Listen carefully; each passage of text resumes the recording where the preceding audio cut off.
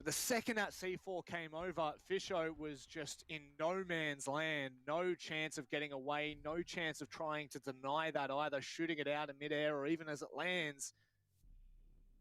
Really nicely done for Rafflecopter to pick up their first round.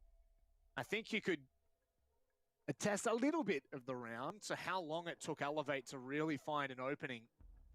I think we hadn't seen any real players damage until that minute mark. Campo was, of course, injured, but Elevate really knew nothing about it until Vars had pushed in and found that kill. They were all but unaware of it. So on the back of this, we now move across to Hookah and Billiards. We do, and a bit of a strange operator lineup taken here. The Alibi, Castle, and Echo are not staples for this bomb site at all. But I like them. I embrace a little bit of something different. Having a look at where these castle barricades have been placed. One on the double Billiards window, one on the single Hookah window. Just making it a lot safer to walk around inside. The final one is actually the Billiards double door to Aqua. A lot of vertical lines as well opened by the castle to prevent a plant in the site without at least being vulnerable to someone downstairs below. A shield as well, reinforced hatch. What? This is quite an extension. I am really enjoying this creativity from Rafflecopter. Had a cheeky little run out there, but God Legion, he doesn't pay for it. I don't know who that was in Hookah there. Very ambitious to do so. Now you can see God Legion a little bit antsy. Fisho guy, maybe AFK, so Elevator starting the round 4 versus 5 to begin with. OJ doesn't connect with the drone and has to back away. Regardless, though, all in all, an eye for an eye. I really like the setup on the site for Rafflecopter at the moment. They have plenty of rotates, a little bit of an awkward mess about it with those castle barricades, but Boydie, how impactful can he be on the Echo? That's the real question for me. Boydie, definitely one of those key fraggers for Raffle, but playing the one speed's kind of uncommon for some of your better fraggers, but he's got a good gun, and those yokais can be very useful. E1D rings out from where the info gathered on the side. Digital's already taken down those 2 castle barricades on the windows. We also have Digital doing some sledgehammering work from below. Get some elevation, you can open that up. But speaking of opening things up, that's Fisho guy onto OJ. Digital needs to be really careful here. There is a player just behind, well, above the barricaded hatch. Bomb located by attacker. Maybe there's a world in which they decide to contest that, but not right now. That opening kill onto OJ, it's a big one. They need to continue, though. What were you saying there, Dev? Is that a nade from Digi? Tried to toss it up, didn't manage to hit Boydie. Second one might do the trick. Up through the holes in the floor, and that does get him. And Raffle have fallen to pieces. Great early game, and Vars straight up cool vibe stairs. It's a 1v5 for the former teammate here, Hotshot. Is he going to land any hot shots? No, a flawless round for Elevate.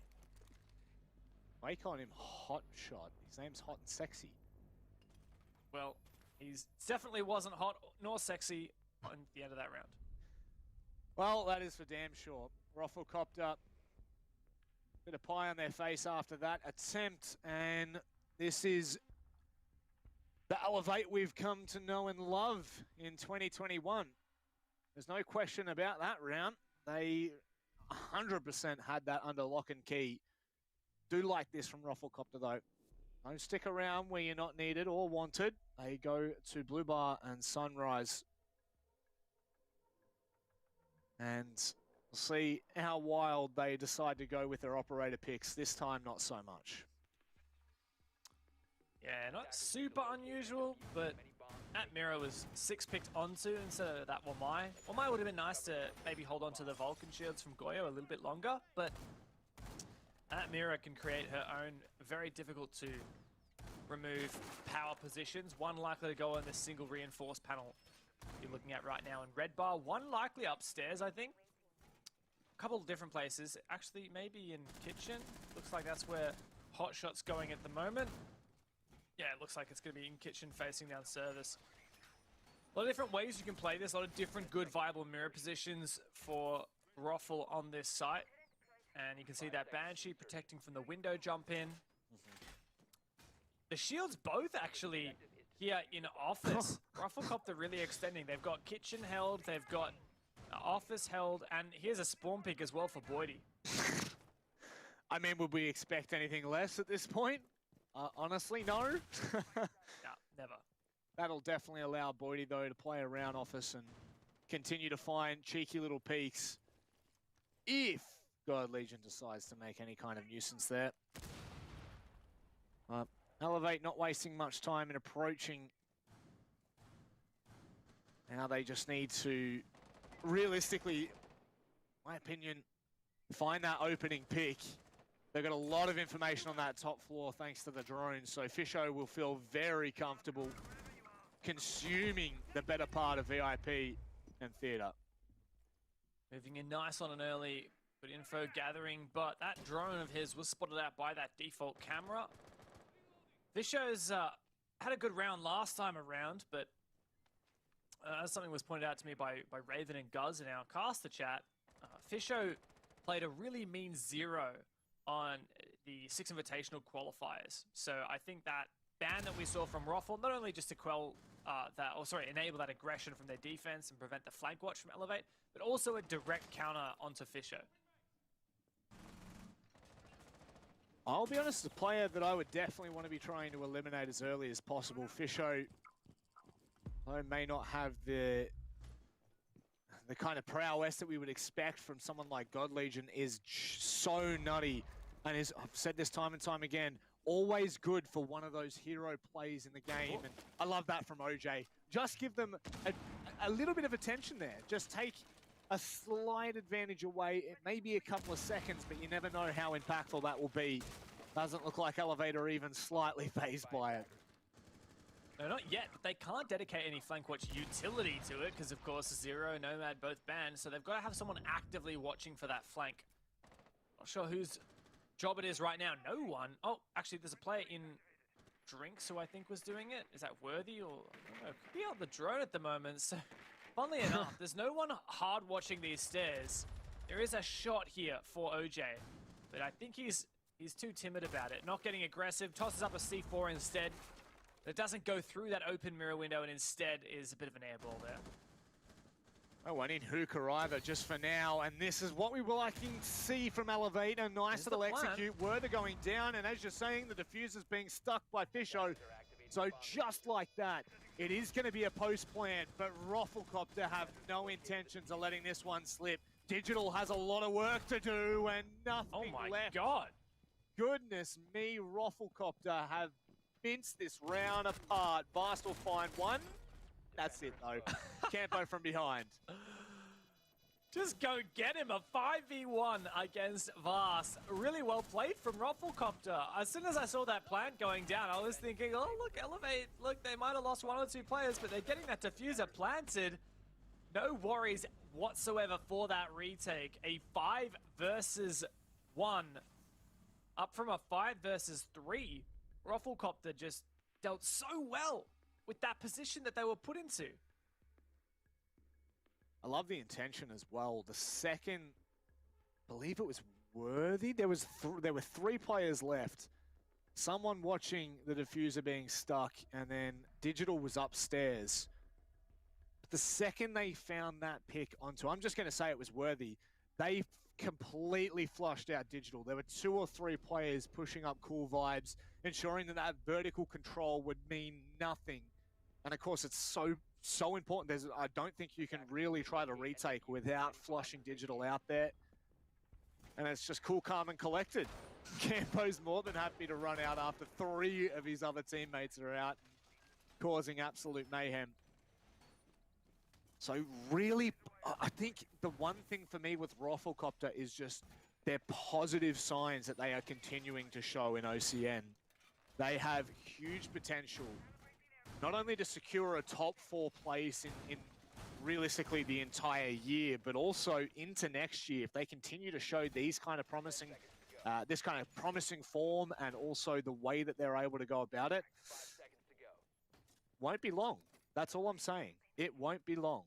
Attackers are moving out to locate a bomb. That's for damn sure. The thing I love about Rafflecopter is, you know, we often see young and up-and-coming teams and players who have really good aim, or they're really gnarly at one specific thing, but, you know, when you look at them going against more experienced teams, you say, oh, they lack that maturity in their gameplay, they lack that experience, they maybe they play not as smart, they have, you know, take big risks or make big plays, they have good aim, but not much else. That is not the case at all with Rafflecopter. These guys bring beautiful, original strategies, and their team chemistry is something to behold. I just love watching it. Really early here from Elevate, and that is going to be a bit of information from Boydie given. So nice pickup. Oh, okay, it's just a trade. An instant trade at that. So 1 for 1, an eye for an eye. Neither team blind, but certainly impaired. This is a hookah bomb site.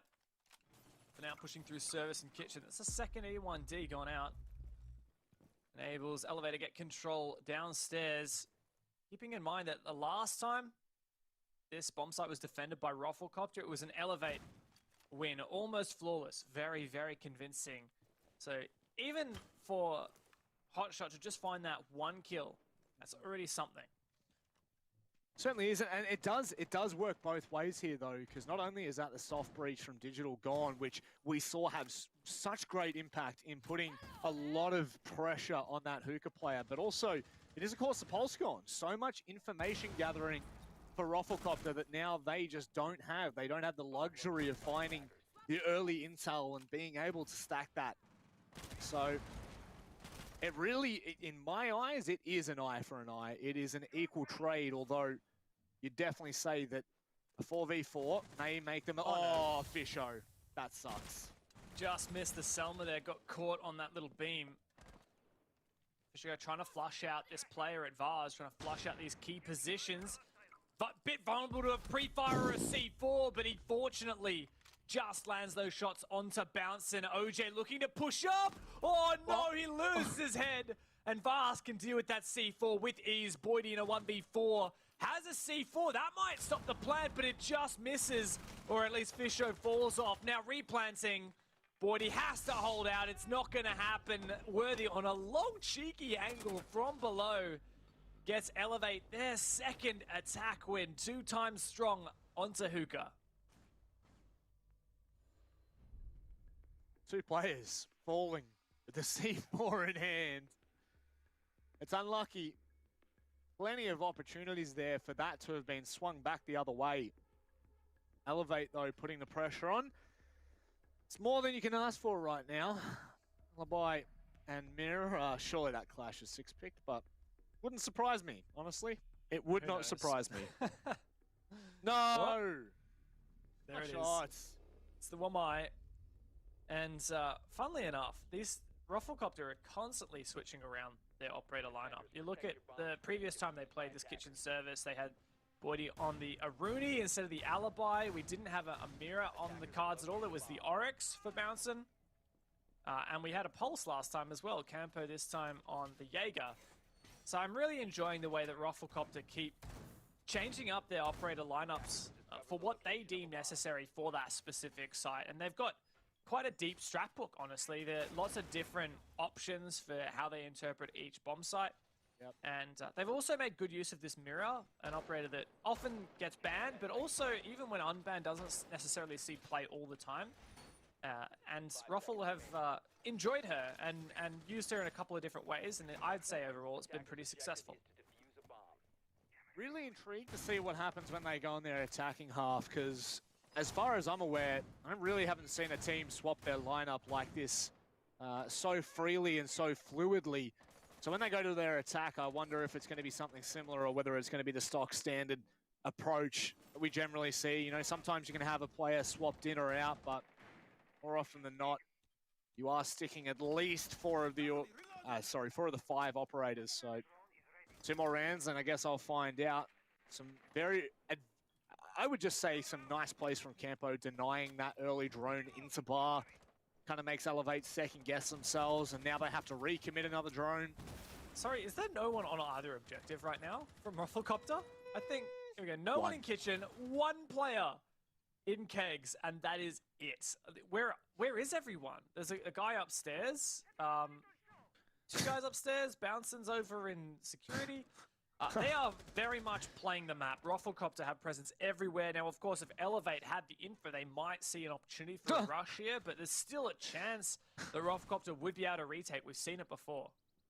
They really are everywhere right now. So this is really scary for Elevate. And I think it was a reason why things kind of crumbled apart there. You can see vertical lines from Fisho Guy. Sorry, not from Fisho Guy. Who is that above? I believe that's Boydie up in VIP that will deny that exact plant that we saw them try to go for in the prior round.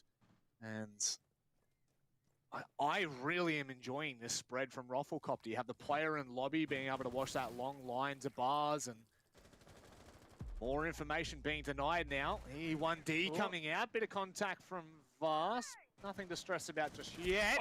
Swings back into it, Dev, and loses his life. Or at least gets injured, but Digital's found OJ. That's the pivotal player on site, the one with the C4 who denied the plant last time around. Bouncing, but he got one injury. He has to land this shot, but Worthy punishes. And suddenly this is flipped on its head. Elevate have regained the momentum in this match. And Hot is completely caught off guard. All on Boydie. He has a decent position, but he doesn't know where that plant's going down. His spot's been revealed, and he has to retake a 1v5. No way in hell this is happening. Okay, that's valid. What I liked about it is also the biggest flaw about it.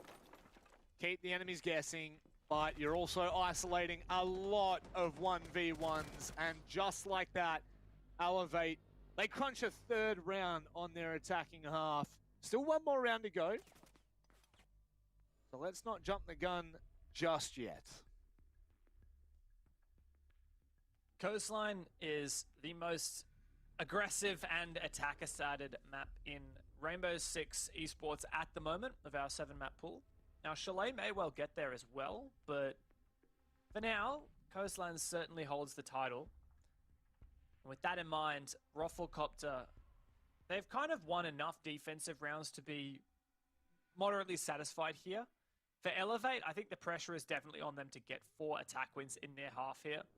If they only get 3, if Rufflecopter evens up at the end of this half, it's completely plausible that then we'll see a 4-2 split in favor of Ruffle on their attack, and hence win the game 7-5. So I'm definitely looking at Elevate right now, and 3, look, they might be in the lead, but 3 rounds is just not enough on attack. Well, stage has been set for them now.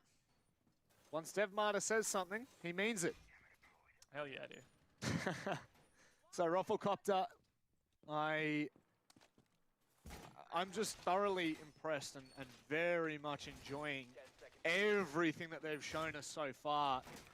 As much as I'm saying that, though, this is what we've seen from Elevate time and time again so far in 2021. They are able to adapt really well. And in doing so, I think they're putting a lot of pressure back onto the new up-and-coming OCN team. And now they've got to convert. They have to step up. They've got to be the more experienced roster. And to show it here would mean a lot. Both teams, just so we are completely confirmed here, are flawless so far in OCN. And today, one of them is going to cop their first L of the season.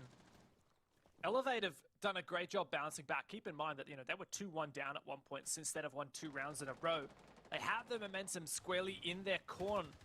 And, well, Blue Bar Sunrise is the defense choice bomb site for Ruffle at the moment. Now, Elevate managed to get the plant down in a 3v5. Then Rufflecopter managed a 5v1 retake. So I think Elevate, for them, they're not so worried about getting that plant down. And they know that Ruffle will kind of let them. Elevate need to make sure they can maintain that man advantage every single round so far, Rob. Oh my God, Pouncin. Every single round so far, Rob. The team that got the opening frag won the round. And I think it'll be no different this time. Hell of a stat. That's Campo down. Oh, no. Out. What? There we go. Is. Confirmed. So, if trends do predicts it's Elevate that should be able to walk away with this round. They've got 1:20 to do so, and they haven't made a lot of progress toward the site. I love this from Boydie. Surely you look no, for it. it's not gonna He's work. sitting. Oh my God, Fast was on his drone. That could have been it, Dev. Boydie doesn't get punished either. FO12 shotgun position is so powerful, but util could mean the death of him. And Digital's found bouncing. Boydie knows he needs to make a play here, otherwise his team is losing this half. Coming up the stairs, he takes down God Legion, looking for another one, but he's cut out, and Digital takes him down. The Lion E1D roars to follow, and 2 versus 4 now for Hot and OJ. It's such a tall order, and Elevate may well have done what they need to. Don't hold your breath, though. Both of these players are capable of making this doable. They now have control of Sunrise. Hot now readjusting. Worthy watching the crossfire, but that should be all said and done. Diffuser is now well and truly planted. And in a 1 versus 3, near impossible. There we go. Just like that, Elevate. They've taken a 4-2 with a dominant fashion toward the end. We'll be right back after this, ladies and gents. It's feeling like a battle of the underdogs right now. Elevate coming into this season would have been expected to finish 3rd, maybe 4th, depending on how the top 4 split.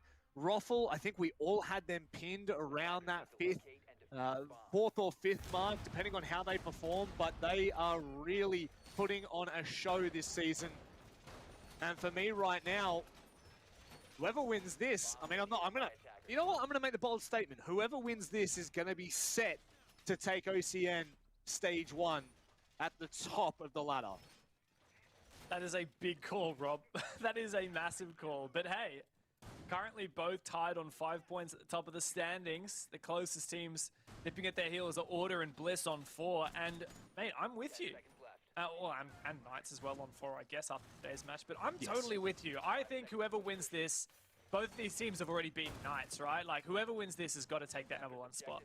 Yep. And, I mean, in terms of the whole year, this will be massive for one of these two teams. You know, starting out with such a strong performance, really want to make sure that if you're Elevate right now, you do not let this go to overtime. You do not allow Rafflecopter to take that point, maybe 2 points off you, depending on what happens. They've set themselves up perfectly. Dev, you were saying that they needed a 4-2 half here, at least to be convincing in their win and take it 7-5 before OT. They've done what you've asked of them, and now they just need to convert. All Elevate need is 3 defense rounds. Oh, that's a nice way to start it. Vast, very early on, found a vertical C4 kill on Campo. That is so much info denied there. The Yana out of play. Campo tossed to the wayside. And Elevate run away. They slip back into the night. Rafflecopter need to get on their bike. There's no other way to put it. They have to find a trade, and they have to find it soon. The unfortunate side of Coastline definitely shining through here. It's such a hard map to control the defenders on, and both of these teams have shown why. Bouncing though, that's a lot of information gained. They now know that at the very least, no one has come that side of the map, and they just need to ensure that the flank doesn't come back to haunt them. Like the usage there of the Selma from Ace to try and breach that wall open, but it's muted, and God Legion holding down the fort! How many can he get? There's so many players there worthy for the double C4! It's all on OJ out of nowhere. Elevate have banged this game all the way up, and it's on OJ now in a 1 versus 3. Found the first pick he needed. There's so many more to find. AK-12 is a nice weapon, but Elevate surely won't let this one slip. couldn't imagine so. In comes the push. See you later, OJ. No, not yet. There we go. Digital confirms it in the end. Oh, I love that from Rufflecopter, but God Legion... Okay, God Legion has done his job well and truly there in Aquarium. Not only does he find a kill when 4 players are rushing him, he buys so much time. It allows that C4 to come in from Worthy and absolutely dunk on them. And there we are. Just massive, Dev. That was huge there. Worthy and God Legion both having a hell of a game. And you want to add all to that and point out that Fast found that early kill with the C4 as well. That was 3 out of 5 kills that round with C4. Not even gunfights for Elevate. Fantastic stuff. Look, Elevate, they might have taken a bit of time to warm up in APAC South. They lost to Knights, but coming into OCN, this has been their territory. They've taken the scalps of first Knights and Rhythm, and now, sorry, Knights and Bliss, and now as well looking to take down Rufflecopter. A very strong start to their defense half. I'm starting to flip-flop, Rob. I'm starting to think that Elevate are back on track. And you know what? Yes, they are. In all honesty, this is the Elevate that we saw in Pro League last year. And it's so good to see them back in action once more. There was such high promise for them in the middle of last year, toward the end of last year. They fell out in the OCN playoffs. But this year, 2021, is the year of the Mountain People. And with that, oh, okay, Vast, I no clue what you, okay. Well, I mean, I guess it's open now. That's one way to use a C4, but yeah, fair enough. Not a lot of util, I guess, on the rest to Elevate to open that. I guess God Legion's already used his impacts. Worthy just teasing out the hold in office. Bouncing. Fed the info by his teammate Droning.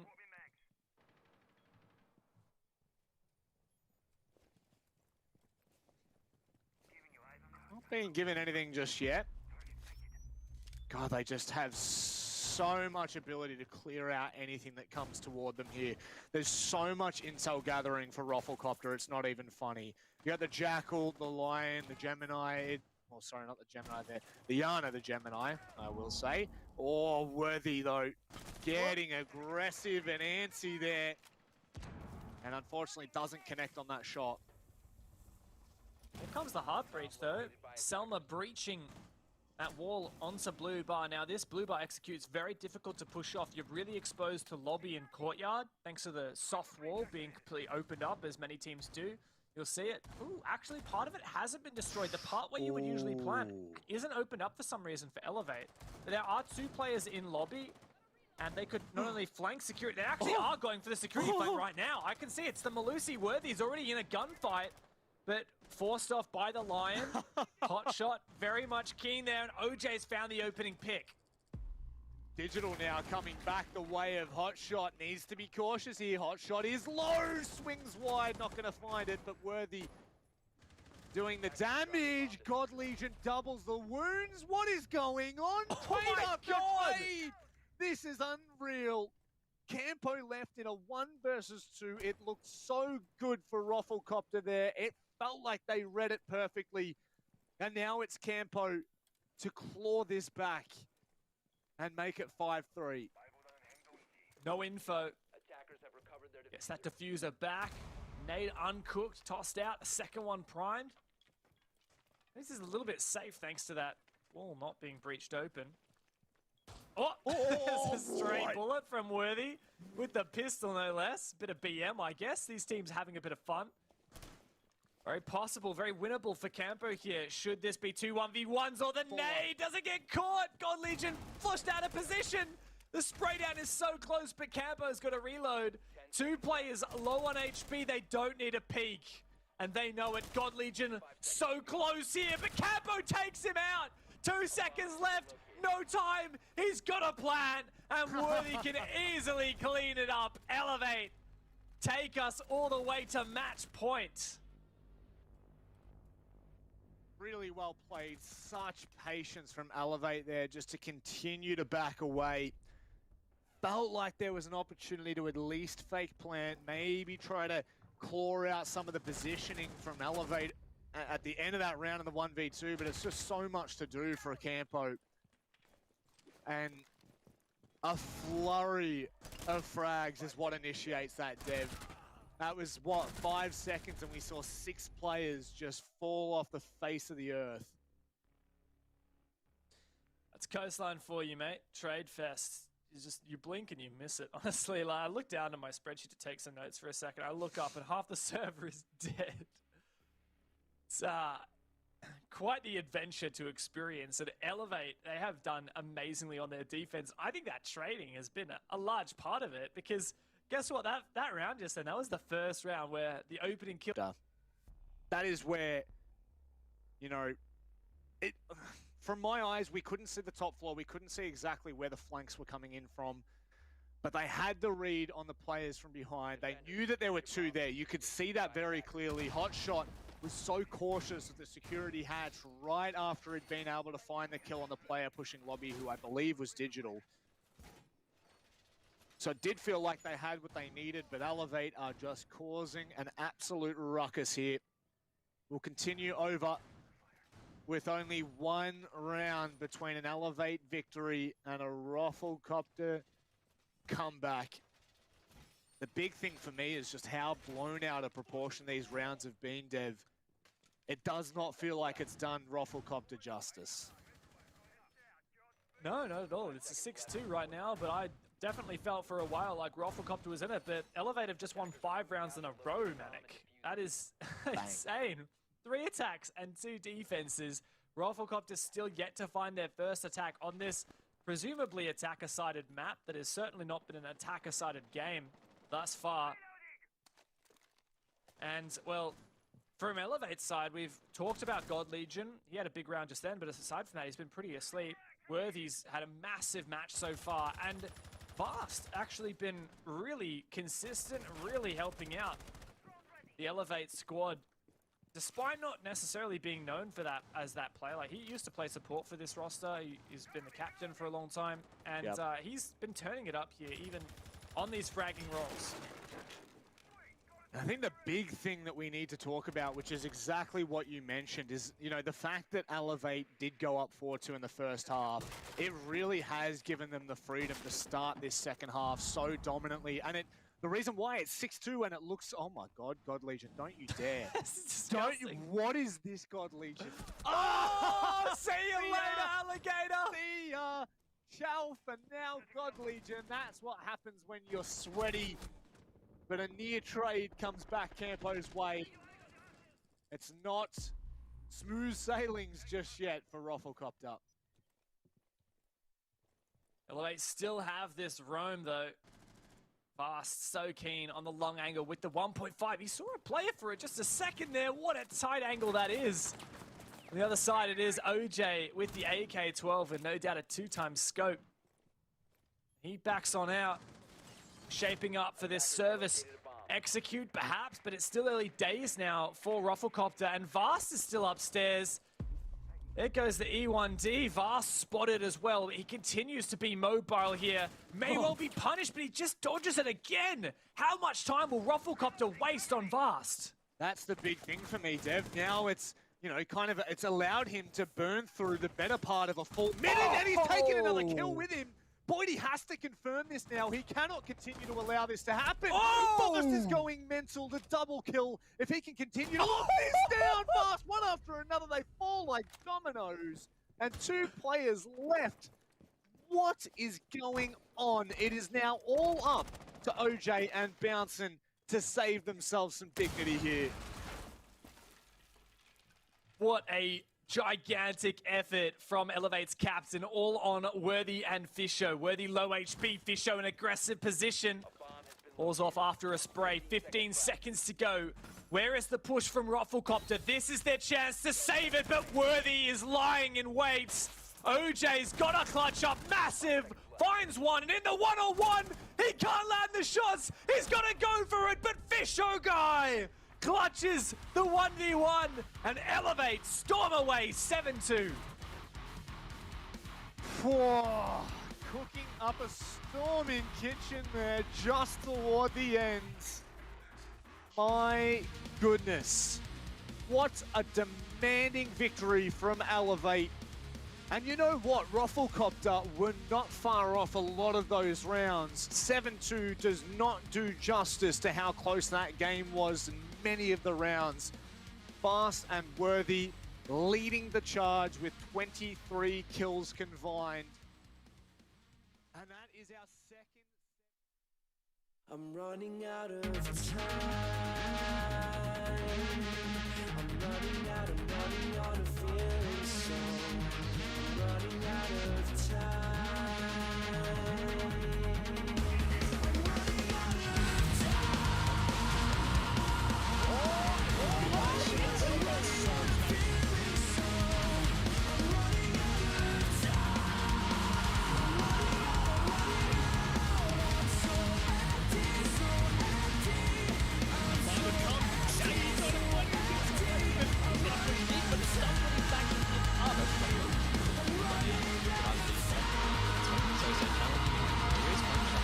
This could be huge. Manages to find them.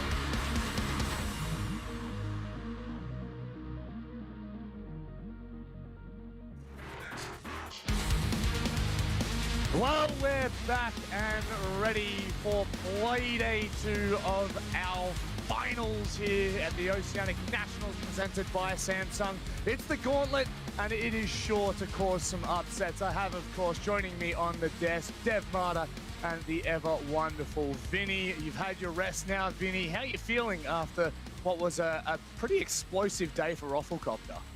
Super excited, Manny. I think today's going to be an awesome day of Siege. If how close yesterday's matches were any indication of what we're going to see today, I'm very keen. And Dev, boy, go.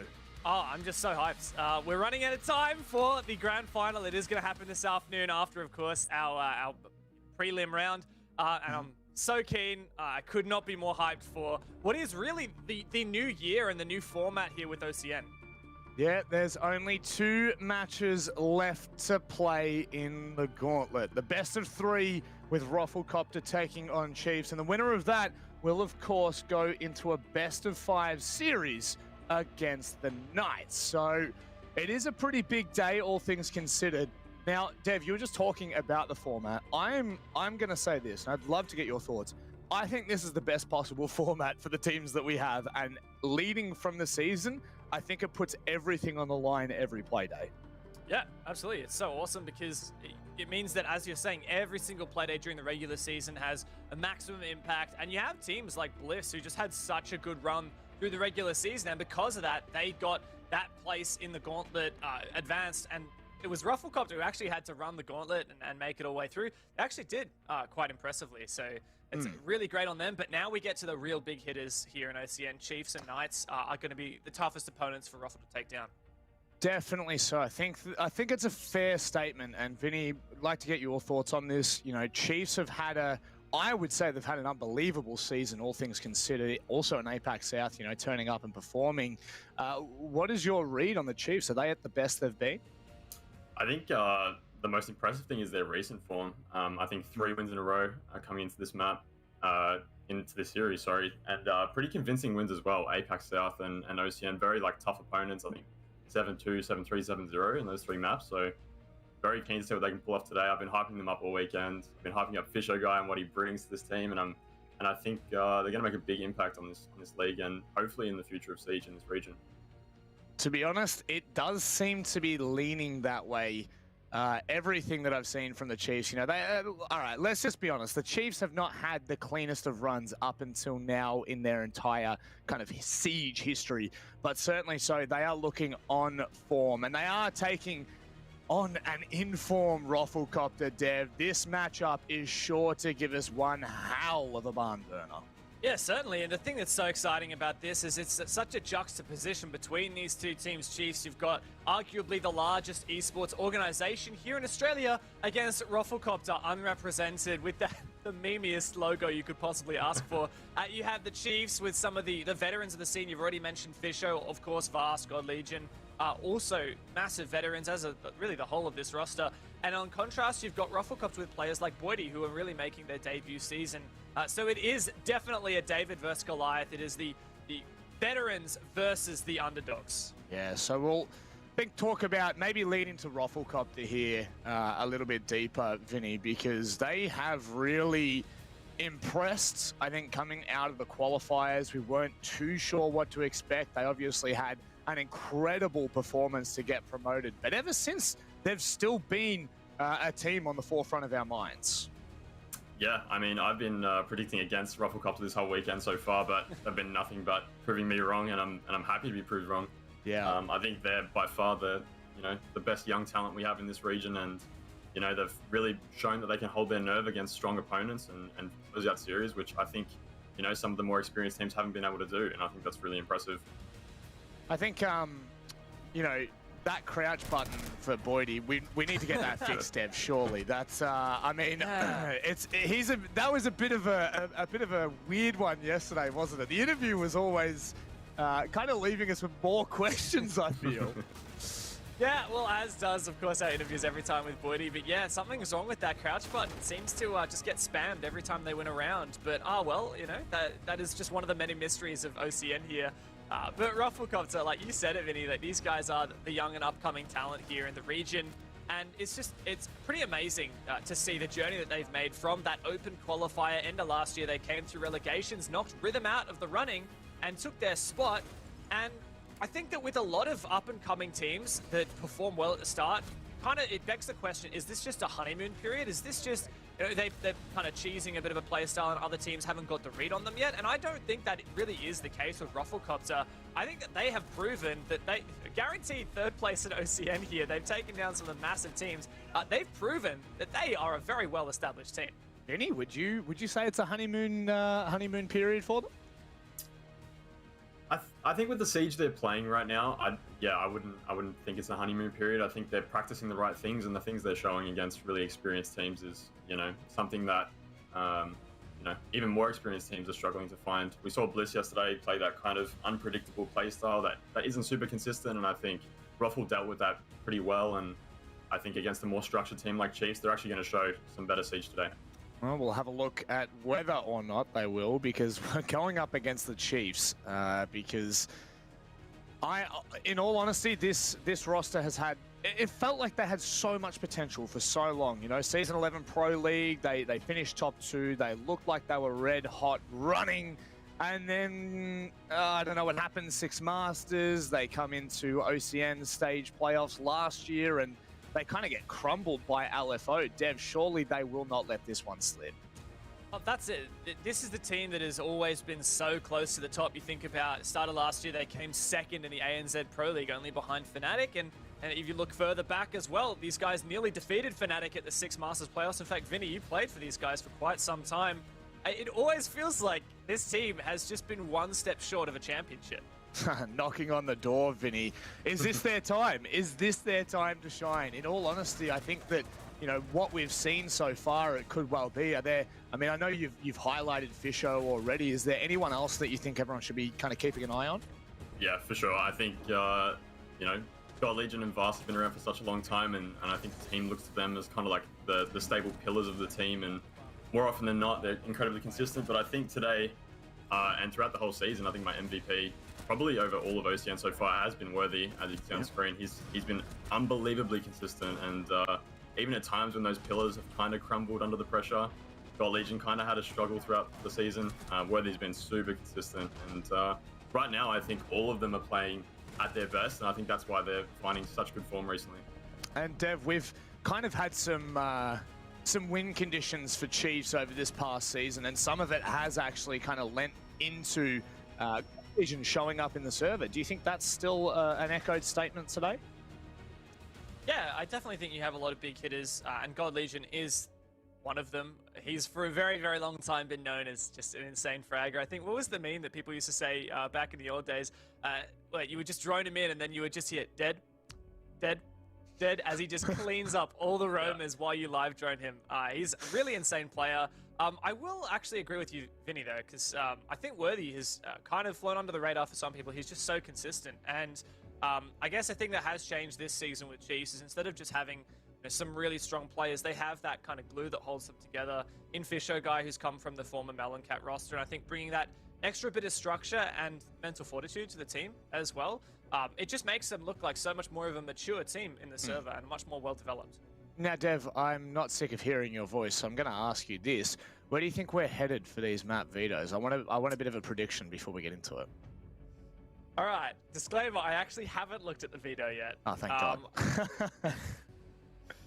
I think we'll probably see a clubhouse. Pretty confident map for both of these teams. I think we'll probably, I mean, this sounds boring, but I think we'll probably see clubhouse in Oregon. I would love to see a coastline because that would be a rematch of Chiefs versus Rufflecopter from the season. Chiefs destroyed them. I think Rufflecopter will try and ban it, but with this veto system, I don't think they're going to have to. They're going to have enough bans to get rid of it. So I feel like it's going to come through and slip through the veto. Oh, all right. Let's have a look. Will it slip through? That's the real question. Are we going to coastline? No, we're not going to be. Vinny, we've got Cafe first. We head to Villa, and if it's needed, Clubhouse to finish. How are we feeling about this trio? So the Chalet ban from Ruffle has been pretty consistent over this weekend. I think they're either hiding some unbelievable strats or they're not working on that map at the moment. But I think the problem with Ruffle right now is that over the in yesterday specifically, they played 4 different maps. So Chiefs have a lot of info to go off, and I think the map veto, they played Cafe and Club yesterday, so Chiefs will have that kind of info. Villa is a bit of a toss-up between both teams, but I think Chiefs have won this veto, to be honest. Oh, okay, interesting. Dev, he's just mentioned 4 different maps. Does that make them more versatile? Does that make Ruffle more dangerous? Or are you agreeing with Vinny? Look, I agree with Vinny, definitely, because, yeah, like you said, Vinny, especially playing best of 1 during the season, right, you can kind of hide a lot of your maps, and that's exactly what Rufflecopter have done. They have actually never played Villa or Chalet. It's been banned all the time, so obviously they had to only ban one of them in their first set of bans. They banned Chalet. That left Villa in the running. So Chiefs just snapped that up right away. Instead of the coastline, I think it's an interesting decision from Chiefs. You're going to Villa where you have no info on Rufflecopter, and you don't know whether they're actually going to be any good, or you go to coastline where you've beaten them before. So I like that from Chiefs. Bit daring, and we'll see if it pans out for them. So Rufflecopter are currently undefeated, Vinny, in the gauntlet right now. Haven't dropped a single map. Are you leaning into a 2-0 here for Chiefs, or are we thinking it's still going to be? Is it going to remain close? I think the way that Ruffle come out of the gates will be very important. I think if Chiefs can set the tempo on the first map early and pick up some round wins very early in a row, I think it'll be tough for Ruffle to recover. Yeah. And I think if Chiefs were to win the first map, they would go on to 2-0 this pretty easily. Dev, Cafe is where we head. Is it possible that we see this clean up in 2-0 with the Chiefs taking the first map? Well, we did see just yesterday, Ruffle did defeat Order on Cafe 7-5. So I think that's a pretty good result to boast for their camp. Especially because, Chiefs recently actually didn't have great form on this map. The last time they played it was against Elevate in Apex South, and they were destroyed 7-2. So that does give you, I guess, some hope for Rufflecopter. But actually, Vinny, I'd like to pick your brain a little bit. The other time that Rufflecopter played this recently was actually against your team, Wildcard, and you beat them 7-5. So do you think that is, having been against them in the server, do you think that there are weaknesses that Chiefs here can exploit? Yeah, I definitely think... Well, to be honest, I think in our match, Nerves got the best of Ruffle. I don't think they showed, their best Cafe, especially towards the end when there's a lot of pressure on the line. That's 6-5 match point. They were kind of struggling to roam clear a cav, and some kind of funky stuff happened. But I think today against Chiefs, the BO3 format, there's a little bit less pressure on the first map. They know they can go to a second map and still have a chance to take the series. So. I think it will be a different match compared to the ones they played against us. Yesterday against Order, they were actually fairly strong. I think Nico kept Order in that map more than they probably should have been. I think the scoreline should have been something closer to 7-3, 7-2, to be honest. But yeah, I think this will be a really interesting matchup. Well, let's have a look at the predictions and see where all our so-called experts lie. Ruffle, we are so sorry. I think that you're not getting enough credit for your seasonal performance and now into the gauntlet. It is a blue day, Dev. Yeah, well, I guess we just wanted the predictions to match like the background graphic and the whole branding theme of OCN here, and you know me and Vinny's shirts, of course. I think that was the go. But no, in all serious, you know, I've picked Roffle for almost all of their matches during the regular season, and I picked them for both of their matches yesterday that they won. I just, honestly, Vinny, you just convinced me yesterday when you said that Chiefs are just so in form and you reckon they're going to take the whole tournament. After you said that, I was like, oh, I don't want to get left behind if I'm the only one that picks Rufflecopter and I'm wrong. You've just spoilt the script for us, Dev. My goodness, disclaimer, there's no script. But Vinny, you are going for the Chiefs, and I believe that you are backing them against Knights. Are they really in this fine form? Yeah, I mean, if anything, if the last 3 matches are anything to go by, it's been completely dominant wins against very strong opponents. I think, you know, this is the time, you know, kind of peaking in terms of form. I feel like there's been this build up for them. They've really tried to get everything working. I think the losses before those wins were fairly close anyway. So I think it's been building up to this moment. I think this tournament is definitely the time when they peak and they get this win. Well, the Chiefs are looking like they may be the favourites here, as they have hit some fine form, but there's no discounting Rufflecopter and what they've achieved so far. We're going to leave it in the capable hands of Xenox and Guz to run you through all the action. Enjoy. Thank you very much, boys. It's shaping up to be a blue day, hence my blue attire. And Guz, you've got a bit of blue on you as well with the OCN badge. For Rufflecopter, they come into this as clear underdogs, but what they've proven in the gauntlet run so far, Guz, is they're up for the task. Anything is possible in OCN, and casters are renowned in this region for cursing teams, and the fact that we have all predicted the Chiefs to set this one up beautifully for a banging series, and I have no doubt if Rufflecopter can get off to a really strong start here on Cafe, they could maybe roll that into a series win. Ifs, ands, buts, maybes, it all just has to come down to the now. Chiefs versus Rufflecopter. The winner of this series moves forward in the gauntlet. They will move to the grand final where they will play the Knights. But of course, they have to get through this best of 3 first. We kickstarted on Cafe, and the first bands go out, the first good lucks and the good have funs and all of the shenanigans to follow. In terms of match history, we don't have heaps to go off, at least for the Chiefs. It's been a long time since they've played Cafe locally. They did play it in APAC South against Elevate, the Southeast Asian team, and lost 2-7, so maybe a little bit of a worrying sign there. On the flip side, of course, we did see Ruffle play this map yesterday. It was a 7-5, so a little bit close, but as Vinny said on the desk, you could probably argue that Nico was hard carrying order in that game and kept that one a little bit closer than it should have been. So a lot of question marks heading into this matchup, a lot of unknowns, and it's pretty difficult to make an assumption as to which team would be stronger. You would hope that Ruffle coming out of the gate strong, though, again, considering that it is their map pick. Felt going to be the final ban. Pretty standard bans across the board. Could make the case maybe for the Echo being slightly left of field, but nothing too crazy about this. To kickstart this match, though, Rufflecopter are going to be on the defense first, and according to the statistics, and Cafe's had a fair few games in OCN now, guys, of course, we saw it yesterday too, 57% defensive win rate, and that also lines up with what we saw yesterday in the first round of the gauntlet, where we saw Rufflecopter versus Order. Both teams did better on their defenses than their attacks. So if Chiefs can get off to a good start here, overwhelm Rufflecopter, get some good attacking rounds on the board, look to them at the then switch of the half to come home strong with the defense. Well, if that number does ring true in this matchup, you would have to assume Ruffle will be aiming for at least a 4-2 half to give themselves the lead, and statistically an even result at worst.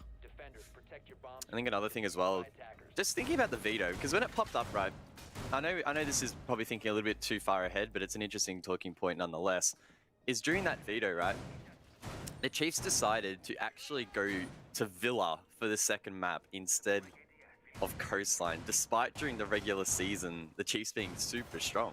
So if the Chiefs don't come out of the gate strong here, take a little bit to warm up in the best of 3, Villa may well be a little bit of a dodgy map.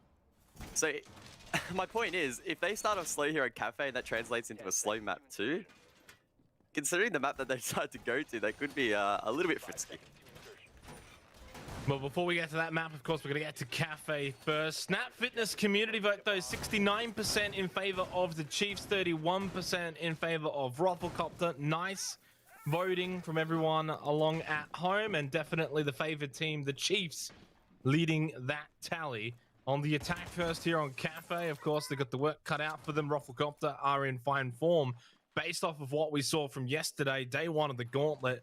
4-0, 4 very quick maps against their opponents, Order and Bliss, getting the job done. Not really many of the maps and not really many moments either coming down to close margins. They were pretty comfortable for the majority of the night. Bouncing balls was a huge impact for the team, along with Campo as well, especially on that coastline game. We're seeing OJ have some good plays. Boydie as well, having some pretty clutch moments. Hotshot maybe the quietest of the 5.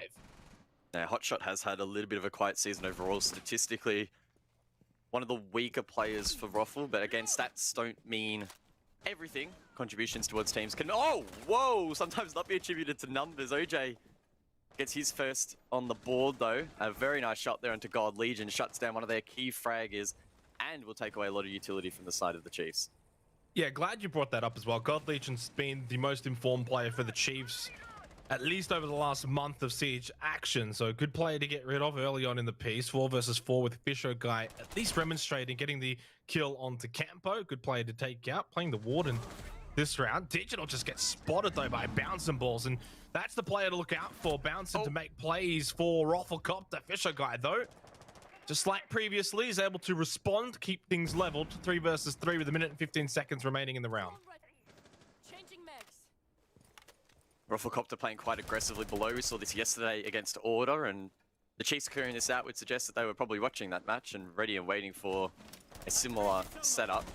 That said, it's still not completely clear. Bouncing inside of Library could have an impact. Playing now over towards Pillar. Needs to be mindful of mining. Almost sees the gun there, surely. Of Fisher Guy, he hears him drone. He could get aggressive, but the drone should spot him out. If he didn't see him, he definitely heard him and definitely had the information as Bouncing continues to play around Pillar. 40 seconds remaining in the round.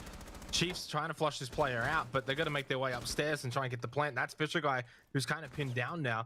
Bouncer knows that he's got 2 angles to look for. Fisher Guy finds his 3rd kill of the round, but most importantly, he's got 25 seconds to make his way upstairs now and get that plant, but it's Worthy who takes a hot shot, and Chiefs just slowly slicing and dicing their way towards the site. Well, you're left in the 1 versus 3. The one thing going for him is time, as Fisher will try to stick that plan. If he can maybe deny it, there could be an opening. He does find the first, but he doesn't quite get the second. Fisher comes up clutch, and the Chiefs take the round.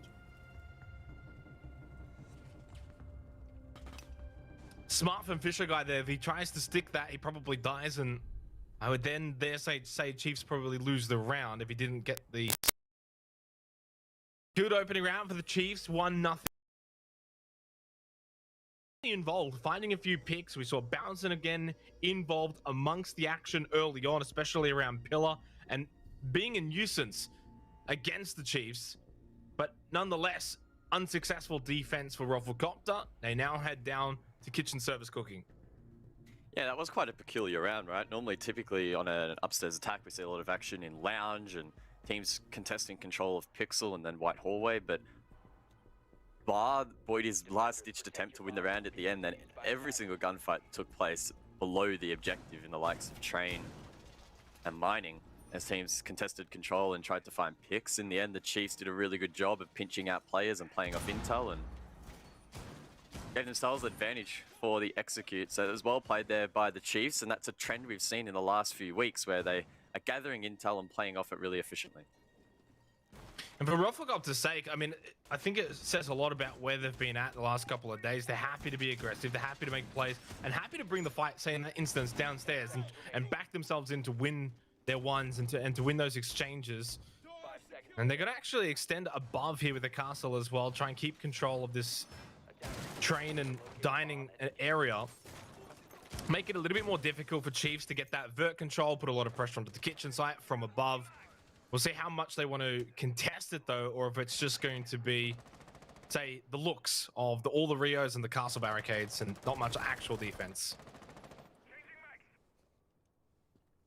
Does look like Campo is holding it at the moment, and the Chiefs indicating that they'll go for a top-down sweep by rappelling to the roof and already beginning to pressure Lounge.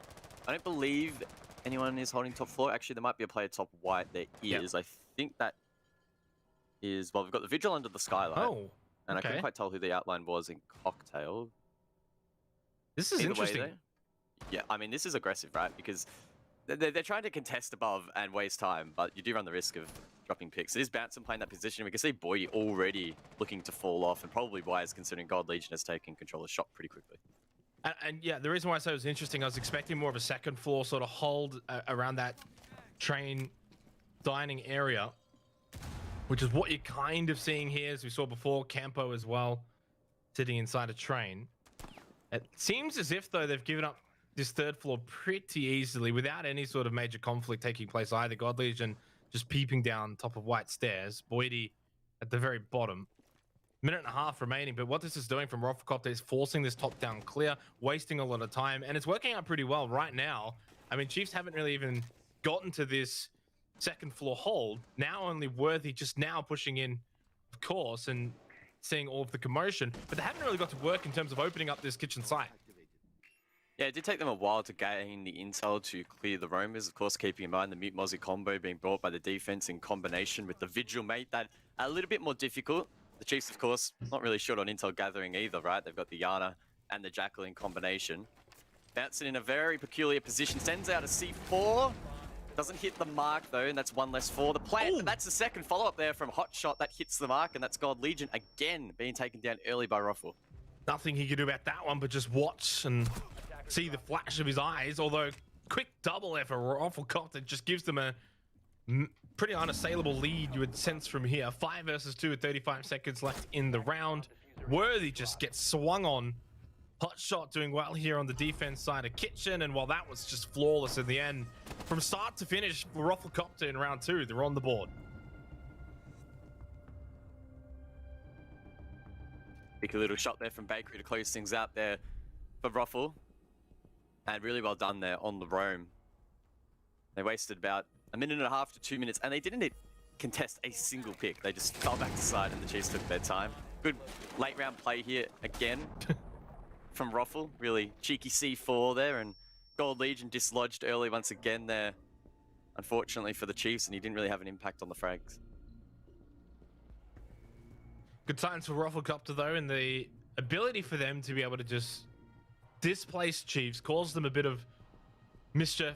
We saw that third floor hold, the second floor hold, and really just forcing the Chiefs to clear top down the whole way through the whole map, wasting so much time, really unsettling them. So full credit to Roffelcopter. And then, most importantly, when Chiefs did start to actually get towards that kitchen site and they were above, we saw the C4s then come out. And then anyone that tried to drop down, good luck. Hotshot's waiting below on the smoke with the shotgun. So from start to finish, it was Ruffle's round. Now we go back up above. It is going to be Bar Cocktail for round number 3. And you said before that 4-2 half would be ideal for Roffelcopter. Chiefs don't necessarily need to get too much on the attack. Anything from here is really going to be a bonus. If they can get 3+, they're going to be laughing. So the onus is still on Roffelcopter to take the lead into the half. Aggressive mirror setup established here from OJ. Keen to see if Ruffle invests down below again, keeping in mind that a lot of the gunfights in round number 1 did take place below the objective. In fact, the only one that really took place on the objective was Boydie late round in the 1 versus 3. The setup so far here from Ruffle suggesting they're playing more towards the site, instead contesting the likes of Lounge and maybe Shop if they wanted to over-aggress. And the Chiefs are not playing into downstairs at the moment, looking to take top down. Yeah, and you know, usually what you would see in the past is a lot of pressure on Pixel. You see the shields, you see the ADSs. This is just like a trip down memory lane, I guess, if you will. A lot of pressure from the defensive team along this white corridor region. You got to play in backstore, players usually on side of Cocktail. So as you mentioned before, Roffelcopter decided to switch it up, play a lot more downstairs and force the fight off site. Didn't quite work out. But I'm a little surprised they've given up on it immediately. I didn't think it was too bad. For the most part, they were getting trades. You know, at one point it got to like 3 versus 3. And maybe at that point, 3 versus 3 is when you try and sort of bring it back a little bit, try and get back to site. But the big difference was Bouncing got caught at pillar, couldn't make his way back to site. So this time they're going to just have a more structured defense on site. But this allows Worthy to get an opening kill onto Campo. And it is going to make things a little bit easier for Chiefs. There's just less nuisance elsewhere that they've got to deal with. They can just focus on this lounge area and getting the ability to get into backstore and around bar. Really good work there from the Chiefs, pinching out that player inside of Pixel. Campo left with nowhere to run. The utility place to protect him was taken down, and he was shut down on the rappel, covering the cross, which is really good work there from the Chiefs. Great coordination. And now with a minute to go, plenty of manpower and utility to work with. A lot of nades and smoke still in the pocket that can be used to clear utility on site. And Ruffle probably will have a tricky time trying to shut this down. Yeah, there's still 50 seconds left as well. And as you said, now they start to get to work. Push a guy with the drone's going to spot 2. You can hold the skylight position, make things very difficult for Rufflecopter if they want to push out a cocktail. OJ, though, finds a kill to God Legion. God Legion's 0-3 in the first 3 rounds. It's good signs for Rufflecopter, not so good for Chiefs, although this is much better for the Chiefs fans watching along at home. 4 versus 2. Bouncing with a good swing, though, through Cigar. Now he's got a decent position, actually, over at bar. He can kind of pinch the Chiefs from behind, but he did need some help from OJ. Needed to withstand Digital, and he can't. Neither can Bouncing. Digital pops off in the end. Wins the round for the Chiefs. They go up 2-1.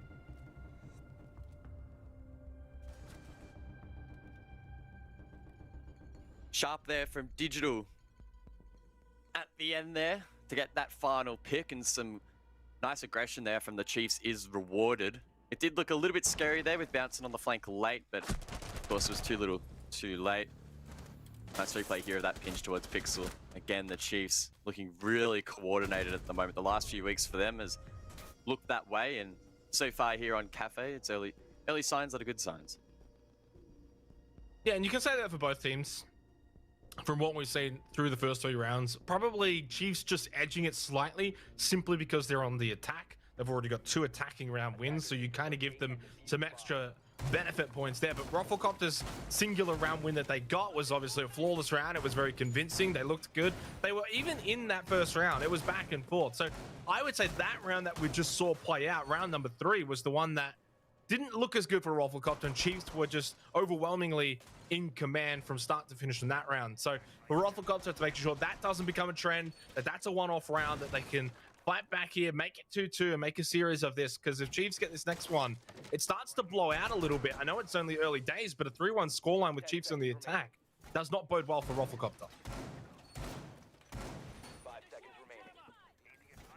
Aggressive hold above here from Ruffle, again bringing that mirror to the board to aid in holding above. Rooney, as well as the Jaeger to help deny projectiles as well. Pretty typical here from Ruffle, investing over towards the cocktail side of the map, the eastern side, expecting the Chiefs to play into that. Judging by the way the Chiefs have been playing so far and their level of coordination being quite high, I expect they will attempt to clear this and take it head on. Yeah, and some teams, especially on that 3rd floor hold, may extend out even to Pixel, at least just momentarily. It doesn't seem as if Rufflecopter are going to do that. I really hope they don't sort of just go into their shells a bit. I still want them to be aggressive, and you're seeing this a little bit from OJ and Train, but I just want them to make sure that they don't lose their identity. Don't play too structured and too defensive. They got 3 above. That's fine. That's good. But how long are they going to commit to this? That's the question. Are they going to push out? Are they going to look for kills? You know, you can see there's nothing over towards Pixel, nothing over towards Lounge. They are very far back on this cocktail defense, which is going to deny a bit of time from the Chiefs. But are they going to get kills from it? Maybe. It depends. It's unlikely.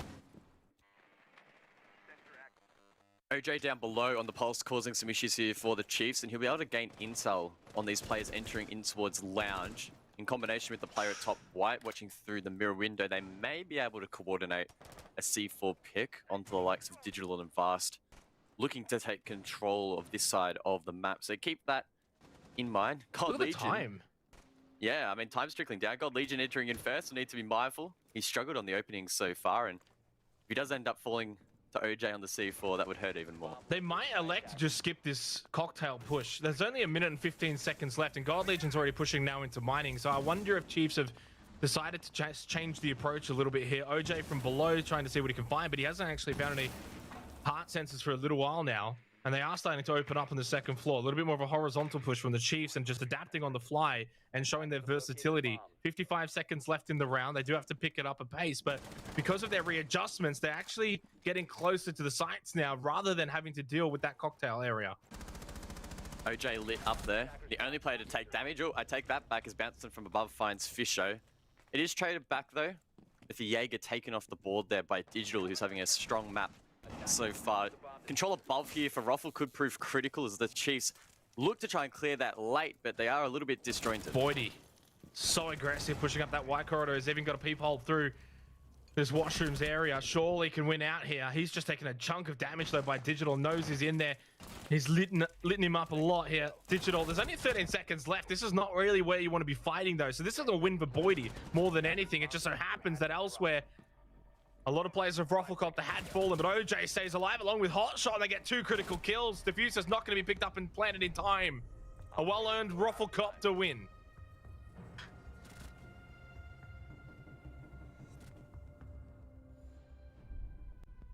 Great work there by Ruffle. The Chiefs struggling to gain control above, meaningful control at that.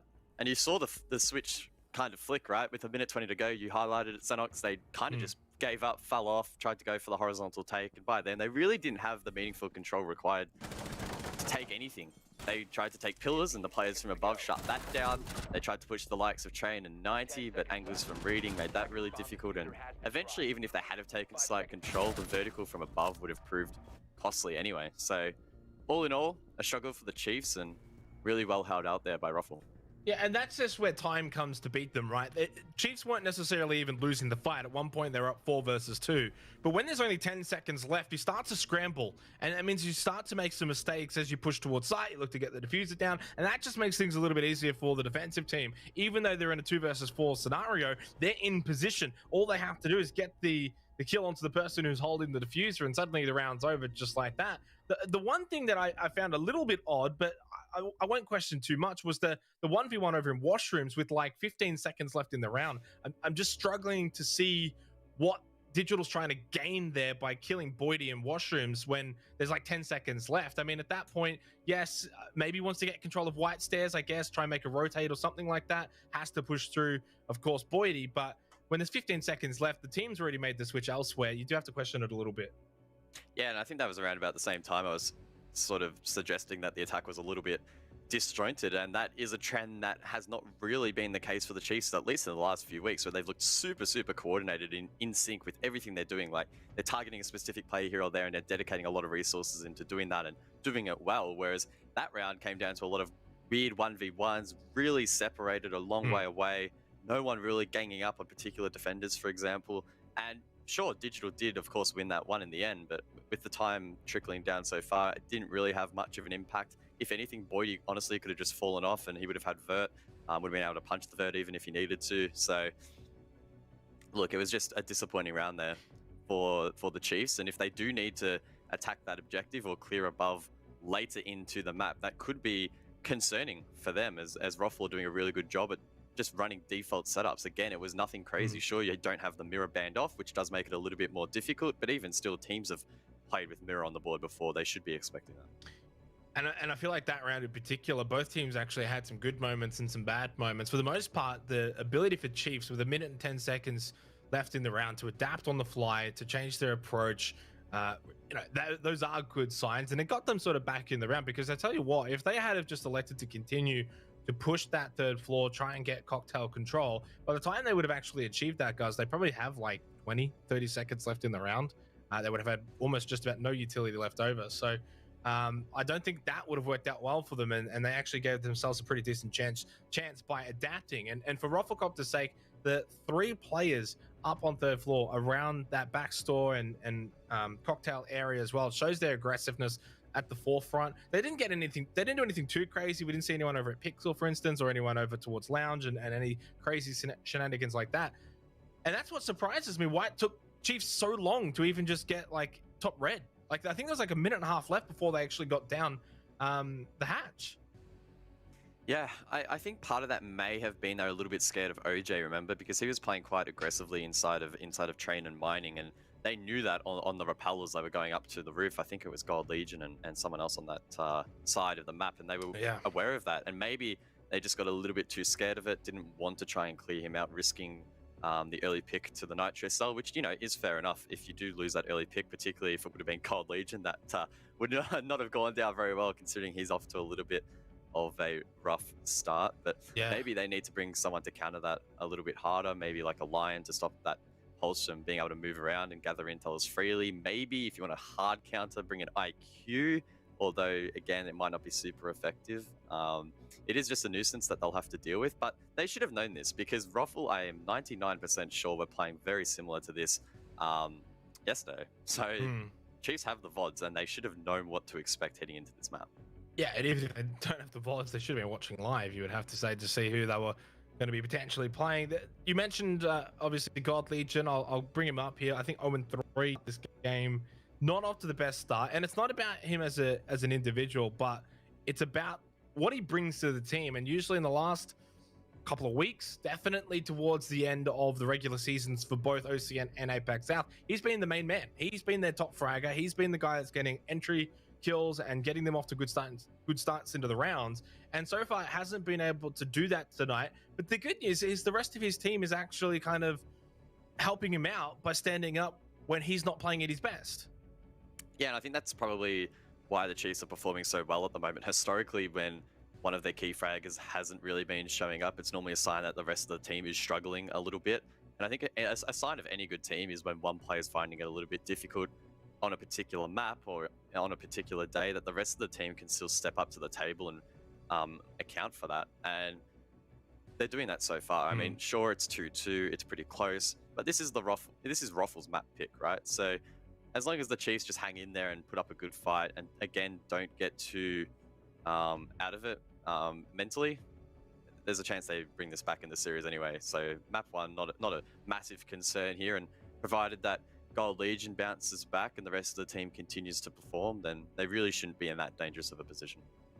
As it is, of course, 2-2 at the moment in this rehost. There's not too many rounds to go in this first half. Where do you sort of see it shaping up? Only 2 rounds left, guys. In the Order Rufflecopter matchup, it was a 4-2 defensive half for Rufflecopter. They're on the defense. It's 2-2. It kind of insinuates that they can't really drop many more rounds here if they're going to win out here on Cafe. Yeah, well, I mean, in the next round, we're probably expecting Ruffle to go back to Kitchen, which is the round they last one on their defense. From memory, the Chiefs struggled on the roam clear, I think it was, right, where they took a long time and then didn't really have much to work with late rounds. So the Chiefs will need to improve upon that. And based off the last round, maybe that will be a struggle that plagues them in the final 2 attacks, because for whatever reason, they are gathering this intel, and in the rounds that they're not winning, it's more often than not that they're not enacting upon that fast enough and capitalizing on the roam game and shutting down those players who are being able to rotate quite freely. And Cafe is a map where you only have 3 main rotations, provided that you don't blow any hatches, which typically on a Kitchen defense at least you wouldn't, right? So they should be able to shut that down. Maybe the Nomad ban is coming back to bite the Chiefs a little bit, remembering that they were the ones that took it off the board. But again, when the switches flip over, they'll be able to play into that, I guess. So it shouldn't be the biggest of issues for them to worry about at the moment. For the Chiefs, though, of course, looking pretty good here on Cafe. They haven't got the best record, as the boys mentioned in the pre-show, coming into the map. Last time they played it out was in APAC South League. They got destroyed by Elevate on it 7-2. But they're holding their own here at the beginning stages of this match. And I got to say, my own personal opinion on this is, if Chiefs win Cafe, I feel like it's just going to be a strong 2-0 with them taking out Villas. So good signs early on for the Chiefs. We'll see if they can compound on this and really look to get away from Rufflecopter, especially if they can finish off this attacking half, either 3-3 or even maybe 4-2. One player, though, that needs to get back into the game a bit is God Legion. He is the one to keep an eye on for. We've had the rehost. So, I mean, I guess he doesn't look as bad now, guys, but we know he's still on a donut. Yeah, I think that's why God Legion called for the rehost, right? He just wanted to eliminate the stats so they don't exist, but unfortunately for him, our memories aren't that bad. extension again here from Rufflecopter here. So they're going to play into this roam game. Again, Mute Mozzie being brought to the board to make the lives of the Chiefs a little bit more tricky in finding these roamers. And of course, Boydie on the Vigil can play quite freely. We saw previously Ruffle on the top floor rotating back down, and their utility placement here, at least from Campo, would suggest that they're going to do the same. Yeah, they had one around that cocktail top white area, and then even the Vigil. I think it was Boydie sitting just on the edge of bar. Didn't really sit there for too long though. Certainly was not a permanent hold, and I don't think this will be a permanent hold again. You can see a bit of pressure early on up there. Again, just forcing that top-down clear that Chiefs need to do. And I'm trying to think back to the last time we saw this and where it went wrong for Chiefs. And I think in the end, it just comes down to time management. They're just going to be a little bit quicker, especially with this third floor. Just really sweep through this third floor. Rufflecopter are going to just get off it pretty quickly, right? They're not going to hard commit to it. They are going to drop back down to the second floor. That's where they're going to do their primary extension hold. Got to do this third floor clear quite a bit quicker. Gold Legion and Vast swiftly take Lounge, pop the hatch, and look to gain intel. Boydie has been tracked there by the Jackal, but has assistance on White Stairs from Campo. So Ruffle are playing off one another on the road, which is awesome to see, and are setting themselves up nicely to refrag if required. Dangerous signs if you're the Chiefs. This Digital creates Vert to cut off a rotation inside of Fireplace. Worthy, meanwhile, off screen finds Hot Shot. So that is the Mute taken off the board, and I'm not even entirely sure where that was, but nonetheless, it's a good pick, and the Chiefs are now starting to take control of the map halfway through. Somewhere down below. I don't think a hot shot would have been too far from kitchen site. Fast's going to see what he can find now, and it is going to be the Vigil. Boydie. Minute 17 seconds left, and this is a very stark contrast to what we saw last time out for the kitchen site. Getting this dining hatch opened up extraordinarily easily and early into the round. Bouncing, getting a kill onto Vast, though, does change things up a little bit. Last time out, of course, the C4 play definitely drew our attention. Oh, he's on the and top floor. Bouncing gets God Legion. He's all the way up on third floor. I don't know how they Left. let him rotate, but he gets shut down there by Fisho, so it's not a bad trade in the end, but the damage has already been done. That said, Vast's utility probably not going to be super useful late round as he used it on the roam clear and Gold Legion. Look, he's been having a rough one so far. They still have plenty of utility attack, lots of nades and smokes as they go for the drop. Fisher got into freezer now after getting that kill. 3 versus 3, 25 seconds left into the smoke. Looking for the plant. It's a player literally on the other side of the shelf, and that's going to be the easiest kill for Campo. Is down, at least there's a refrag. But the work's still to be done for the Chiefs here to capitalize. Digital lost on alive. How many times is he in this scenario? Usually on the defense though, but this time on the attack, and he can't make anything work. Rufflecopter will take the lead here on Cafe, 3-2.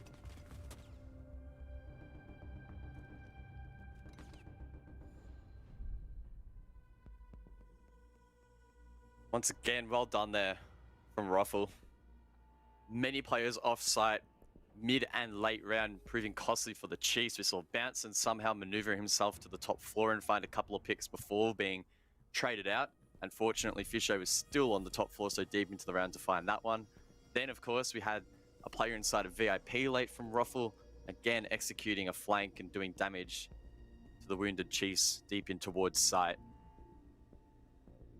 I think Ruffle are now positioning themselves nicely to take the 4-2 lead, and again, that would probably be on par with what we're expecting here in OCN.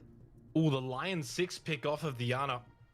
Haven't really seen much success from the Yana so far, at least nothing too much from the Gemini. So a little bit more information gathering now on the Lion, and might just give us an inkling, guys, that Chiefs may look to be a little bit more aggressive with their attacks, utilizing the EE1D. But Rufflecopter so far, 1 round to go in the half, and it just feels like they're 1 round away from really securing that 4-2, the ultimate half that they needed to have if they're going to beat the Chiefs on Cafe. So close to achieving it. A 3-3 half may not actually be enough for Rufflecopter to hold on for Chiefs' defense. Of course, we won't know until we get to that second half, but it just puts a lot of emphasis on how important this final round of the half is going to play out for both teams. Yeah, and Ruffle taking a little bit of a calculated risk in this last round. The only objectives they could choose was between Mining Fireplace, which they elected to go to, or Bar and Cocktail, which they already have lost twice. And I say it's a bit of a calculated risk because most teams don't really like going to this site. That said, it doesn't get a whole lot of playtime, and that can often favor the defense, simply because the attack doesn't get a lot of experience playing against it in officials. And I think, passing my mind back, one of the teams last year that were really strong on this side, and Vinny can probably attest to this, was actually Wildcard that brought it to the table a couple of times, and teams just looked absolutely lost trying to pick that defense apart. So Ruffle here definitely have stratted this out, and I'm keen to see if the Chiefs can deal with what they've set up. Yeah, and the pressure's on the Chiefs here in this final round. It's up to them to make something happen and see if they can claim their king status, because that's the feeling coming into the final day, that they're the kings of OCE at the moment. Of course, still to get through nights, but Rufflecopter taking it up to them, at least here on Cafe. Not too surprising considering it is their map pick and they are on the defense first. So expectations do have to be measured slightly. Hot shot with a cheeky peek, white stairs. Not going to find the pick though. There's the first EE1D. Not too much does come from it though. Oh, the foot though has been spotted by Worthy, unable to take it off. Just clipped his toes and gave him a manicure. Minute and a half remaining, but again, from what we're seeing, it is slow, methodical. Vast pushing into Cocktail, catches bouncing balls, advantage Chiefs. They're still going to get down to the second floor. Campo falls back, but the Chiefs should now have control of Cocktail and start to get their vert game going. A lot better work there from the Chiefs. They pronged the attack from White Hallway and the repel, which really didn't leave Ruffle a whole lot of space there inside of Cocktail. And with that control now, of course, they can establish vert with the likes of Digital and the Sledgehammer and begin to displace defenders on site. You can see Boydie looking erratic, trying to make sure he doesn't get picked from above. He gets droned as well from pillars. The pressure starting to mount here on Ruffle, and it's up to the Chiefs to try and convert this into some sort of site control. There's still 6 drones available for Chiefs, so they're going to be able to find a lot of information. Not only that, but they have an EE1D available through Worthy. So this is shaping up to be a Chiefs win unless Rufflecopter can hit their shots as Chiefs start to push onto the site. So much of this floor has now been opened up, but there's a sight line. It goes against Digital. It's a two-edged sword. That Sledge sometimes. Campo, though, with a quick kill on Devas, 3 versus 3, with only 20 seconds left. Fisher Guy, diffuser in hand. Boydie with a big pick, though, on the Worthy. And now, all of a sudden, Rufflecopter have turned the tide here. They are in control, but for how much longer? Oh. God Legion has returned to the server. 1 versus 1, 5 seconds left. Fisher Guy forced to stick the plant, and he should get it down before Campo makes it over. Surely, Campo hasn't got a lot of health either. Fisher Guy just has to stand up, hit a shot, and he does do just that for the Chiefs. Clutch moment, clutch round, clutch Chiefs.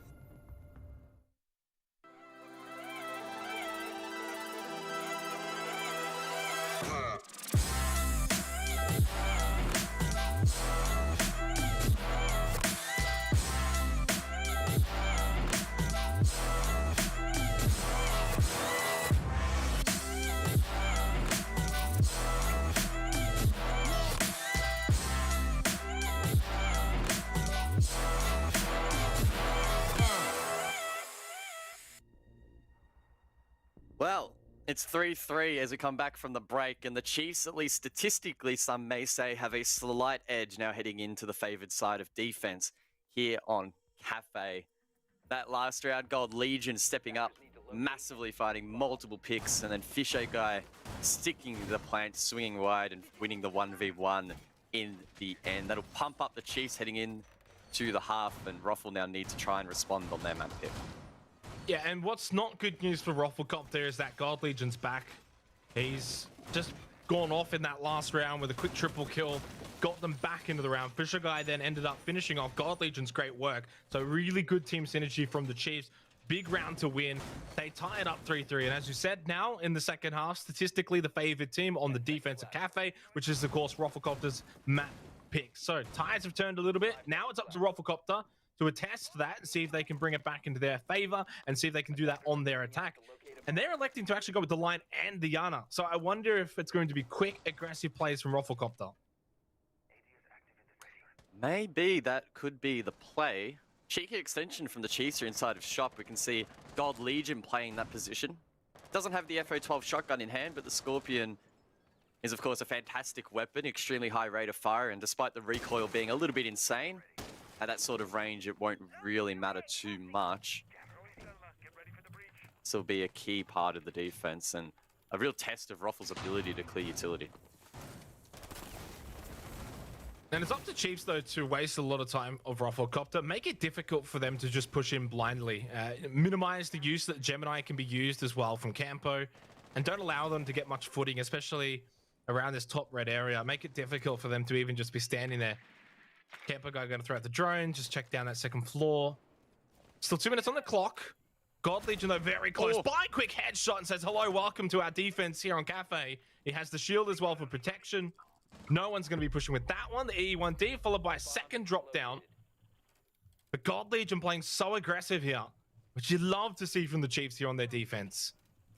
Campo, instead of sending out a Gemini, decides to face check that angle and gets punished by God Legion, who's also being droned out. But Vast is there alongside to support. No one watching the hatch as well to cut off that rotation, as multiple players from the attack have already dropped down. Worthy with the C4 connects and finds Hotshot.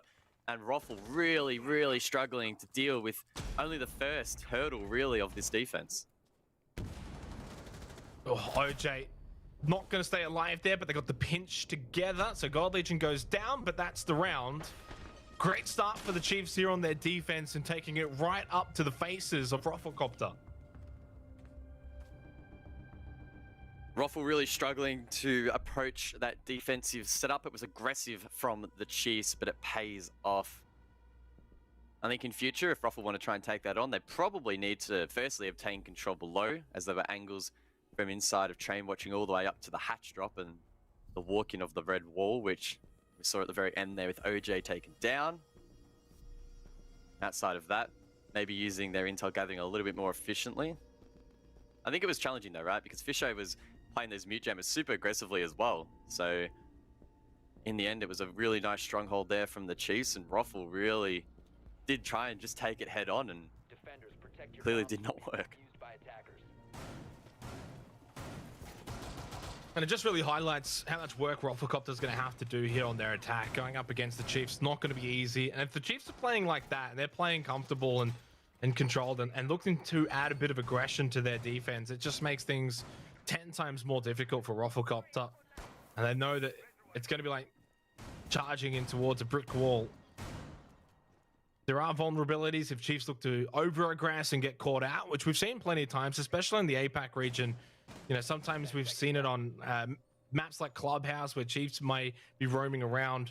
If they're playing Church Arsenal, but they're above on second floor, they lose a couple of players, and it really then opens up the round and it opens up their defense. So Chiefs are going to be careful that they don't over-aggress and give an avenue for Rufflecopter into the rounds.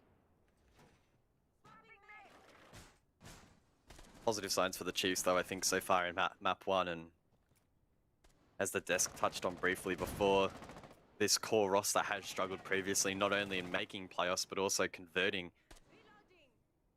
playoffs positions as well, right? Remember last year in OCN, they entered in and they bombed out, finishing 5th to 6th and lost to LFO. Definitely not one of the stronger teams in the league. So they're putting at least in a good performance in here against Ruffle's map pick, as the attack tries to take control of Bakery, bouncing inside of Kochek, does find the first. Worthy caught off guard, and now it's up to Fusho to try and hold the fort behind Whiskey. It's like Worthy just ran straight into the barrel of Bouncer. I think even Bouncer was a little bit surprised as to what just happened. E1D, Campo, looking to just clear the Banshee, and does so. 2 minutes on the clock, and it's actually looking pretty decent now for Rufflecopter.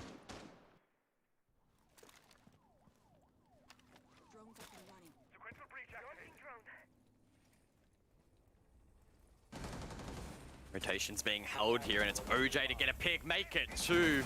Digital taken down in towards the side. It's falling apart here for the Chiefs. God Legion over towards red will need to go massive. Fisho can stall out with the smoke canisters, but only for so long. There's a player inside of Prep. He hits the flick, but he needs to find 4 more.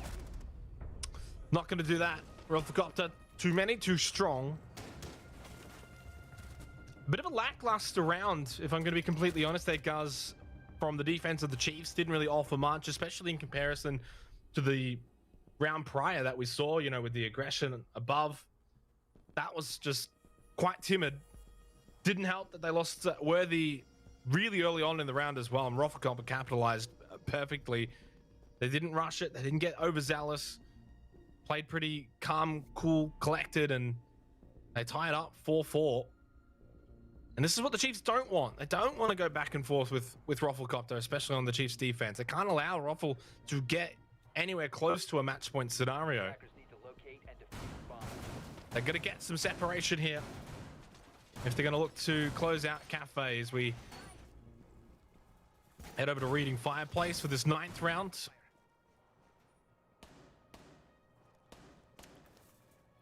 There were some good signs for Roffel in that last round. They lent into their willingness to play aggressive and quickly rush for map control, and whilst it may not work all the time, it did, at least on that occasion, catch off guard the likes of Worthy inside of Kochek, and then from there they really didn't have any breathing room to try and recover in that round, and picks just began to fall as the lines of sight exposed the players holding down inside of the objective. I think it's up to the Chiefs to try and counteract that aggression by denying map entry and map control, right? We saw it in their previous defense where they controlled shop quite aggressively, and whilst that may not be very advisable on a Reading defense, they can at least try and replicate something similar over towards Cocktail. Yeah, you're 100% right. You're not going to want to replicate that here, but you can still be aggressive in just different avenues, different positions. You can see that with God Legion's positioning right now over towards Bar. How long he's going to hold there, though, well, remains to be seen. I think there was a player over towards Washrooms as well. Oh, that's the Gemini? Sometimes you just skip a beat when you do see the Gemini making their way in. Like that. Yeah, and there is a player over towards White Corridor as well. So that's going to be the fallback there for God Legion. Back over towards Cocktail. Doesn't really get too much, but it still just puts the thought into the minds of Roffelkopter there that Chiefs are aggressive. They're in your face. That they're going. We have to check every corner, and it just slows down their push towards site.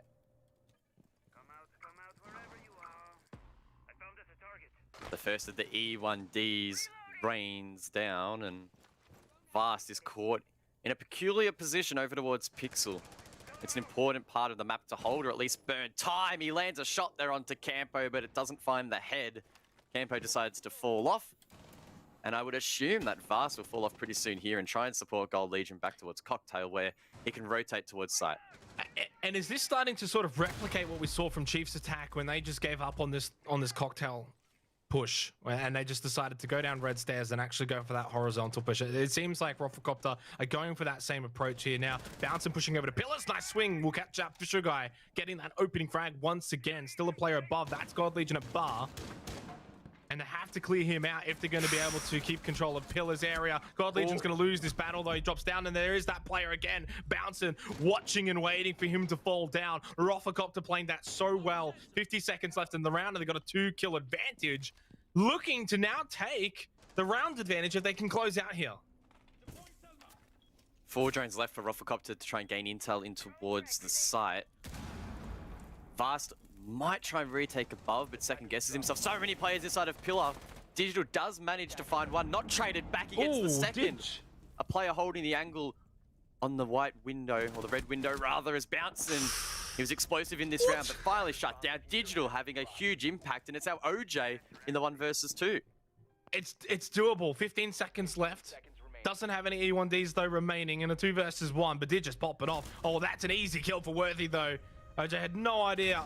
Just hugging that pillar. Chiefs win a much needed round considering where Roffelkopter were at in that round. They were looking good. They had the 2-player advantage. They had plenty of time, and Chiefs collect themselves, get back into the round. Now they take a 5-4 lead. They edge closer to victory here on Cafe. Like we saw from the Chiefs on their attempt, Roffel on the attack decided quite late that they'd go for a horizontal take, and for the most part they did a good job at pinching the players above, but in the end they allowed the roamers to rotate too freely. The likes of Digital finding multiple picks there as everyone was stacked in towards Pillars, and it does feel like that Nomad ban from the Chiefs, whilst it proved costly on their own attacks when they couldn't cover their flanks, they are playing into it on their defense. And it just spices up a little bit here now as we get into the 10th round, 5 versus 4. And, well, I'm going to say it, this is just something that was missing in yesterday's matches, guys. It never really got down to these really close, pivotal moments. For the most part, Rafflecopter were usually quite far ahead or in control of their matches. So for the first time in the playoffs, in the gauntlet run, they're behind. They're at a disadvantage. They're the underdogs. And it's the Chiefs that are in control. Can the Chiefs capitalize, or is Rafflecopter going to extend their run even further? Of course, you got to remember, they've won their last 4 maps in a row. They haven't tasted defeat since the regular season. Is it about to happen here as we head upstairs to Bar Cocktail round 10?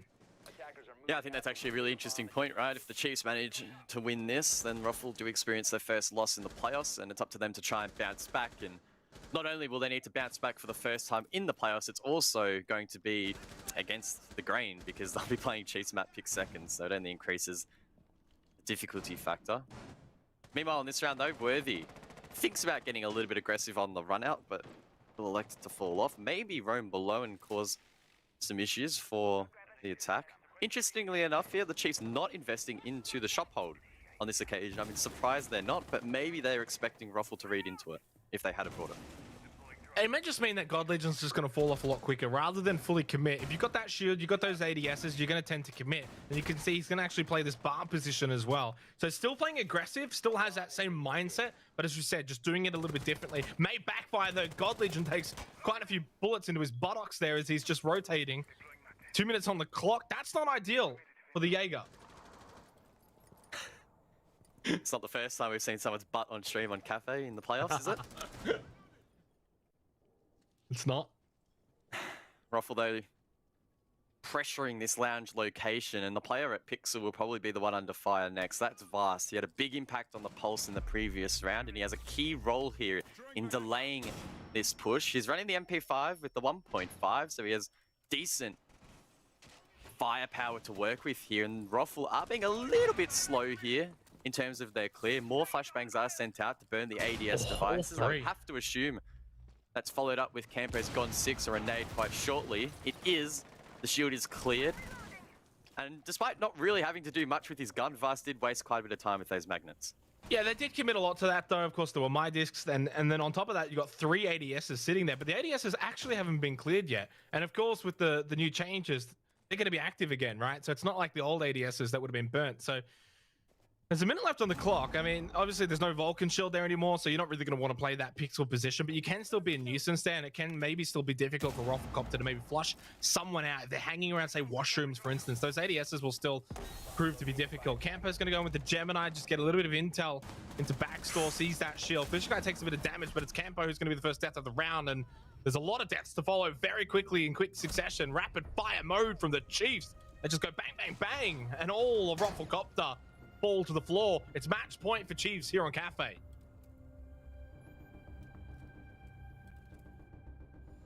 Clean work there from the Chiefs in the late round, and Ruffle not doing enough to dislodge the defense and displace them the way they would have liked. And as they tried to run in towards the site, they were taken down. And very little window of opportunity given to get themselves back into this one. And with match point, I think that pressure really begins to mount, keeping in mind this was Ruffle's map pick, and I don't think it really looks much brighter on Villa. No, and look, Villa's got its own different reasons as to why. I don't know if we extensively went over it. I know you sort of touched on it briefly, and I know you'll want to go even more in depth as to why Villa's going to be very Chiefs-sided. Obviously, we've got plenty of time to do that, though, when we get over there. For now, we still have to keep our attention over towards Cafe. Match point. And this is what the Chiefs need to do as well. Can't start casting their minds to the next map. Must stay true here.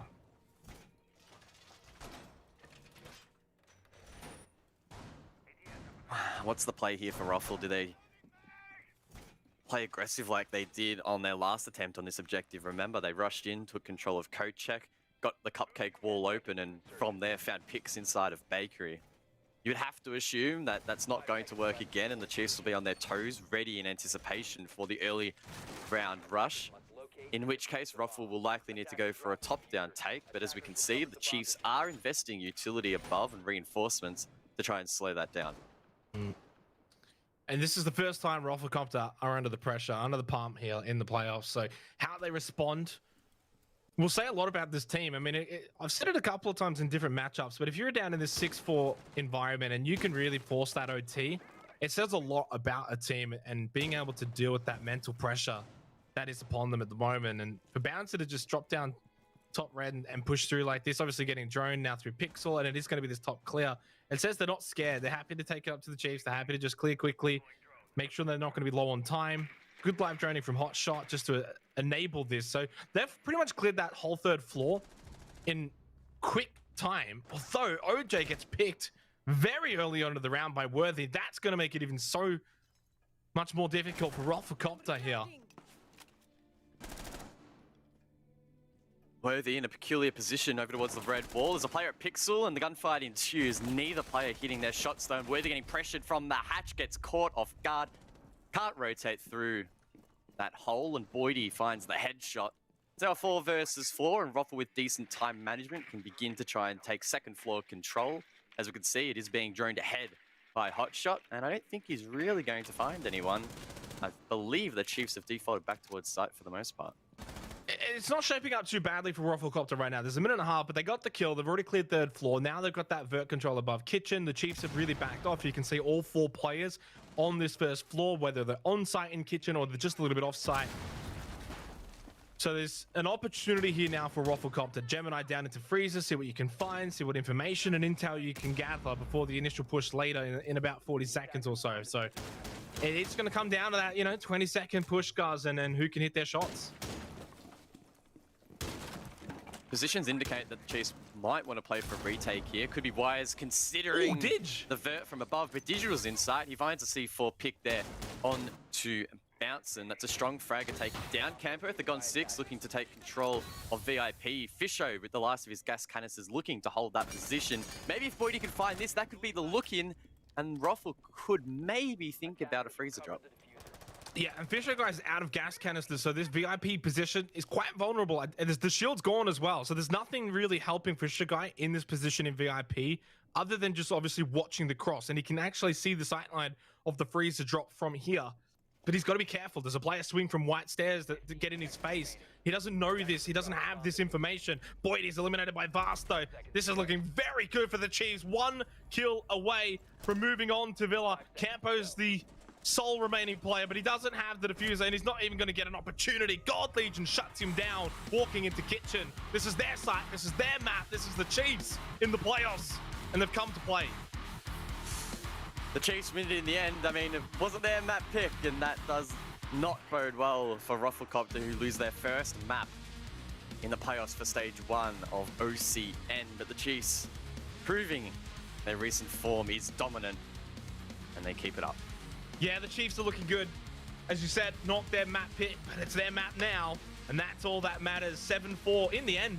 A little bit convincing, Guz, from the Chiefs, especially as we said and painted the picture in that first half that it was going to come down to winning your defensive sites. That's what Chiefs were able to do to get that 3-3 half. Had they not been able to get that, who knows where they would have been going into the second half if Rufflecopter took an advantage. It didn't, and in the end, Chiefs capitalized on their own defense quite extensively. One player, though, I want to really touch on, Digital. What a performance there to be able to pop off. God Legion was quite shaky, quiet, rusty a little bit in this matchup. Others were able to stand up and fill that void. And then once God Legion started to get back into the rounds, since that rehost, basically, I feel like that was like a clearing his stats moment.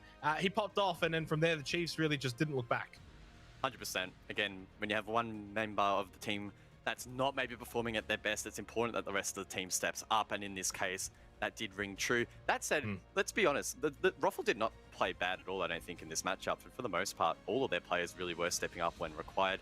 I think the Chiefs maybe just a little bit better coordinated, a little bit more experience on that team, keeping in mind that a lot of these players have been around for a long time, at least in comparison to Ruffle. And it did show in the end, they get their opponents a map pick, and it sets them up really nicely in the BO3. Well, that's as you said, best of 3, right? So there's still opportunities for Ruffle, but it will be serious point from here onwards for the Chiefs. They are now 1 map away from setting up the big grand final against the Knights. They're going to have to go to Villa. We're going to throw it back over to the desk, though, so they can dissect the match on Cafe first. Thank you very much, gentlemen. Entertaining cast, I must say, especially in that rehost, you poor buggers. Got it good and fine. Proper work being done here. Vinny, as we look forward, rather we can look back a little bit. Rafflecopter just not having the game we may have hoped for. I mean, I think it was kind of the game we expected in terms of the way that Chiefs were able to set the pace very early and you know, win these rounds out on their attacks. A 3-3 half for them is pretty impressive on Cafe at the moment. It's a map that's been fairly defender-sided recently. I think the problem with Ruffle was kind of the way that they went back into their shell after they lost a few rounds, specifically on their defenses. It seemed like when they were the aggressive team and they were the ones getting the opening picks, they were much more successful. I think it'll show a bit later in the stats the way the entries went down, but yeah, I was talking a bit with Dev earlier during the game that when Ruffle get the opening pick, they're a team that really likes to snowball that lead rather than keep man advantage, and I think a team like Chiefs can get caught off guard with that, and I think looking forward, that's kind of the way that Ruffle will want to play. They'll want to really push that aggression, you know, to another level, not go back in their shells and, you know, force the tempo on Chiefs back on them. And Dev, we swapped halves and Rafflecopter only able to find one successful round out of, what, 4 or 5 attempts? Yeah, I think that's the real, like, I think you've done a good job, Vinny, of highlighting some of the things that Rafflecopter could have done better on their defense, but at the end of the day, you know, they still won half of their defense rounds, which is a lot more than can be said for their attack half, where they only won 1 out of 5. And I think that we're starting to see a bit of a pattern develop here for Rafflecopter. Like yesterday, for example, on an attacker-sided map like Coastline, they still really struggled to win their attacks. And I think that that's kind of the hole in their strategy at the moment, in their gameplay. If they can pick that up, I totally think that they can be, you know, a top 3, even of top 2 team in Oceania. Yeah, so I mean, the boys were highlighting, I think it was Guz that was highlighting God Legion, you know, bit quiet early on, and obviously coming back into the fray. Vinny, how important is it for every team member to kind of be pulling their weight in this meta? Yeah, I spoke a little bit earlier about Goal Legion and his kind of inconsistent form, but he picked it up after a pretty shaky start, and I think that showed with the pretty dominant second half for Chiefs. Worthy again was super consistent, as we were talking about earlier, 10 and 6, +2 on the entry, and an 82% cost. That's like, you know, you can't ask for much more from one of your entry players, and again, ever consistent from him. Yeah, Dev, I mean, we head to Villa next. This is a little bit concerning for Rafflecopter, who, you know, up until now, haven't dropped a single map. Yeah, definitely. If you put it in that perspective, yeah, through the playoffs, 2-0 Order, 2-0 Bliss, and here they've dropped their first map. A bit concerning for them, yeah, for sure. I think that Chiefs, like Vinny, you had predicted the whole time, they are very much in form. You already highlighted Worthy. And the other player I want to mention is Fisher Guy. He actually had the highest cost in the whole game. Despite playing that support role, he was consistently, you know, doing his part. And even though he was negative on the entries, he actually had some really fine moments. For example, a 1v1 clutch to round out their attack half. And as we'd already mentioned, the fact that Chiefs managed to keep 3 for 3 on their attacks was really instrumental there. As we go to Villa, the only saving grace here for Rafflecopter is that it's a bit of a wild card in that we don't have much information about them. In fact, from the stats that I've got, Villa has been banned 9 times, picked 0 times, played 0 times. So I actually have no results. We have no idea what they look like on this map. And same can be said for Chiefs, right?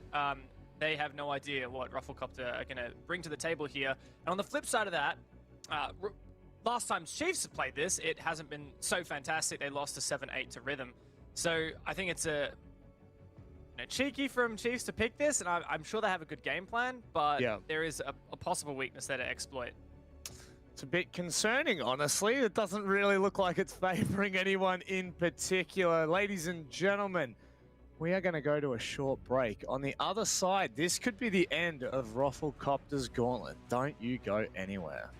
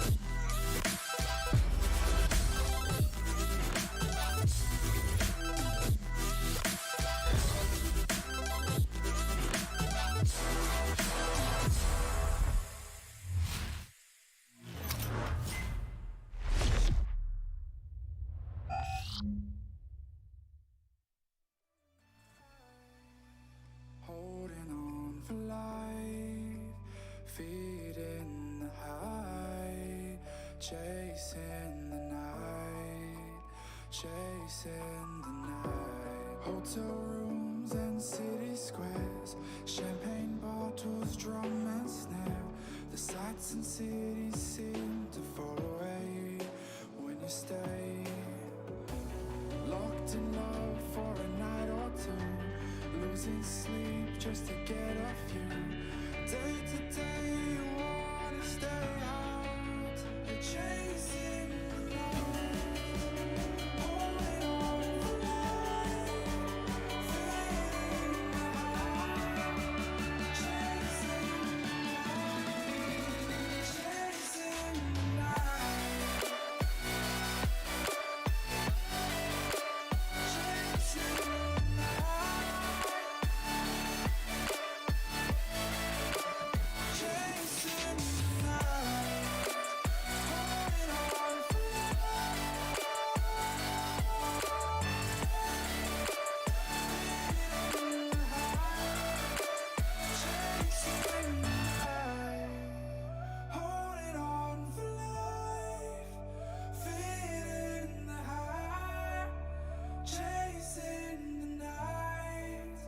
Chasing the night.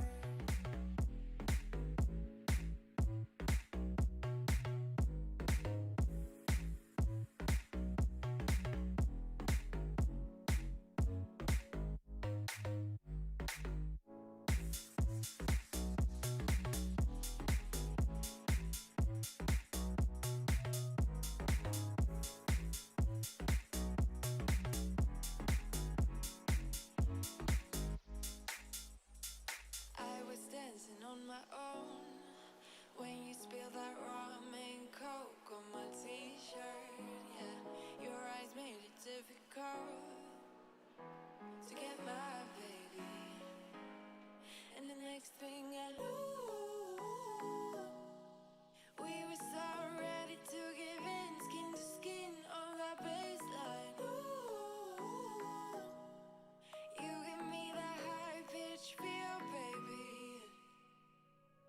We shared a cigarette by East Versailles. The way you looked at me, couldn't say goodbye. And whatever you did to make it stop, 'cause baby you make me feel something.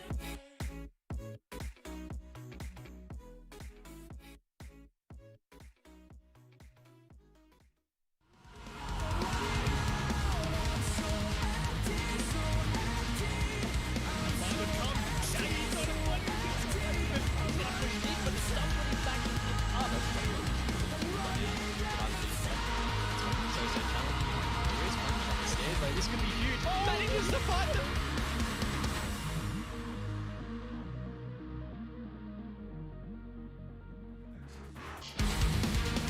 Well, it would indeed seem that it is Rufflecopter that are running out of time. They are currently down in the series. And now we head to Villa. I don't know whether we can tell the story of Rufflecopter just yet on a comeback train when this map is just so unknown, Dev. Certainly is. Rufflecopter have had a fantastic run through the playoffs gauntlet bracket so far, but this may be where it ends for them. They've dropped their first map of the entire playoffs. Yeah. And Villa, obviously being Chiefs' map pick, does put Rufflecopter on the back foot. We know nothing about them. They've always banned this map. They've never played it. And I think that this might be the point we start to see the cracks in the armor for Rufflecopter. Their map pool just might not be strong enough for a best of 3 against Chiefs. Vinny, them not playing it, does that make them dangerous? I mean, as a player, when you see a team kind of consistently banning out a particular map, does that make it a little bit of an unknown, or do you feel more comfortable going into it? Yeah, it's a 50-50 in that regard. I think seeing that they insta-banned Chalet first kind of would give me a bit of confidence. I think seeing them ban Villa throughout the whole season would give me confidence. I think they haven't worked on the map as much, or they're not as confident. Otherwise, they would have taken it, to some of the stronger teams. In saying that, though, they could have worked on it over the season. They might have been keeping it in the back pocket. But I think we're going to see a Chiefs 2-0 here. They looked really strong on Cafe. I don't think Ruffle are really able to keep up with those really methodical attacks unless they get aggressive early and get those opening picks. So that's your win condition for them, Vinny. They have to be aggressive here. Yeah, that's their playstyle, and that's what they kind of fall back on when they're struggling. But I think that needs to be the playstyle from the get-go and really set the pace. Dev, you got a devil's advocate to play here, or are you on that train? Look, against Order, Rufflecopter actually were losing a lot of their opening engagements, and Order was often having that early man advantage, but Rufflecopter was just really good on their trades and their re-aggression. It's something that we talked about, right? On the last desk, Vinny, you mentioned that Rufflecopter is one of those teams where once they find an opening, they're actually going to try and make that avalanche rather than play the man advantage. I think that also just gives a nod to their playstyle as well. And yeah, I agree. I think that's a win condition for them. Even if they're not necessarily finding the opening picks, they need to bite back. They need to make sure that they don't let Chiefs play their own game. Because I think Chiefs is one of those teams where if you leave them to their own devices, they're just going to manhandle the whole server. Well, it sounds like we have our win conditions sorted, and it's Rufflecopter's game, because in all honesty, it looks like they are certainly running out of time. I'm going to throw it over to Xenox and Guz to run you through what could be the final map here of this round 3. Enjoy. Geez, you're going in a little bit early there, Manic, but hey, I'm on the same side as you. It could very well be the final map, of course. And look, the fact is, it's all against Rufflecopter, right? We're going over to Villa, Guz. Chiefs are favored. Chiefs looked really good on Cafe. Chiefs are just generally the favorite team in general. So it is going to be a very difficult task for Rufflecopter. Do you sense there's any chance that they've got what it takes? There is an inkling of hope. I think there's still a question mark over whether or not either of these teams are really that good at the map, because we don't have a whole lot to go off. And I guess on the side of the Chiefs, they managed to lose to Rhythm during the regular season, so that is a little bit concerning. But I think their recent form should carry them through this map and ultimately win them the series. Yeah, I can't really sort of fault you there. And look, I think we set the expectation at the start of the day, didn't we? When every single person on the prediction panel did elect, of course, to choose the Chiefs. I thought maybe there'd be one sneaky Rufflecopter in there, considering the journey that they've had throughout the gauntlet so far. But their journey through the gauntlet may be coming to an end. They've got to win Villa here to keep their playoffs alive. Otherwise, Chiefs will set up that tantalizing grand final against the Knights. Let's get through Villa first. Chiefs will begin the bans. I'm excited to jump into some Villa. We haven't seen a whole lot of it in OCN. And in fact, both of these teams historically have liked to ban it out quite a bit. I know it's your favorite map, Xenox, so I'm sure you're keen to jump in to this one. Thatcher taken off the board first here by the Chiefs, and that's not too unexpected on most maps these days, particularly ones like Villa, and a hard breach to follow that up from Ruffle, trying to make things a little bit trickier on the attack, of course, the site in which they are starting.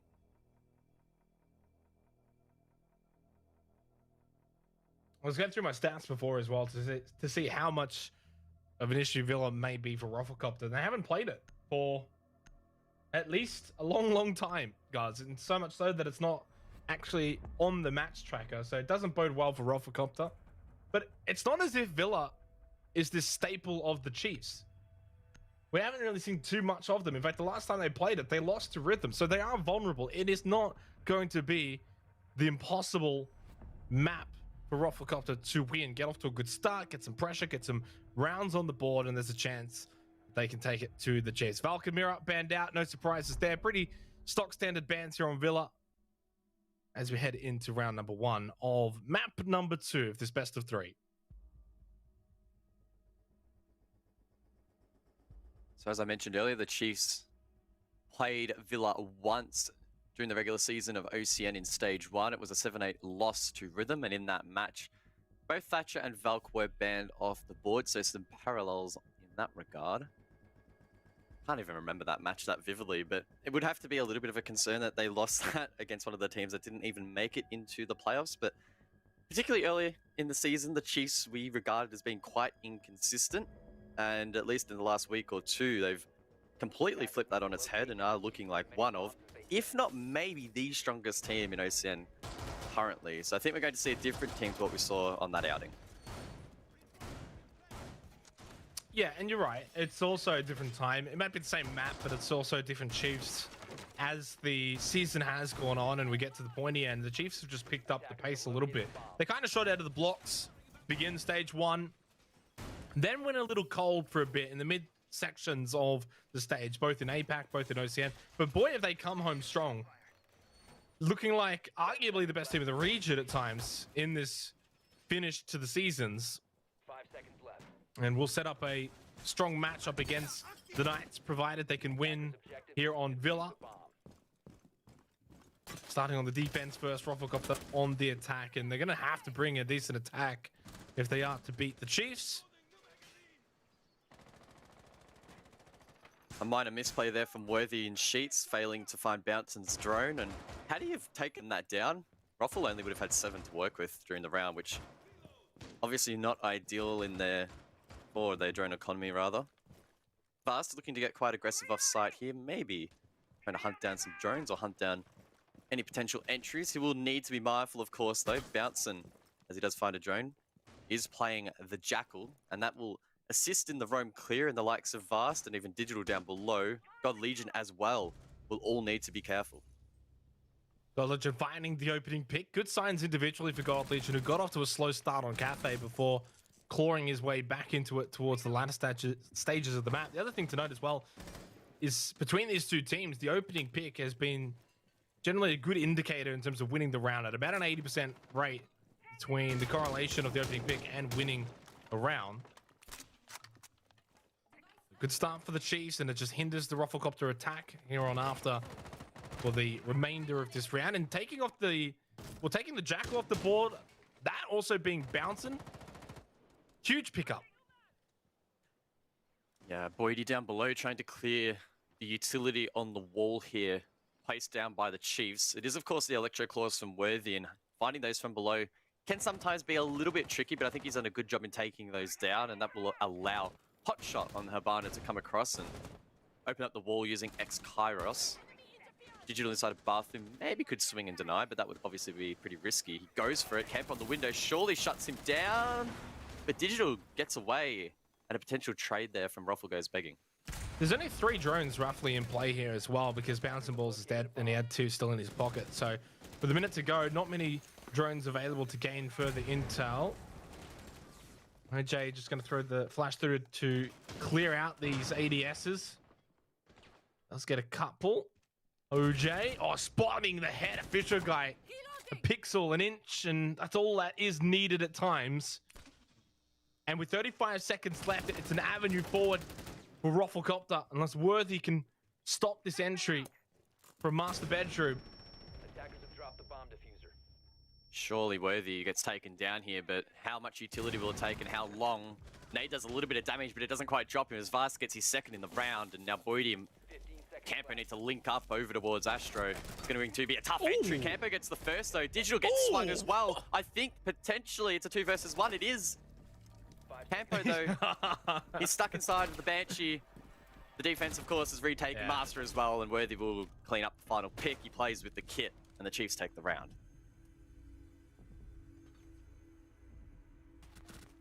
I mean, geez, you got to say for Campo, there's some nice shots there, but all for naught in the end.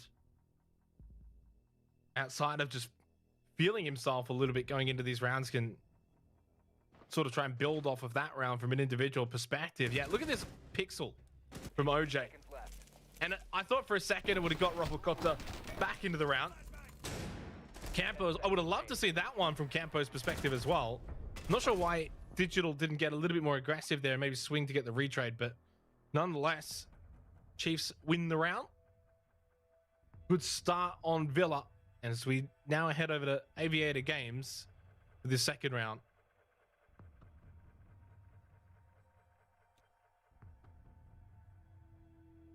Attackers need to locate. First time we'll see AVG played here as the Chiefs successfully defend round 1, and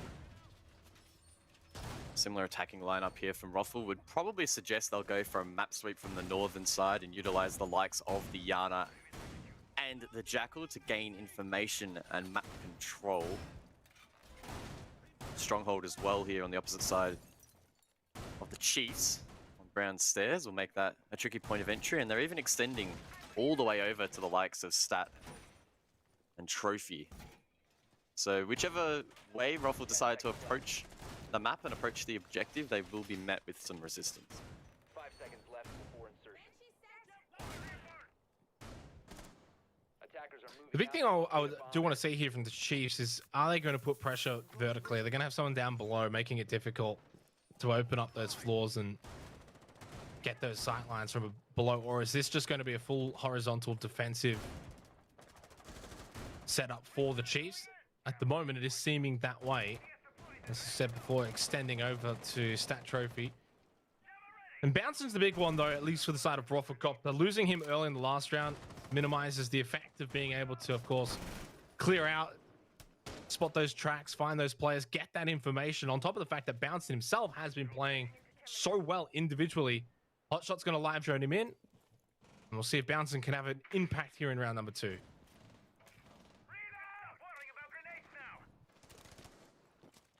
OJ as well, above, taking swift control of Bedroom and needs to be mindful of Trophy. I think that player has dropped down. Those nades, or flashes rather, do get sent through and the wall gets open. Bouncing tries to commit to the wallbang onto God Legion, who's low on HP. I don't think Ruffle will be able to stop him from going back up the brown stairs as he gets scanned and can find refuge back towards the objective. Attackers have Yeah, located. just trying back up main stairs. He's pretty safe up there on that second floor. Also wastes one of Bouncing's charges as well. It's still information nonetheless, though. A minute and a half, and a lot of time has been sort of taken off the map. At least now for Rufflecopter, though, they're getting some of that horizontal control as they push closer to AVG. Bouncing's really close by as well. OJ's going to drone in, see what he can find, play in Vault. Really nothing too crazy from the Chiefs right now. Pretty stock standard. Stronghold here from Worthy. There's a deployable shield with 2 ADS devices alongside, and that will make it difficult to clear. Voidy elects to just hold that position in the meanwhile as Ruffle rotate back towards Study. Digital gets the first pick of the round though. 2 minutes in, it's Voidy off the board, and that soft breach and potential flash grenades are no longer going to play a part in this round, and it does allow the Chiefs to retake 90. As I say that though, it's a swift retrade there from Bouncing, leaving it in the 4 versus 4, but they still need to work Study pretty hard. Yeah, and 30 seconds left. Bouncing does find his way into the round with that opening kill. Gas canister's going to be deployed as well from Fisher Guy. Only one left now. Chiefs very much C4. on God site. Legion below. God Legion from below. Doesn't have much health, but of course, with the C4 available, will be able to make an impact. The final stages of this round, but it's set up for a Rufflecopter onslaught onto the sites. They all look to funnel in. Hotshot going for the Aviator plant and should get this off relatively uncontested. Never mind, God Legion is going to be there to stop it. And Worthy with a second follow-up onto Campo, making sure nothing was going to come for Rufflecopter in that round.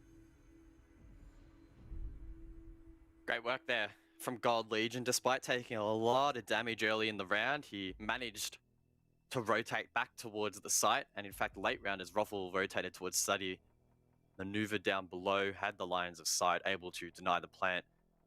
with the MP5. In the end, didn't even need the nitro cell, which he kept pocketed for all of that round. Good work there by the Chiefs, and Ruffle looking a little bit disorientated at the moment.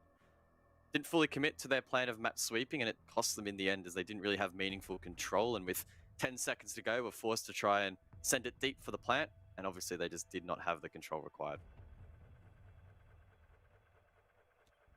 And the one thing I want to really point out here is, you know, you mentioned before the 7-8 Villa game against Rhythm.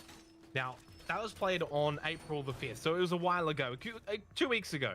They weren't even the Chiefs at the time, so that's how long ago it was and how much you really want to take stock.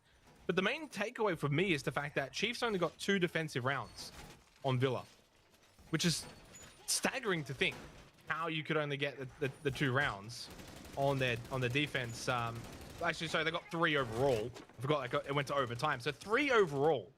They really, really struggled. They got the majority of their rounds on the attack. So again, kind of like what we saw in Cafe, doesn't really bode well for Rafflecopter, because at the switch of the half, Chiefs are going to be feeling quite comfortable on their attack here on Villa, on their map pick. And the fact that Chiefs have gotten off to this good start here on their defense, it's not good signs for Rafflecopter. Yeah, a little bit concerning. We were theorizing that maybe Raffle did a good job in hiding this map and had some sneaky stuff ready and waiting for any team that wanted to challenge them here on Villa in the playoffs, but 2 rounds in, it doesn't quite feel like that at the moment. Plenty of time though for redemption, and Raffle now will be looking to successfully take kitchen and dining. Extension above here from the Chiefs, looking to contest map control, and Digital getting aggressive down below as well, trying to push back any potential horizontal take here from the attack, and in doing so with the heartbeat sensor, he can gain intel and relay that to the rest of the team as they try and work out exactly how Raffle want to approach site. Oh, Boydie into toilet. There's a drone as well, so I think Digital has been droned out. May have to fall back.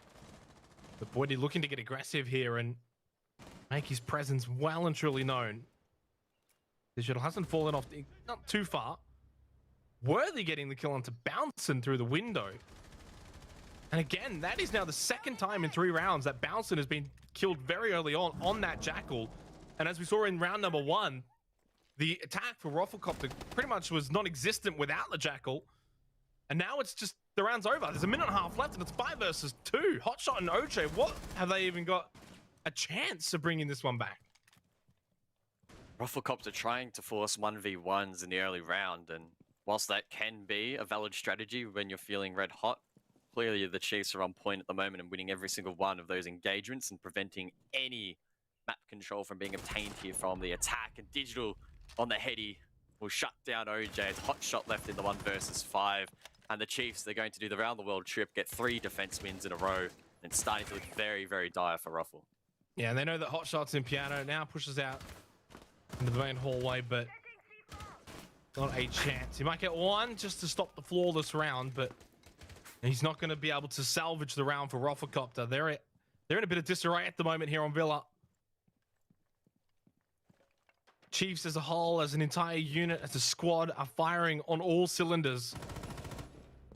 Hotshot does get 1 onto Digital and does stop the flawless round at the very least. It's something. Just second guessing himself a little bit there.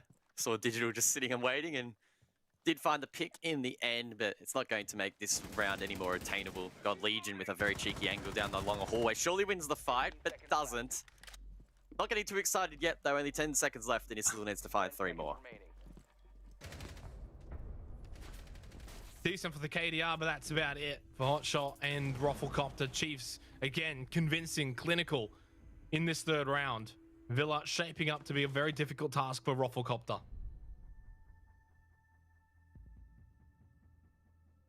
Times like these where it starts to look tricky for the attack as the Chiefs have won all 3 sites in a row and their rotation unlocks, allowing them to go back towards stat and trophy, which they won in round number 1.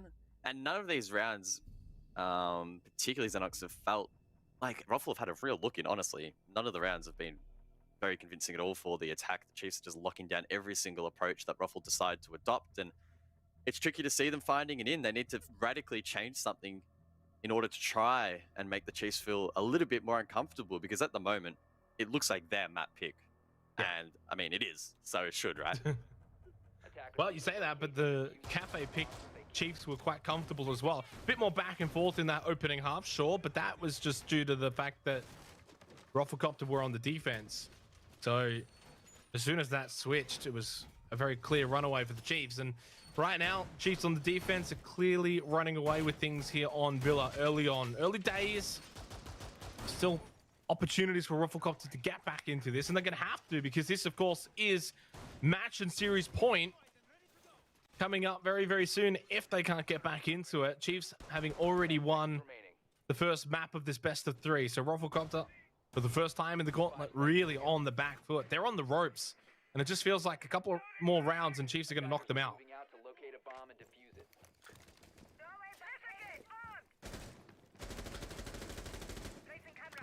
Vast tries to take out that drone early, but doesn't quite hit the mark. Of course, that drone positioning would suggest that Ruffle will go for a study side sweep, gain map control across, and maybe find a pick or two along the way. Vast is, of course, the player under the pressure early here, or will be under the pressure, but has assistance from below. God Legion does, again, have a Nitro Cell in the pocket, and if the Chiefs coordinate this with Vast and maybe a cheeky ping, they could get an opening pick onto the attack for basically no risk. Yeah, Bouncing's the big one here. They've got to keep him alive, or he's got to keep himself alive. Can't continually just get killed so early on in the rounds, not even having really an impact so far after being arguably their best player so far throughout the gauntlet. Campo's been trying to stand up in his absence, but as a team, Rufflecopter just looking a little bit more inept here on Villa. Boydie on a donut still as well. Everything that could kind of go wrong for Rufflecopter is going wrong. C4 misses the mark though from God Legion, but pretty similar setup to what we saw last time here from the Chiefs, and they will just fall back over to site. The Chiefs will be looking for the opening pick once again. They have gotten the opening kill in all of their round wins, the only rounds that have gone by so far, the first 3. They'll be looking to do the same again. They rotate back towards site. Good timing, though, I'd say, for both teams. Pretty even at the moment, as we only have a minute 15 left on the board. No gunfights to go down. Vast gets timed a little bit there as he shoots utility. I like the intent here from Ruffle, looking to clear what's on site, picking out that utility and try and get rid of it as they think about the execute. The Nitro Cell from below does a little bit of damage, but the Chiefs don't have any left for a potential plant later into the round. Yeah, good pick up. That was the final Nitro Cell for the Chiefs. It did at least get some damage onto Boydie, so an impact, nonetheless, something that he can take from that. 40 seconds left. But the good news for Rufflecopter is that they've got all 5 players still alive, so they can kind of use the Gemini, try and get onto site. Gonna force out these gas canisters now to be deployed from Fisher Guy. He's actually used them all now. So with 30 seconds left, no gas canisters available for Fisher Guy, and it's Bouncing who finds the opening pick. Not too surprising. That's what he's capable of. Fisher Guy up close, though, does eliminate Boydie, but as Rufflecopter start to filter onto site, they're the ones getting the picks, and it's only Vast that remains in a 1 versus 4. Clinical, clean, and precise from Rufflecopter. Oh, no. Didn't quite stop the plant, though, and Vast can't beat OJ. Rufflecopter on the board for Villa. I thought there might have been a small window of opportunity there for the planter to get swung on, but doesn't come into fruition, and it's well covered there in the end. OJ getting the 2 final picks, or 2 of the final picks. One of those was onto Worthy, who was actually going for a flank up red late as well. So the flank watcher doing his job, and it aids Ruffle in getting their first round win onto the board. It's well played by them. They gained map control quite swiftly. They pinged out utility and cleared it as required, and they were able to clear the players in towards site. One of those being Fisho, holding down the fort inside of Trophy. We saw in the regular season him get a 4K in that exact same position. It felt very much like a sense of deja vu, but he got shut down there by Ruffle, and they do to finally get around on the board. Attackers need to locate and defuse as many bombs as they can. And I'd say it's pretty vital that they can at least get a second at some point. Doesn't have to necessarily be this 5th round, but to make it a 4-2 half, it's not impossible then for Rufflecopter on the defense. Ideally, for their sake, obviously, they bring it back. They get these next 2 rounds, and what would probably surprise us a little bit, considering how one-sided the first 3 rounds really were. Chiefs looked like they would be able to run away. So there's an opportunity now brewing for Rufflecopter to get back into this map and see what they can do to do just that. Over to AVG, round number 5. 5 seconds remaining. Can Rufflecopter go back-to-back rounds? Attackers must locate and defuse a bomb. Looking at the stats, it's been quite an even spread for both teams. I guess the only outlier there would be Boydie. OJ gets the opening pick there onto Fisho. Don't know how that would have happened. Surely Fisho isn't spawn peeking on smoke. It would have just been a lucky wallbang, maybe? From spawn? Oh, wow, I think it was. That's super cheeky there from OJ if that was the case. But back to my point, Boydie hasn't quite found himself into this matchup, but that could be reminiscent of Consulate yesterday against Order, right? He struggled to get into that one, but in the end, he had a big impact. And maybe if he can step up here, Ruffle will be in a really good position to try and bring this back in the first half. Yeah, a bit of a lucky wallbang through study into Aviator, so good opportunity for Rufflecopter to now capitalize from here, and it's something that both teams have been able to do with their opening kills. No one's gone on to lose the round here on Villa thus far. Digital actually going to get caught as well, bouncing with a big pick. And again, now Bouncing starting to spring to life here after a pretty difficult opening 3 rounds, is making his presence known, and it's why I was harping on about it when he was getting picked on the Jackal those first 2 times, guys. And you can see now that he's not getting picked and he's the one that's starting to get aggressive. He's finding these kills and he's making life easier for Rufflecopter. Counter pressure being applied here from the Chiefs. All 3 players looking to push back this, I guess, map control take here from Ruffle. Very aggressive, but they need to do something. If they default back towards site, they will be overwhelmed, so they need to take this risk. Oh, God, Legion. Trigger. The trigger discipline. He sits, he waits. Is that Manic? Is that Manic Monday? Oh, he just butts him in the face. But shortly after that funny exchange, Vast and God Legion are both eliminated, and from laughs it turns to sadness for Chiefs very quickly. 1 versus 4 worthy. There's so much work to do, and you would have to imagine it's all but too impossible. Gets 1. Had he got the second, you'd just be umming and ahhing as to whether or not it would be achievable. Although if they all just funnel through, I swear he may actually be able to do it. Gemini goes in first, changes up his positioning. I mean, for all intents and purposes, he's actually playing this quite well. Gets another opportunity. He swings from the couch. Maybe he didn't need to. But Rufflecopter nonetheless capitalize. 2 rounds in a row. It's 3-2 here on Villa. OJ just sending Fish a friendly reminder in the chat that the Siege Gods were on his side in that round, managing to pull off a lucky wallbang at the very start of that round. Test. So it's that funny moment there with God Legion. Had he maybe have gotten the 2k there, it could have been a different story, but ultimately did play out into the hands of Ruffle, who could trade it out in the plant. And it looks like they're slowly starting to switch on.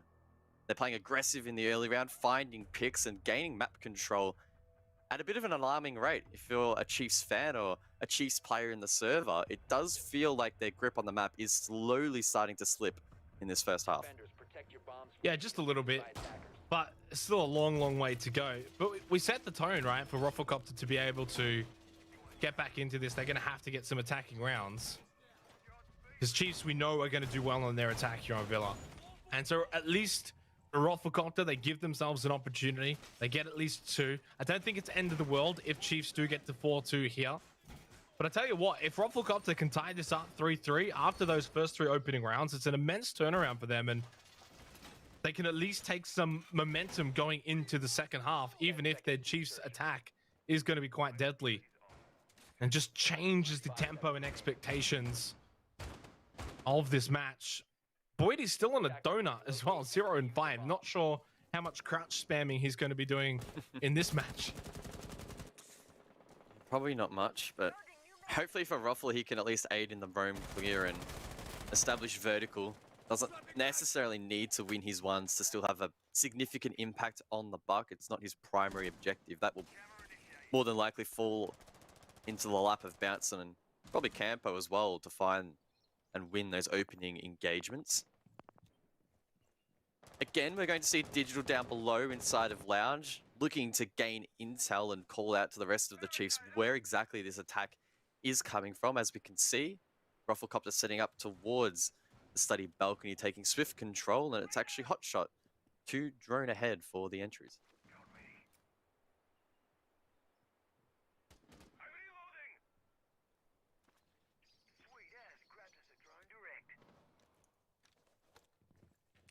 Tense final round of the half.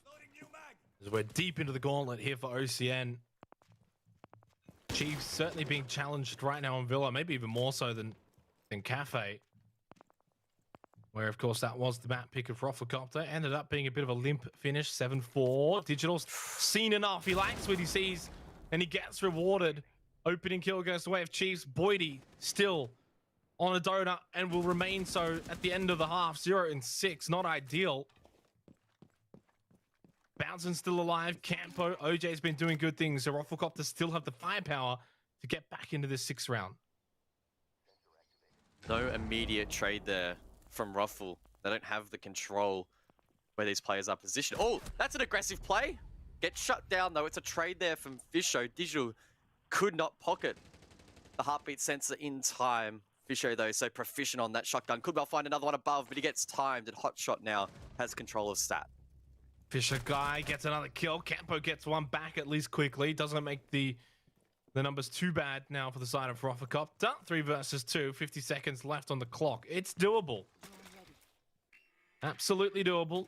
Campo will, of course, still have the Gemini. They've got drone, well, one drone still available, though they can at least live drone Campo forward.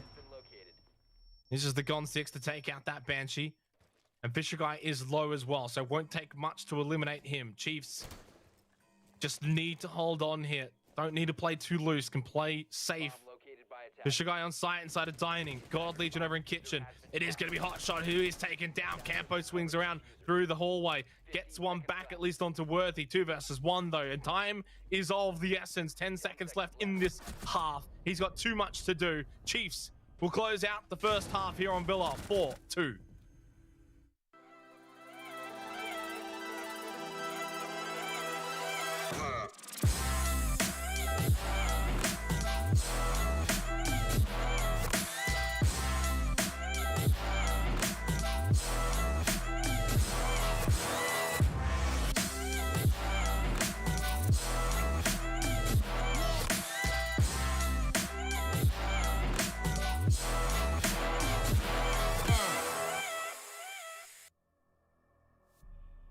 Well, the Chiefs have established themselves in a nice position here heading into their attacking half of their opposition's map pick, or their map pick rather. Chiefs, they've looked good on their attacks in the last couple of weeks of OCN, and I don't see why it should change anytime soon. For the most part, they've been dominant here on Villa. They've set the pace, and they've set the expectation that they'll close out the series 2-0. Yeah, look, I held that same expectation as well, especially with them closing out the half 4-2. Pretty decent defense and going over to their attack now. They are expected to do well on their attack, the Chiefs, and it is their map pick, and it might just get all a bit too much for Rufflecopter. Still been a valiant run, though. If their Rufflecopter gauntlet run does end here, I don't think they could be too unhappy with their performance in the playoffs, especially for a team in their first season of OCN. Probably exceeding expectations as well, so we'll see if Rufflecopter have one more Ruffle left in them. That was bad. Or if their season will come to an end. I thought it was fine. Oh, jeez. That was your first joke of the entire series, and it was just absolutely terrible. Just... Yeah, can we get some cringe spam in the chat, please? Thank you. I just got a message from Dev saying these casters are cringe. Well, he's not wrong. He's really not. He's not that far off the mark. In fact, that's probably the best analysis that Dev has brought to the table for the entire playoffs, but we'll let him have that one. Again, he can't defend himself, so easy pickings, but in terms of easy pickings, Ruffle almost did get the opener in this round. In fact, Vast taken really low on HP, and we'll need to be mindful as he tries to play this entry role that a single bullet will take him down.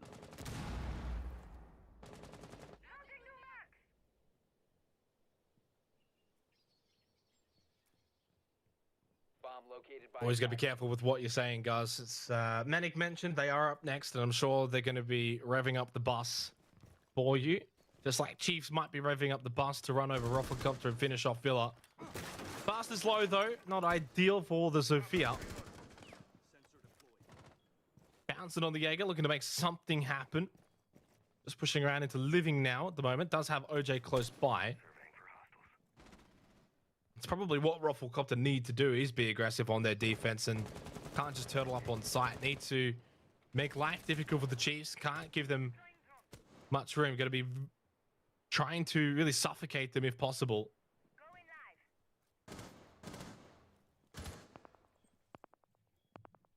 Again, we're seeing the pulse on the board here. It was digital for the Chiefs to play this operator previously and gain a lot of intel and ping out enemies for his team. Of course, on this occasion, it's Campo. C4 gets ripped. God Legion, though, playing safely on the bricks. He knows that there's a threat below, but Fisho, he's getting the plant down. Ooh, denied, though, by Hotshot. 4 versus 4 with a minute left. God Legion takes a huge chunk of damage as well from the Nitro Cell. Trying to return fire now himself. Boydie going to get the headshot onto God Legion. The push in from Digital into Trophy. Catches Hotshot. Chiefs just pulling ahead slightly. Now even more so. It's only down to Campo left to save the day against the very low health Vast as well. Worthy still up. 35 seconds left in the round. Chance for Campo to become a hero for Rufflecopter. Otherwise, a 4-2 scoreline might just be unmountable. Big opportunity. Worthy goes down. Now versus Vast in a 1 versus 1. And as we know, Vast doesn't have that much health. Gonna stick to plant. Diffuser. Oh, gets off of it. Swings and Campo wins. Rufflecopter through Campo. Clutch the round and keep this map alive. Campo does it. And in the wise words of Canadian, the worst gun in the game manages to get the job done. Fast. I thought that maybe having so low HP would prove costly late round, and it did in the end. Worthy over-aggressing on the wide swing, was shut down. Campo holds firm, finds those picks, wins the round for his team. If he had have lost that engagement, it would have been 5-2 in favor of the Chiefs, and from there probably would have looked like an unobtainable win for Ruffle. But with that victory on the board, it starts to look like it could be a possibility that they bring this back on the defense.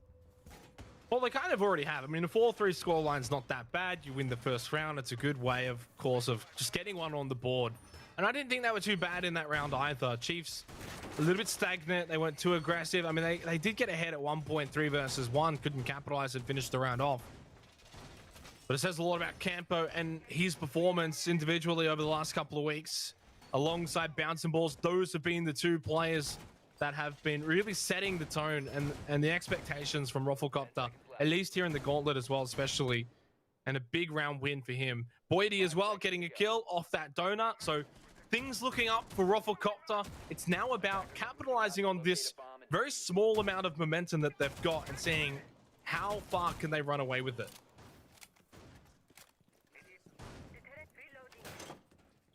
Interesting vert being established here from OJ. He is running the TCSG with the 2X. Really nice at holding long lines of sight. And he, of course, can use it to remodel around the map. Boydie as well, playing down in basement. That's not something we really saw from the Chiefs on their defense, or at least not that I spotted. Fast meanwhile again taking a lot of damage as the Chiefs try and take quick control. They have top round already, and Worthy gets the first pick.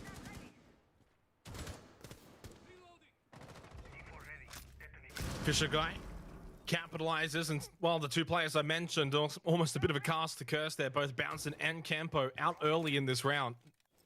And this is now the big test for Rufflecopter. Not only down 2 players, but arguably your 2 best players. Your 2 best performing players as of recent. So Boydie, Hotshot, OJ.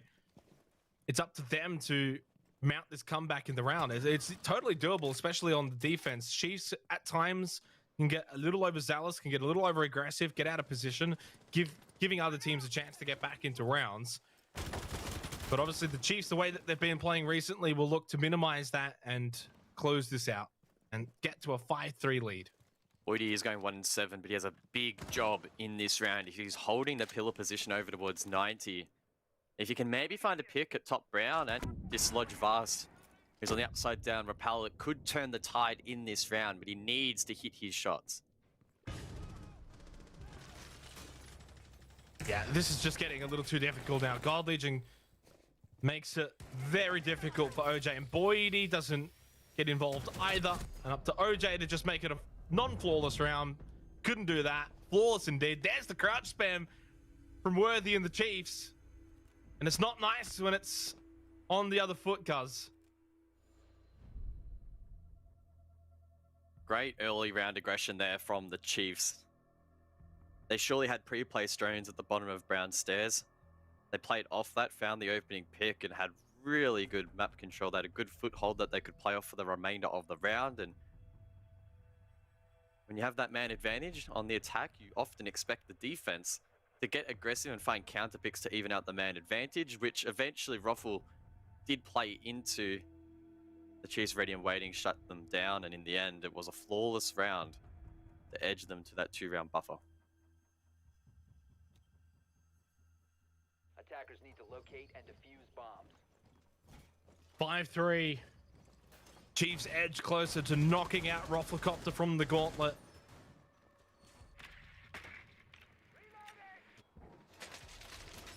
Is there a way back into this for Rufflecopter? That last round, clinical, clean, flawless from the Chiefs, as we have come to expect from them.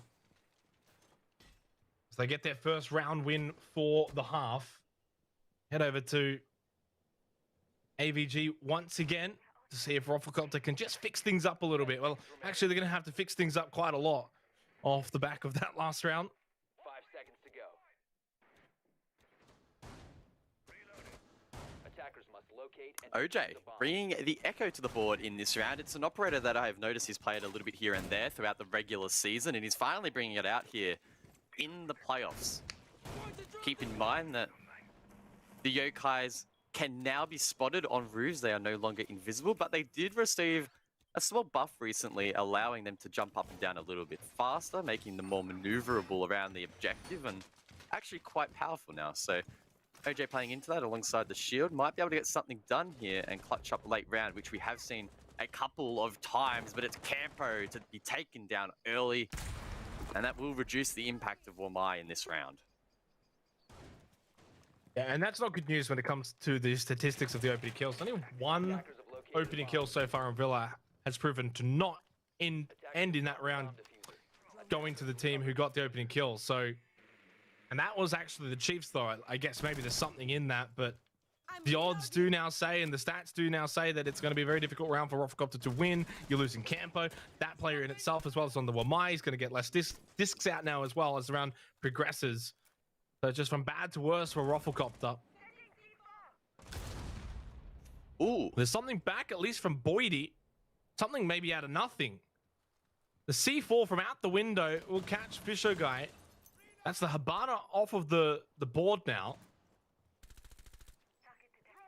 That's a big pick. yeah, that will significantly impede Chiefs' ability to pressure the site now. No hard breach left on the board. No one bringing the secondary gadget, and no other hard breach was selected. That means they can no longer open Vault. Fisher can't rotate to study and apply pressure from there if he so desired as well. And that one pick alone really gives Ruffle a nice into this round. Chiefs will likely need to filter in from Model, try and take the long haul as well. That will be challenging if Ruffle can test those positions aggressively. OJ can get a bit of vision as well with that Yokai drone. Wants to get it in place. Could become a factor later in the round to potentially deny the plant. Chiefs just trying to get rid of this Banshee as well.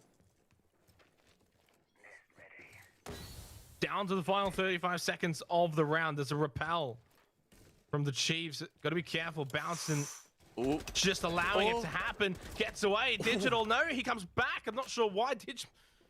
Oh, that's so unfortunate. Bouncing in a good position, but he does get traded at least. He's down. He's out for the count, surely. Worthy having a field day here on Villa against Rufflecopter. Makes his way in. Will finish off Bouncing. Increases his tally to 13-3 and 4. Final seconds of the round. Player behind the bar. God Legion doesn't check it properly, though. Catches the player involved, but Hotshot will finally stand up, catch that player, and win the round for Rufflecopter in the end, really. They stay alive. With the skin of their teeth, they are still in this here on Villa. They're not done yet.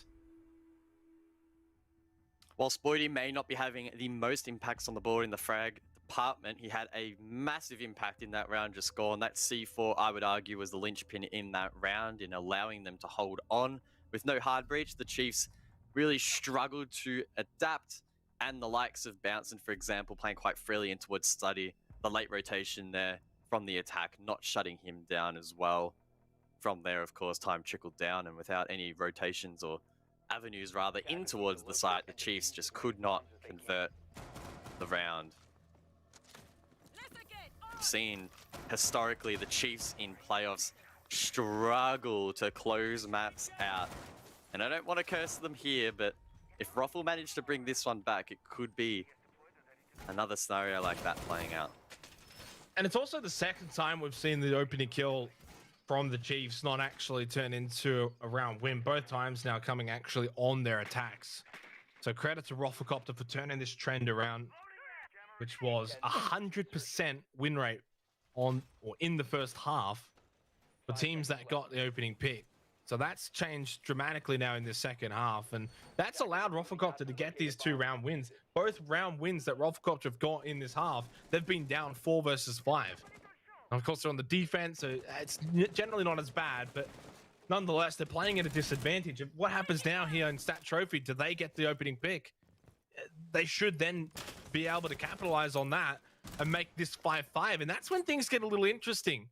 There's a chance that Cheeks might let Villa slip after all, especially after having what one stage was almost a commanding lead.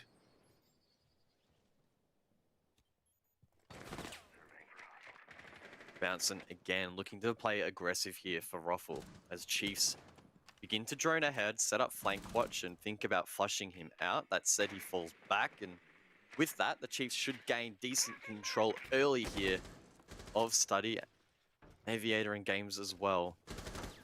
But they need to be careful and make sure that Bouncing doesn't pose a serious threat.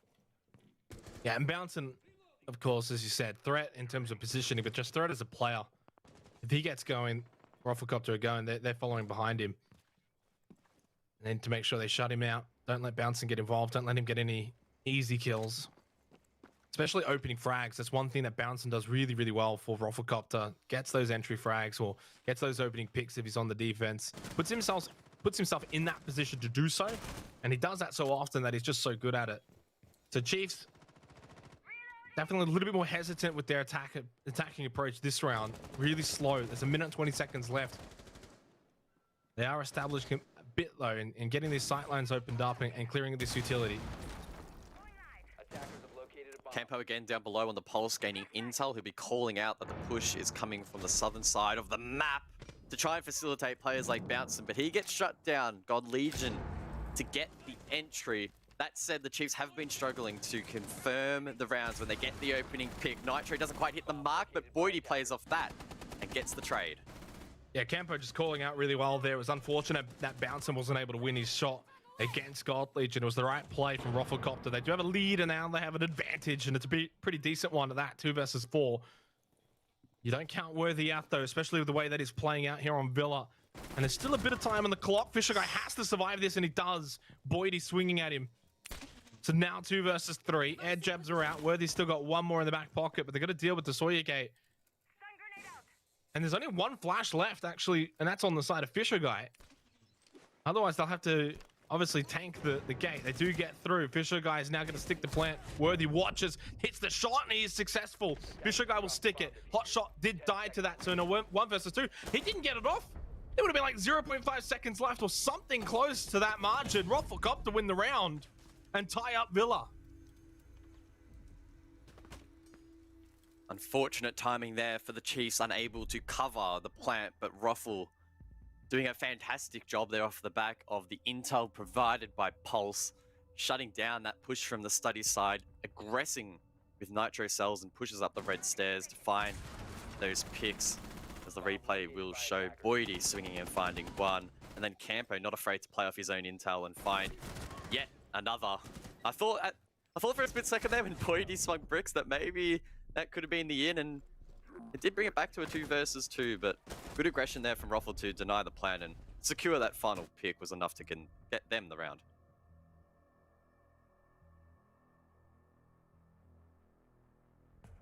It just tenses up a little bit. Just a bit. Tack pause from the Chiefs, of course, really signifies that Rufflecopter are in this game. They've fought back well here on Villa. You got to remember, back guys, it was a 3-0 start for Chiefs. So in the rounds since then, it's been 5-2 to Rufflecopter. The last 7 rounds has been majority to the side of Rufflecopter. They are in this up to their eyeballs, and the chance that they can steal the map pick of the Chiefs. Although I would have to say, I think you would agree, Clubhouse probably doesn't bode too well for Rufflecopter, but at least they can get there and have an opportunity. Oh, maybe. A lot of ifs and buts, though, and you would have to think that the Chiefs surely can step up on their map pick. And off the back of this tack pause, halt the momentum that Ruffle has seemingly gained and throw it right back at them here with a defensive win, or an attack win rather, over towards Kitchen. Aggressive lineup though from Ruffle, and early indications in the prep phase would suggest that they're going to hold above. Make life as difficult as possible for the Chiefs on the map clear.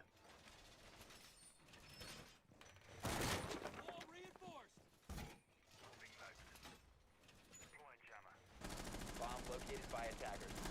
And they're looking really well on the defense so far. Only one attacking round win for the Chiefs so far for Rufflecopter. 3 defensive wins. It's a Attackers objective is different tale of the tape here. And maybe the Chiefs' attack on Villa that we've seen from them in recent times, especially in the rhythm game, has just petted out a little bit. And the defense of Villa has really started to take hold, like it has on other various maps in this season of OCN. Defense just proving to win out over and over and over again, and being the pivotal side that you want to be winning on. How aggressive is Bouncing going to get on this Oryx, though? T5 for the 1.5. Could definitely do some damage. Sends out some warning shots towards the bedroom balcony. Of course, the position that the Chiefs are trying to convert in towards map control. Campo from below, though, knows exactly where every single player is coming from. Needs to be careful of the vert being established, though. God, Legion doesn't quite hit his shots, and that could prove costly. attackers have located a bomb. Yeah, Campo's the one to keep an eye out here. Still has the nitrous cell. Is he going to look to throw it through the floor? He is, but he's not even close. Did it get shot? I think so. It must have got shot because it didn't explode. I don't think it would have got anyone, at least anyway. Might have done a trickle amount of damage, but obviously, as I said, did get shot out. That's a big nitrocell as well to take off the board. There's still actually 2 more. So that's 2 nitrocells that have been used, both Campos and hot shots. That's going to be the 3rd if OJ lets it rip. And bouncing with the opening pick on the God Legion. Big player to take off the ball for the Chiefs, who hasn't been able to have an impact so far in the playoffs, really, to comparison of his regular season form. Oh, Campo just almost ripping the head off of Digital. So close yet so far. Gives him a second lifeline in the match. Going to be critical that Campo and OJ have good comms and pull off this play with the pre-play C4. If they do so, it'll leave Chiefs in the 3 versus 5 for the execute. And that is obviously not a favorable position. Campo looks above at the right time, but Worthy still finds that pick, and now OJ will need to play that C4 off intuition. The call just won't be there. It's almost like he forgot about that hole in closet that we saw get opened up earlier. 45 seconds left. Boydie with the C4. That was the final one on the side of Rufflecopter, and he makes it work. Advantage Rufflecopter, although not for too much longer. Fisher Guy getting one back onto OJ. 3 versus 3. Health, though, on the side of Rufflecopter, and of course on the defense. They should still be in control. Fisher with the diffuser in hand for the Habana. 20 seconds left in China at the moment. And it feels like they're so close to the site, but maybe so far away. Blast just bulldozes his way into sight, taking a bit of damage, but getting the kill on hot shot. Digital is down now. Bouncing. Can he find anything on the RX? Vast with 5 seconds left to salvage this round. There's not enough time to find both Boydie and Bouncin. Rufflecopter have got match point here on Villa. I can't believe it. Some playful banter at the end there as the Oryx knocks the Chiefs to the ground, and probably representative of the momentum at the moment. Roffle all over their opponents. That's 3 rounds straight for Roffle. One more, and we head to Clubhouse for the 3rd map. Oh, pressure now has got to be on the Chiefs. It felt like this map was theirs for the taking, but it's really slipped away. And Roffle are playing some really solid Siege at the moment, playing into the map, which is awesome to see, especially considering we just do not have a whole lot of history of them even playing this map. Locate and defuse as many bombs as they can. Boy, this would set up a crazy match on Clubhouse. Chiefs would be expected to win, but they were expected to win here on Villa. So then you kind of had to throw that notion out the window, guys, and going into Clubhouse. Rafflecopter, it's playoffs time. Anything can happen. And they might just have something set up on Clubhouse that could surprise Chiefs. There's a story brewing here at the OCN Gauntlets, and it's not good for the Chiefs. Match point, Rafflecopter. A dramatic turn of events. They've now won 4 of the last 5 rounds. If you go back even further than that, guys, they've won 6 of the last 8. It's been quite one-sided.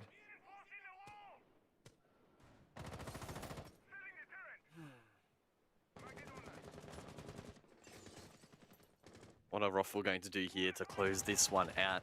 Will they play their aggressive selves? I would have to assume so. It's been working for them so well. Worthy gets the opening pick again for the Chiefs. Doesn't matter. I know. That's exactly my point. Roffle on almost every occasion within the next 30 seconds will get the pick back and somehow close out the round.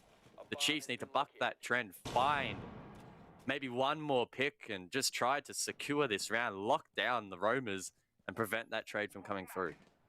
I mean, even if they get the pick back, sure, but in previous rounds gone by, Chiefs have had this 5 versus 4 advantage for quite some time. I think even in some of the cases, they've even had a 5-on-3. They still weren't able to capitalize. This is now, they had 3 rounds prior where they got the opening pick. 3 times they couldn't capitalize and win the round. It's just going to be the 4th time, which would be demoralizing as well, because this is match point. This time you have to capitalize on it. You got no choice. You got to send it to OT. Minute 40 seconds to do just that. And they've probably got to now utilize this time without taking too long, but also without rushing onto site. Play this perfectly, play this the Chiefs way, and they should be able to win out. Chiefs looking a lot better on their attempts for this side. They have control of 90, and Fisho on the rappel was not taken down. Worthy might lose this swing, but no. Secures his double for the round, needs to be mindful of the rotation. C4 flies out, but he finds that as well. Boydie could have potentially gotten the Roffle team back into this round, but surely the Chiefs can bring this one to overtime now. There's not much in terms of utility as well for Rafflecopter. Besides the gas canisters, that's all they've really got. No nitro cells, no impact grenades. So Hotshot's going to, of course, be that last line of defense. At this point, you're down 5 versus 3. It's probably better for Rafflecopter to just be close to site and look to play off of that. Hotshot sitting inside a vault, but what can he really do? Vast is pretty much ready to go. Make that swing, plant default behind the vault door. Once they've got everything set up, which they're pretty close to doing that. 30 seconds left. This plant is imminent. Hotshot with the gas canisters is going to have to be vital in slowing it down. I don't think he can really allow this plant to go off. And in fact, it's not going to be a default plant. It's going to plant closer to the window. So Vast is not going to get hit by these gas canisters. It doesn't matter. It's a flawless round anyway. But a different plant and a different attack and a different approach, and Chiefs send it to overtime. It's amazing what one small change can do. The last time the Chiefs attempted that site, Boydie hit the C4 onto Fisho, and from there, they really couldn't do a whole lot. But with quick control of 90 and the hard breacher on the board, they played into that really, really well. And Fisho, guy, securing the double here was massive. And then he shoots the C4. If Boydie hits that, it would have been the double trade, but a clean shot there. And whether or not it was him or the attacker alongside that shot it doesn't really matter. It was enough for the Chiefs to win the round and keep this map alive. Yeah. Sends it to overtime. Gets the blood pumping for the Chiefs fans as well. Because there's an opportunity that they can just end this here or now. Many bombs as they can. get themselves a bit of a break, and then head into the Knights matchup. Knights, of course, will be sitting here watching and waiting and see who they're going to be playing, whether it's Rufflecopter, whether it's Chiefs. Which team would they even prefer to play? Would it be Chiefs? Would it be Rufflecopter? Yeah, it's hard to tell. Of course, we don't even have the maps for that series either to come, so all focus still here on Villa for the time being as we head to overtime. Chiefs on the attack. Still Rufflecopter on the defense. Hard to actually gauge who that really has the advantage in that regard. I mean, Chiefs in the end, and it took them a bit of time, guys, but in the end did get 2 attacking round wins at the very least. So you'd have to say statistically, Rufflecopter should win their defense side here. Yep, can't argue with that. Whether or not that trend continues in overtime is another thing. I feel like there's been a lot of games of Siege everywhere where trends and stats just absolutely crumble under the pressure of overtime. Ruffle not wanting to let their run slip away. We're feeling the pressure here, and it's again Chiefs. You get the opening pick 30 seconds into the round. I think that's 3 or 4 times now on their attack they've managed to defeat. And it's up to Ruffle to do what they couldn't do in the previous round in trading it back. 6 out of the last 7 rounds now, opening kills to the side of the Chiefs. That is staggering. It was a little bit more 50-50 in the first half. Not quite 50-50, but to summarize it. But it has been extraordinarily one-sided since then. The Chiefs, of course, and we've spoken about it at length, have not had the capabilities of capitalizing on it every single time. Still, you'd rather get the opening pick than not, that's for sure. And taking out OJ, who's been doing all right here. It's not a bad effort. Boyd, is he going to be that aggressive? No. Of course, he doesn't even have the vision there. Minute 40 seconds remaining in the round. Campo would probably look to him to be the guy that can get Ruffle in this round. He's got the only Nitro Cell in hand. The Chiefs down below trying to clear utility off the wall. Namely the Electro Claws, which have been cleared. Boydie playing aggressive on the breach. He gets that trade back. No one from below has Vert on this position. He's been allowed now to walk inside of the closet. Janssen covering that position as well will do the Chiefs no.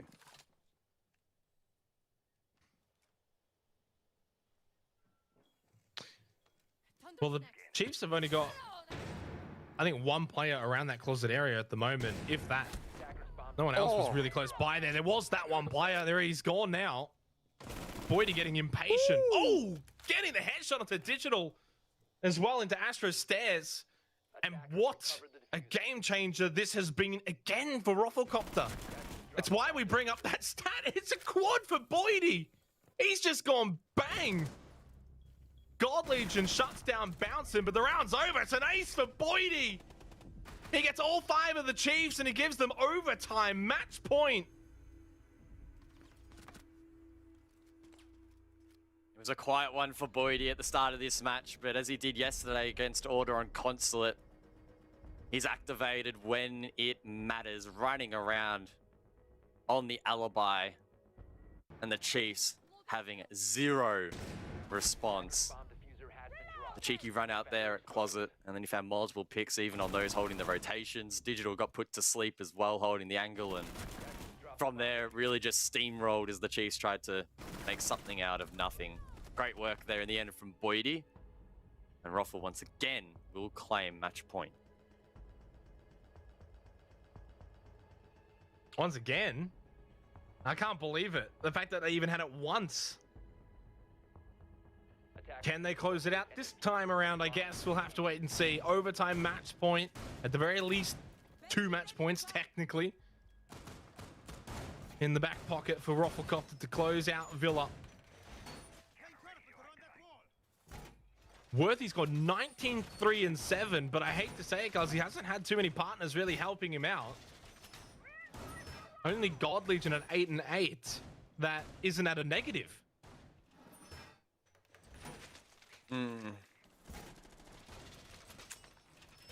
Does it end here though? That's the question. Can't help but feel that after that last round, the Chiefs will be a little bit demoralized, but that mentality needs to be short-lived. quick turnaround before the defense. Again, the favored side here in this matchup. Only 4 attacks were won in regulation of the 12 rounds. Chiefs did successfully defend AVG, but only once. It was in fact their second attempt where Ruffle won on the attack. Yeah, and that doesn't bode well, really, for the Chiefs. Although, statistically, their defense was quite a bit better than their attack here on Villa. I would be extraordinarily surprised if they can't at least get 7-7. At this point, though, I also wouldn't trust them. If they get an opening pick here, the Chiefs, even on the defense, I still wouldn't trust them to close out the round. It might actually be better if they just, like, let a player run out, die to Rafflecopter, and just get that over and done with so that they can stop the opening pick curse. Obviously, it doesn't work out that way. You wouldn't actually want to do that, but unfortunately, the Chiefs are just not capitalizing when it matters the most. Bouncing taking a big chunk of damage without remonstrating himself back above.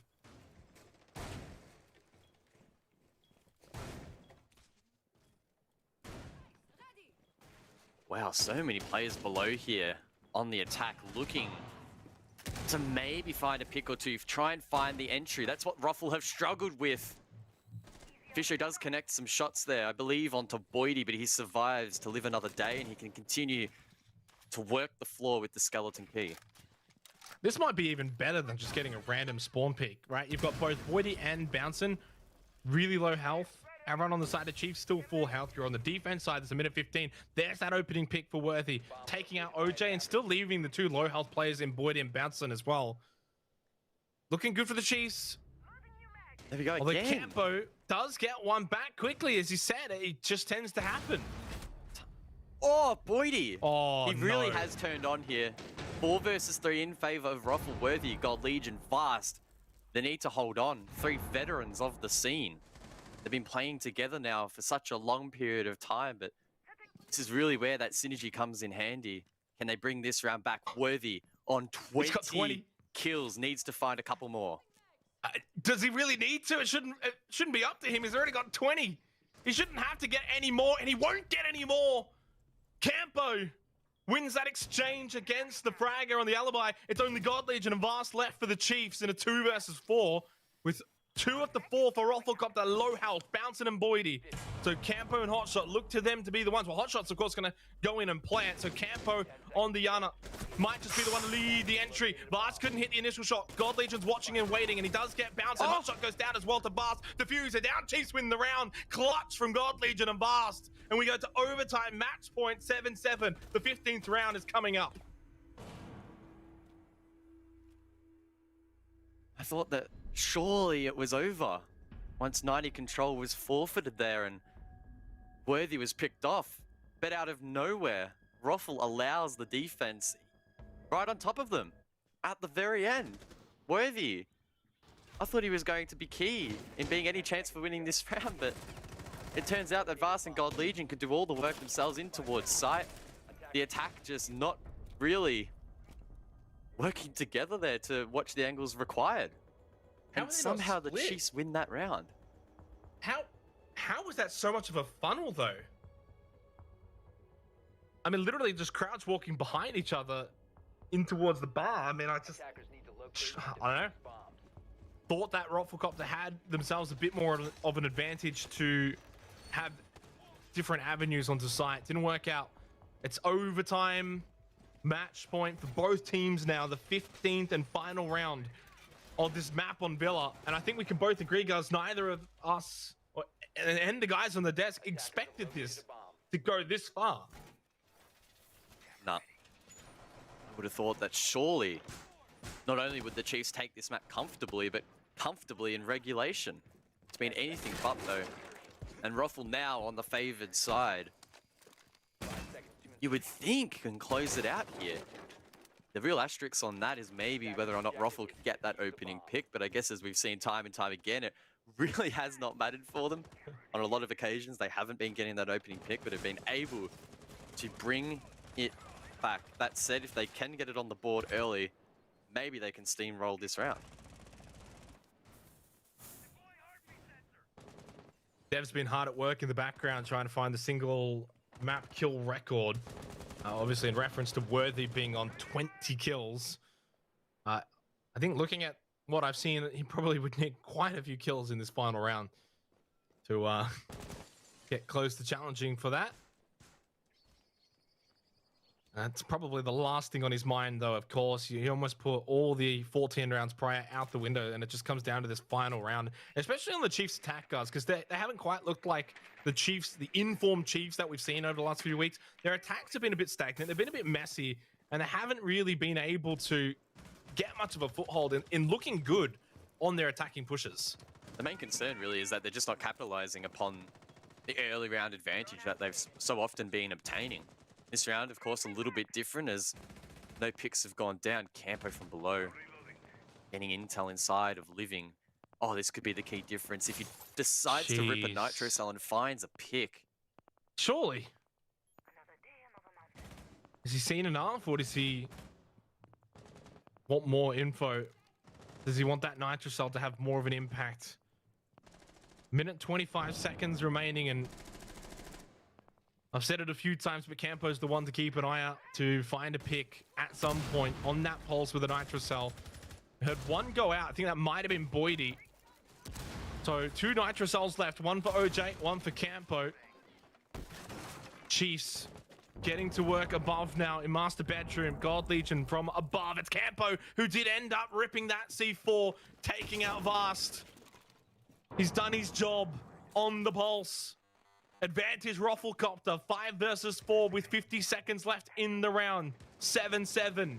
If Chiefs win, they move on to the grand final. Rufflecopter win, then we go to a third map over to Clubhouse. Chiefs still with good vert. And a good chance they could bring this round back. Again, Ruffle have no nitro cells left in the bank. If they can get a push off through Laundry and try and go for a plant, Ruffle may find it difficult to deny it, but that's a key pick from Bouncing. That could be the linchpin. Bouncing has just been immense for Rufflecopter in the playoffs, and not the best game on Villa, but a big kill there nonetheless. 15 seconds left. It's red time now for the Chiefs. They're going to make something happen, but it's looking very much like it's not going to happen for them. 2 versus 5. Get ready for Clubhouse. It's coming up very shortly here. It may even be flawless unless Worthy just goes bang. He gets 1, he gets 2, but he couldn't get any more. Rufflecopter, start your engines. Start flying over to Clubhouse. We're going to a third map. Wow, Ruffle. Can you believe it? They lose their map pick, but they bounce back, get their revenge on Villa. It's an 8-7 victory. They hold strong on the defense. They play their aggressive selves, and the Chiefs struggling to shut them down. And we're going to the third map for the first time in OCN 2021 playoffs.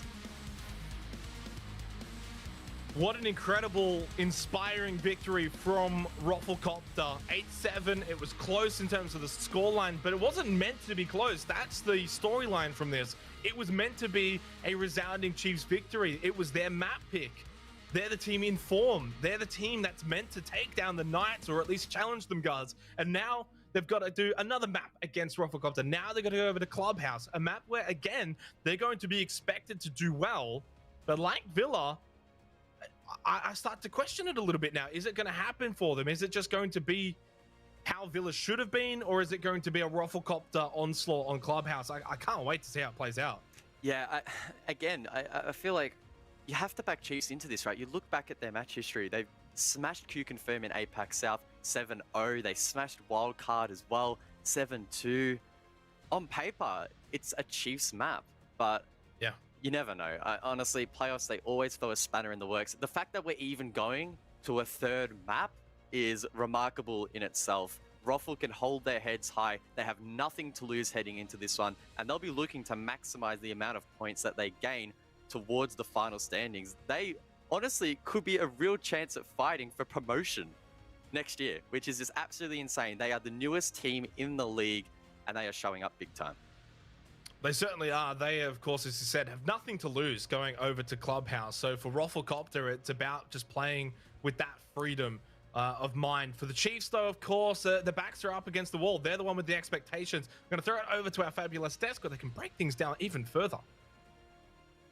Well, Rafflecopter have broken all expectations by all means. And Vinny, I mean, we were sitting there the whole time thinking, yeah, that's done after the first half. The Chiefs have wrapped this up. They started looking good. I think they were up 5-3 at one point. Oh my God. What was that from Rafflecopter? On the back of Worthy, after that first half, I really thought they'd had it sealed. In terms of the way they played it, that first half was pretty dominant. The rounds that they lost seemed to be like kind of 50-50. So I thought Chiefs definitely had it in control, but Raffle definitely, you know, turned up the tempo in the second half. They looked to find those opening picks early. They, to be honest, got a bit unlucky with the way that the opening picks kind of went that way, but then after that really re-aggressed and looked, you know, to get that man advantage back, and it really showed. Towards the end of the rounds, they were in pretty advantageous positions. Dev, there were so many rounds where it kind of came down to the wire there. Chiefs clawing it back in OT to even make that, you know, possible for them to really look at a two clean map finish. It's just, I mean, you can see from the highlights, it was a phenomenal game.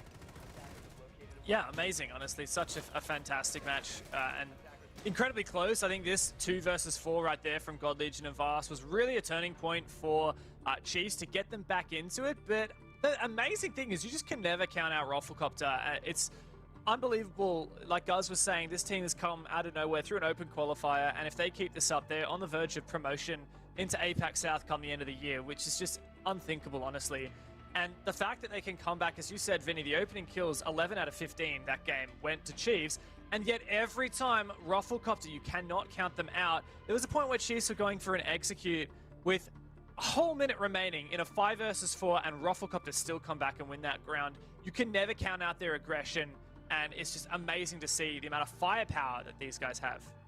Vinny, right now, we kind of expected a 2-0. We didn't expect Villa to be pushed, especially to overtime, for a victory for Rafflecopter. Are they doing this? Is this possible as we head to Clubhouse?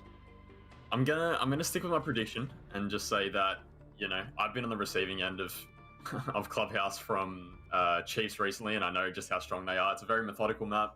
It's pretty straightforward in the way it goes down. I think Villa allowed, you know, that kind of re-aggression from Rafflecopter that I don't think Club will allow, and I think that we'll see a much more straightforward match. Again, though, it's playoffs. BO3, pressure's on. If they carry that momentum from the second map, I don't see why they couldn't take it all. That's it. It is playoffs, and Rafflecopter are still looking good. They're still looking in it. Ladies and gents, we're going to go to a short break, and on the other side, it's the third and final map of this best of 3 to determine who will be playing Knights in the grand final. See you in a second.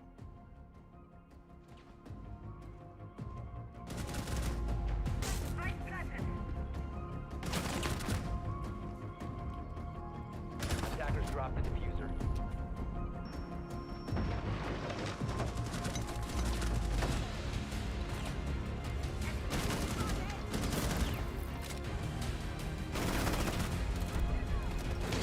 10 seconds to go.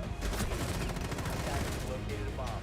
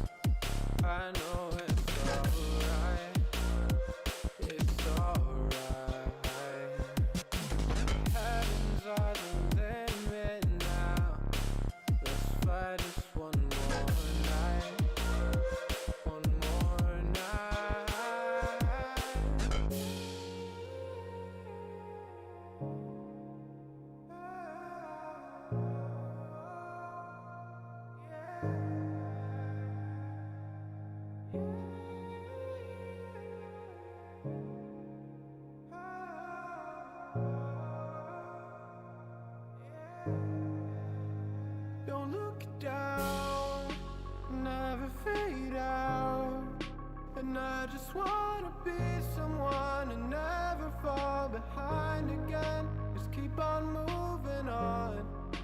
Never look down, never fade out, never fade out.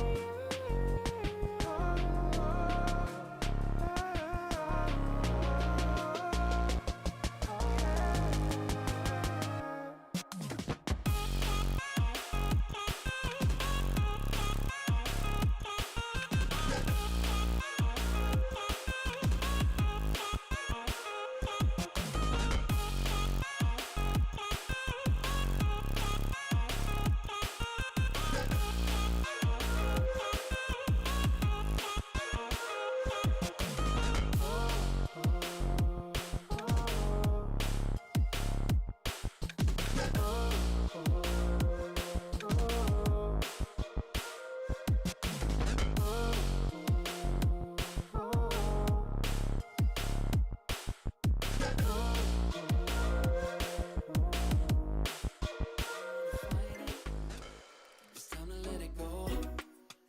It's time to lose your inhibition, developing a blind ambition. If you got a match, just go ahead and light it. I wanna see where this is going. We're done with playing games, not knowing, yeah.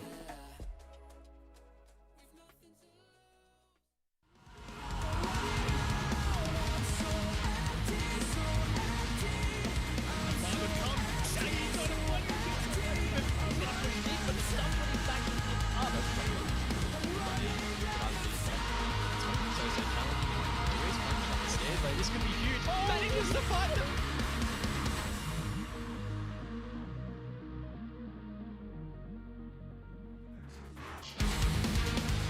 I did not expect to be here on a third map in this round 3 of the gauntlet, but it turns out Rafflecopter still have some fuel in the tank and they are flying higher than ever. Dev, those first 2 matches have left us headed to Clubhouse. I mean, very quickly, can you summarize for people who may just be joining us what we've witnessed so far?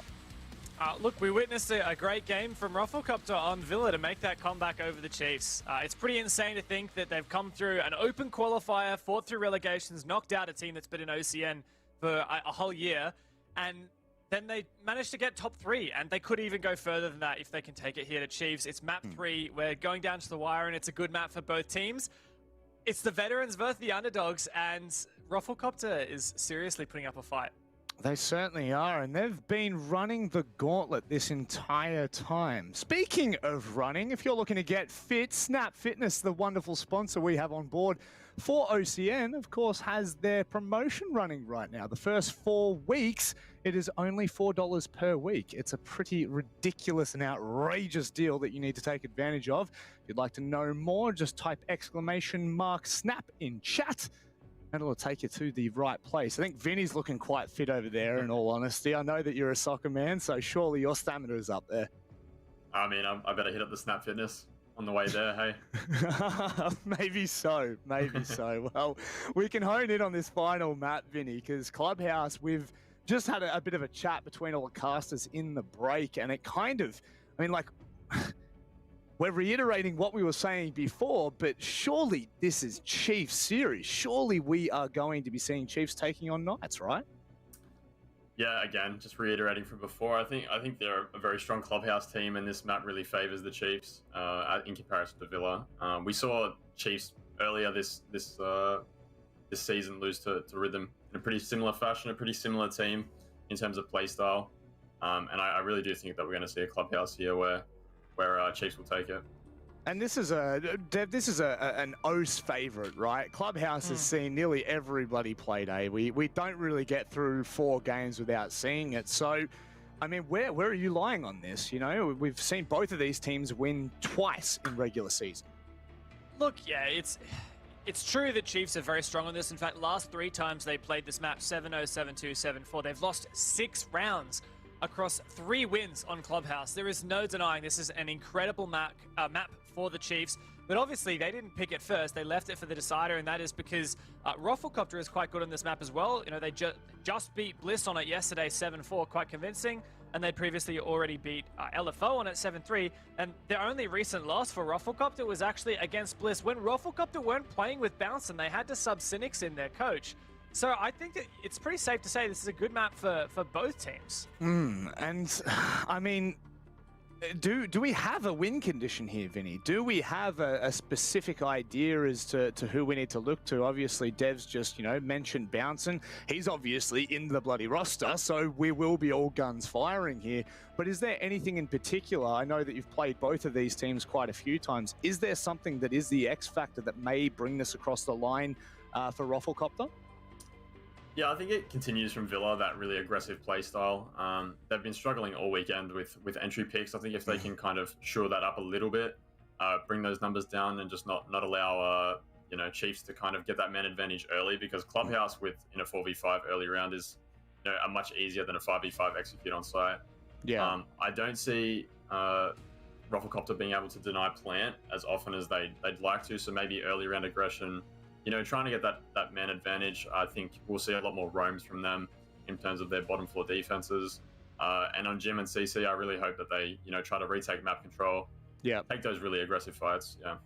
Beautiful. That's a perfect note to end on. You have your win condition for Rufflecopter. Chiefs are heading into this one, the semi-favorites, I would say. It's a third and final map to decide who will be taking on Knights in the grand final. And of course, it is my main men, Xenox and Guz, to take us through all of the action. Put a cherry on top, baby.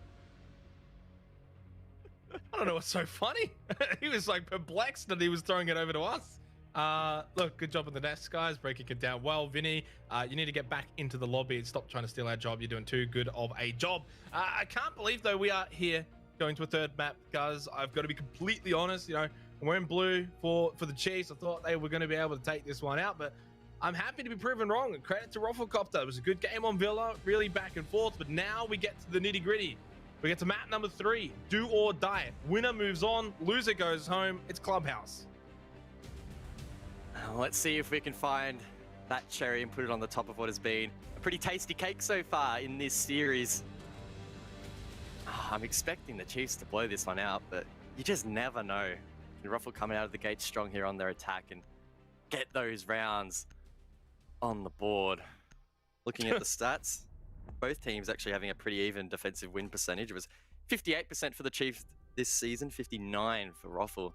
So I really think this will come down to teams' proficiency on the attack, right? Chiefs 78% on the attack, Ruffle on a measly 56%. And of course would indicate to me that maybe the Chiefs could have a little bit of a slow start here on their defense, or at least below par, but when they side switch, the Chiefs will be positioned nicely. I wouldn't read too much into it. Going into Villa, we thought it was actually going to be a Chiefs attack that was going to sort of get them over the line, and that was going to be the difference maker. In the end, it didn't actually prove to be that at all, right? It was actually very defensive sided. So it's hard to actually gauge what's going to be the necessary objectives to win coming into Clubhouse here. And this is why, sometimes statistics don't tell the whole story. It's team by team, or even team versus team, that generally changes things around. The Aruni ban, I would imagine mainly for gym bedrooms hold and basement to a degree, but it's not exactly the most difficult gadget to overcome. Regardless, though, those are going to be the bans as we head into Clubhouse, third and final map of this series.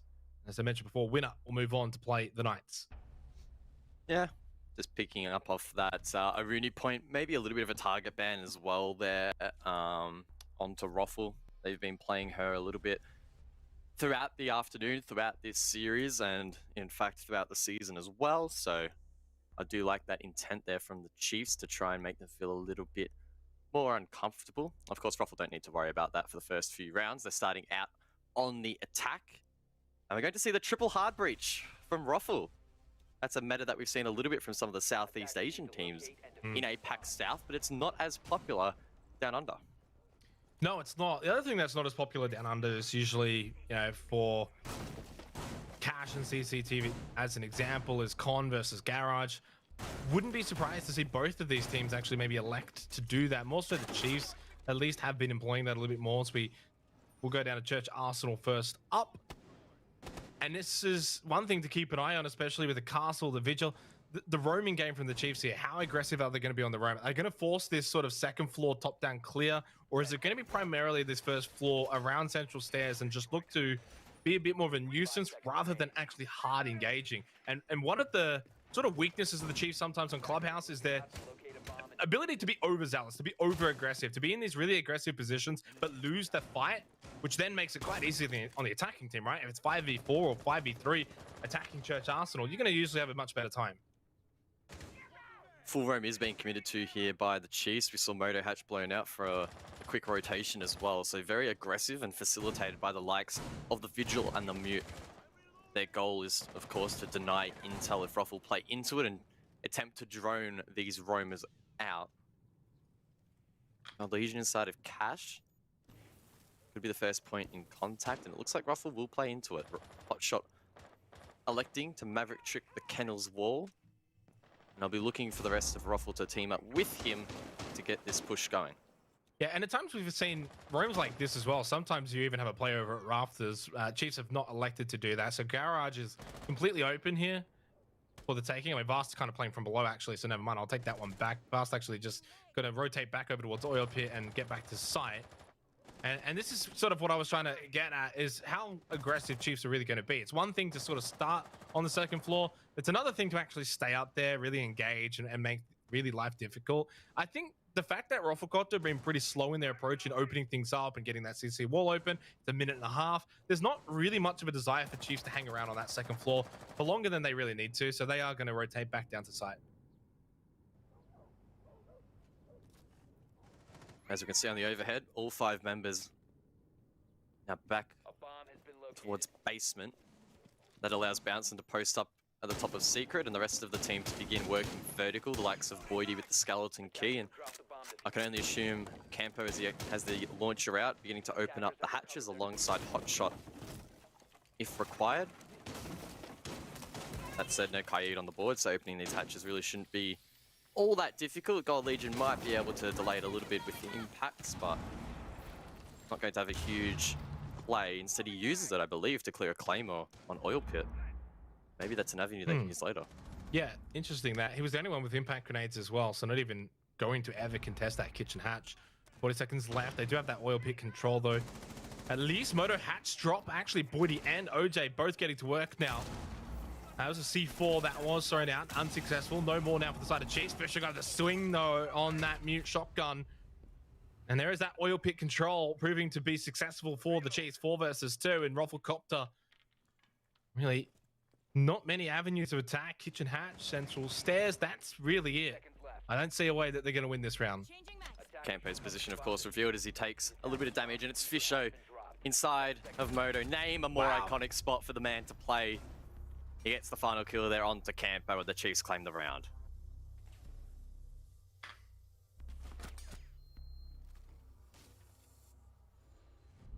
Good opening round for the Chiefs. Got to make sure you don't get too carried away, though. That's really for both us and the Chiefs as well, because, you know, if we sort of cast our minds back over to Villa, it was a 3-0 start for the side of Chiefs, guys. And not just that, right? 3-0 is a great start, but the way they were winning those rounds as well, they were quite convincing. It kind of looked like it was just going to go through the motions of the formalities of the map and that Chiefs would run away with things. Obviously, it's only one round. It was a really clean round, though, and I did like what I saw.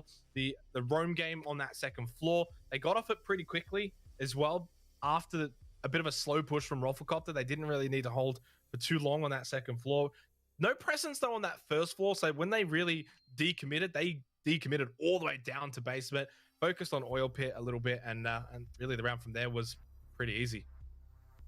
Yeah, and you always need to be mindful of a Mute or a Smoke playing inside of Moto with that shotgun SMG combo, but even more so when you're playing against the Chiefs. Fisho, on so many occasions, dating back many years, has made big plays from that position, so it's critical that Ruffle clear that out effectively, and I'm mindful of the swing mid-round, because obviously in that on that occasion they really weren't, and it slipped away. I believe in the end he got 3, maybe 4 picks, so really good work there from old mate Fish, who, I mean, talking about him for a little bit, has had a pretty good season, right? It's his first season, first stage on this lineup, of course, jumping across from the Sinister, Noble, ex-Melon Cat roster, and he's found himself in a really nice role, playing that smoke support, IGLing as well, and it seems to be working out for the Chiefs lineup. Success, of course, though, as a team for the Chiefs has been there all season, so it's easy to do well in a good team. I think that really just means that really all five have been firing on all cylinders as a collective unit, and that's really what has been the Chiefs' strength throughout the season as well. So, yeah, Fisher Guy's been a really good impact for them, but I think it's also, you look at guys like God Legion, and he's probably taken a new step this stage as well, and being someone that you can comfortably rely on to get those entry picks and to be the guy that can get a lot of frags as well for the team. Good start on Clubhouse. Haven't really seen enough, though, to obviously make a call one way or the other. We've only seen the one round, but obviously for the Chiefs, they do want to get off to a good start. You wouldn't want to try and wrestle back momentum from Rafflecopter, considering they, of course, just won the map on Villa. It would have been pretty detrimental had Rafflecopter came over to Clubhouse, win the opening 2-3 rounds. Have to imagine that would have been very difficult for the Chiefs. So good start for them, and it was a needed one. Yeah, I guess an expected one as well, considering they've got a pretty good defensive win rate here, and I think it's going to come down to whether or not the Chiefs can replicate their attacking form, which we've seen this season. So, of course, we'll need to wait at least 5 rounds before we see that, but it is a good start for the Chiefs, and the fact also that they were able to execute a pretty aggressive roam, time it really well in the rotation as well, is going to fulfill them with confidence. It is often easy to commit to a roam early into a match, stuff it up, and then you'll go into your shell for the rest of it, not wanting to reattempt something a bit more aggressive and instead erring on the side of caution. So that was awesome to see. As for Ruffle, though, they'll need to be mindful that Chiefs now in that mindset are probably going to continue that playstyle. We'll need to contest with that for the rest of the map. The other part of it as well was the opening pick, which went to Vast, which, it doesn't sound like much, but they did struggle over on Villa to capitalize and convert those opening kills into round wins at times, which really allowed, more than anything, Rafflecopter to actually have a look in on Villa and in the end capitalize themselves and win the map. So to get that opening round pick, to get that round win as well, overall, a really good performance from the Chiefs. Fisher Guy, as you mentioned before, having a big impact single-handedly there. What do we need to see from Ruffle moving forward? I think we might be seeing Cash CCTV, but just in general, do you need to see anything different from their attacks, or is one round not enough to really go off? I think Clubhouse in its current form, in the current meta, is a map where there's not really a whole lot of room for innovation, so I'm not expecting to see anything new here necessarily from Ruffle. It's about doing the fundamentals right and pulling off default executes with precision, getting the timing down pat, and ultimately winning your ones. Ruffle, they're capable of doing that. We've seen it throughout the season. The fact that they're this deep into the gauntlet suggests that they can do that. The Chiefs, though, often can be at just another level where it's really, really difficult to find mistakes and then punish them. And that's what Clubhouse really comes down to. If you're making mistakes, you need to make sure that you minimize the number that you're making. And when your opponent makes mistakes, you just have to capitalize upon them. Again, it plays out very similar round after round. Objectives play very, very similar these days. And it only comes down to a small misplay here or there that can dictate the course of an entire round. That can come down to maybe a player being a little bit too aggressive at the start, or a player failing to hit a trade mid-round. Whatever the case may be, one small mistake can be enough to really unhinge an entire round. And it's going to be up to Ruffle to bounce back from what was, a pretty disastrous first round and minimize their mistakes going forward. Last time we saw Chiefs on Clubhouse was actually the final playdate of the season against Wildcard, which was very convincing. 4 defensive rounds, 3 attacking rounds. It didn't really leave much there in ways for Wildcard. So you're kind of expecting for Chiefs to do well on the defense first up. A 4-2 half probably would be about right. That doesn't necessarily mean that it would be impossible for Rafflecopter themselves in their own defensive half to come back and send it to OT, for instance. But if Chiefs fail to get those 4 rounds on defense, it does leave the door ajar for Rafflecopter to maybe even win this one in regulation. So a good start for Chiefs. They get off the board. They deny 1 round at least already. But look to Rafflecopter to fight back early, just as they did on Villa.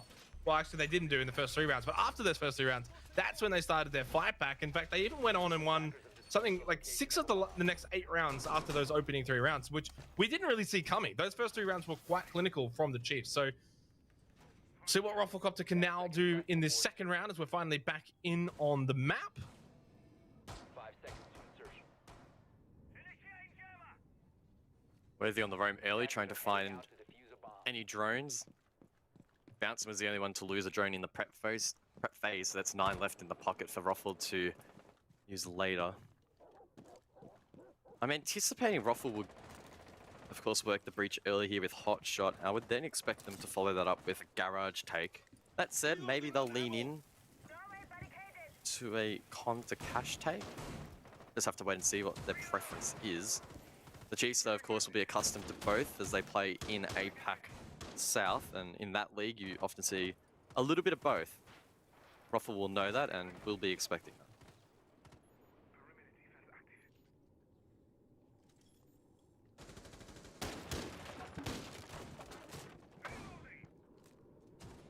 And I think the other thing as well here is just not overcommitting one way or the other. Yeah, you get the CC wall open up nice and early, which is a good sign. Worthy just being a little bit cheeky. God Legion catching Boydie. Is that over towards Jacuzzi wall? No. Actually, it was balcony, I think. I have no idea. I can't even see his body. Oh, no. Okay, over in logistics. OJ But this comp push tramples- is going to happen. Yeah, OJ trampling on that corpse, and Ruffle now taking control of Con. So this is the push they're going to dedicate towards. Electro Claw being used to fortify this wall. Hotshot will send a drone in to work out where that claw is positioned. Not quite sure if he spotted it out. If he did, expect a nade to get sent over shortly to try and get rid of that. Shots rain out. That's Fisher Guy taking some damage. Oh, they just missed the flash.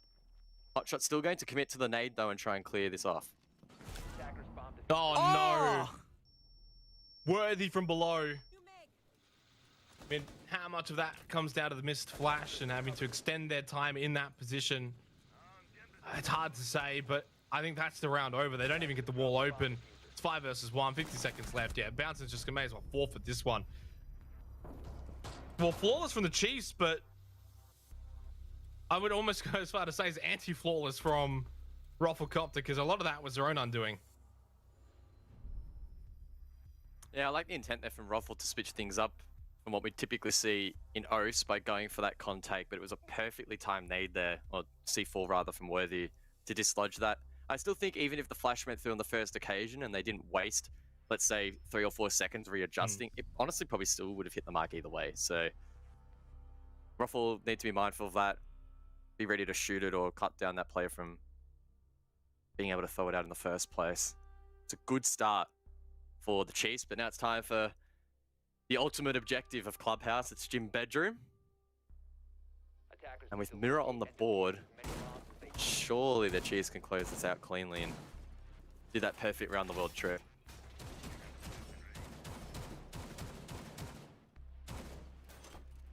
Which is exactly what they did over on Villa.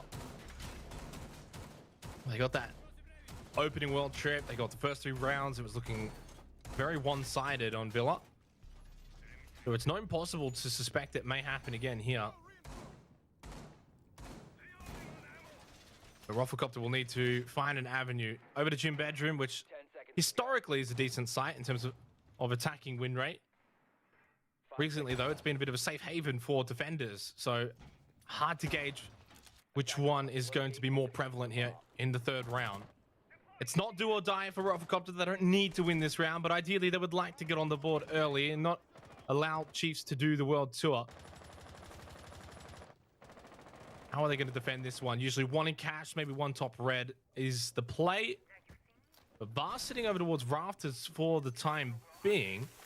And then even has Worthy below. That's a very early breach. And we'll take that top red position.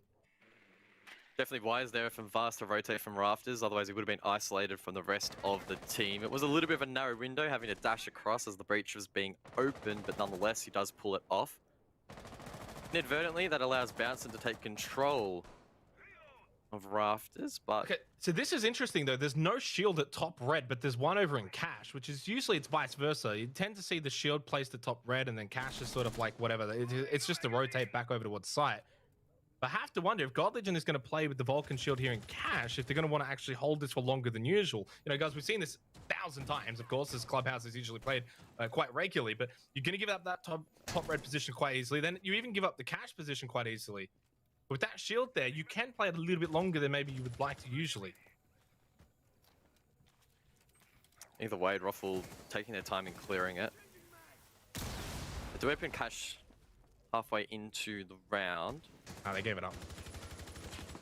Control has been given up, but the Chiefs will be able to default back in towards Logi.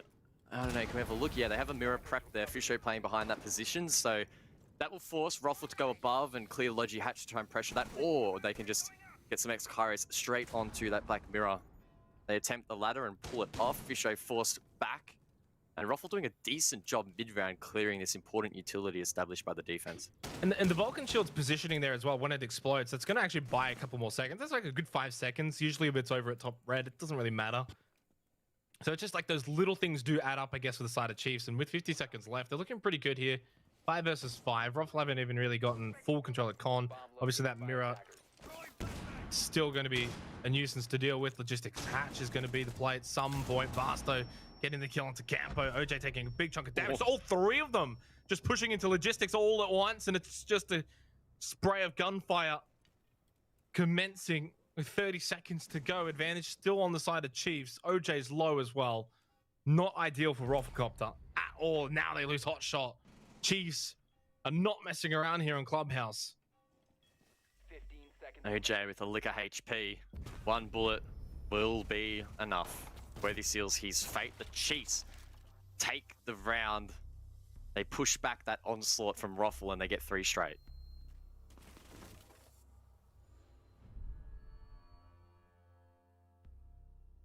And now the pressure's on Rufflecopter, because from here, you can't allow the 4-0. 4-0 is going to be very difficult to come back from. Yes, they may have a better time on their defense, but then that means, like, there's still going to be 2 freebie rounds there for the Chiefs. I mean, at minimum, Rufflecopter need 2 round wins, all right? I think we can fairly say that. The odds of them winning, even a 5-1 half to Chiefs, or God forbid, a 6-0 half. So it puts the pressure on the Rufflecopter. Even goes far to say, if they lose this round, you're going to have to take a tack time out early just to shuffle things around, shuffle the deck chairs, see if you can win the next 2 rounds going into the half. Otherwise, it may just get away from them, get out of hand. We head down to Church Arsenal. Chiefs looking in command, but as they were on Villa at 3-0, they were looking in command then, and then, as we know, it collapsed pretty quickly. And the more concerning sign, I think, like, for Ruffle here is that, like I briefly mentioned during the rehost, we're not going to see a lot of innovation here, and if we do, it's unlikely it will be in this match in particular. The Chiefs, in the first 3 rounds of their defense, played default strats. For the most part, everything was very, very similar to what Ruffle would expect, but they still struggled to clear that utility, and the Chiefs really balancing map control and time management really, really well on that defense, and making Ruffle feel incredibly uncomfortable. Again, we're seeing a switch up here. Well, we are seeing a switch up for the first time, really, right? We're not seeing the roam being employed here from the Chiefs, at least not with the castle. Worthy is inside of cash and has established mute jammers, but I assume this would be a little bit more of a soft roam, or potentially even just a straight up bait. Well, it might just be the way they played it last time, right? But the difference is they're going to have better operators actually for Church Arsenal. As you said, sort of the soft roam, because that's really what they did last time. I mean, like, yeah, they had players everywhere, but they didn't really commit to any engagements. They didn't look to find any picks. It was very much just establish that presence in that second floor. And then around that 145 mark, they got off it pretty quickly. Bouncing going to go down to Godledge. And then that was actually going to be my next point, was that we haven't seen Rufflecopter finding any picks so far. And again, that continues into this 4th round. Chiefs with all 4 opening frags to start off Clubhouse. It's not ideal for Rufflecopter, especially attacking Church Arsenal. I mean, if there's any Chiefs still roaming around, it's now actually time to just get back to side. Don't give them a look in. Don't give them any chance of getting this tied back up 4-4. Boydia getting inside of logistics, establishing nice angles down and in towards the site through the kitchen floor. Hatch is being worked here as well by Hotshot, so that's an additional avenue in towards the site.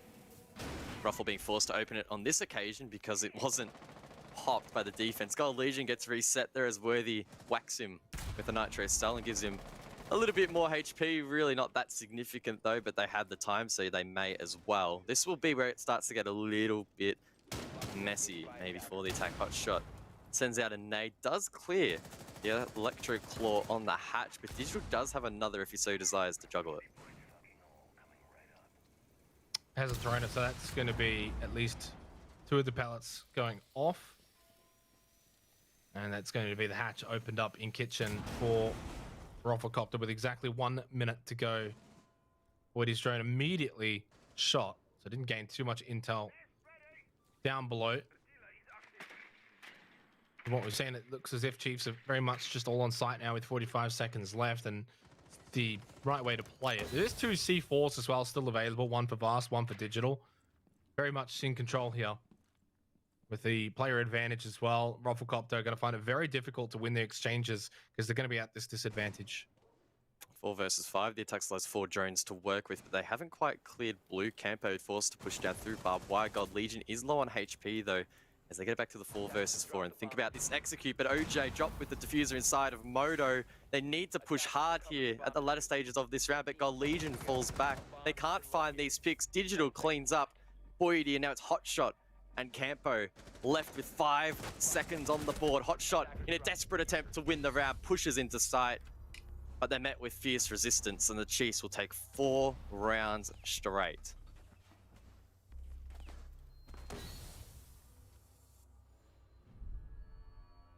And it's the first time in this entire best of 3 series that Chiefs have won 4 rounds in a row. Dire times for Roflcopter. Not electing to use their tactical timeout just yet. I would have thought that losing 4 in a row would trigger that. I guess not to be. To have to back themselves in and hope that they can at least get the next 2 rounds, send it to half time, have a breather, save that tack timeout, maybe for the latter stages if they can get back into this match. But if they can't get back into the match, then there's going to be no time elsewhere to actually use it.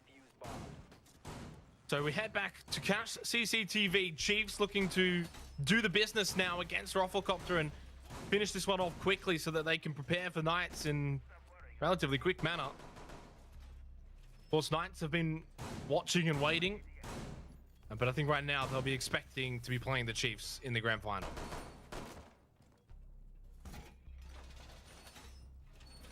Hotshot watches as the wall gets minced up there by the Chiefs, making his job a little bit more challenging in this round. That said, Ruffle committing again to the triple hard breach.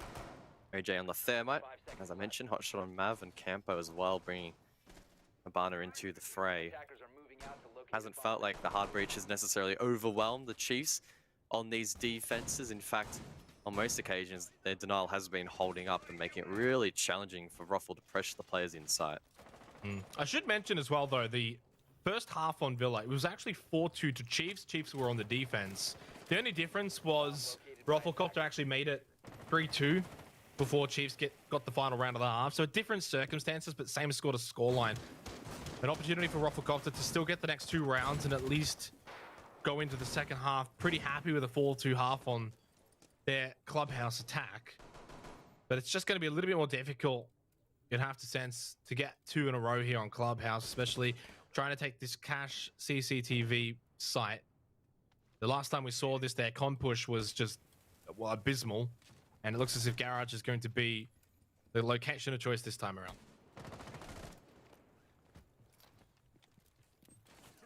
Hotshot mavericking the bottom of the walls in order to try and clear Mute Jammer's place there. Proves to be effective, and both Habana and Thermite get to work opening angles. That puts a little bit of pressure on Worthy, who might be able to counter-aggress here. Takes down a drone, and that could be his signal to fall back. Meanwhile, main breach still being worked on here by Hotshot. Eventually, it can be popped, and that's most of the hard breach finalized by Ruffle, unless they decide to go con, but I would expect them to go for a garage take on this occasion. Yeah. I mean, you could go for a last-second switch over to con. Doesn't usually work out that well, though, for the attacking team. You tend to find that the con pushes need to be well-established prior if they are going to work out. Clearing Vast is going to be their primary concern. Oh! What a swing from Worthy, though, into Garage from Lounge. That could be the round just from that one single-handedly. Does get shut down. Boydie with 2 very pivotal kills, and they get actually control of Rafters. Still have the diffuser. Not so bad in the end for Roflcopter. Guys, it was looking worse than this. I think they're in a good position here, right? They can think about the default plant. They have the main breach cross covered, and the Chiefs only have 1 C4 in the pocket. So Digital will need to hit something big here to give his team the chance. Ruffle should be able to bait that out. And once they do, it's going to be a tough retake for the defense. And they'll have that play repelling as well. On Kennel's wall, 30 seconds remaining in the round. Boydie has opened things right up for Rufflecopter and their chances of at least getting a round on the board. OJ now is in, and we'll stick that diffuser. Oh, Fisher below. Digital throws out a C4, doesn't connect. As you said, Fisher Guy was from below, but Bouncin was there as well and catches them both. And Digital, how many times has he found himself in this exact position? 10 seconds left. All he has to do is deny the plant. Boydie goes for it, but he knows he's going to get the player at the cross. It's Bouncin who does not allow Digital to cross. Rufflecopter will break the duck. They're on the board. Good, clean recovery there from Ruffle. A valiant effort from Worthy at bot garage. Hit the flank and almost aided the Chiefs in gaining a 5-0 lead in this map, but it wasn't quite enough. The trades were effective as Worthy probably gets a little bit overzealous there, and a good plant and post-plant positions there from the Rufflecopter team will help them in maintaining that round. And honestly, if they bring this back to a 2-4 half, right, it resets the conversation entirely. 2-4 attacks on Clubhouse, more than good enough, especially considering the defensive win rate for the Chiefs. I guess the only warning sign really would be that the Chiefs are incredible on their attacks. At least they have been so far in OCN. So that buffer might not be enough even if Ruffle do get this round. I don't have the statistics of the Cafe game, and I don't know if it will help Worthy or not, but combining his current Clubhouse performance with his sensational performance on Villa, he's 29 and 10 in the last 2 maps so far. He's almost on a +3 KDR, guys.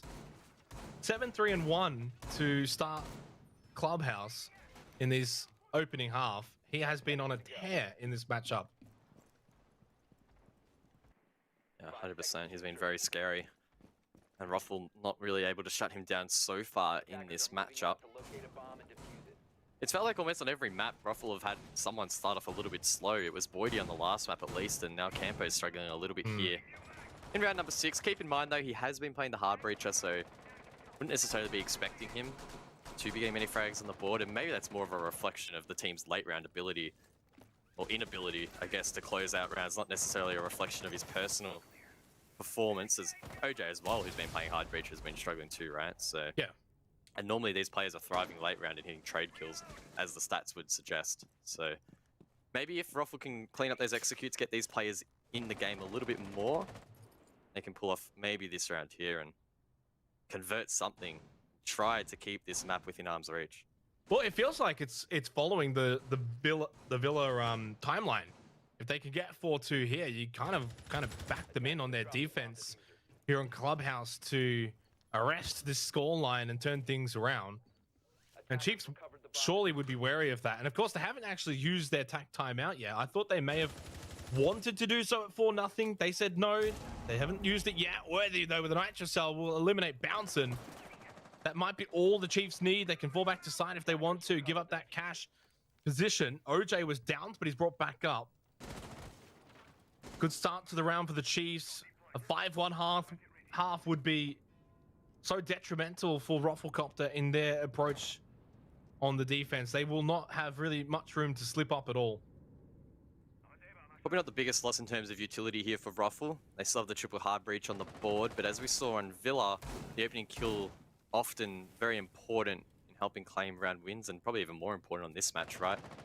First 5 rounds, 4 of those were obtained by the team that got the opener, suggesting that the Chiefs are holding on late round and winning out these trade encounters.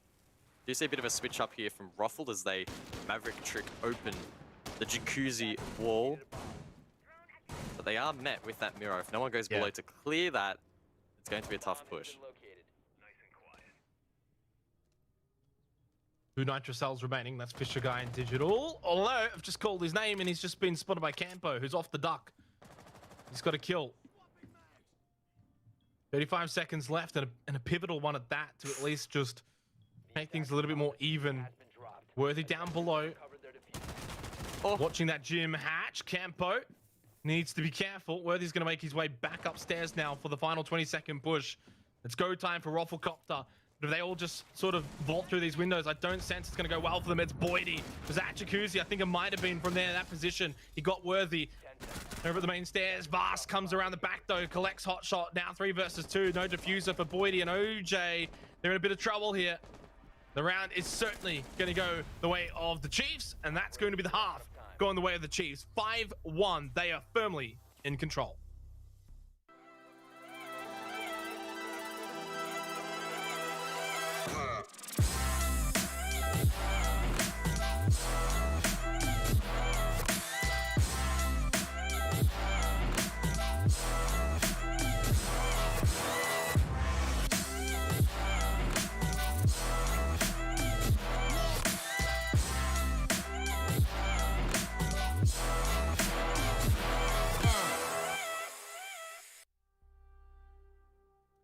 Well, it's a great start for the Chiefs. 5-1 the lead, and they're now, funnily enough, on their favored side, a 78% win rate. That's what Roffle is staring at here. That's the Chiefs' win rate on Clubhouse attacks. That's scary. Roffle are going to have to pull off something very, very special here to bring this back. It would have to be historical, especially for OCN. It would probably be one of the best comebacks that we've seen in the regional competition. Be down 5-1 in this third map with the grand final spot on the line.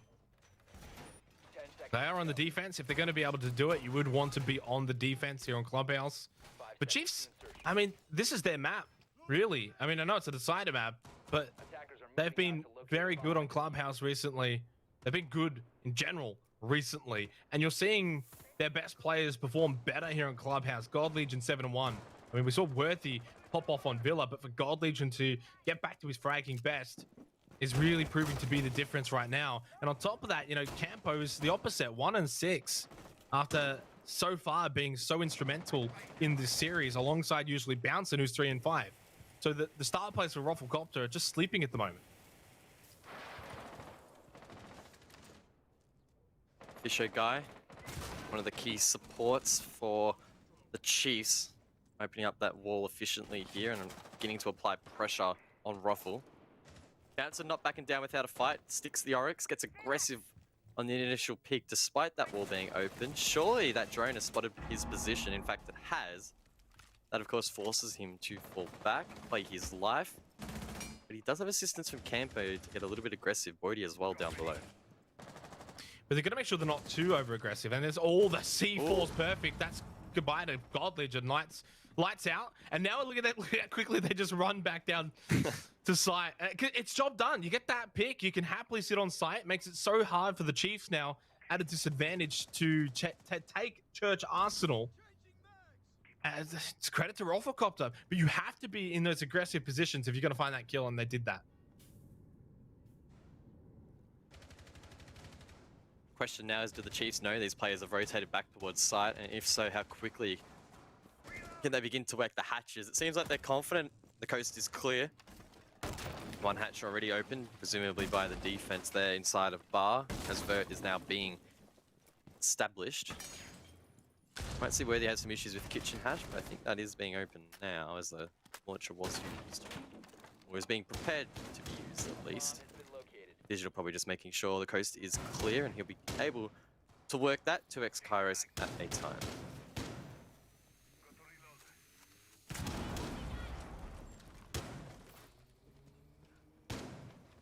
It's a must-win round for Rafflecopter.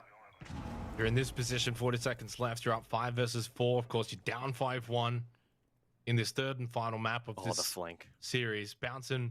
See, now, is this necessary? Maybe, maybe not, but I kind of like it. Something a little different, and it should catch the Chiefs unaware. Now, it's definitely going to catch them unaware. Although he's not going to find anything initially. Oh, never mind. I'll take that one back. He just spots one at the bottom of Central Stairs. Then another one in Kitchen. And that's just enough to throw off this attack completely. I mean, Bouncing goes upstairs. He's not going to be a factor in this push as Chiefs now drop down the hatch, push through dirt for Vasp. And they are losing these exchanges as well. Yeah, and there's nothing they can do. As soon as the Oryx starts flanking them, their push is dead in the water. Rafflecopter get their second round here on Clubhouse.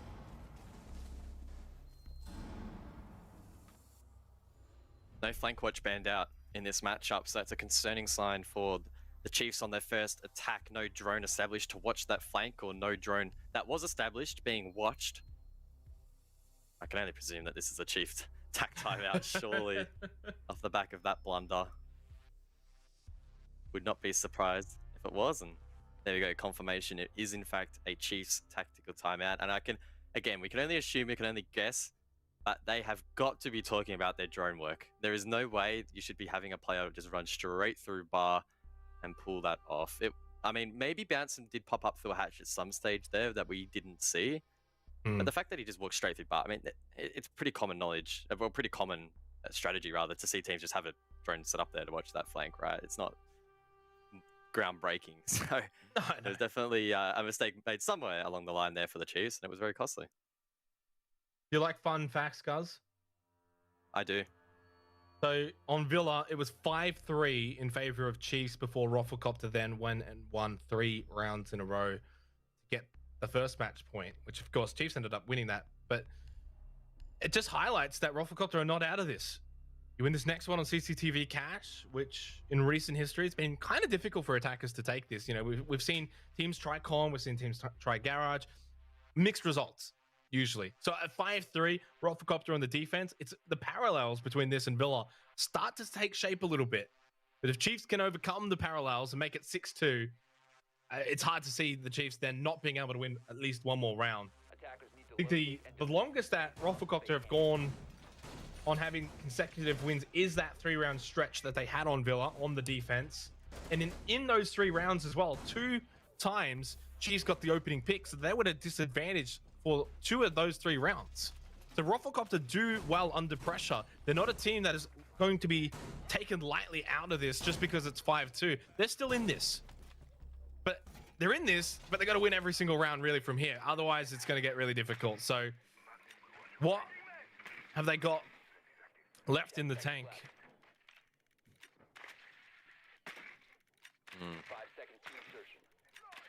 Again, heading into this, Ruffle really don't have much to lose. They're the highest ranked of the teams that aren't already in APAC South, which is a really nice boost for them in the point standings when it comes to promo relegations later in the year, depending on how all that plays out. Still a long way to go in that context, but solid start for them nonetheless. And you don't have much to lose. Often teams play solid siege, and there's no reason why Ruffle won't back out, or back down without a fight. We did see actually there a glimpse of Fisher getting a sneaky drone in towards site.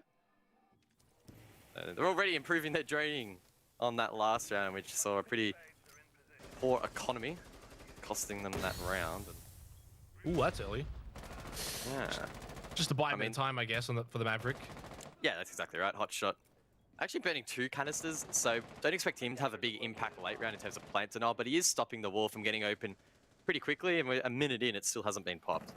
But how much emphasis, you know, a lot of the times you see this CC wall get opened up, sometimes around the 2-minute mark, sometimes 1:45 mark, it's going to get open. So unless you're going to be able to stop it entirely, or they've got some sort of plan. Now, Boydie, that's ambitious. A little bit. Was shot down in the end. Bouncing to reclaim the rafters position, though. It's going to be a key one at that. Tampa is aiding, though. Echo on the board. Yokai drones, of course, can be utilized to assist these players in and around site. Interesting pathing here from Digital, actually, over towards Kitchen Hallway. Maybe looking to pressure from below.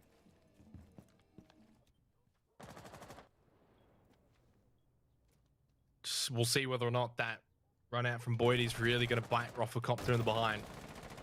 But as I mentioned before, over on Villa, at times they were at this disadvantage, this very same 5 versus 4 scenario, and they overcame it quite a few times.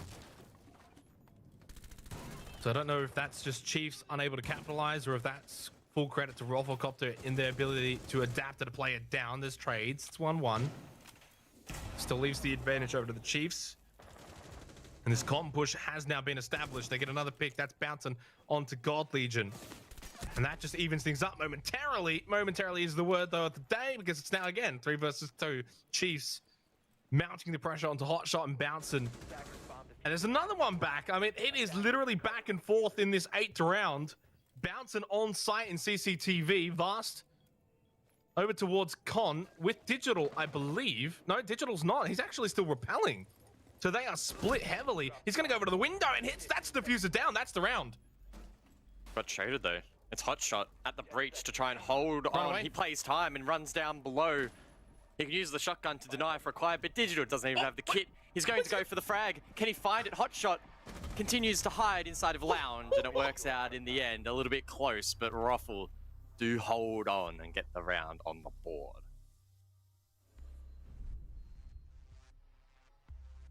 What if he had time to get the diffuser, guys?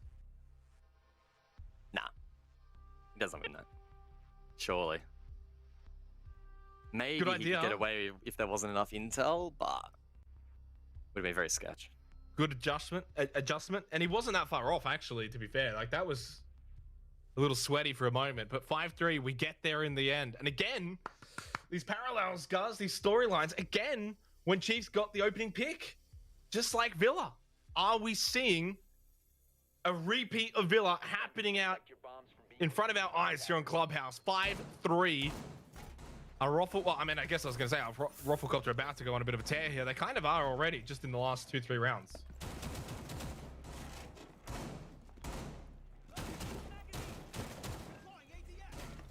Ruffle, of course, going to the tertiary objective of Gym Bedroom. And in fact, we're going to see a very similar lineup to what Chiefs are bringing to the board on this objective. Main difference being Kaid in the hands of Ruffle. Chiefs traded that out for a mute. So I guess it's one hard breach denial for another.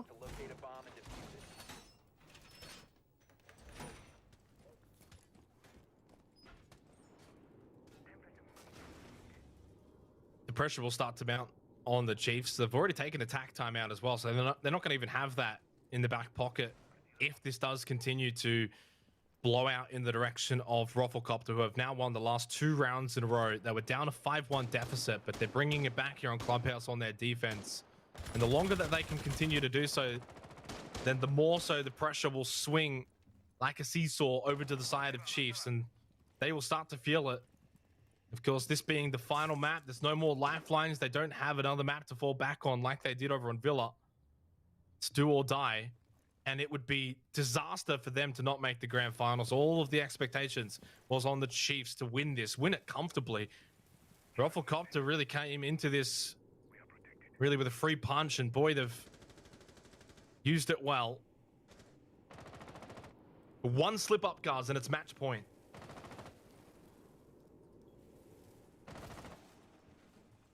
Campo down below. You could play this position. A C4 up above as the attackers look to push logistics, but it's not really the focus of the Chiefs at the moment. Instead, very much focused on Jacuzzi side. Could be where they mount their attack.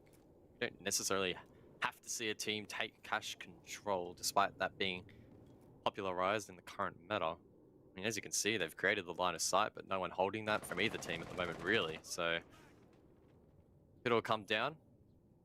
It is Jacuzzi side. Critically for the defense, right? A lot of planted on 3 C4s, but it's now 2. Fast to shut down Campo inside toilets. Losing in the 5v4. Bouncing.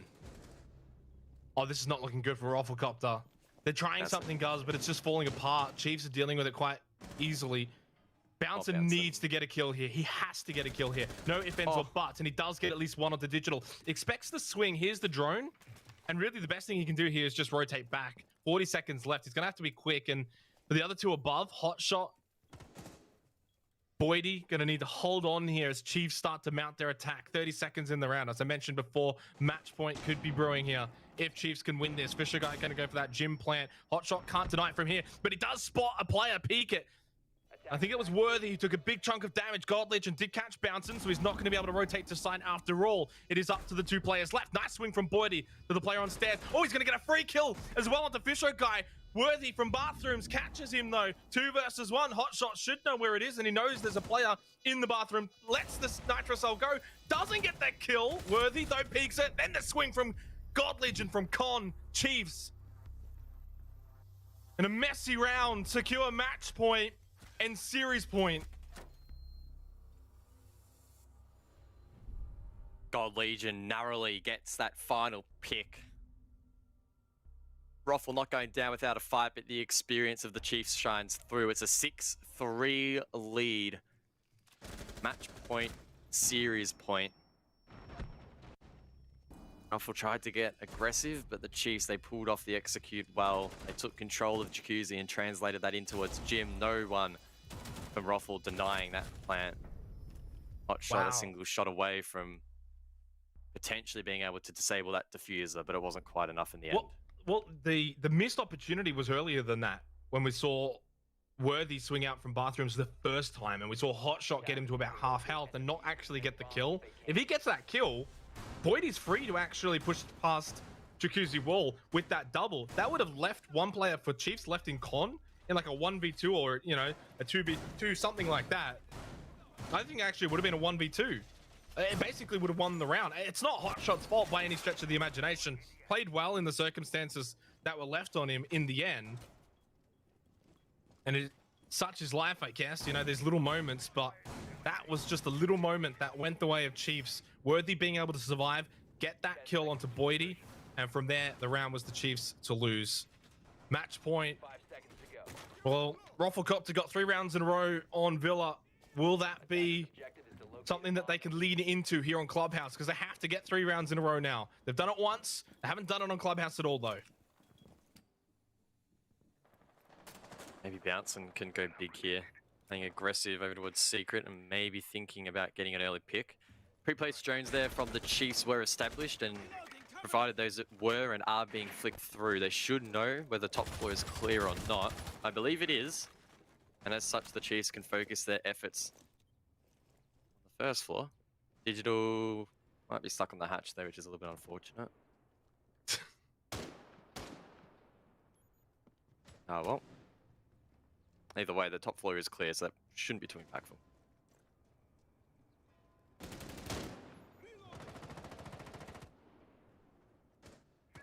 Well, it's all on Rafflecopter to make something happen, though. But I think one of the downfalls for Rafflecopter has been their desire to make something happen, and at times maybe too aggressive. You know, we saw the Boydie run out from Garage in the other round earlier on, and we've seen Rafflecopter at times just giving away these opening picks maybe a little too easily, which is allowing Chiefs to just have the advantages in these rounds too long at a time. Shot back onto Digital, punishing him for opening up those sight lines just outside kitchen. Minute and a half. Not too bad for the Chiefs right now. They'll get to work on getting this kitchen hatch open. OJ's Electro Claw is on the hatch, and as such, Fisher Guy will need to try and grenade that and clear it.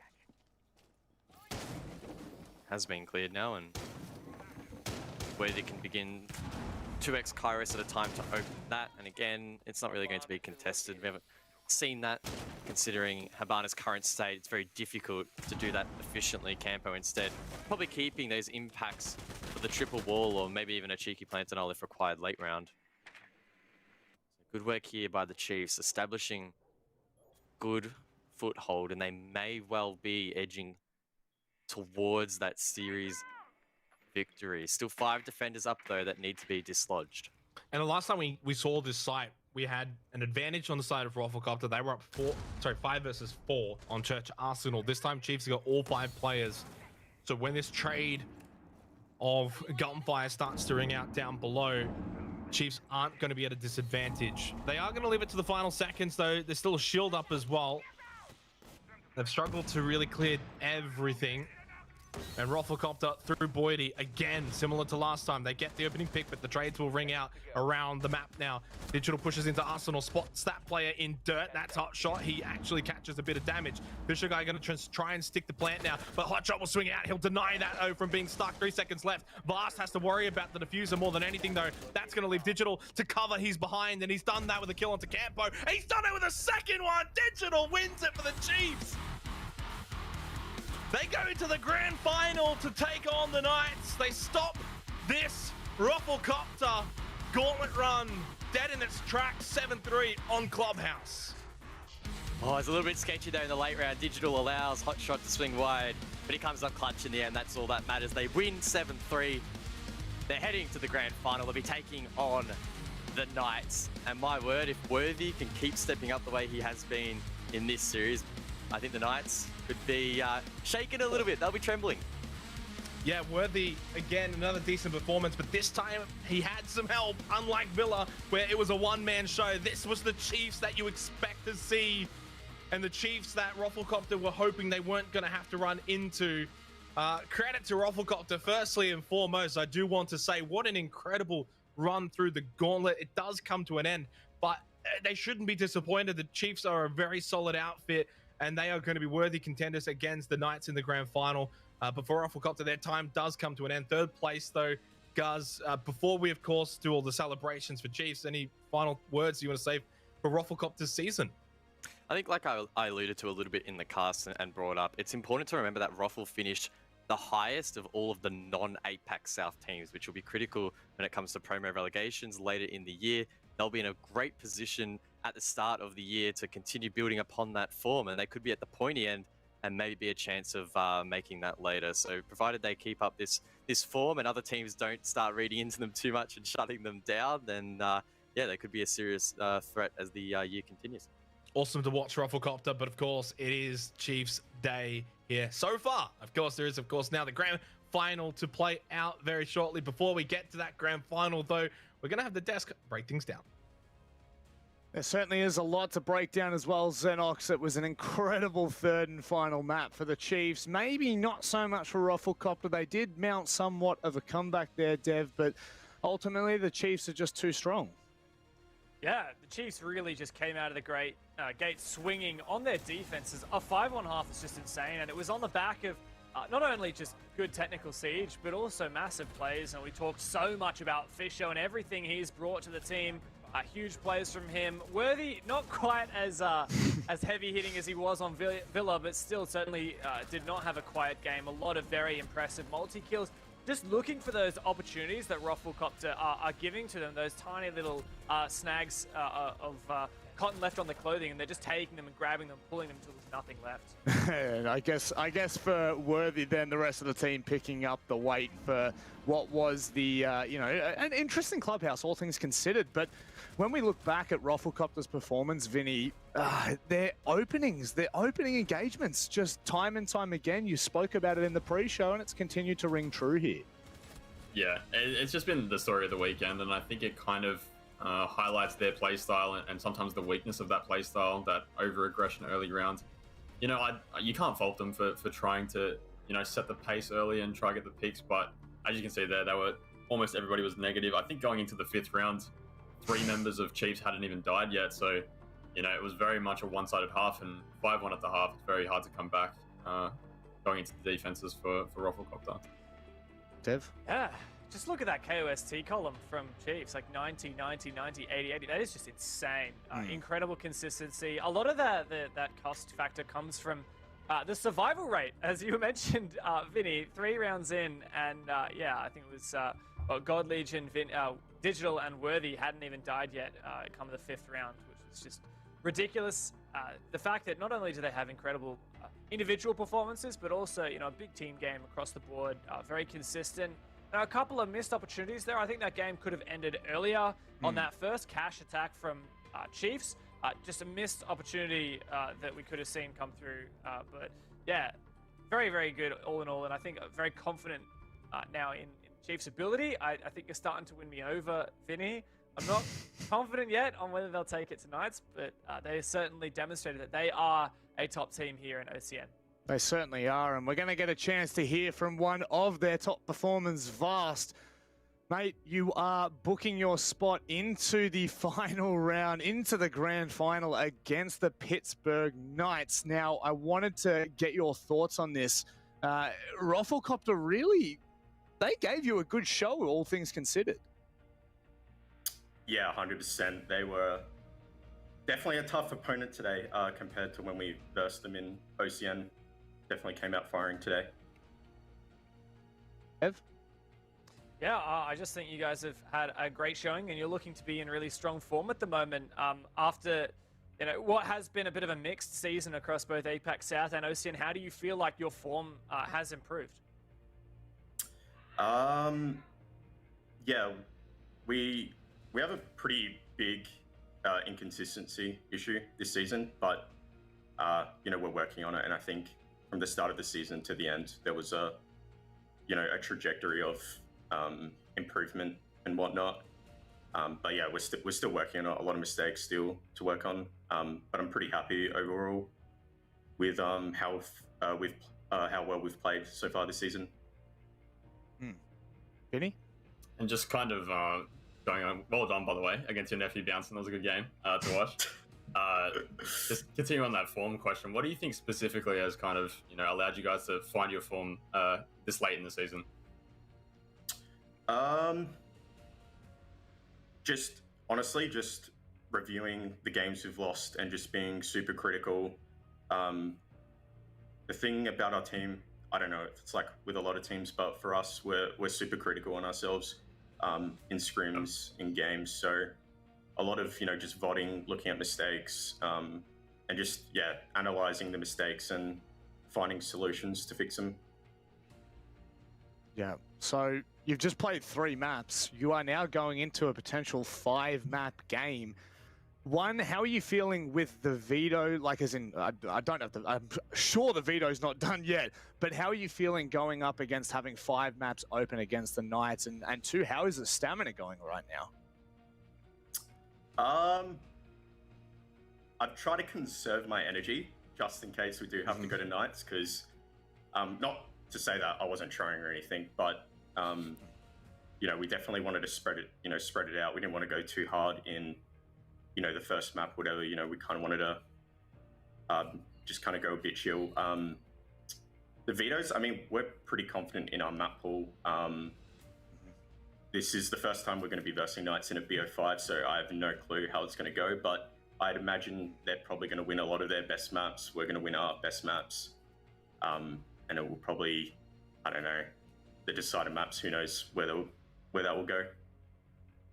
I pray to God we see a 5-map banger Vast. But anyway, mate, we will leave you to your own devices. Please go and rest, because we're going to see you very shortly. Good luck. I do not wish for a 5-mapper, Rob. I wish for a 3-mapper, but you do, mate. 5-mapper, 3-mapper, it doesn't make a difference. We have a lot of Siege still to come, Dev. We certainly do. And yeah, just Fast even mentioning the fact that they've never played the Knights in a BO5 before. It's a very exciting prospect. In fact, I think they've barely played in BO3s before, because you think about like last playoffs, of course, Chiefs were eliminated by LFO. And I think this also marks, on that note, quite a significant occasion in the Chiefs' career. As we've said, they've always been on the outside looking in. A year ago, they came 2nd place in the Pro League 2 Fnatic. But because the Pro League Finals was cancelled, they didn't get to go to LAN. Absolutely gut-wrenching for that team. And then for the entire rest of the year, 6 Masters and OCN, they fell short at the bit and were eliminated early. Ended up 5th place in playoffs last time around. Here they are, top 2, and honestly in form to potentially take the grand final. This is a one-of-a-kind opportunity for the Chiefs, one they've never seen before. Vinny, just final thoughts before we close up the semi-final and then head to the grand final. Just want to say a big shout out to Rufflecopter. I think they should be nothing but proud of the way they've performed this weekend. They had a few issues, and compared to the rest of the teams, they're very inexperienced. And we've kind of been pushing that David versus Goliath story, and I think they've done the absolute best they can, and I think they should be nothing short of proud. No, against all odds, they made it through to round 2. Unfortunately, they don't get to see Knights in the final, but it is, of course, Chiefs that will be meeting them toe-to-toe. We're going to go to a bit of a break. On the other side, it'll be Dev and I joining the Peanut Gallery and Xenox and Guz to run you through all the action. We'll see you in just a minute. Contributions towards teams can whoa, sometimes not be attributed to numbers, OJ. And he should get it down before Campo makes it over, surely. Campo hasn't got a lot of health either. Booster guy just has to stand up, hit a shot, and he does do just that for the Chiefs.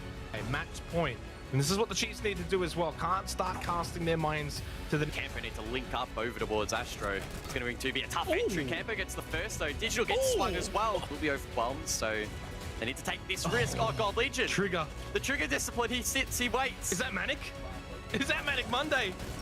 Oh, he just butts him in the face. I think one player around that closet area at the moment, if that. No one else was really close by there. There was that one player there. He's gone now. Boydie getting impatient. Oh, the Campo on the Yana. Might just be the one to lead the entry. Bast couldn't hit the initial shot. God Legion's watching and waiting, and he does get bounced. And hot shot goes down as well to Bast. Diffuser down. Chiefs win the round. Clutch from God Legion and Bast. Hotshot's still going to commit to the nade, though, and try and clear this off. Oh, no. Hotshot should know where it is, and he knows there's a player in the bathroom. Lets the Nitrocell go. Doesn't get that kill. Worthy, though, peeks it. Then the swing from God Legion from Con. Fisher guy going to try and stick the plant now, but Hotshot will swing out. He'll deny that, though, from being stuck. 3 seconds left. Blast has to worry about the diffuser more than anything, though. That's going to leave Digital to cover his behind, and he's done that with a kill onto Campo. He's done it with a second one. Digital wins.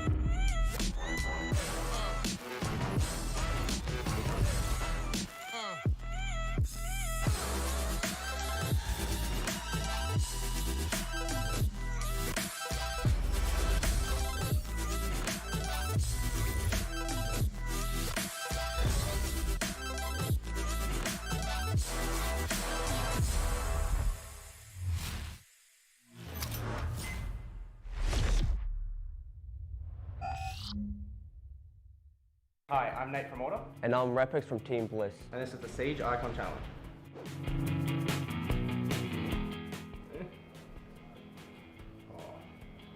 Alright. You're in trouble, Repex. Oh, come on, man. You're in big, big trouble here. Better be some good drawing. 3, 2, Yeah. 1. Oh, come on, Echo. That's easy. That's so Wait, is that easy. is that the icon though? Yeah. Is that it? Oh, that's his drawing, but yeah, no. Yeah, I swear his icon was. Okay, go. That's good then. Da. That's easy, no, see? That's a good drawing. Oh, bro, what is that? What? Oh, dude, I don't know the icon on this one. 2, 1, go.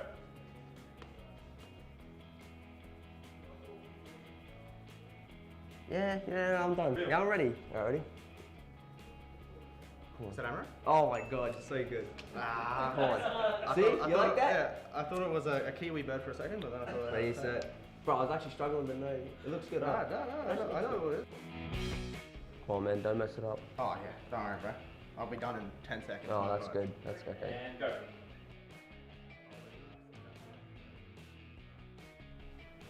Oh man, come on. Yeah, I've scuffed this massively. Oh, Vigil! Oh, come on. What's that? A knock. No. Come on. Okay, I do apologize. It's not a lion. That's Ella. That is not good. What is that? No, okay. Bro, it looks like Vigil. Yeah, see, look, it's oh, close come enough. on. What is that? What do you mean? So the What is eyes, that? it's just the other way around, and the face is the other way around, but it's still there. Oh, come on, what? This is easy. If you don't get this, Okay, well, that's what I said last week. no, seriously. If you don't get this, there's a problem. Yeah. Alrighty? You're gonna get this. It's easy. Come on, dude. Come on. Come on. What? Come on. Just focus hard. Just look at it. Cab. No. Bro, you said this was easy. I'm seeing a scarecrow. Look at it. Look what's inside. What do X's mean? Mute. Mute, man. His eyes are Xing. That looks like meat. If you gave me that, I would have said meat. 100%. Yeah, well, I gave you mine. I would have said Ella. It looks like Mitchell. How did we get? 4. We got 4, yeah. That's right. Mental health and suicide are always important topics. It's something that we've never learned about throughout our lives. It's something that we've thrown under the rug, and this has only added to the stigma. To truly erase the stigma attached to both mental health and suicide, we need to be talking about mental health, we need to be talking about suicide. Through education will come understanding. With understanding comes acceptance, and with acceptance comes hope. The statistics surrounding both mental health and suicide are really quite scary. 1 in 2 people will experience some form of mental illness in their lifetime, and less than 50% of people will access support. Living started in 2013 after we lost my best mate, Dwayne Lally.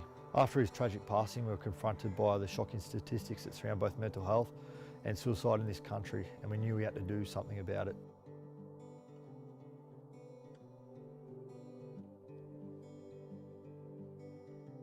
Name's Dan Binskin. I'm associated with Livin. I've been raising money through the Eager Beaver Surf Contest for the last 7 years.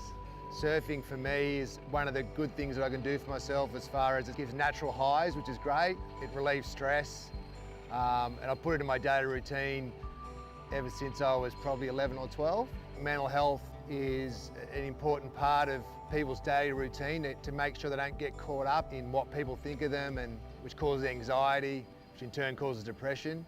Livin's the one that resonated with me because it's local, and the 2 guys that founded it had a similar experience. Like, they lost Dwayne, and they felt the same way as me, and I've been in fashion marketing my whole life, so I kind of thought that the apparel side of things, wearing something on a shirt, is a really good way of letting people know you care, but you're not preaching, it's just there. Livin consists of 3 main pillars to break down the stigma of mental health. They are merchandise, where people are walking, talking billboards, starting those conversations in a very easy manner. Our education, which is probably our most important arm. We go around the country into schools, businesses, sporting clubs, pretty much anywhere, delivering our Livin Well education program. And then we have our events and fundraising arm, which takes us far and wide, right around the country, meeting many wonderful people. And our events could look like a bake sale to a 24-hour event we're running up and down hills in Townsville. All money raised for the charity goes into the delivery of our Livin Well mental health education and stigma reduction program into schools free of charge. So my name is Jake Malby. I am associated with Livin after doing a charity fundraiser for them and running 31 marathons in 31 days in August last year. To me, running marathons is an avenue that I use to escape, quiet down the mind. And I mean, everyone sort of knows the positive effects with mental health and physical exercise, so that's just one of the methods I use personally for my mental health. As I said earlier, we've been involved in events from your local bake stall at your school through to your 24-hour events in Castle Hill. The greatest part of my job is getting to meet all the people that we get to interact with through the events and the fundraisers, and also the Livin Well education program. Livin is spreading a good word, and I know it's saved a few of my friends who've been suffering from depression and anxiety, and they've talked it through and realised they're not alone. So this is why it is important that we talk about mental health and educate people on where to go for help, how to help themselves, and how to look after themselves.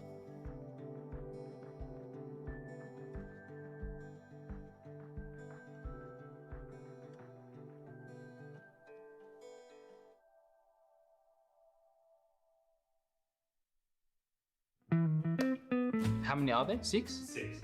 I think I should ace this. I should, yeah. 5's reasonable, I think. I think I'll do okay. I'd be happy with getting at least half. 2. My name is Digital. Hello, my name's Dino. I am Vincia. And this is the 6 Sounds Audio Challenge.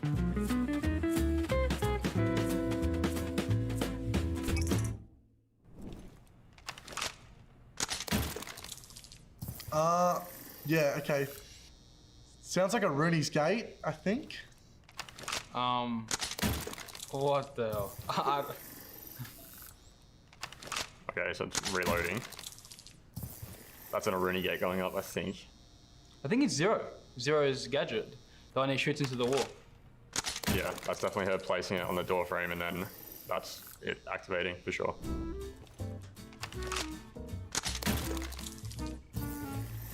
Yes, get in. Get in. I was rightfully confident. That has a sound? I wasn't gonna get that.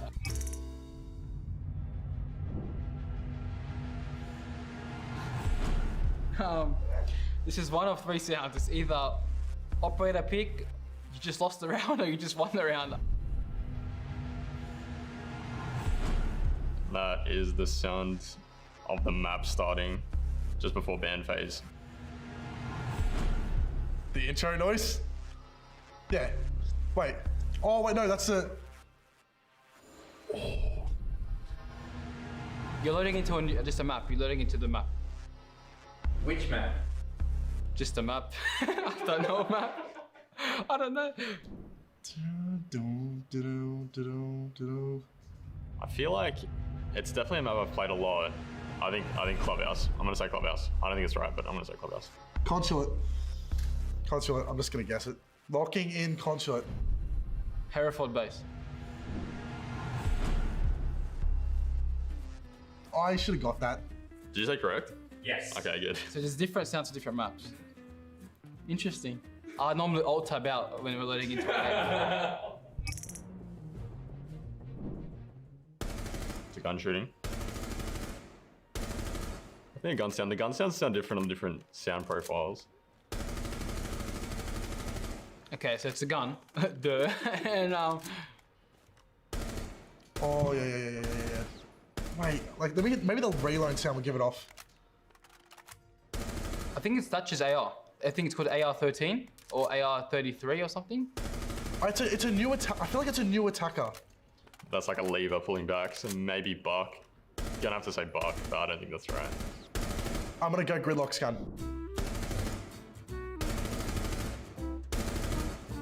AR-33, play that again. No, you have done some editing to that. Did someone get that right? It was Ditch, wasn't it? When sounds actually mean something to me, like when it's actually useful, then yeah, I know what it is. Loading into a map, that's not gonna help me in comp. I'm not gonna remember that.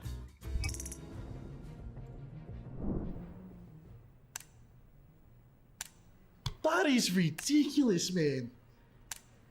That's just changing the gun firing mode. Wait. One. That's easy.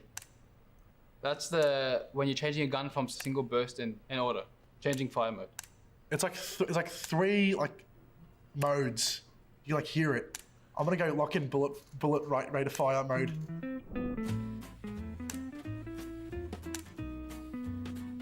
Oh, I reckon 4 from 6 here is credible. 2 out of 6.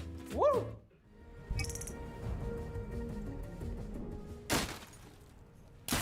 You're punching something. Oh, you're punching Castle's barricade.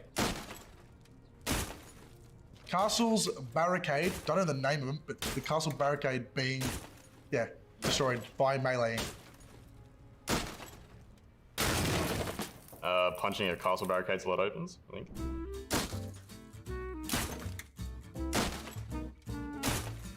So it starts off hard and it's going easier, I think. Alright. Alright, last one, come on.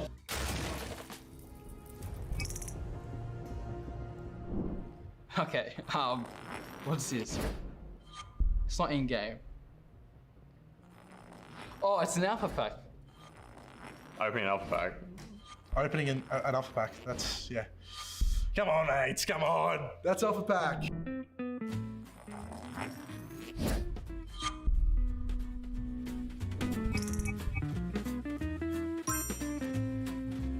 Did I beat digital?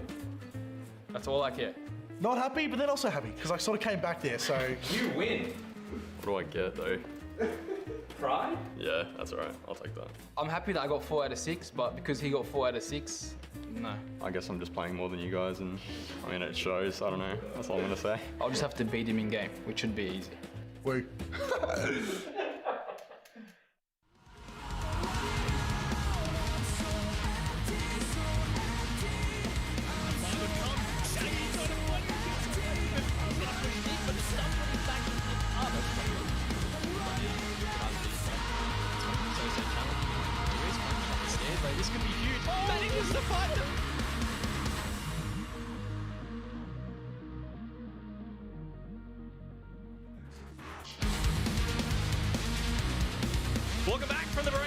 and gentlemen, here with the OCN Playoff Gauntlet, of course, the grand final awaits. But before the grand final, we thought we would have a little bit of fun here on our virtual panel desk. Get all of us hooligans on your screens at once. And when I say hooligans, I mean everyone except for Vinny, who is, of course, very professional.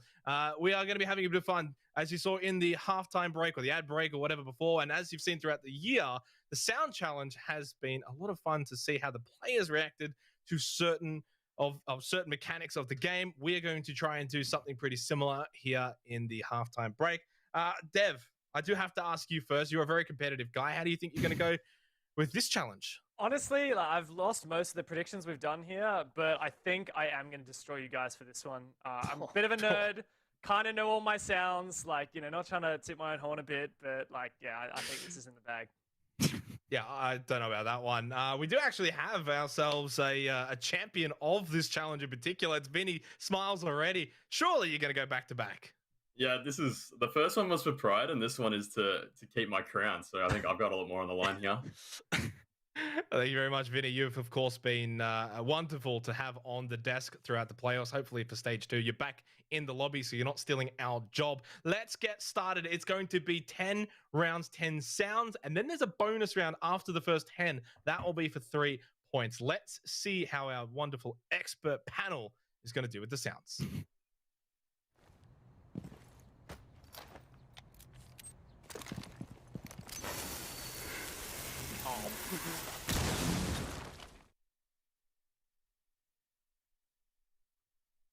You guys can talk, by the way. That one was easy. I mean, yeah. Xenox probably won't get it, but I don't know how to spell it, so I'm just gonna say.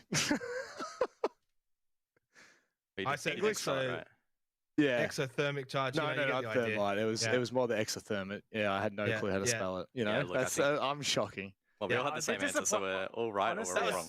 If anyone got that wrong, you probably aren't qualified to be casting this league. Oh, let's look at the video and see. Yes, it is in fact the exothermic charge. Did anyone write breach charge? Surely not, right? No, come on, man. Do you think this is amateur hour? Yes, it is. In fact, amateur hour. Yes, you're here. Oh, live scoring. This is just going to drive my competitive spirit even more. Dev does not like to lose, ladies and gentlemen, so he's going to be keeping a keen eye on that tracker. Let's get to sound number 2.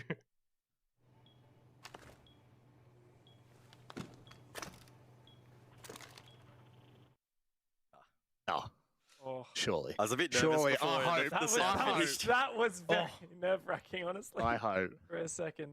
I might get this one wrong. I think I might need can we get a replay production? Surely. Just a replay. Listen to him. I'm told they get harder and harder, and already he needs a replay. Oh, yeah. Okay, yeah. Honestly, if it wasn't for the static at the end, I would have been a little bit scared. I'm not going to lie. Yeah. Oh, no. Oh, Vinny, no way. No. I don't know if Mike can be seen or not. How's it going? How's it going retaining that throne? I'm the Jaeger player, man. Oh my god. Oh, Vinny! It's pretty quiet until the very end, obviously, and then it becomes pretty obvious. Look, you had 2 goes at it as well, Vinny, right? I got the replay in from the I'll take production. I'll take it. Well, not off to the best start there for our reigning champion, of course, from the players' sounds. He's not doing so well when it comes to proper competition. Let's get to our 3rd sound.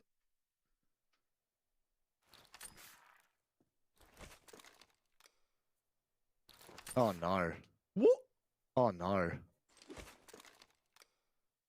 That's easy. Come on, guys. That's easy. Of course, it's the 2 play-by-plays that have no idea. Oh. Nah, of course. Me and Manny could just... I have no idea. Can we get that one more time? I really hope I got it right after saying that. Manny's called for it one more time. Let's get another listen.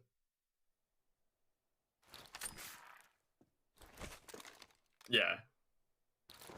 Come on, guys. It's got to be. Oh, God. Is it?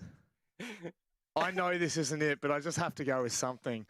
Who's showing? Xenox. Wait for Xenox so he'll cheat. Wait. Oh, this is going to be shocking. I know how far off I am now. I really hope I'm right, because my instinct told me straight away what it was. But I have a feeling my instinct is off. I think I'm wrong here. I think I'm wrong. All right, everyone? Are we ready? Go. Let's go. Yes. Yeah. Oh! You lost it, Rob. You lost it, Manic. Hang on. No, we don't know for a fact. Hang yet. on a Thank you second. very much. Let's look at the video just to Show us. confirm. Otherwise, we'll all look a bit silly here. Eggs on our faces. Waiting. Yes. Oh, God damn it. I do like a bit of Allah, so that was what I was going for. Welcome, Manic. Jesus. I like Let's see the ice cream the cone tally does. update. I think Dev's on 3, Guts is on 3, myself on 3. Vinny, did you get that one right? You did? I would have been really disappointed had you got that one wrong. Manic, we'll let that one slide. That was a bit of a difficult one. Oh, Only the best were going to get that. Let's move on to our 4th challenge.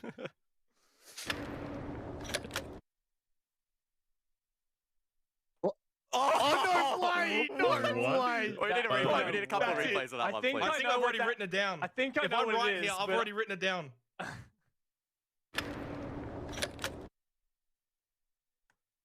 But I could be wrong as well. It's but I've 1 already of written it 2 for down. I'm me. ready to go. Oh I'm my committing God, to that this is one. Hard. I have an idea of what it could be, but I don't think I'm right. Yeah, I think we're going to have to leave the limit at 2 plays of the sound, by the way. So you guys have heard it twice. We're going to have to get chances in. I think. I'm definitely torn wrong. between 2 things. Okay, that's cool. Do you want to write one of them down? I have. I think it's the other one. Has everyone written it down? Yeah, same, Dev. Yeah. I think we've got the same Vinny, one. you still writing? Yeah, I got it. All right, let's reveal 3, 2, 1. Oh. I think We it's got- Carly. I think it's Carly. Oh my God, I think Vinny's you might right. have it, Vinny. Yeah, I'm pretty sure Vinny's right. Yeah, it might be the Carly. Let's go and look at the video. I think I'm wrong It's not here. Ash. It can't Come on, be. Ash. Come on, Ash. Yeah, Oh, you're right. I knew it. Far out. Yeah, I'm back, guys. I'm back. Surely you're I going to heard shoot the that into reload a sound and wall. I got a little. I thought, Surely. yeah, okay, yep. I thought it might be the Boss G as well. That was the other Well, one. we have all of the best looking guys at 3, and then there's Manic at 2. Let's move on, shall we, to our 5th sound. Bro.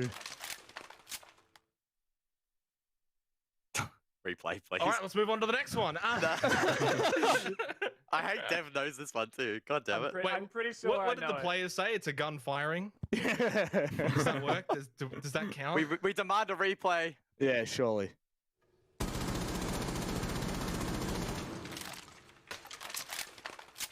I feel like it's a gun I play quite a bit of. Is it like? Can we get a hint? Can it be defender or attacking? No, Can we no get a hint. hint? Look at this man I don't running think the from players got a behind, hint. looking for a handicap. I think I'm wrong, but whatever. Oh my God, this is not easy. I really hope I'm right now, because I as soon as I heard it, my brain was drawn to this, but I felt as confident Alright. with the Ash, and I was wrong. So let's have a look. I'm just gonna take a stab in the dark here and just say have the we all written operator's down? gun. Have we all written down? Yeah, I can't think of a gun. guess. 3, 2, 1. Let's guess. I have no clue what it's got. I think can't FMG remember. is right. NA. Oh! I think it's That's Let's what go I and have a look at the guessed. video and see who's wrong, or if any of us are actually I don't right. think any of us. Yeah, FMG. Oh my God, dude, who? No. Should have done older. Really No, too run long. the shotgun on smoke. No. No, it's all, Dev Get takes outta the here. lead, all my time playing unassailable Nerf, at the bro. moment, and his competitive spirit is fully showing. Look at that smile. We'll see if he still can. plenty of sounds to go, mate. Don't get too excited. Well, we're halfway through. There's also the bonus round, so don't get too comfortable, Dev. I'm Let's on the go bonus and round here. have a listen to sound number 6. That's Dev. That's Dev singing for Do we just have to sure guess in the map, or I'm pretty sure I know it. That has to be Dev singing in the halftime break. I think that Vinny is actually going to be the best at this. Because you play it the most. Yeah. oh, I think, far I'm out? I pretty feel sure I like know it's what no, this is. not this map. It has to be this map, right? Yeah. All right. Yeah, I'm just Can going. we get one more go of that? Oh, It's Quite two hard. maps. It's two maps. It's a good thing. It's one of two. You I know, feel. I'm thinking it's something that you wouldn't expect it to be, or it's throwing us off a little It's the bit. wildcard team comms. It'll be Bartlett. Surely, are we showing or are we going again? Nah, we show. Sure. I'm happy I to don't show. commit. I'm not going to get it right anyway, Nah, so let's go Alright, for the alright, show. let's just show then. Yeah, it has to be. Surely. I thought maybe Let's Cap. go and have a look. I don't know. How do we? So who? What? I was. Okay, cool. Yeah, okay. I shoot that at the start of every round. I thought you would.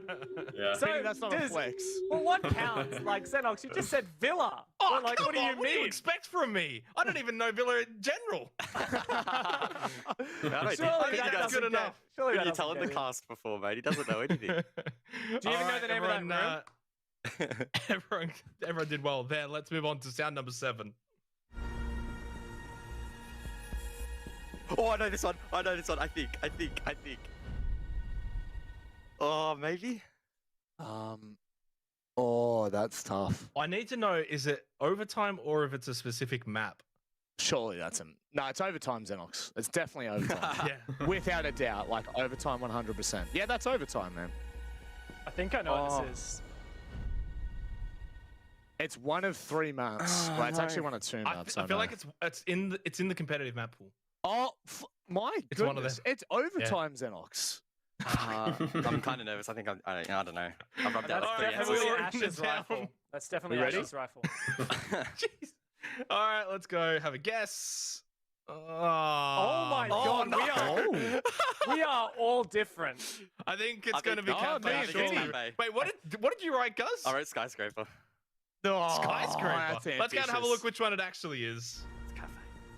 Ah, damn it. You all Yeah. suck me and Vinny the boys. At the boys. Hairfit base? Is that Dino? I'm really sorry right now, dude.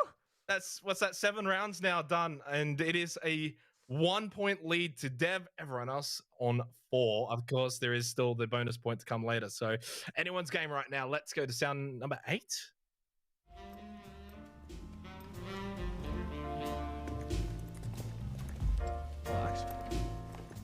Oh, Rob just went to the Shadow Realm. I That's the surely meme. we can get that one more time. Oh, he's called for a repeat. Let's get a second listen in.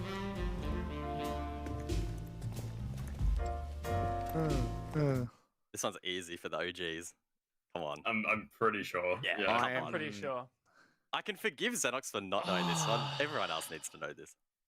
Maybe Mana can get away with not knowing it. Oh, gee, thanks, mate. Really appreciate that. I have no idea. I actually have I'm no kind of idea. stressed. I really hope I'm not wrong. Yeah, I feel like I'm wrong now. Jeez. Okay. It's a map that's played very often, though. I hear it quite a bit. You ready? Total guess. Ready? I have Who's still going? no idea. Let's go. 3, 2, 1. I have no idea. Yes. I had it as Ah. club Last one, strip, but I Xenox. What did changed you it to write, club. Xenox? Coasty, right? Ah. I had no Let's idea. go. Hey, There's whoever's, music in Coastline. whoever's Let's have a on look. 4 sucks. Whoever's on 4 sucks. That's all Can I'm I going to just say, I don't think I've ever casted a player in strip club. Yeah, that's why I said it's forgivable. No, Like back well, in the old, I back would in the hope old days, you would see haven't, play Xenox. there, What would but you be doing not anymore. there? All right. Unfortunately, I am dead last now. That's a bit of a shame. Dev's still with that lead. I could still get the bonus question, but I very much doubt it. Let's go to sound number 9.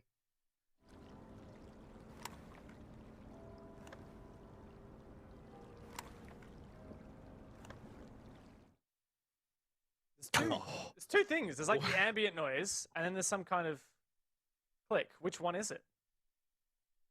I meant to say what. I think it's the map, what right? Location is the ambient noise. I think it's, yeah, I think it's, It's Oh, not it's the not? ambient noise. you're It's the kidding click. me. Oh my We're gonna have God. to We're need, definitely we're gonna gonna need need it. more than 2 listens for this one.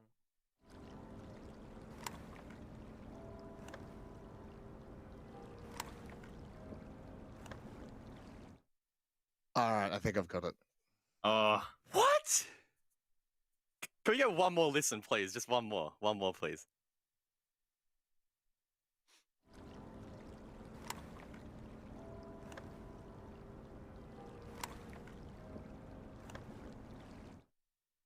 Oh, Like, it's not changing gun.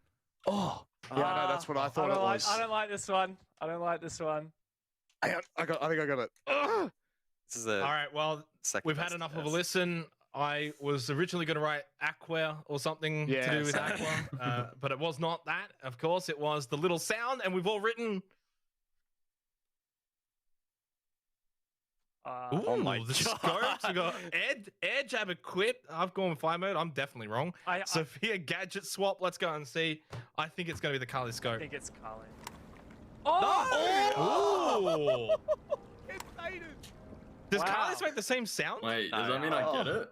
I What did did say you- scope. No, scope no, no. zoom Nah, change. we all knew it. No, this is Yeah, Glaz. not for you, Vinny. Absolutely Okay. not. Not for you. All right, that's a dead Like rubber that. there. Unfortunately, no one gets a point. We go into round number 10. This one's for 1 point, and then there's still a bonus for 3. Dev with 3.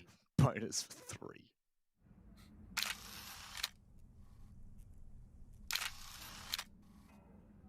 Oh, I know this one. I know this one.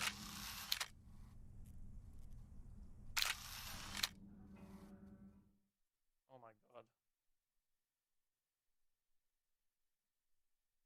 Yes. yes. All right. yes, Does, yes. does anyone need a second listen to I for this will. one? Please. Yeah. I've written it Please. down already, and if I'm right, I'm right. So if Well, I'm wrong, I'm generally wrong. that's how it works. Thank you.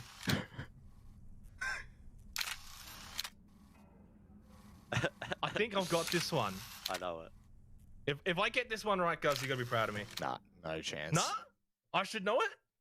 No way. I wouldn't have a clue. This is not it. This is not it. No, I I know just what want to I've at got, least it's not draw it. with Dev here if he gets it wrong. I'm not convinced, Oh, but bro. that's me. You guys are the professionals. Vinny's the last one to write it down as usual. I haven't written it down yet. Oh, you're gonna have to. You got 10 seconds. Who said that? You're not the boss. He's the host. He's the boss. 5 seconds. 5, Keep counting. 4, 3, 2, 1. That's it. Everyone, show your results. It's not it. Oh, Guz. Yeah, so right. that's there. I think we got this, We're- boys. I think we got Damn this. I'm pretty sure we've got it, Guz. Shit. Let's go and have a Come look at on. the visuals. Come on. Hey! Oh, God. Go me. We thrive under the pressure. We I thrive. have played a little bit of Zero, so Look, guys, I do it's know just this not one. acceptable. I feel like there's Well- been some kind of cheating arrangement here. 10 rounds. I'm okay with it. 10 rounds. At minimum, we all got at least a 50% strike rate. I think that's a pretty decent effort. Hopefully, the people watching along, if you were playing, I guess, maybe let us know how you guys went. Right now, we've got the bonus round to come, 3 points, which whoever wins the bonus round will win, unless Guz and Dev, of course, both get it, or we'll see how it plays out. Let's get to this bonus round. Come on, Guz, you got this.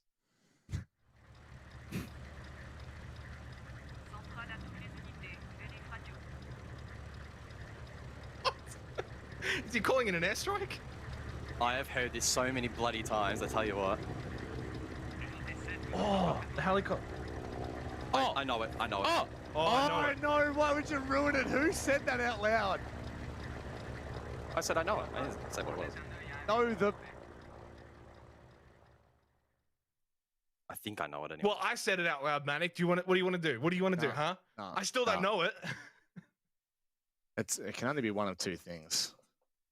I think. Do we have to be specific as to what the map is and where on that map? Because that would. Well, I've tried Let's it. go to I've tried production it. here. Production, you want to get in my ear? Does it have to be Map specific. map Okay. specific? Map Yeah, specific. I think I know. Okay. It's one of two, surely. Can we What hear are, it one more what are time? they? Do you want to let us know? please. Yeah, sure. We get a bit little bit. stressed right now. Let's hear it one more time. Is of course the bonus I round. think you're right. It's a 50-50 guess. I'm thinking of two maps. Yeah, it is, right? I can think of the exact Shush. 2 places. Can I get her? Oh, yeah!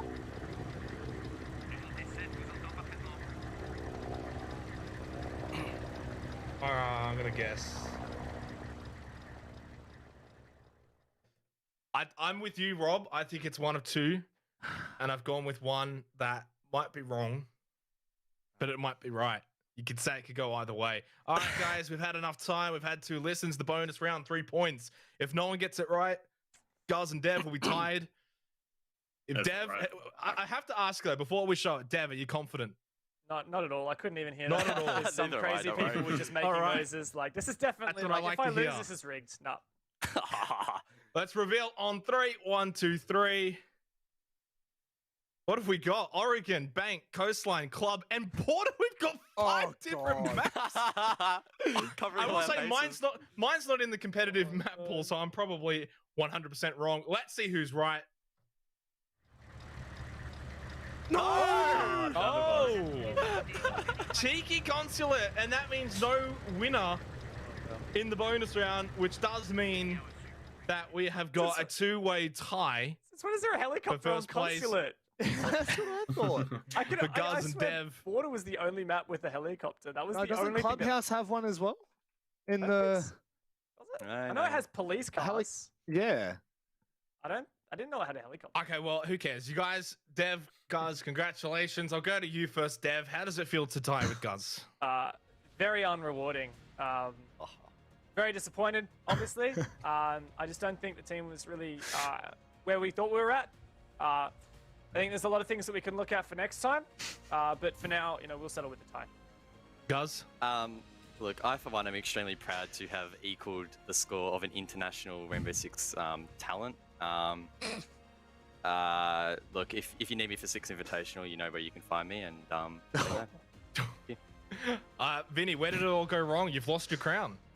Yeah, look, I'm happy to give it away to two very talented casters, but I think I got stitched up a little bit with scope zoom change. I meant Glaz, but I'm a little bit illiterate, so I didn't write it. But it's all good, guys. It's absolutely fine. And Rob, we tied with a professional player. That's not bad. We'll take that. I'll take it any day of the week. All I'm saying is, Xenox, we know absolutely nothing, and we still were one away from two color casters who assume to know everything about the game. So all I'm saying is, you're both the trash. Yeah, I'm I legitimately have to upset agree right with that now. one. I have to agree with that Honestly, one. I can't even express it. You give me and Manic another stage, maybe for stage 2, we will leapfrog Dev and Guz, and we'll be the color casters. We're going to go to a break. Of course, when we come back, it's what you've all been really waiting for. The grand final for OCN. It is going to be Knights taking on the Chiefs.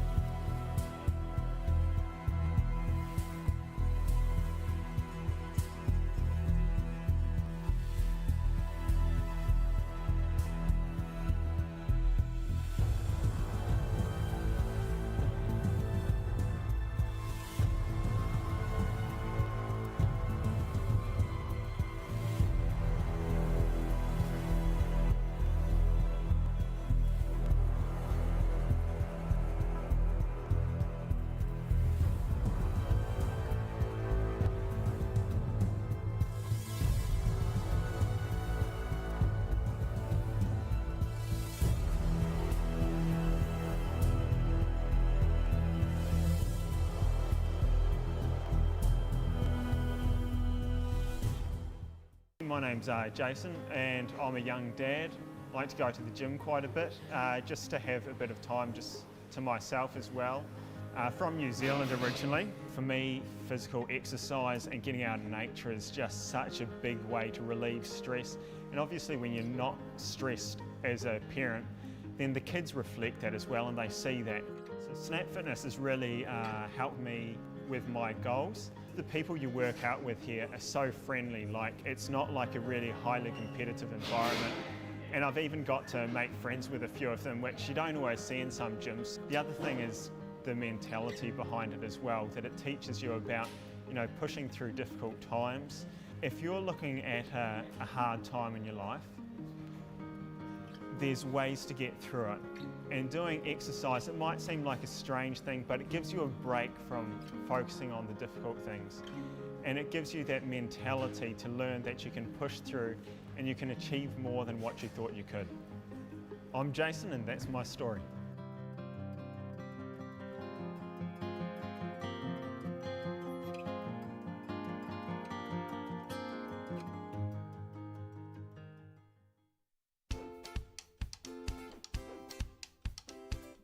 Tomato sauce is stored in the fridge. Definitely the fridge. Throw it in the fridge. I store tomato sauce in the pantry. I store my tomato sauce in the fridge. Whenever I get asked this question, I've got an answer for it. It's both. Definitely store tomato sauce in the fridge. If you're a frequent user of tomato sauce, it makes sense to put it in the cupboard. If you don't use the tomato sauce often, it makes sense to put it in the fridge. I store my sauces in the fridge. I think if you have it in the closet, it's kind of weird. How do I eat my Weet-Bix? With milk. I eat my Weet-Bix with milk. One Weet-Bix at a time. Honey, probably strawberries or like blueberries as well. They go pretty hard. With sugar, and I used to have 6. I like slice up one banana with my Weet-Bix, and I'll have like 4 or 5. I don't eat Weet-Bix actually. I don't eat Weet-Bix, I barely eat breakfast. My mum loves to make it with hot water. Weet-Bix in the bowl, 3 or 4 depending on how hungry you are. She puts a bit of milk and a bit of hot water, and she likes to like mush it up. Then a bit of milk and then honey on the top. Sort of like a porridge but with Weet-Bix. And then after you put the honey on the Weet-Bix, then you gotta crush it in with the milk. That's the way to do it. My favourite movie? 100% my favourite movie is Inception. Baby Driver. Rush Hour 1, 2 and 3, they're probably by far the funniest and most entertaining to watch. Favorite movie is Avatar. A Place Beyond the Pines. I'd have to say the Lord of the Rings / Hobbit series. I think my favourite movie would have to be the Grown Up series. Yeah, no, Paul Blart, that's my answer, Paul Blart. I just love cheesy comedy, stuff that's not meant to be funny but it just is for some reason. No, pineapple does not belong on pizza, and if you put it on pizza, grow up. No. Yes. No.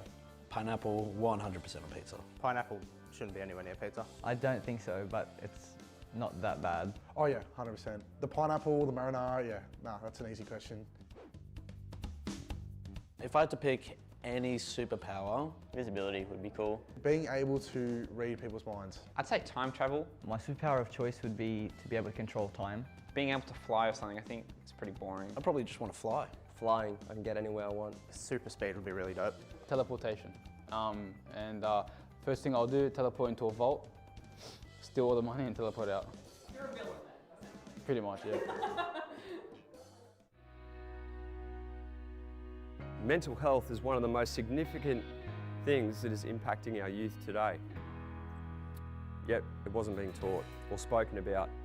Back when I went to school, there wasn't a lot of mental health education. It was more about show resilience. It's good that we are open to talking about it and encouraging students to talk about it. The Live and Well program educates people on how to look after themselves, how to better look after the people around them. The talk kind of taught me how to be aware of signs and symptoms of early mental health issues. If you feel depressed or self-conscious, or if you're going to fit in with everyone. It's very much delivered in a relatable, conversational way, and also educates people on where to go to get professional mental health support.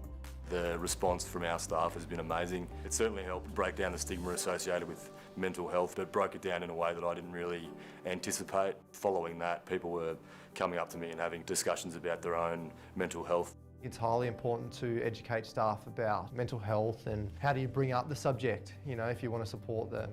In 2013, we lost my best mate, Dwayne Lally, to suicide. After that, we created the charity Livin'. We now go around the country delivering educational workshops into businesses, sporting clubs, schools, community groups. I know it's impacted me personally, so it was that key message, "It ain't we to speak," that drew me into being involved with this organisation. I lost one of my cousins to suicide. He was a younger cousin of mine and worked in the legal industry. The types of traits that make lawyers good lawyers are often the things that predispose them to mental health issues. So that sort of triggered me to want to get our firm involved with Livin'. Mental health is a broad term used to describe overall mental well-being. So how we think, how we feel, our emotions, the good, the bad, the indifferent. If you've got a better understanding of the way that mental health works and the way that different people go through different things, it means that you can more tailor the way that you deal with people. The best thing that we can do is listen. You can do more by listening and being supportive. If we can accept people in a better way and know how to make them feel accepted, we're going to help save a lot more lives and help people live a healthier, happier and more fulfilled life, and that's ultimately our goal. We have to acknowledge that it exists in our community. If you think you're in a state where you need to go talk to someone, you should. And we have to be taking positive action to address it.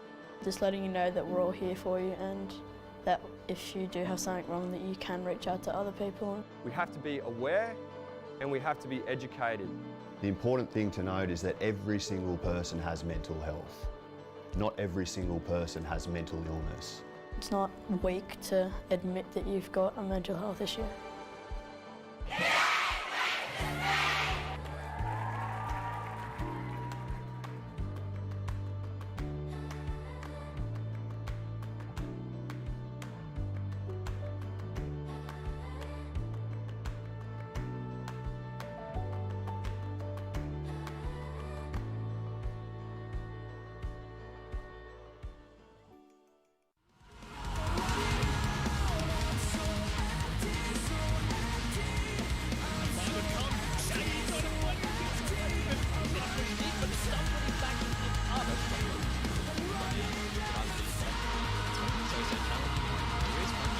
though. This could be huge. That is the fight.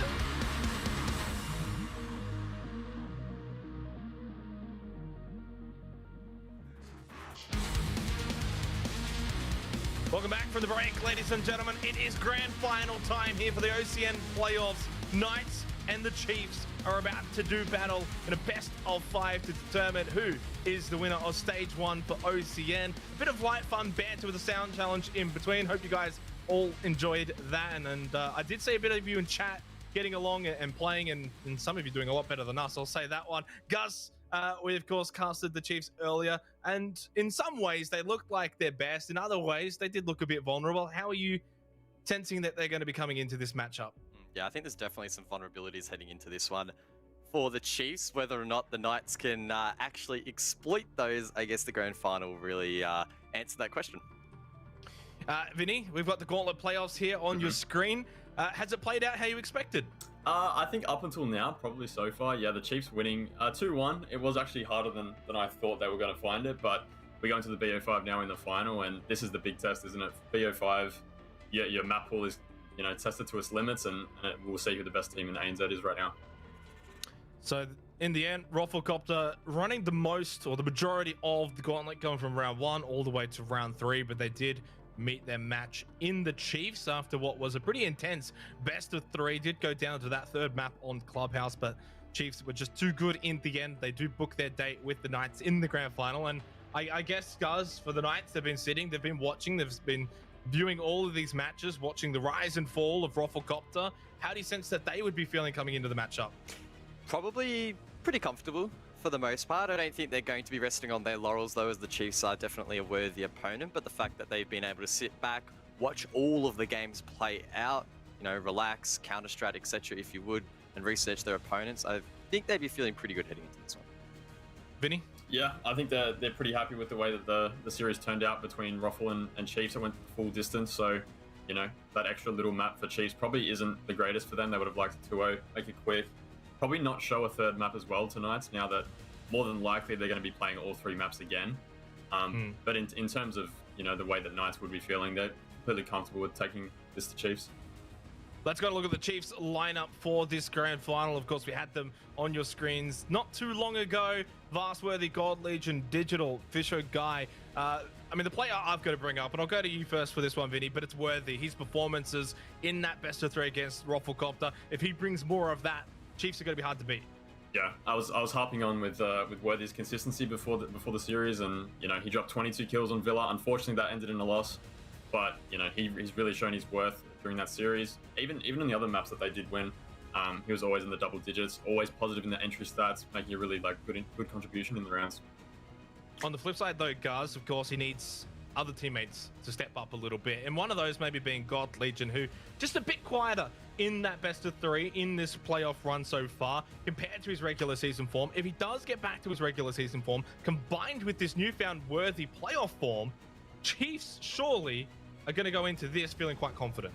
Yeah, God Legion was maybe a little bit quieter in terms of statistics, and a couple of the maps he found it rough to get into the game, but once he sort of did, he looked at his best. I'm probably looking at other players on the team, right, that continued to step up, more so the support roles, your likes of Fisher and Digital having pretty solid games, and we can't discount their impact outside of the stats, right? Fisher jumping into this roster, for example, having a big impact in terms of his ability to lead the team, which is critically important, and also hold down a really strong support role. So keep him in the picture as well. It's not just going to be Worthy and God Legion, for example, popping off and doing all the work.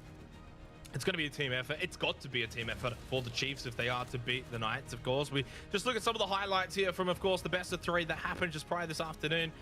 Villa going the way of Rafflecopter. It was a great start, though, in Clubhouse, though, Vinny, and it looked like the Chiefs of old.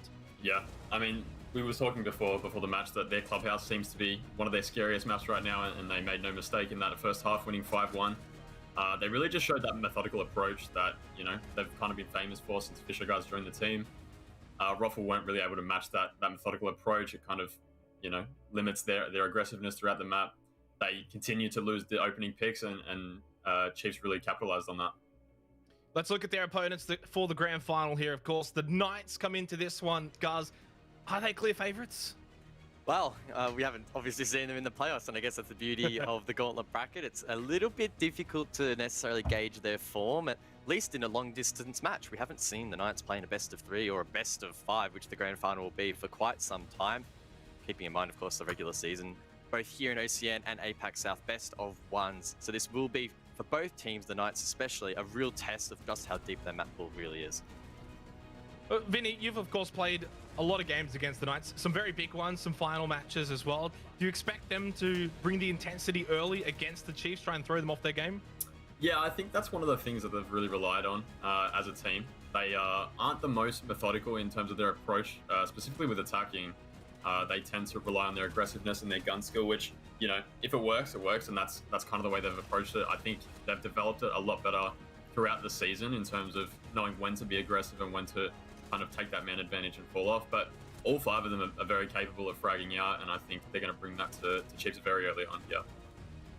The conversation around Knights, though, has changed, at least in the last few weeks, guys. If we cast our eyes and minds back to the start of the season, not just in OCN, but even in some portions of APAC. Well, actually, not so much. APAC, they were great. But at the start of OCN, they were a little bit poor. They were getting beaten around, and it looked as if maybe playoffs would be a pipe dream. At some point, though, of course, they switched things around. And do you expect that to continue here in this matchup against the Chiefs? Or maybe they might just let things slip away again? Well, that's right. They started off the season pretty rough. They lost in play days 1 and 2 to the Chiefs and Roffle, respectively. They also fell to Order. So that's 2 of those 3 teams that are, of course, no longer in the gauntlet. One of those, you know, their opponent in this matchup. But as you sort of alluded to, they have flipped that form around a little bit. And I would assume that in a big match like this, they now have at least a little bit more experience from last year in the likes of the majors and finals, etc. That, you know, they're used to this sort of endurance battle. And I have no doubt that they'll bring that heat, and they're not going to be pushed over easily at all. No, they're going to be very difficult to beat. Let's go and have a chat with one of their players. It's going to be juicy from the Knights to come in pre-game and have a quick chat. How you doing, mate? Firstly, I just have to say best of luck, of course, but how are you guys feeling coming into this matchup, and how much have you also been watching of the games? Feeling pretty confident going into it. As always, like, got to be confident going into every game. Been watching most of the day as well, just seeing what's going on between the 2 teams and having a look at some tendencies and seeing what we can exploit, I suppose, for this upcoming series. Yeah, I guess, I know you've sort of alluded to this earlier in some of the other interviews, Juicy, but maybe explain the importance of your approach to preparing for these games. A lot of it, I'm assuming, would have been internal review as opposed to direct counter-straining other teams, right? Just because there were so many different teams that you could have been versing in this grand final. So what does that preparation actually look like? What have you been specifically doing leading into this match? As you said, it's very hard to prep for a team that you don't actually know who you're versing. So you do your general review on yourself. You look what we've been doing poorly, what we've been doing well, and you just try to fix the things that we can fix, obviously. And then, you know, the 30-minute break that we have between games, or like between their game and this game, we do some specific stuff on them and just look a bit more in depth, I suppose. But it's hard to prep for a team that you don't actually know who you're prepping for, I guess. Yeah, and you were talking about watching the games throughout the day. I'm sure you saw Worthy's performance on Villa and the way he's been playing recently. Is there anything specific you're going to do to try to shut him down, or is it just going to be business as usual? It's just trying at the end of the day. I don't know, you're mates with him, you kind of just want to shit on him. So, I don't know, just going in with a bit of confidence and just want to put him back in his place. So, that's it, I don't know. It's weird playing, I suppose, a different team after so many finals or whatever, battling with you in instance. It's different to see another team up here, so it'll be fun. Looking forward to it. Is that something, though, that's in the back of your mind, or maybe even the team's mind, that, of course, for the Chiefs, it's their first time really getting to this sort of pinnacle match, you know, a grand final like this, and you think maybe there might be something you haven't quite been able to prep for that they might bring to this match? I don't know. I think everything's on the table at this point. Maybe they've saved a couple of things, but I don't know if you're saving things to get in the final. Are you really all there in the first place? So I expect that there won't be any massive surprises. There could be, of course, but I don't know. They should be maybe a little bit nervous being in a final again. It's been a while, or so maybe look to capitalize on that. Yeah. Anything else? I don't know. No. All I say is good luck. I think we're expecting a decently close match, so all the best. Vinny, anything else you want to say to Juicy? I'm the same. Good luck. I hope for a close match. I know you guys are, you know, either at the top of your game right now, and so are Chiefs, so it should be a really fun match to watch. Yeah, best of luck, mate, in the matchup to come. Right, thanks, boys. Nice to get some insightful thoughts. Who are those fancy gentlemen there on your screens? Blushing here. Wow. Those guys are in here. They're watching. Jeez. Look, that was great to have Juicy, of course, before the game. Come have a quick little chat with us. Of course, now has to go get ready for a best of 5. Could very well go the distance, especially in this matchup, Chiefs versus Knights, and arguably so, Guz, the 2 best teams in the final match. Yeah, I think that's the beauty of the gauntlet, right? We had a lot of emphasis on the regular season to see these teams where they should be. The gauntlet has, you know, given teams the opportunity to make that run if possible, if they're good enough. And sure, Ruffle made it through a few rounds, but ultimately Chiefs, with that advantage deeper into the bracket, were able to capitalize. And I do believe that, you know, on the balance of everything, we are probably seeing the 2 best teams in the region going head to head, so it sets up for a pretty interesting BO5. Let's go and have a look at the map vetoes for this best of 5. Of course, 5 maps at minimum that we're going to be seeing. So a lot of picks on the board here. Cafe and Concert. In fact, let's just talk maybe about the bands. Coastline, Oregon are gone. Then we've got Cafe, Consulate, Clubhouse, of course, getting through. Chalet is on the board, provided we get to that 4th map, and then Villa will be the decider. I'll go to you first, Vinny. Anything that stands out? Yeah, I think Knights banning Oregon over Clubhouse is very interesting. I think Knights historically have been a fairly decent Oregon team, so obviously they see something in Chiefs that they're not happy with, and they don't think they'll be able to kind of match. But looking at the way the Chiefs have been playing Clubhouse recently is kind of scary, and I think them letting it through is sure. And yeah, that's kind of the way it went down. I think them on Club has been pretty scary, and it'll be interesting. Yeah, okay. Cuz, your thoughts? Chalet, are we going to see it? Are we not going to see it? Well, look, according to the master sheet, the first 2 maps are actually picked, so we'll have to get confirmation and make sure that this veto is actually correct, because what I'm looking at, it shows Chiefs picked Coastline and Knights picked Oregon, so we'll get confirmation. We'll make sure this is all sorted out. I would think it's interesting. I think it's good that you bring up that Clubhouse was allowed through here by the Chiefs. Arguably, it's been one of their strongest maps as of recent. I guess the Knights, you know, can go toe to toe on any map, really. I'm personally most excited probably to see Chalet. It's the first time, if we go the distance, that we'll see Chalet played at all in OCN, and I'm keen to see what these teams can bring to the table. I believe they've both already played it in APAC South, so there is a little bit of a form guide to go off there at least. I was actually about to say we haven't seen Chalet in OCN, but we have seen a snippet of it in APAC South. Yeah, so it does look as if it is actually pick, then ban, which would actually mean Coastline, Oregon, then Clubhouse, Chalet as the other 2 maps after those. Does that make you feel a bit more comfortable now, Vinny, if that's the case, that it is Coastline, Oregon, Cafe, and Consulate banned? I mean, technically, my point still stands. Clubhouse did get through, and I think that just shows that Knights obviously think that they're able to match Chiefs on that, which will be interesting to watch. The Cafe ban from Chiefs and the yeah, there it is, and the Consulate ban from Knights does make sense. Knights have not liked playing on Consulate recently, and I think that kind of shows in their ban. Of course, I should mention, of course, it is pick, then ban, but this does at least show us the maps that we are going to be playing. So it is Coastline, Oregon, Clubhouse, Chalet, Villa, Guz. For us to get to Chalet, that would mean we'd have to go to 4 maps. I'd love to see that. Of course, at minimum, it does mean that we have to see a 2-1. I just want to see Chalet for the sake of something a little bit different. That's all I want. It's a really nice map, and we've seen it a little bit in APAC. But ultimately, where do you see this ending up? Do we get to Chalet? Do we not get to Chalet? Who have you got winning this? Ooh, I think we'll go at least to Chalet. I'd be surprised if we see it go all 5. I don't think, off the top of my head, I can think of a national grand final that has gone that far, and you know, Vinny can be attributed to half of that, just being completely dominant with wildcard for the most part. Yeah, I think it'll end at Chalet, and surely the Chiefs just, there's something special about them as of recent. I think that they just have this spark about them at the moment. If they play their A game, the Knights could be in a little bit of strife, I think. Vinny, where do you see this one landing? Yeah, I think I agree with Guz. I think it will definitely get to Chalet. I kind of agree with what Vas was saying earlier today in the interview. I think Knights will be very strong on their map picks. I think Chiefs will be very strong on their map picks, but I think Chiefs will just edge them out today. I'm not sure about how the way Chalet will go. Obviously, Knights won it last time they met up on it, but I think that map could have gone either way, and I think it'll be a very tight series, but I think Chiefs will just edge them out. We see the coastline statistics.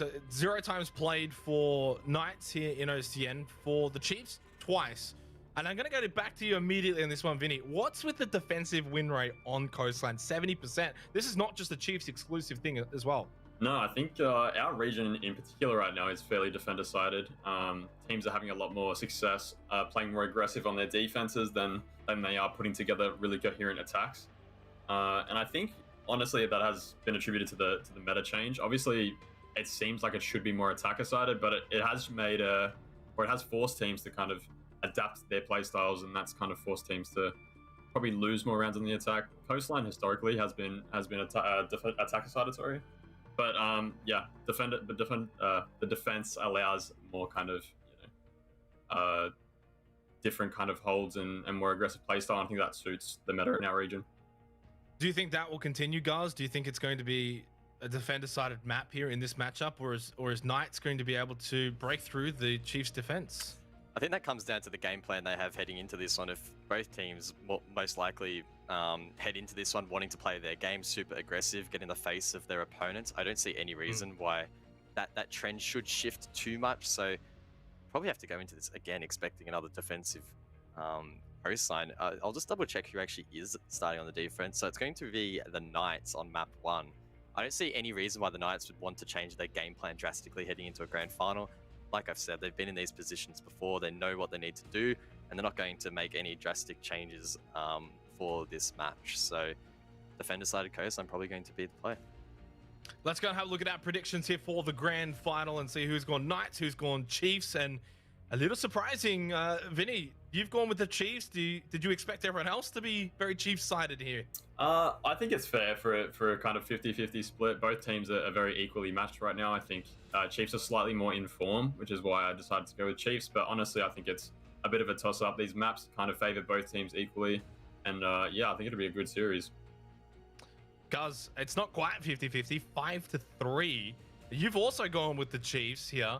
Are you surprised by this? I mean, like, I'm a little surprised, if I'm going to be completely honest. Choosing Knights, I would have thought there would have been more on the Knights side. Yeah, I would have expected the Knights to probably be favourites among the panel, but it's a testament, again, to how close the season's been as a whole and how close the matchup is between these two. As Vinny said, it's not like this veto has necessarily been heavily won by either team, and that's just the case of the best of 5. It's pretty tricky to win a veto at a best of 5. You literally get one ban, so you're basically just going to be doubling up on your insta-ban or taking away the other team's best map, which really doesn't have that much of an impact. It's going to come down to how deep your map pool is, and if you play and execute your game plan at the day. So, yeah, I picked Chiefs as maybe a little bit of an underdog, but this result could honestly be anything. So. Well, before we get into the game, of course, you're going to be seeing our faces throughout this best of 5 grand final. So I'll get our own little mini predictions going. Vinny, who wins coastline? Chiefs win coastline, just based on their experience. Gus? Knights. They're starting defense, so they'll get up probably 4-2, running home from there. I tipped Knights in general, but I'm actually going to go for Chiefs here on coastline. They're looking good. They've had a bit of form. They've been in the games already. Let's throw it over to our casters, though, as they will take us into map number 1 of this best of 5 grand final. And we are well and truly prepared for this one, Dev. We've been waiting for the end of this weekend. Both of these teams have shown us well and truly that they deserve to be really at the top end of OCN and to claim that title. It kind of feels a little bit up in the air from what everyone's saying on the desk, though. It certainly is, and for the first time, we're not seeing a David versus Goliath, an underdog. This is a match, the two best teams. It is time to crown the kings of Oceania. That's for damn sure. A best of 5. You need the stamina, you need the legs, but better yet, you need the map pool, and right now, it's all up in the air. We head to coastline to determine the first little advantage in what should be a very closely contested series. Knights will start on defense as previously mentioned, and so far it has been the most comfortable on Coastline in ANZ, and I think that that trend really shouldn't be too different in this matchup. I definitely think this is going to be a very different Coastline to what we saw yesterday between Rufflecopter and Bliss. Now, we have seen the Chiefs play Coastline in the past. In fact, they took down Rufflecopter 7-2 in the regular season. And like you were saying, they went flawless on their defense, but they also had some very strong attacks, thanks in part to Worthy on the Lion. Now, that's why you're seeing the counterban come from Knights, gives them some more flexibility on their attack. However, Nomad staying through this ban phase means that you're going to see a lot of runouts and possible spouts of aggression from the defensive side. The mirror factor is eliminated, which is really good for any attacking team. And though you don't have the Hibana, the ace has slipped through here. So honestly, I think this is a pretty even ban phase. Let's have a look as we start to dissect what is going to be, I would say, the closest series that we're going to have in the gauntlet. Obviously, you know, we do need to touch on Rufflecopter and what they were able to achieve up until right now. It was it took everything from the Chiefs, actually. A full 3 maps to take them down in the end on Clubhouse, but they were just on another level, and they're going to have to rise to the occasion right now. Knights have kind of been undisrupted, I would say, in the APAC South area. However, OCN, a little closer to home, Dev, they haven't had the most convincing of performances. So right now, it really is just, I'm not going to say 50-50, but it definitely is leaning closer to us needing to see all 5 maps to determine this. But one thing that I will, I don't know whether this is good or bad. I guess it's a double-edged sword. Sometimes playing the games earlier, you're warmed up, but also it has allowed Knights to sit back and watch. And on that, the Snap Fitness community vote has in fact gone 60% in favor of the Knights. So I don't know, is that a fair, wow, I have no clue what I was about to say then. Is that fair? Fair assessment? There we go. I think it's so hard to call. You look at the Knights in the context of this year and the trajectory they have been on. I feel like everyone has expected them to be #1 in O's. Potentially, you know, they were so close to being #1 in APAC South as well. But the Chiefs are in really hot form in their last couple weeks, and I think they're going to take everything that they've got against the Knights. In particular, Coastline should 100% be a Chiefs win. They've been so good on this map in the past, and Knights haven't shown very much. Yeah. But digging into this now, one of the things that you mentioned is, right, Knights are kind of been sitting back and watching. They have, in a way, the strategic advantage, right? They've been chatting about how the Chiefs play for the last couple hours. Ooh. They have that going for them. Ooh. But sometimes strategy doesn't always win out, as that nice angle does not net Juicy a kill. The Chiefs are coming into this warmed up, and if they can use that momentum to net a couple attack wins here, I think they'll be in a very good position to take it as we see the first engagement of the series. Oh, God Legion can't get it done even with a concussed Hayward. What a way for Hayward to get on the board early on. Dino doubling in. And on that, the Chiefs are down in the advantage here. I mean, that little peek earlier on from underneath the drone hole was quite nasty as Vast looks to get a little more aggressive here. Digital does only have about 20 HP and counting at this point. Oh, Dino's been caught too. The Chiefs have done an incredible job at bringing this back. Managing to even things up to a 3 versus 3 is massive here. Half the round remaining, lots of time, and this is really where it comes into Chiefs. They have to demonstrate that they have that strong mid-round comms to be able to make a call and decide, form up a push. But with Digital actually being injured and likely to be finished off here potentially, surely there's no way that Fisher can res this. There you go. The second gas will secure it.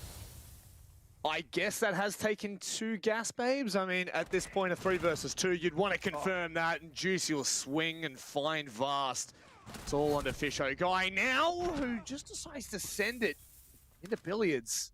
Does have Diffuser in hand. It certainly is. I don't know if there's any vertical pressure right now. No, it's all horizontal. It's Josh and Sage. Now that drone is completely elsewhere. They've been pretty much blind for the last, or the better part of the last minute. Fisho Just holding on here, Dev, as he gets a little bit more aggressive. And Billions hits the shot on a Sage. Could this be the start that the Chiefs are praying for?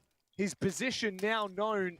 Josh just on the other side of the hookah wall. He'll readjust. It's going to be the easy kill. It is. The Knights, they're on the board first, Dev. An excellent opening, and Knights bringing every bout of aggression they have in store to Chiefs. A very valiant attempt there from Fisho in the 1 versus 3, makes it a 1 versus 1. Nice attempt at the sound bait with the Selma, trying to get that diffuser down, but Josh read into it perfectly. Started off with some strong 1v1s, and while we said the Knights, they don't have the momentum that Chiefs have coming from that first series, but Knights are showing they don't need that momentum. They've come out of the gate swinging. Well, it's what we needed to see from them, because we know full well that coming into this, Chiefs, they have already played, they will already be prepared, and I believe it was Worthy absolutely popping off on Villa, 22 kills. He was able to pretty much brush aside most of the contact that came from Rafflecopter, which is just insane to think that they still lost that map. But looking forward, definitely one of the players highlighted, Worthy will be an absolute menace if Knights don't maintain this kind of control, this kind of order. But I do like early on how aggressive Knights were and so forward thinking in taking that opening engagement and ensuring that Chiefs, they know full well anywhere that they go, they need to do their due diligence. There's not going to be free rounds. Due diligence is exactly what we've praised the Chiefs for all day long. We've said that since bringing Fisher on, they've adopted this more methodical play style. We've talked a lot about the differences between methodical play styles and risky play styles a lot, especially in that Bliss game yesterday, where we kind of jabbed them a little bit and said we think that a team like Chiefs or even Rafflecopter, their methodical nature allows them to become more consistent, and we have seen that from Chiefs. They came out victorious in that marathon earlier today against Ruffle, but the Knights here have had a strong start to their defense, and they've got a strong kitchen defense set up here with the Alibi and the Frost as the two kind of misnomer unusual picks, and I really like them. Means that we've got a little bit of extra shield play, thanks to each one bringing a deployable shield, plus those Prismas not to be undervalued. They can really give some good information and prevent as many aggressive pre-fires, but you want to talk about early picks, that's one Worthy shuts down from the roof. First 45 seconds. That's the start for Chiefs that they were looking for in the previous round. They'd put themselves in a great position to do so, but this time it is converted, so tit for tat. Knights are actually low on HP as well. Josh looking to aggress here. What on earth is that? He will get away as well. Diffuser dropped. Oh my God, God Legion swings into him, making matters worse. Chiefs are gonna have to be on their toes right now. Jesus. What on earth? Fabled Refrag starts to come out. Surely Juicy wins this digital. Bit of a hot and cold player.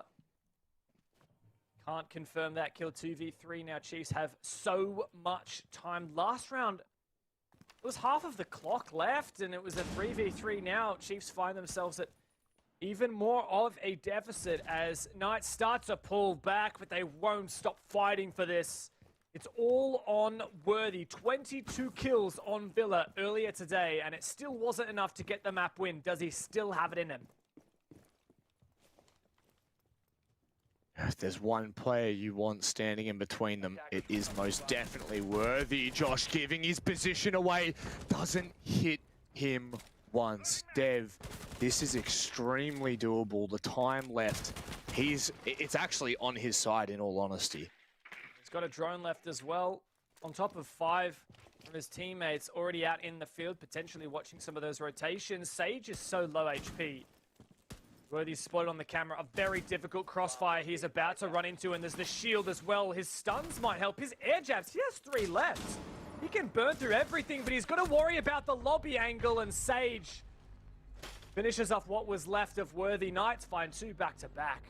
They certainly do. That was always going to be a very tough ask, considering no information that he was really being able to go off, having to look for dry fights. Air jabs aside, that's not the start for Chiefs. And now we do head to Blue and Sunrise. This will be 3 straight for Knights. Oh, I like this cheeky little Warden pick here. Maybe going to be 6 picked onto here, Dev. Possible here as Sage get rid of that Valkyrie. We already saw the 6 pick onto the Valk earlier. Actually sticking it. Fast likely to go onto that IQ. He played last round thinking about it. Actually opts for the Jackal. It's quite difficult to find those black eye cameras from the defense. Funnily enough, it was last round when Vast picked the IQ that Knights actually didn't pick the Valkyrie. This Jackal instead suggests that Chiefs are struggling with information on their roam clear. Now, they brought the Dockerby in round 1 to help with that, but that was worthy. He was an early pick. Let's see if Vast can do a little bit more work with the Jackal this round. Not entirely confident. I feel like in some ways, there's a little bit too much smoke utility on the attack. Very rare that you're going to use all 4 of those, but at the very least, the defense doesn't have any counter smoke intel. You don't have the warning, you don't have any bulletproof cameras, you don't even have, oh, sorry, you have the 1 bulletproof camera on Dino. That is all. Don't have any Maestros. So, look, if Chiefs check out and make sure they counter that bulletproof, they could actually mount a pretty decent smoke plan, or even just use some of the excess smokes for a bait execute, try and find picks.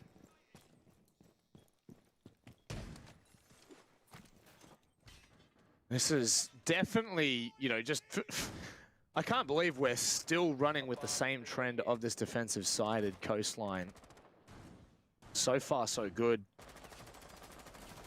Really curious now. How are Chiefs going to adapt to this? Because they are met with, nearly anywhere they have gone, they've been met with the front-facing Knights who have been more than happy to take those opening engagements, look for the early fights. You can see the extension here.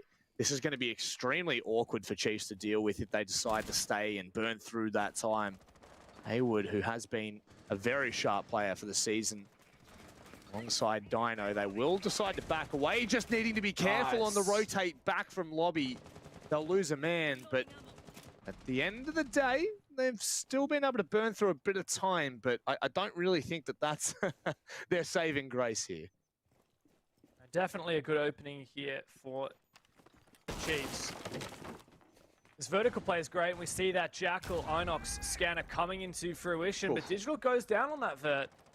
Shut down by a C4 thanks to Josh on site. And that does mean that Dino is allowed to rotate all the way back through Office. It's going to be awkward now. They're not going to be able to gain a hell of a lot of vertical pressure with Digital gone. Obviously, you generally have that luxury of running around hookah, running around billiards. And look at this from Juicy. I absolutely love this right now from Knights. Not giving the Chiefs a second to rest. My goodness. They are getting caught every which way they look, Dev. And the Knights are they're here to play. Certainly are. I really like that aggression. Juicy just teasing and testing the boundaries of what Chiefs will let Knights do. And it turns out it's quite a lot. He gets droned out the second time, but really shouldn't be allowed to push that close up. Cool vibes, not with the Nomad on the table. Still 2 air jabs in the pocket as Fisho does make this an even 3v3, but Knights, I'm still really worried for Chiefs here. Knights have set up so many flank opportunities, and we're seeing that Chiefs aren't necessarily very good at shutting them down. Still with an air jab in the pocket. Josh is in Aqua. Oh, Worthy. Oh my goodness, he may be in Aqua, but that's going to be Worthy taken down. They've caught Josh, and now it's all left on the Sage. Stuck in Sunrise. Vast can sit and wait. There's no C4 to deny either. Oh, no! What are you doing in a 2 versus 1? You've just given him the opportunity. Sage backs away, holds the line. Vast has to aggress. He can't find the line. What on God's earth is that from Sage? That will give them 3 on the trot. What a way to start this best of 5. An excellent clutch from Sage. Unbelievable he found all of those 3 players in that 3v3. I said that I thought Josh was going to be the one to make the play and save Knights. They're flanking from Aqua, dropping through the hatch, but he died. Shut down, and that was a moment where I thought, okay, it looks like Chiefs are playing their due diligence. They're not letting anything slip past them, and then Fisho goes and does that. He runs straight through a line of sight. I don't know whether it was the fact that they used all their utility. They couldn't open up the breach onto site. It was just a soft wall. And surely they had something to open that. Even Vast could have just used the Jackal shotgun to make that a crouchable hole. Fisho could have planted safely without ever exposing his head. And as soon as he died, Sage knew that round was his to claim. It's just unfortunate not to refrag there. And the storyline continues here for Knights. They are continuing to press the issue with the Chiefs. And if it continues to go undetected, I mean, we could really be looking at just such an early statement. If this map goes in the hands of the Knights, I don't know how favorably the best of 5 really swings back. Now, yes, we are seeing a huge percentage of rounds go the defensive side in OCN, but you definitely cannot allow, you know, 4 rounds straight. You talk about momentum, you talk about confidence, take that out the window and just talk about numbers and stats. You will not have enough time to really gain any sort of, oh my goodness, Dev, this is really not looking good. That is a nasty cam from Juicy as well. Digital falling as well. That's a lot of potential vertical play. Gone. And the 2 nades. Surely Chiefs at least punish Josh. Thankfully, Worthy does take him down. A couple of switch-ups. The operator selection, but the refrag... No, refrag attempted does not come through as Chiefs finally start to punish these players from Knights all day long. Knights have been running rings around the Chiefs, but finally Chiefs start to punish that behavior. Certainly do, and it was only a matter of time, honestly. It just took Chiefs a couple of rounds to maybe readjust to what Knights are doing. This is, I would say, the most aggressive I've ever seen this roster, and starting out just looking for refrags, constantly looking out of windows, trying to catch Chiefs unaware. And, I mean, we're not even halfway through the round. My goodness, this is absolutely outrageous, and we've lost half of the server, Dev. Yeah, a 4v2 lead is actually lost down to a 3v2. I'm actually really nervous here for Chiefs. They had a good start to this round, punished that aggression from Knights, but Hayward's made this even or nearabouts, and he's so keen watching for that upside down rappel. He also has a C4. Now, Chiefs have time. They don't have to rush this plant. They start to bait it a little bit. Hayward listening for the audio. Surely here's the C4. It's pre-ripped. It's a bait. That's exactly what they needed. The C4 misses, and Fisho is thanking his lucky stars.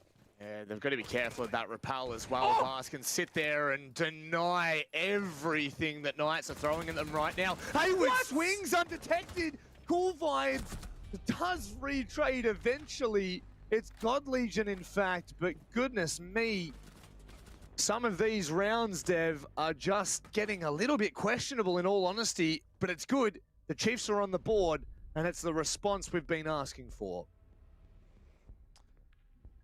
Certainly a little bit better there from the Chiefs, but it did make me nervous.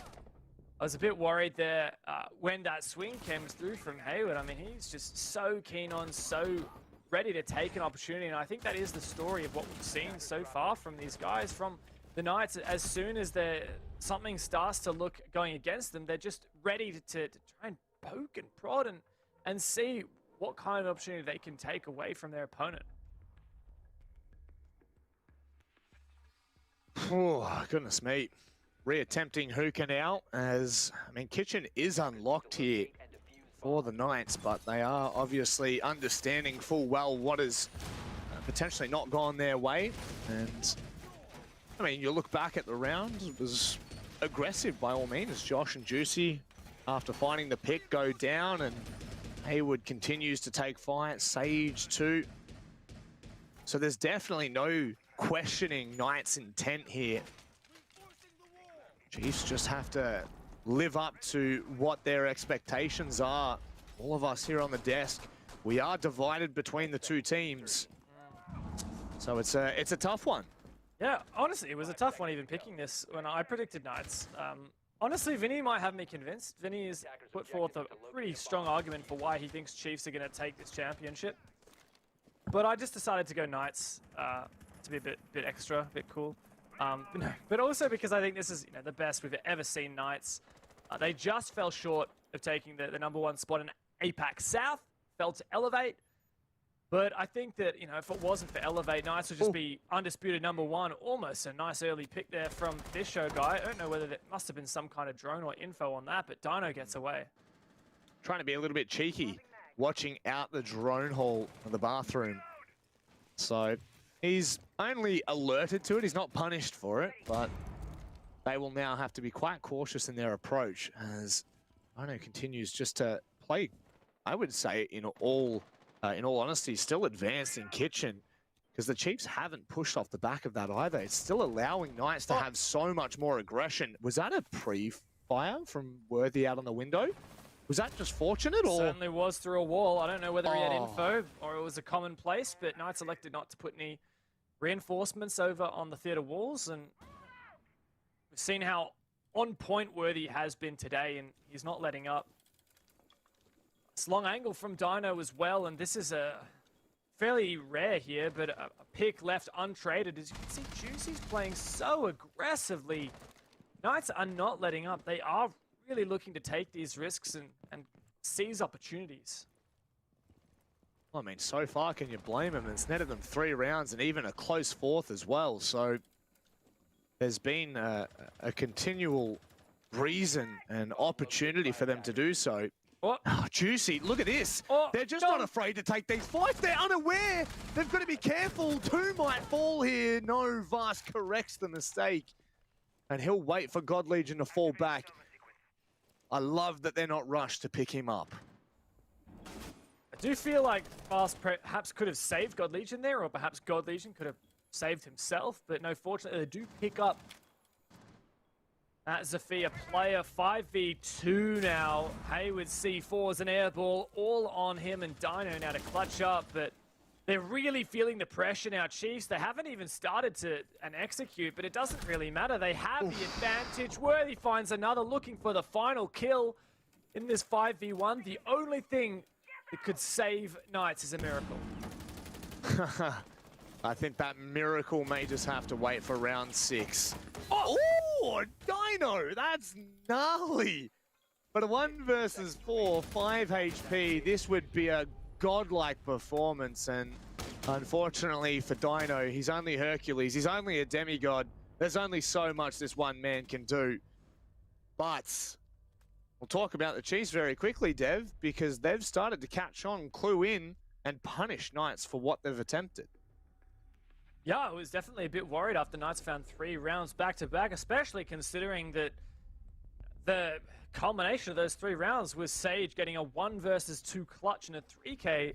What really was honestly quite a significant throw from the Chiefs. I don't use that word lightly, but honestly, Fisho had so many better ways to play that, and Sage just made them look silly. And ever since then, Chiefs have been like, all right, guys, come on, let's stop mucking about. Let's get back into this game, and they have looked so strong.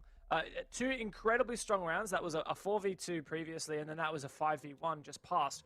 And I feel like Chiefs are starting to build that momentum. We've talked about Coastline, funnily enough, leading towards the defense recently. I think that's partially because the teams we've seen play it, Rufflecopter and Bliss both left a lot to be decided on their attacks. And I think that if they played against these opponents, they would definitely struggle a bit more on their defenses. So I think it's actually good here for Chiefs. I even think a 3-3 half doesn't necessarily, sound the church bells and say, all right, Chiefs are definitely taking this. I think that Knights would be satisfied with the 4-2 defense. Yeah, and I think that most likely they will just readjust from what's been happening. They will, I mean, like, you can't really play this kind of a map without showing aggression, without roaming. You just can't afford to, with how many openings there are vertically and just how easy it can be to turtle on site and get absolutely minced meat. But I think they'll be reining it back a little bit more, reining back those peaks from windows. And as you can see, I think this already indicates a little bit more of a safer play style here. And they have reinforced that right-hand wall of theater from the looks of it here. So that they are not going to do the same thing this time, Dev. Yeah, that wallbang's not going to be possible. Credit to Knights. shimmying up, changing things around as needed. But the same can be said for Chiefs. I mean, you look at the fact that they're bringing the Thatcher for the first time instead of that Nomad or the Jackal that we've seen Worthy on previously. The Jackal was pretty good, but mostly that was just Worthy kind of fragging out, not necessarily the util. And I figure the EMPs could definitely help with a lot of this util clear, especially, you know, Jaeger, Wamai. And in this case, even breaching this wall. Good use of you know, a different operator, something that may not necessarily be stock standard. And Josh, at the moment, just being so cautious. They obviously know the exact positioning, but there's no way you're going to go ahead without any intel, any support here. So they'll play their time and they'll play their cards right. At the moment, it is a stalemate, and Knights are doing an incredible job of just holding them back without really losing anything. Oh, yeah, but I mean, honestly, this is like 2 gunfights away from being a lead for either team. And there it is, Worthy opens it up. It took some time, but finally the Chiefs start to really mount this pressure. Next obstacle is Haywood at 90. He has a shield and Disc protecting him, but Digital's happy to swing that every day of the week. A 5v3 advantage for the Chiefs, and they should be able to lock this in should they suppress any attempt at a refrag. Yeah, I love that from Digital. They find the right timing. Juicy, is he looking through that vertical? No. Yeah, he is. He's just waiting for that line to... rather, for Digital to push into his line, I should say. Not going to happen just yet. Really love this from the attacking side. Slow, methodical. Goodness me, Dev, that's a little bit too close for comfort. Juicy can't win that fight. And now, it's all on to Sage to play heroics 3K. What is that? Ew. How did he find the third? A 2v1 now for the Chiefs, but Dino has been given an opportunity to keep Knights in the game. He just has to win 2 1v1s, but it ain't happening. Fool me once, but you can't fool the Chiefs twice. And they come back in the half, 3-3. That.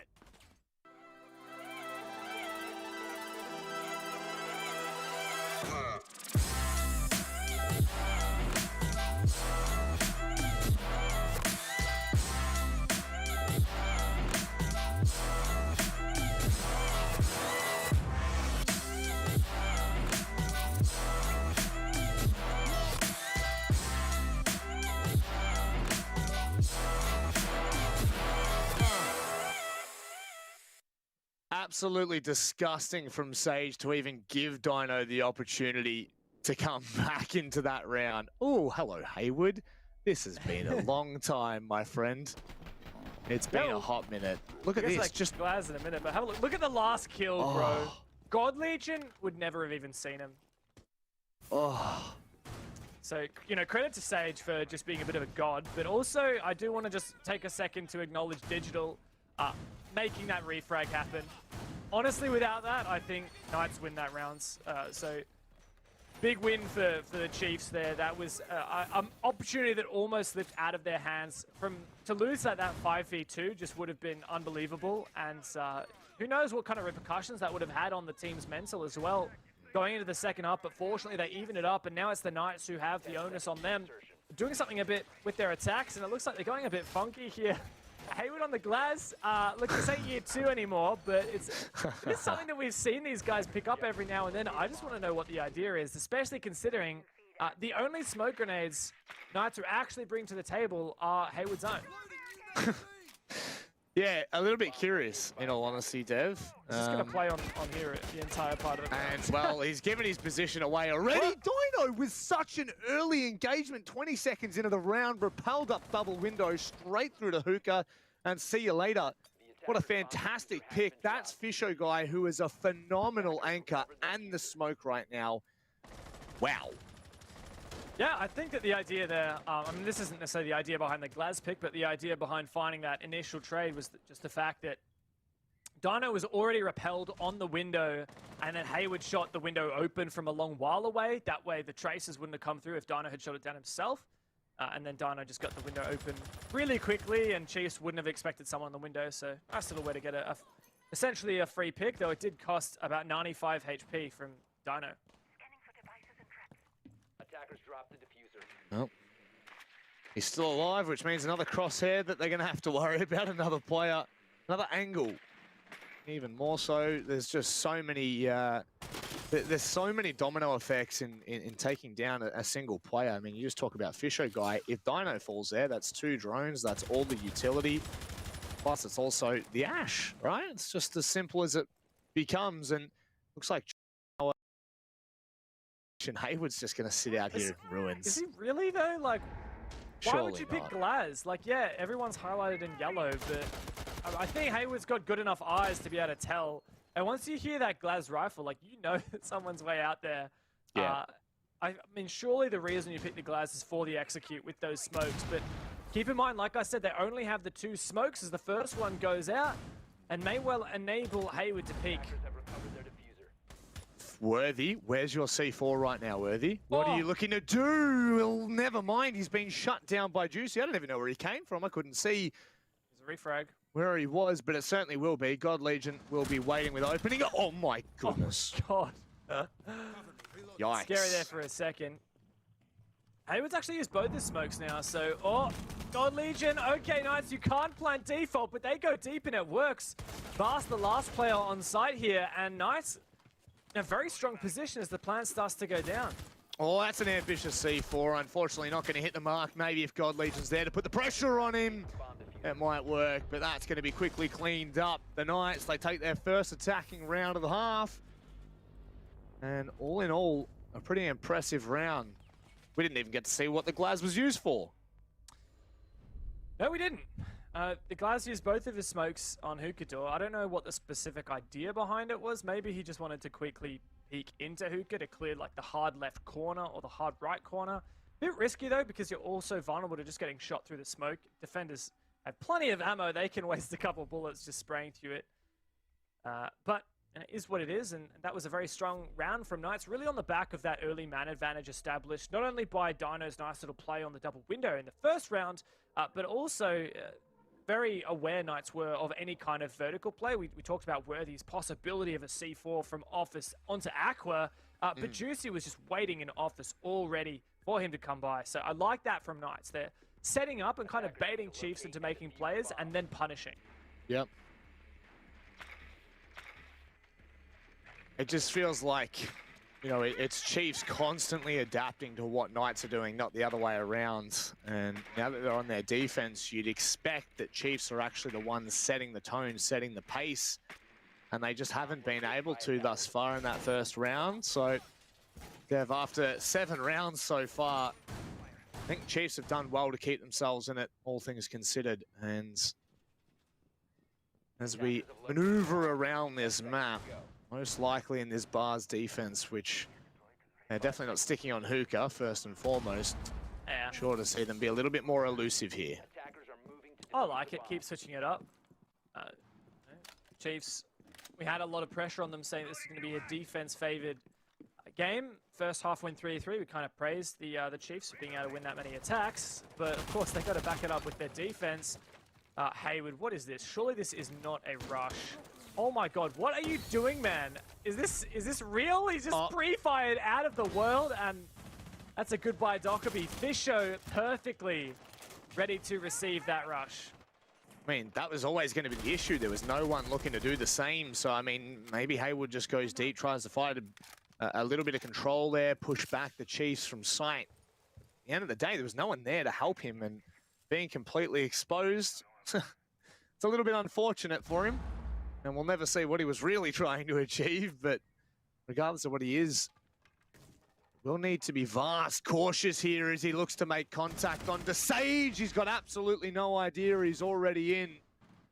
And that's a kill that's going to go begging for the Chiefs, you'd expect. Yeah, strange. Vast clearly unaware that Knights had control of Penthouse. And you know, with that, Knights have also moved up and taken control of 9C and now top white. Luggage, a lot of good work here. A lot of good ground covered now by the Knights, despite losing Hayward to that very, very strange cheese at the start. Evened up now, and it's funny, Chiefs aren't really contesting this top floor. I believe it's God Legion over at Vars. Oh, it's almost an amazing shot there from Dino, but God Legion starts to back away and peel off. That he does. There's no more vertical presence from the Chiefs as they look to maneuver or back around and decide what they're going to look to do. Digital still playing the long line to security.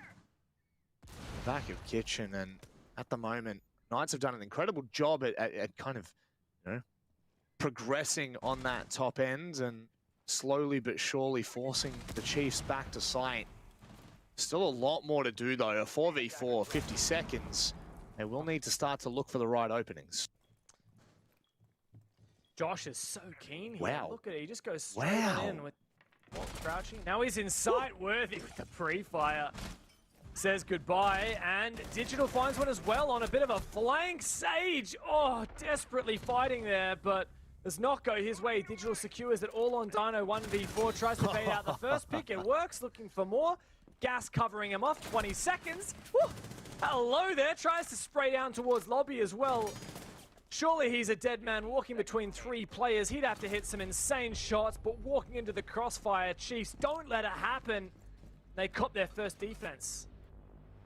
Look, it seemed like Knights were doing all the right things. They, you know, took penthouse control quite early. They were able to establish that vertical presence, but it just slowly crumbled away. For everything that they achieved, it felt like they didn't achieve a lot. The Chiefs had that site control, you know, the diffuser's nowhere in sight, so you can't even start to bait that utility. They had everything going for them. They had everything working for them. They even had that lobby access, the lobby control of Sage, so they couldn't be shot from the side should they decide to go deep into blue, which is what we saw happen. Regardless, it is still just, I can't call it or pick it, Dev. It doesn't feel like one is in more control than the other. Look, I love the early round there from Knights, bar Hayward just dying straight out of the gate, trying to do a rush, presumably. I mean, I assume he was trying to be a distraction for something else that was going on. I don't really know, won't go guessing. But yeah, it was the late round, very strange there from Knights. I appreciated the ambition of Josh going for a play, just getting into sight, but it was red and he just got pre-fired. And then the problem was that, like, there was just too many individual picks. Knights lost their players, especially considering they lost Hayward out of the start. Like, maybe if Hayward was alive, that would have been a winnable round. Yeah. But the Chiefs seem to be much more of a consistent roster in terms of their play style, not taking quite so many risks as the Knights as of yet. And we are seeing that tend to pay off for them. Of course, the thing about a risky play style is sometimes you're going to see like amazing things occur, but sometimes you're just going to look silly. And yeah, Chiefs, really, they don't want to lean into that. I think they want to really just play as consistent as possible. That's always been the issue for really any ANZ team, bar maybe Wildcard last year. Look at this from Juicy once more, just more than happy to get in the face of the Chiefs. Digital's done well to find one. Does he expect the other to be so close? He may have, but he's not going to win that engagement.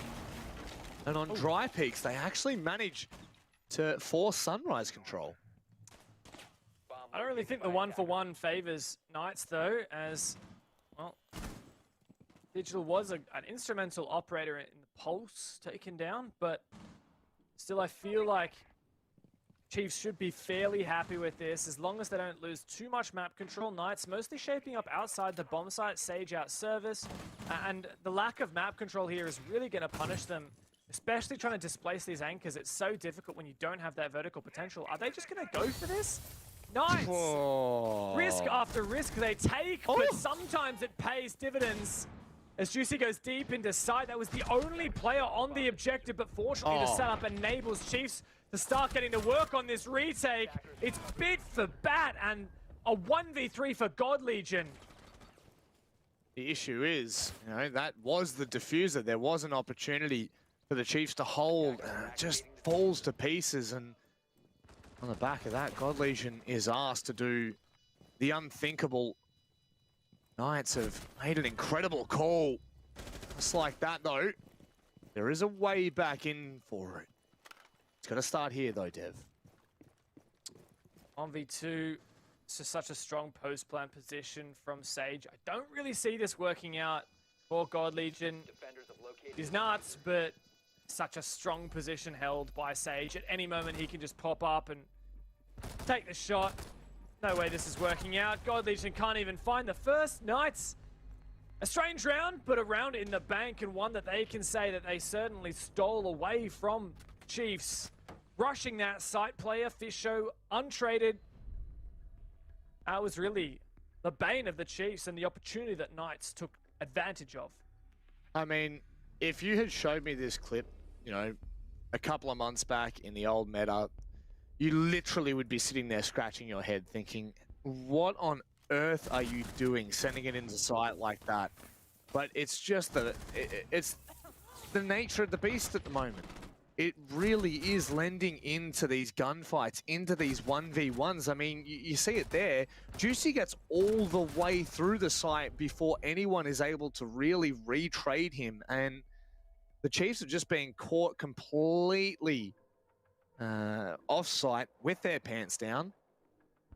But how can you expect that, Dev? How could you ever expect that Knights are looking to do that? Yeah, it's definitely hard, but I think it's something the Chiefs are going to have to start picking up on as they take their tactical time out and they start to get themselves back together. Of course, being down 5-4 is quite a scary moment to be the Chiefs, but I think what they really need to be talking about right now is just the fact that Knights are seemingly taking a lot of opportunities on the site when they see that site presence is weak. It's always on the back of drones. They're not just rushing site. Well, except for Hayward, maybe. But Chiefs can read into that and look at, okay, the one round we did win on our defense, we actually forfeited most map control and let Knights take it for free. Knights did so, but then couldn't convert to a win. And that seems to be a bit of a weakness from Knights. Their late round, their executes seem to lack a bit of punch, lack a bit of kind of structure. And I think that if Chiefs don't let themselves get rushed on site, if they don't leave those weaknesses exposed for Knights to take advantage of, I think that they can really start to clean up Knights, because if they just play a bit more passively or a bit more, you know, on site, prevent those opportunities, I think this will be very difficult for Knights to actually find something to get a grip on. It just seems so crazy to say that, right? Because for so long we've said that, you know, when you're playing the Knights, maybe you are the team that has to get aggressive to try and find a pick, because they'll just squeeze you until there's nothing left. But, I mean, all of a sudden, it's not the case at all. Not even close to it. Knights are taking the fight every which way and constantly to the team. Yeah, look, Knights is a team that has said pretty openly that they have been spending a lot of time focusing on APAC South. It's been taking up a lot of their mind and learning to beat the Southeast Asian teams over there. And I think that maybe they're starting to pick up a couple of tricks from that playstyle as well, particularly, the Dockerby is something that, Hayward has played before, but also, I'm sure it was Seventh Heaven who just picked it every single round on this map. It looks like it's another rush from the Knights. This is just so strange, but they really want to do it, Rob. Yeah, they certainly do. And Digital finding the first pick, that may call the Horde off. And it looks like that's exactly what's happened here.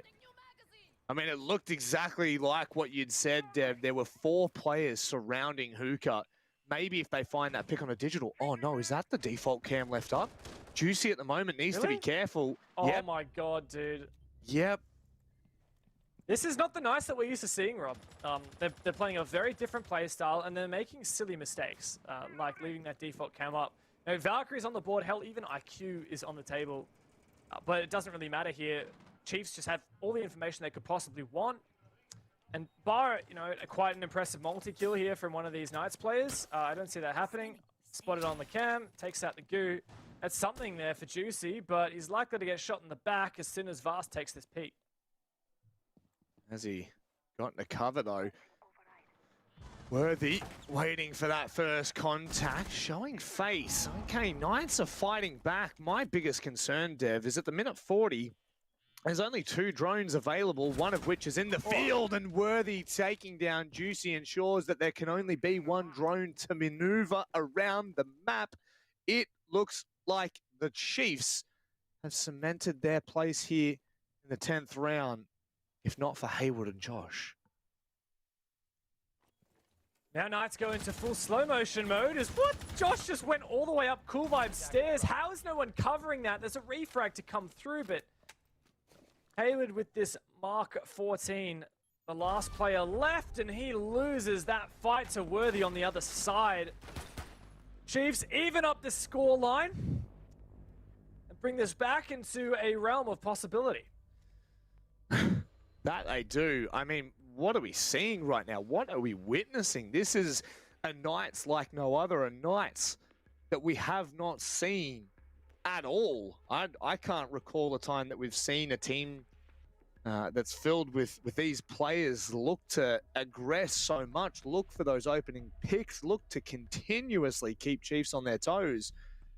And so far, I'm not even sure if I'm mad. I'm not even sure if this is a bad thing, because at the end of the day, it's still 5-5.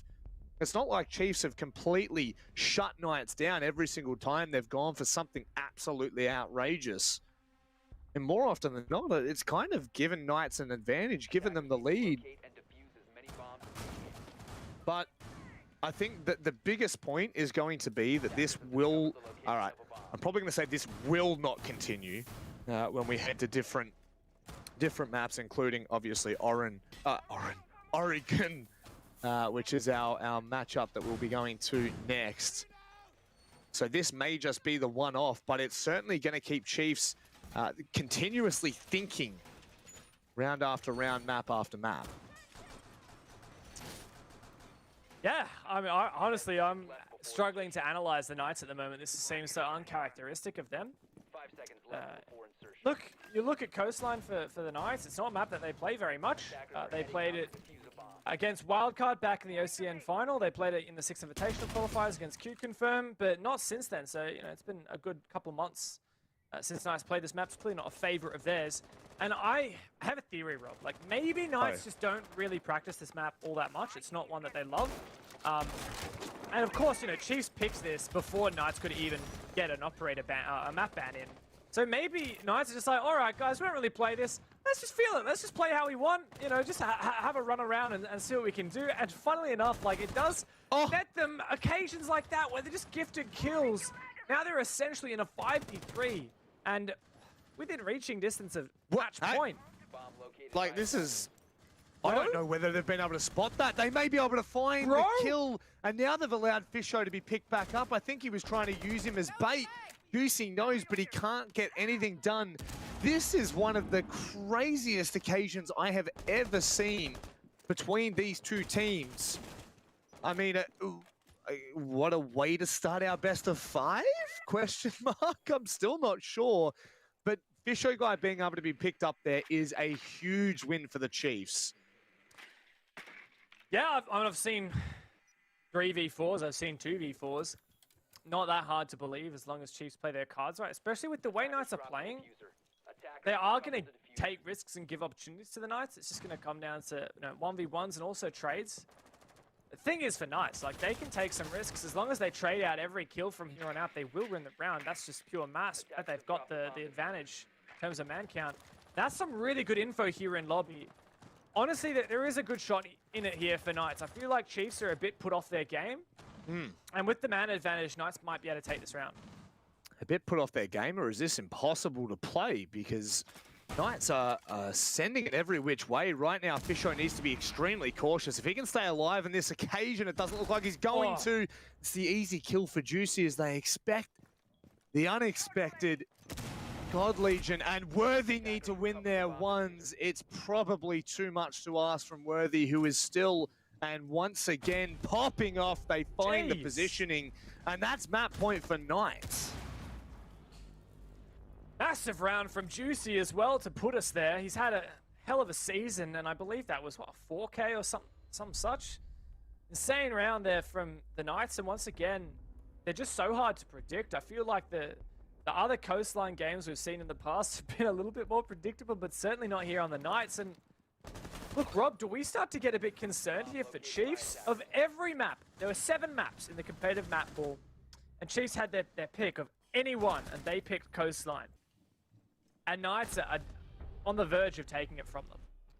Look, I think, you know, I'm going to lean into what Vinny was actually talking about on the desk, which is, yeah, that's, you know, this is concerning because, yes, it's their map pick and we expected them to be really good on Coastline, which so far we're still yet to really see because of the way that Knights are playing. However, the other side to the coin is Clubhouse is still in, which will be the third match. I mean, you know, surely that's where Chiefs need to tidy things up and push it to Chalet, which I will be completely honest, I don't know how I feel about it even being left in. Pittsburgh Knights, I would say, would have had their choice between banning Consulate or banning Chalet.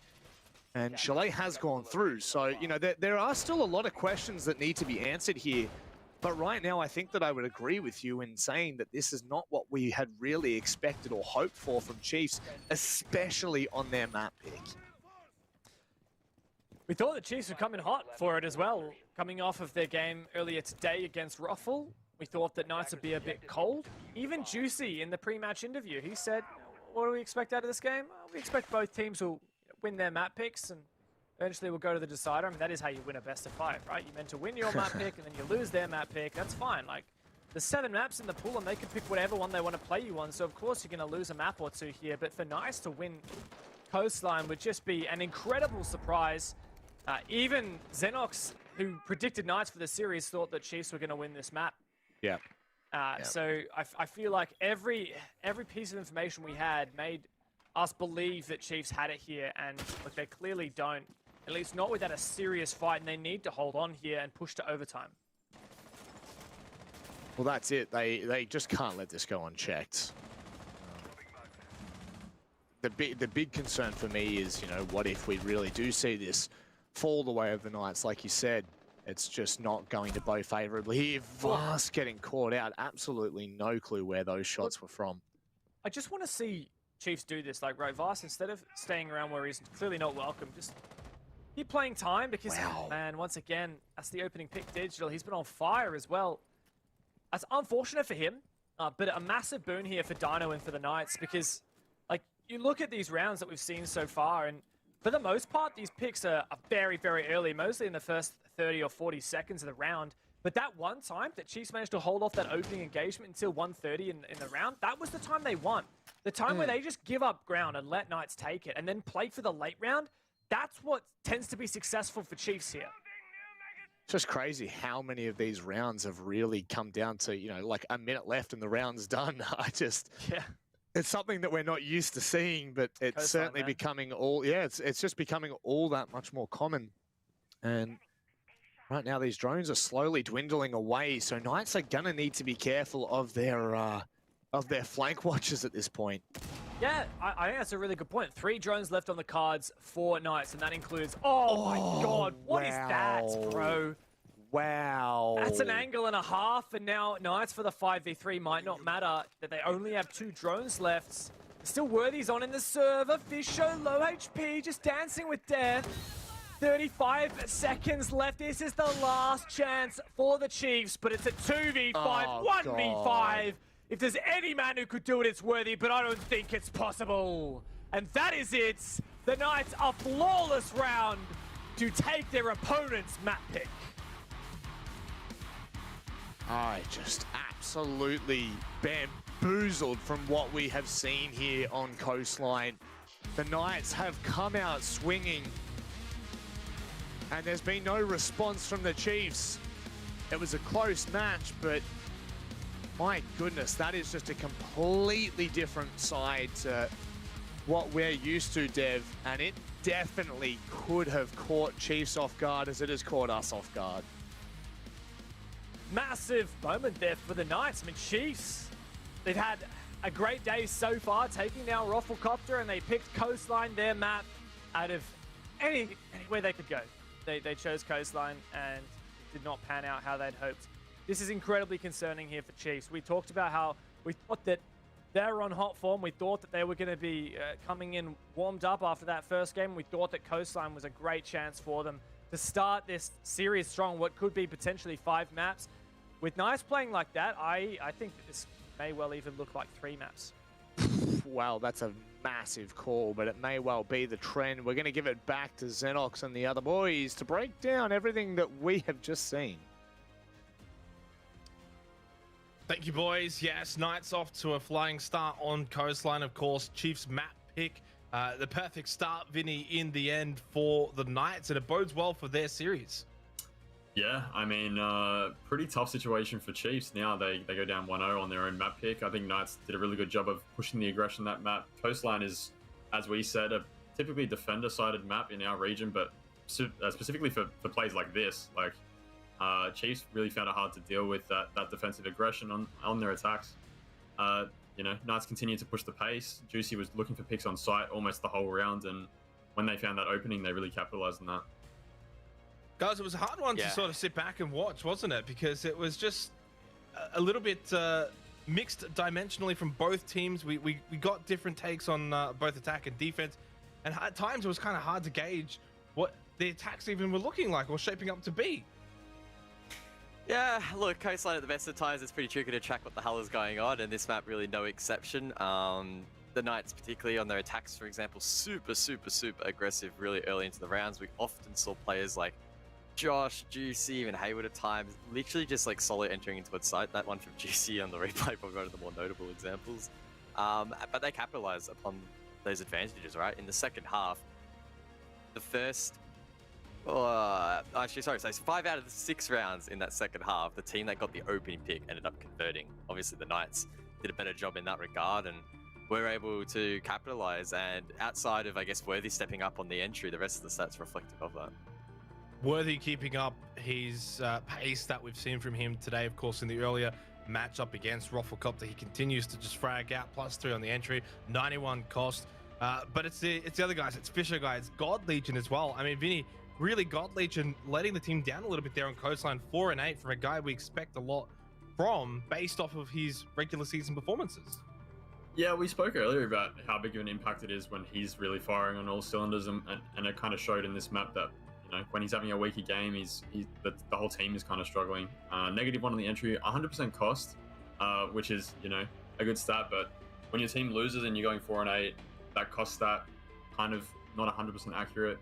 And yeah, we did speak also about Digital early game that we needed him to step up, and he definitely did that map. It was kind of unfortunate in the way that the team lost, but definitely a good game from him as well. Yeah, Dig was great, 12-8.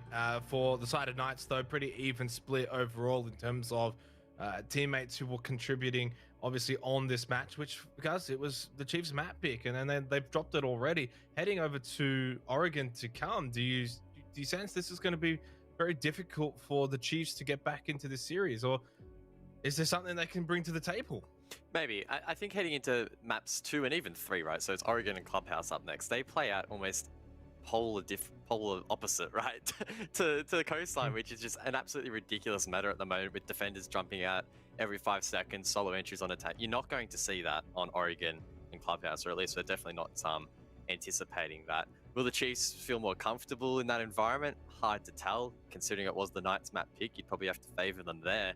If that is the case and the Knights end up 2-0 up, then it's pretty tough to see the Chiefs coming back from that. But it's difficult to predict how this second map's going to play out, again, because it's so different to the first map in this best of 5.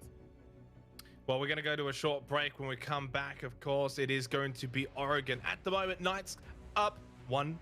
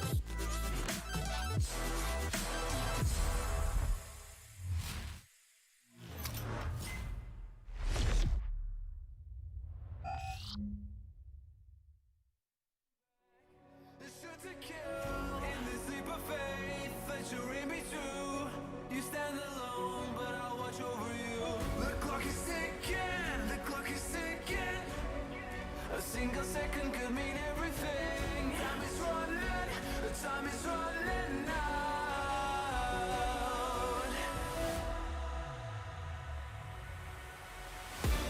Don't give up, don't give in. Don't let me down. Be the one to wipe their grin when they hear this sound. Don't give up, don't give in before they catch a glimpse. I know you'll find the strength within. This is your last chance. Now's your time to shine. Make it count.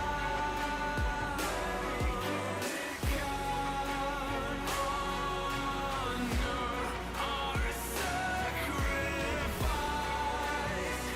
And now this is your last chance.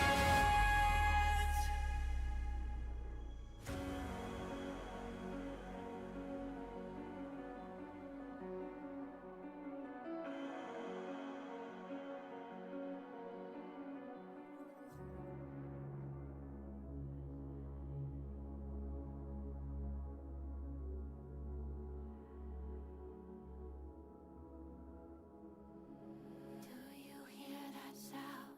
Will be your last. Do you see the crowd behind the glass? Do you feel my fire growing fast? It'll be the last thing. It'll be the last. There is something in the dark. There is something you big sharpened teeth. There is something going on. Make you wish you never looked at me. Oh, I will take you down. I will take you down. Did you have doubts? Did you have doubts?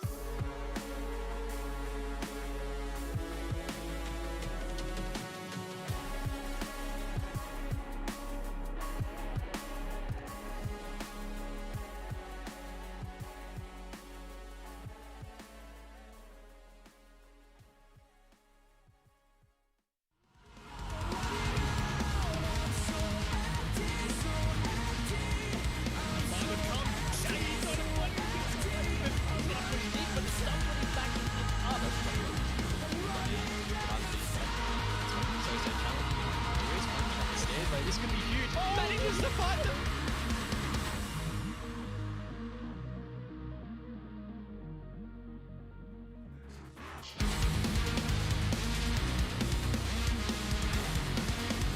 It's a great start at the moment for Knights in the grand final here for OCN. It is 1-0 as they took out Chiefs on Coastline. Now they get to also head to their map as well, which is, of course, Oregon. Guys, we've already had a bit of a break, a bit of a quick discussion, of course, prior. I guess we'll just sort of reiterate things a little bit, and I'll go to you first, Guz. But heading over to Oregon, what's your thoughts coming into this matchup? Are you favoring Knights? Probably going to have to back the Knights heading into this one. Not only is it their map pick, but as Dev generously shared with us, they've only lost 2 out of their last 8 outings on this map, so it's looking pretty good. One of those, of course, was against Elevate, the top team in APAC South, so no push over there. Maybe more worryingly, they lost to Ruffle in the second play day of OCN, but we all know that they had a bit of a rough start there, so not too much of a concern. Vinny, do you hold any concerns going into Oregon for the Chiefs? Do you sense that they're going to have a tough task? I mean, I think we're going to see a different map now on Oregon. It plays pretty differently to Coastline, but looking at recent history, as you can see, they've played it twice. More recently, they actually beat Bliss and I think Seventh Heaven in overtime, but they did lose to LFO, and before that, they lost to Knights pretty convincingly. So I think Knights are definitely the favorites for this map. Well, how do you see Oregon shaping up? It was off air, we were speaking a little bit. You mentioned 50-50 a bit. Right now, both teams actually on a 50% win rate from the 2 times they've played it. When you look at it defensively, and the attacking side of things, Knights are pretty close to the 50-50, whereas the Chiefs rely on their defense. Is that going to come back and bite the Chiefs? Yeah, I think so. I think the fact that they've opted to attack first has kind of shown that they think they can probably get a more positive start on the attack and really like try force out those few round wins before they head over to their defenses and hopefully seal the match. But yeah, as you can see, Knights are pretty comfortable on both sides. They have been pretty sound in their attacks, which for them is pretty rare on certain maps. But I think Oregon is definitely their strongest map right now. I mean, Guz, you'd obviously have to echo that sentiment from Vinny. You can't really disagree with the man. Nah, can't disagree with Vinny. He's clearly the expert on the panel, and I'm not going to step on his toes. No. No? Well, would you like to add anything extra going into this? Of course, not too long before we get into this second map of this series. Is it do or die time yet for Chiefs? Do they have to win this? I mean, if it goes out to 2-0, it would mean they would have to do the full reverse sweep. Yeah, I think the reverse sweep's going to be hard, though I think it will end in the third map, probably not, keeping in mind that after Oregon we have Clubhouse and the Chiefs should win that, but it does, of course, put a lot of pressure later in the series, right? They'll have to somehow pull something out of the bag on Chalet, and then I believe Villa's the decider, so a lot of hard work ahead of them if they can't close it out here on Oregon, and by all the metrics that we have in front of us, Knights, it is their map pick, they have good history here, and it should be their win. Enough from us on the desk. We're going to throw it back over to the lovely Manic and the ever-lovable Dev.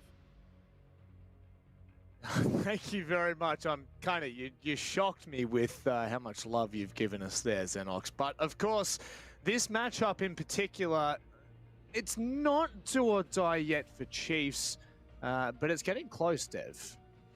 Yeah, it certainly is. I think that Chiefs at least have some ammo in the bag when it comes to Clubhouse, which is the next map. But of course, losing their first map pick is incredibly detrimental. Knights are most definitely ahead right now, and they go to their best map, Oregon.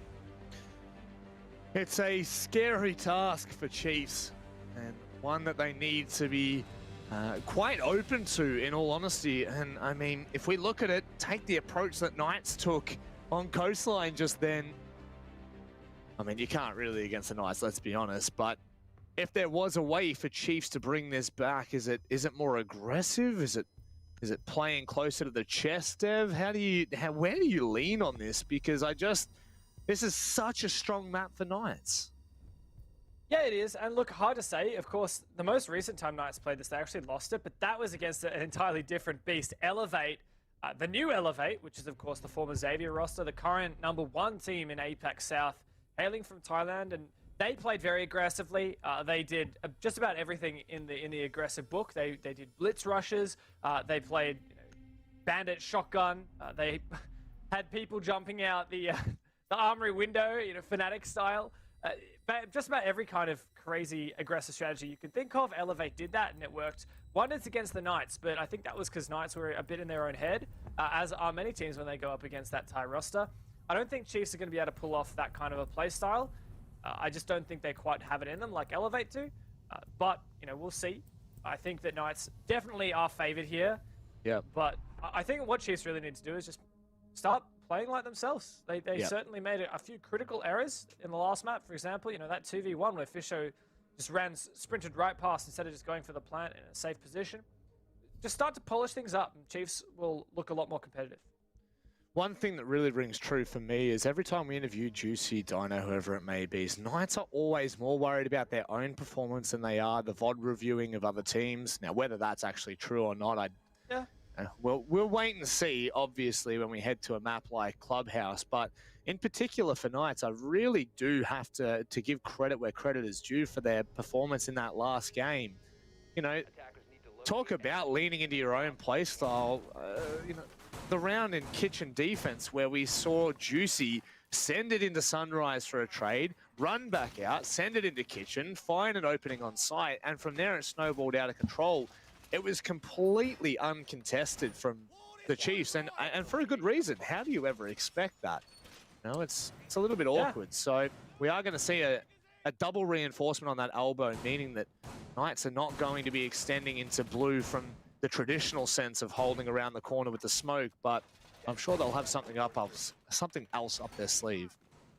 They'll know what mine means. It's quite risky to do an extension like that. We are kind of seeing Knights doing something little bit similar to what they did in Apex South recently, which is going for a heavy roam extension into meeting and kitchen, but they don't have the castle as we've seen from them in the past. Instead, got this Aruni, so not denying as many lines of sight, but still trying to control as much of the map as possible as you see a lot of reinforcements upstairs. Knights actually continued this very loose and aggressive play style.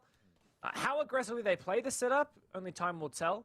But I think in terms of, wow, even the attic hatch is reinforced. So I feel like Chiefs actually have a really strong position here, like just to go for a blue take and get control of meeting. They'll just have to be very wary of flanks in the late round, especially considering, you know, there's no elbow hold. And while Thatcher's banned as a Maverick, so I feel like Chiefs have a good plan. Like, I don't think that just innately this is a very strong defense from Knights. It's really going to come down to how well Knights actually play it and utilize these flanks. Well, if there's one team that you would kind of back into play, not the traditional sense, but more so a freer kind of play style, you would probably look to Knights and the individual prowess that they do have. Juicy obviously being a highlighted player for such a long time now. Sage in the last map was just going absolutely off. I just don't think you can really, no matter the hold that Knights have there, they will always find a way to make this true. And right now, it looks like quite early on, they've been able to back those players away from meeting. And it's just left Josh and Sage on the other side of the map. Yeah, I do feel like it's kind of slow though from Chiefs. I think that this is a setup they could have dealt with a little bit quicker, but we'll see. Time will tell. They've done some great work so far in terms of the groundwork of setting up those flank watch. Particularly, we saw a really good attic drone placed earlier in the round and some good meeting drones. Now they've taken control of the elbow. This is really strong, and now thanks to the Maverick, it'll be pretty easy to open up some strong lines of sight here, and Digital finds the first pick through that Maverick line, but of course, Juicy is right here and ready to fight back through that tiny zip of the Maverick. 50 seconds left, and Chiefs are well set up, but it will come down to how strong they are at covering themselves during the execute. I love that just being a murder hole. It makes it so much harder for Knights to look to rotate if they decide to do so, and Chiefs send it in. Bro. Digital. They're playing with a handicap now. You're still going to be careful. Sage coming from behind will be able to find one when Digital doubles down. It's all into Josh and Sage. This first round has given us all sorts, but with Josh falling to sight, it may well be over, Dev. A 1 versus 3 in a retake. Slim chance for Sage. He had an insane map 1. There's a second. 2 more to go. Fast. Goodness me. That was going to be a little bit too close for comfort after the first pick, but very quickly withers away on that occasion.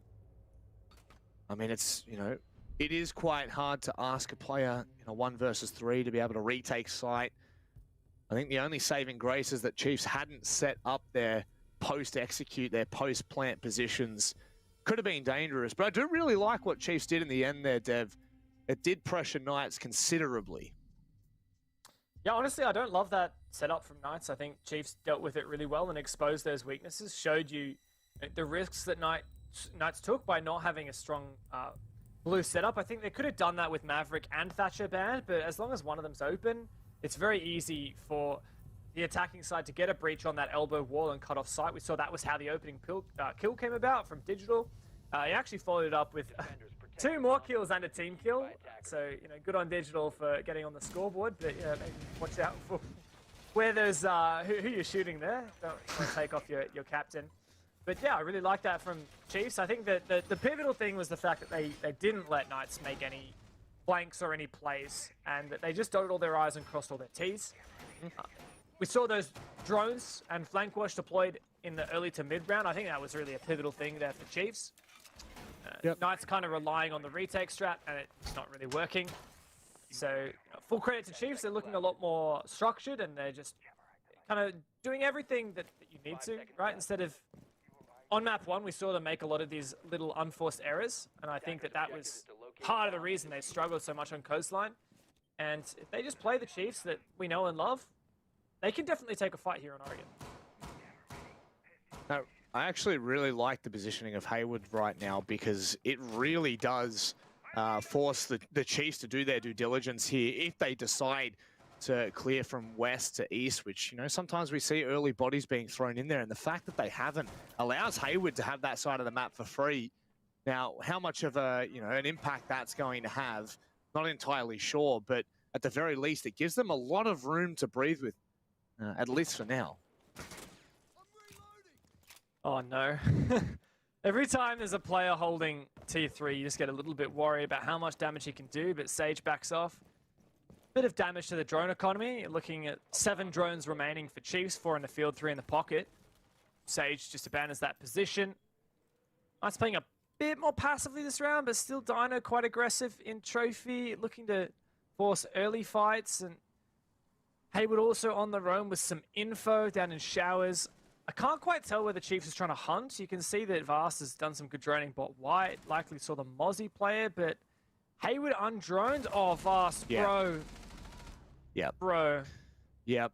It's what we highlighted earlier. Dev, Hayward trying to do some more damage, and it has really caught the Chiefs unaware. God Legion now needs to be cautious. There is still a Vault Cam up in that small tower position, just on the other side of Showers. So, I mean, that's information that the Knights are going to be able to garner. And this attack has somewhat been stunted, Dev. Knights are looking really good for time. Yeah, it's funny. I was just praising Chiefs on how thorough they were being, but I don't know whether that was a misdrone, whether the drone actually went into Showers and just didn't see Hayward. Unlikely. More likely, I think Chiefs just didn't realize that they hadn't droned that, or Vast got a bit ahead of himself, and Knights aren't letting up. They're going to keep that pressure on, keep tightening the screw, and losing God Legion, losing the 2 primary fraggers and the 2 primary soft breaches and explosives wielders does make this a bit difficult now for Chiefs. Now, a big window, White Stairs take is still very possible, but not when you lose Digital like that. Oh man, this is starting to get a bit worrisome for the boys in blue, as it's only Fisho left. Well, Juicy a wide swing, and it will be the free kill. Knights convert their first defense. And like you said, you know, the Ashes of Sophia going down early when you still have that Maestro on the board, very concerning in that late round execute. Should it have ever gotten there? But just highlighting, you know, that play from the Knights with Hayward very early on, maintaining that control. And, you know, when you aren't able to fully clear, when time starts to run thin and you've lost control, you do just sometimes make small little mistakes, and in that case, it cost Vast his life, and maybe it cost Chiefs the entire round. I mean, I wouldn't go as far to say that, but it definitely hindered them quite atrociously. And on that, we now move back down into the basement, and I am really curious to see what Knights have decided to change. We do see the Goyo being brought instead of the Valk. So I would dare say this is going to be that traditional blue extension. I think that's the right play, going the Wamai. Just don't give Chiefs blue for free. Clearly not going to work out. Unless if you can be really applying pressure on your flank and trying to retake through meeting, but yeah, I don't think that was going to work. Looks like Chiefs have actually made some changes of their own. Vast moving on to the Lion. Not sure the exact reason for that. Lion doesn't actually have as many projectiles as the Zephyr, so it'll be slightly more difficult for Chiefs to burn through this blue hold. I guess that it means that they can push site and not worry as much about that roam flank presence, but I really feel like the Zoph is actually more useful here, but I'm open to seeing what Chiefs have in mind.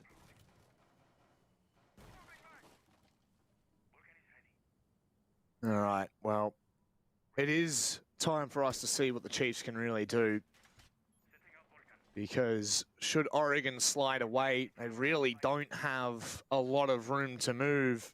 In a best-of-5 series, of course, it's just the small things that will make a huge difference at the end of the day. Next up, we've got Clubhouse. After that, Chalet, and we will finish on Villa. Letting Oregon go uncontested will be devastating, which so far, so good, Dev. There's definitely been nothing given to free for the Knights. Yeah, certainly, Chiefs. I think Chiefs are playing well. It's just, once again, kind of similar to Coastline, just less exaggerated. Yep. Knights are looking for opportunities to punish Chiefs for any mistakes and any openings that Chiefs give them. Here, for example, you know, if Chiefs were opening up that hatch but not being super mindful of some potential pressure from below, then Knights would have found a pick there. And here again, you've got Hayward sitting on T2. Surely this is a pick for God Legion. Has this been droned? This fight could honestly go either way, and if it goes to Hayward, I'd be pretty worried for Chiefs. Hayward starts to feel the pressure from upstairs, and he finds a pick! He should be killed with no trade, but it's in the reverse, and now Chiefs are reeling at the bit, biting down to try and hold on and punish this player. Still, Hayward survives it. This is a huge concern for the Chiefs. I mean, like at this point, sometimes you just have to cut your losses, and right now they're not doing so. They are trying to find him. Hayward is just burning so much time. He's now been there for 40 seconds since they were able to drone him out, since they were able to find his position. Hayward is still unknown. This is a huge concern. God Legion still trying to force the issue here. They're just going to have to give up on it, which is exactly what they've done. And what's the approach now, Dev? This is so much time lost. It is, and Knights are playing this like it's a little homework test for Chiefs. It's like, can you deal with us throwing this spanner in the works? And at the moment, Chiefs are really struggling to find a passing mark. They're just ignoring Hayward. Now that does mean it's a 4v4 on site at least, but of course these gas babes are just going to lock them out. 20 seconds left, and this is so difficult for the Chiefs. Juicy is so hot on his shot. Yeah, he certainly is swinging as well to find more information. Dino getting stuck in a corner. It's the trades that are incredible for the Chiefs right now. They're coming out on top of these engagements. All of a sudden, Juicy and Hayward. Oh no, what? Diffuser not being planted. They couldn't find the final kill. I thought for sure the diffuser was going down just to give them half a second longer. It seemed like it was the only thing left to do, Dev.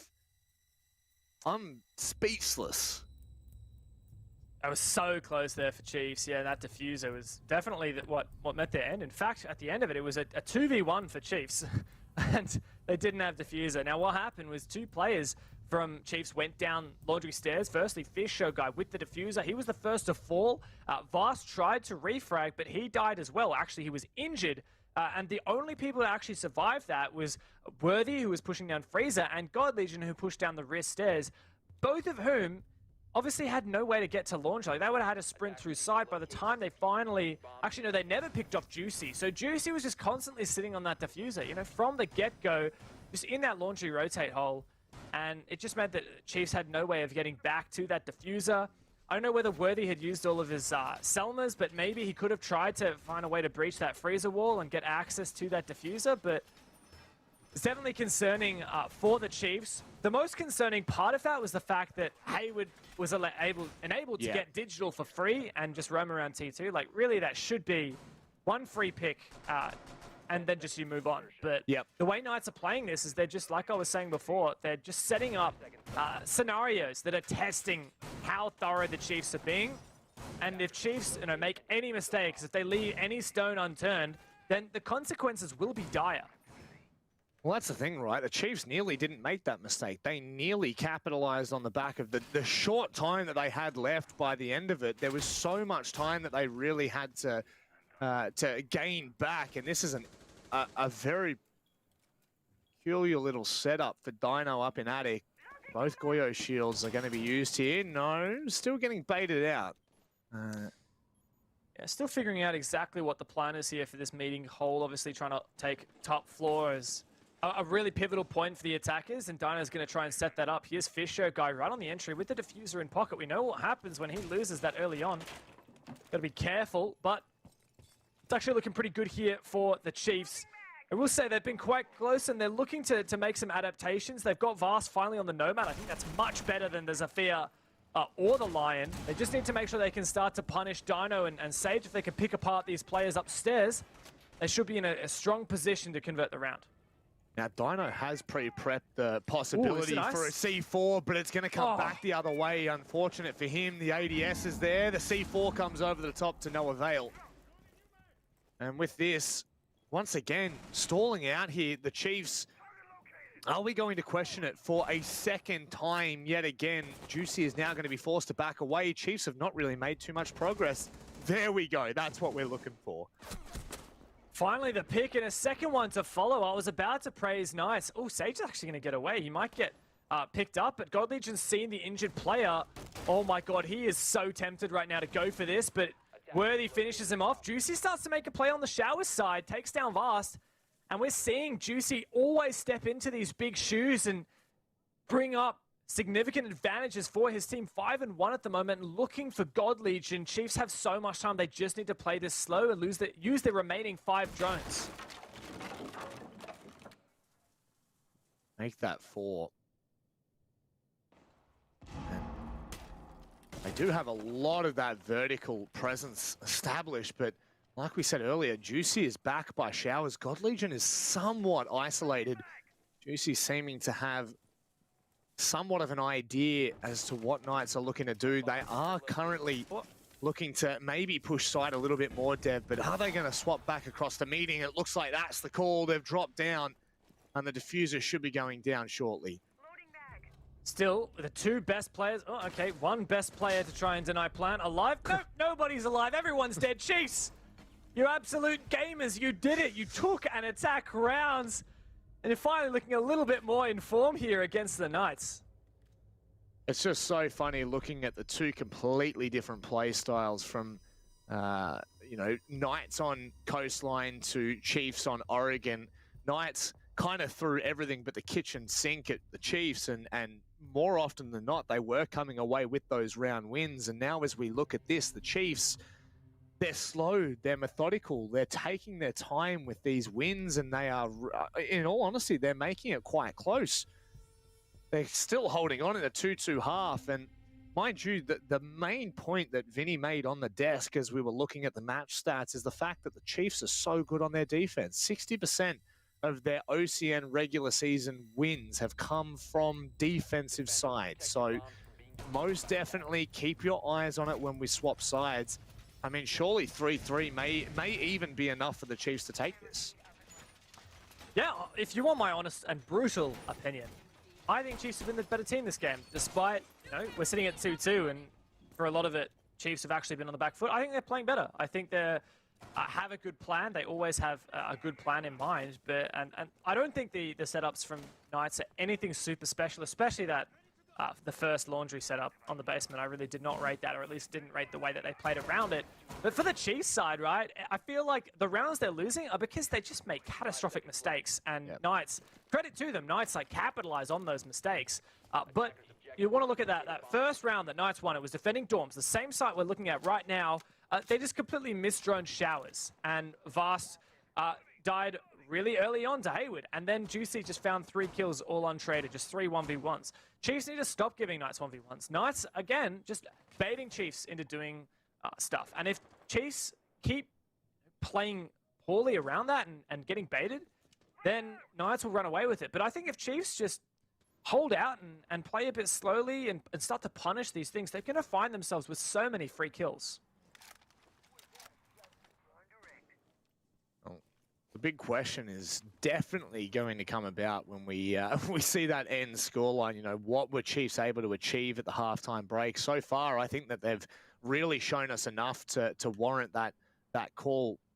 Both now taking big tower control, and Knights not really looking to contest that. Obviously, we saw 2 pests from Sage being thrown across and used, a little bit of utility that denies a little bit more time, but the Chiefs were definitely not short in taking that control, and in comes that traditional little Maverick hole off to the right with a bit of a foothold, but turns into a head hole by the time that you come onto those stairs. It'll be a cheeky little 2-way street with Josh on the other side. But he backs on off. Like that from Knights. You know, don't hold on too long. You don't want to give up these free picks. In terms of wall tunnel, it seems to be just that mute jammer, which should be easily dismantled thanks to that Ash of God Legion. Destroys it through the floor. Sage really wants to find this pick. I don't think there's info. That's a pre-placed C4, but oh my God, 1 second later and Vast would have been toast. But he holds onto that flank a little while longer, and they will know on the back of that there's a roamer downstairs. I'm so disappointed that didn't connect. That would have been gorgeous. And now, the Chiefs with little under a minute left, they're going to have to go to town here because they haven't really been able to find the openings as they would have thought they deserved. Sage, in the meantime, has actually pushed back to the T1 of the big tower. That's a big kill, though, to start with. That's the Maestro down. Still a bit of intel yet to be gained, but it's looking good, Dev. Arguably the best player for Knights so far, Juicy off the cards. He's going to be sitting on those cameras. Great refrags in through Attic. And Chiefs win out the exchange. Josh looking for one more, but he doesn't get it. It's all on Sage. No C4. That's gone down the toilet, as have Knights. And Chiefs, hello? Chiefs looking to lock this one down, and they do so. Nice valiant effort. And an NS in chat, but the Chiefs are too good. They certainly are. I mean, goodness me. This is what we needed to see. The second the playstyle goes back to some form of normality for Knights, it looks as though the Chiefs are feeling very comfortable. I mean, that round in particular, when push came to shove, when it was time to spring to the action, Chiefs answered that call nice and quickly. Worthy has just been phenomenal for them all day long. And now we head back down to the basement after what's been 2 unsuccessful attempts from the Knights. They will want to, they have to finish this at 3-3, Dev. Yeah, I really agree, honestly. Like, coming into this game, you know, I had backed the Knights for the whole series. When I predicted the Knights, honestly, I think I said this in the pre-show. I had a feeling that Vinny was right and that Chiefs were, you know, the better team overall. But I still wanted to predict the Knights just to give, you know, respect to how incredible they've been this season across both OCN and APAC South. And I knew that a lot of other people were picking Chiefs, so I wanted to, you know, be on the Knights train. But you know, when Knights took map 1, I completely felt validated in my prediction. I was like, okay, definitely, you know, if Knights can beat Chiefs on their own map, Coastline, surely this is going to be open and shut, maybe a 3-1 if Chiefs can win Clubhouse. But hey, I did not expect Chiefs to perform so well here on Oregon, and everything Knights are throwing at them, they're ready for. And even though there were a couple of mistakes in the early round, I think Chiefs are learning from them. And I don't think Knights are one step ahead any longer. I think they're actually behind. There's no blue extension again. They're going to go for the strat they went for the first time. Look, if they're going to make this work, they need to play more aggressively. This roam game is going to be key. Certainly is. One massive point we have to highlight right now is Josh and Dino on the donut. Both of them going 0 and 4. Dino 0 and 5. This is going from bad to worse for the Knights. They're giving Chiefs an opportunity back into this series. It's a huge pick, all things considered. It just continues to demoralize Dino. And if Knights can't keep a grip on this first half, I'm sorry to say, the Chiefs are definitely back in this. Sage barely gets away with his life there as well. Chiefs are looking so good and they're not playing around any longer. God Legion on the forefront of this. Hayward aggressive on the tower stairs. Likely to be droned out. There's a peek away from killing this player, but there's a man advantage. Finally, Hayward finds one back, but it's just a consolation prize as the Chiefs continue to run away. Hayward needs this pick, but he's not going to get it. 1 versus 4 for Josh. Oh my God. The Chiefs are here to play. They are showing up right now in a way that we may not have really been prepared for. This is a completely different side. Josh tries to go massive, but can't get anything done. Chiefs, they take a demanding 4-2 first half.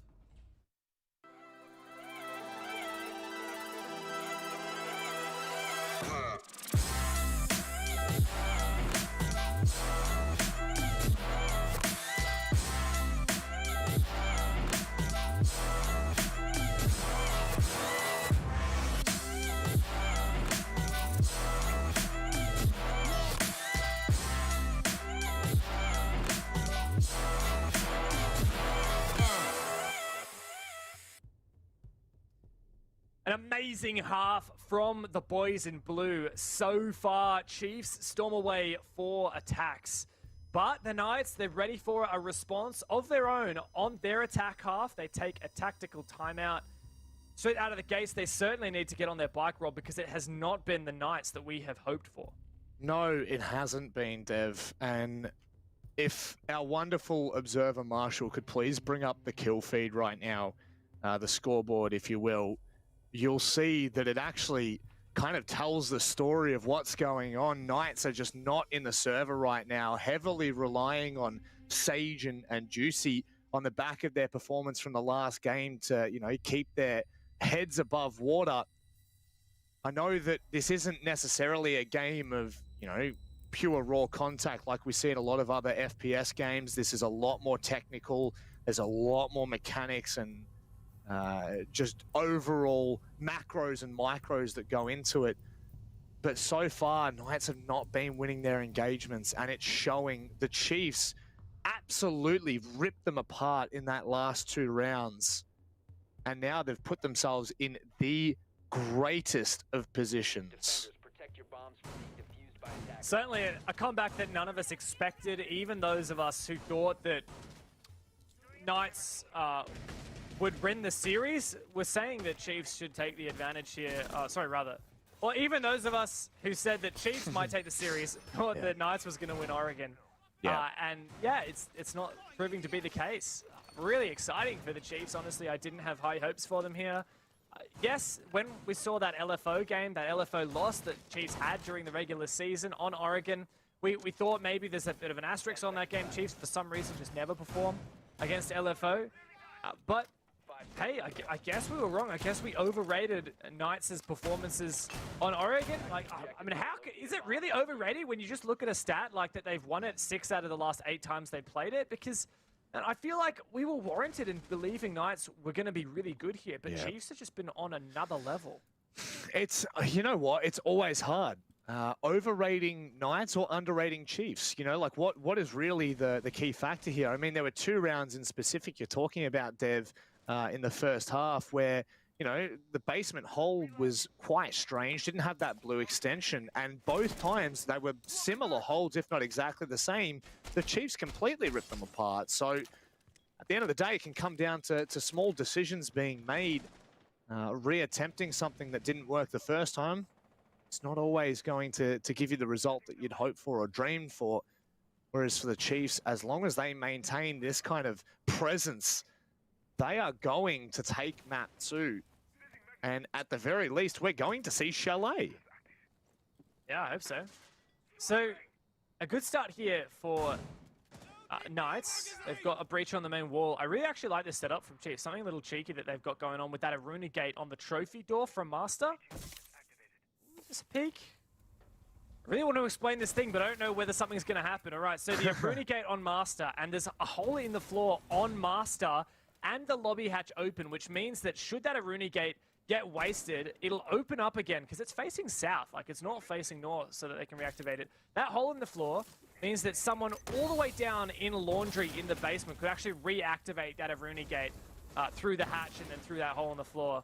I just think that's so cool from Chiefs there. I don't know whether it'll play an impact, but it's a cool little tidbit for you. That would be disgusting. Oh my God, 1 drone left. Dev, what on earth? We saw this from Knights against, who was it recently that we saw this happen? I don't believe it was 7th Heaven, was it? I can't even remember now. I'll have to go back through the stats once this round's done, but 1 drone left. Yeah, and no Nomad as well. So this is they insane. don't even have flank watch drones. Like they literally just gonna have to hard hold their flank. See, face checking this with Zephyr concussions. That drone may not well be on this flank. God Legion may just have a fantastic play here. Like, my God, Knights, this is just not good. This is really, really concerning. And Chiefs already starting things off strong. Oh, that's the diffuser down as well. They're not going to expect God Legion from behind. The round has crumbled. Was it the intel? Was it the far out? My goodness, the 1v1s are just being absolutely obliterated here by the Chiefs. Hayward cannot even find a kill, can't find anything, was running around like a headless chicken, and all of a sudden, this is looking incredible. Incredible. certainly is impressive there from the Chiefs. Just the fact that the Knights only had, what, 1 drone left with a whole minute to go. And what's funny is, like, they didn't lose a single prep phase drone. It was, like, just those drones in the first 2 minutes of that round just fell down so fast. Like, they lost 4 drones in the first 30 seconds. The next 30 seconds, they'd lost another, 3 or 4 drones? Yeah, they lost another 4 drones. And then they lost the final 3 in the next minute. So it's just insane. The amount that Chiefs can get information with their drones, but then just immediately like lose the advantage because they're not actually acting upon that information. Yeah.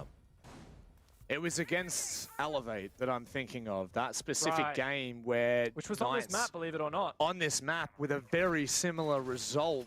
Elevate ran away with it 7-3. And right now the Chiefs are looking to do the same. It's... like, history has almost completely repeated itself. Dino still on the donut after the 7th round there. I know that, you know, we're just going to keep batting on about it, but honestly, at this point, James Bond may well enter the server. And you know what? Like, so Knights got really destroyed by Elevate, 7-3, right? But those 3 round wins they got were on their defense. They didn't win a single attack. They lost 4 in a row. Well... Knights only got 2 defense wins against Chiefs. This could be an even more convincing scoreline against the Knights. Terrifying to think. I shudder to think what our conversations will be like on the desk after this. Look at this from Josh. He's got the ability to do this with a Gemini, but he's doing it pure with the raw peaking power. What on earth is going on for Knights right now, Dev? Such an early pick, not 30 seconds into the round, and oh, it's just spiraling. Knights look completely lost here. They're just continually punished for the risks that they are taking, and Chiefs are just lapping it up. Oh no. Oh no. This is really just not what we expected to be seeing from the Knights. After their match against Elevate, we kind of brushed it aside and said, well, you know, that's just who Elevate are, but maybe this is who Knights are. Oh my goodness, Fast! Nearly gets caught out there, Dev, but slowly but surely, the Chiefs just continue to burn this time. He finds the pick. They both know each other are there, but Vast, he doesn't have to do anything. He can just wait. Forces the engagement, but how? Dev. How does he win that? In a 5 versus 2 for the Chiefs, they have map control. Juicy's just going to take another 1v1 and finally shuts down Vast, but my God, I just do not think this is working whatsoever. Inarguably the best player right now for Knights is Juicy, but even he doesn't have it in him. I couldn't imagine. So he's pretty much stuck between a rock and a hard place. There's a player just on Freezer stairs. There's one watching the Freezer hatch. There's one all the way back in meeting. He's going to get absolutely obliterated the second he makes a decision. Hang on. Hang on a second. Never mind. That's going to be it for the Chiefs there on match point. This is ridiculous. And Dev,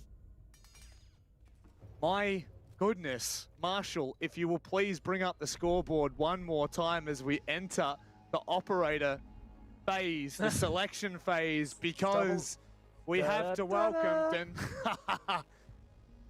Oh no. Can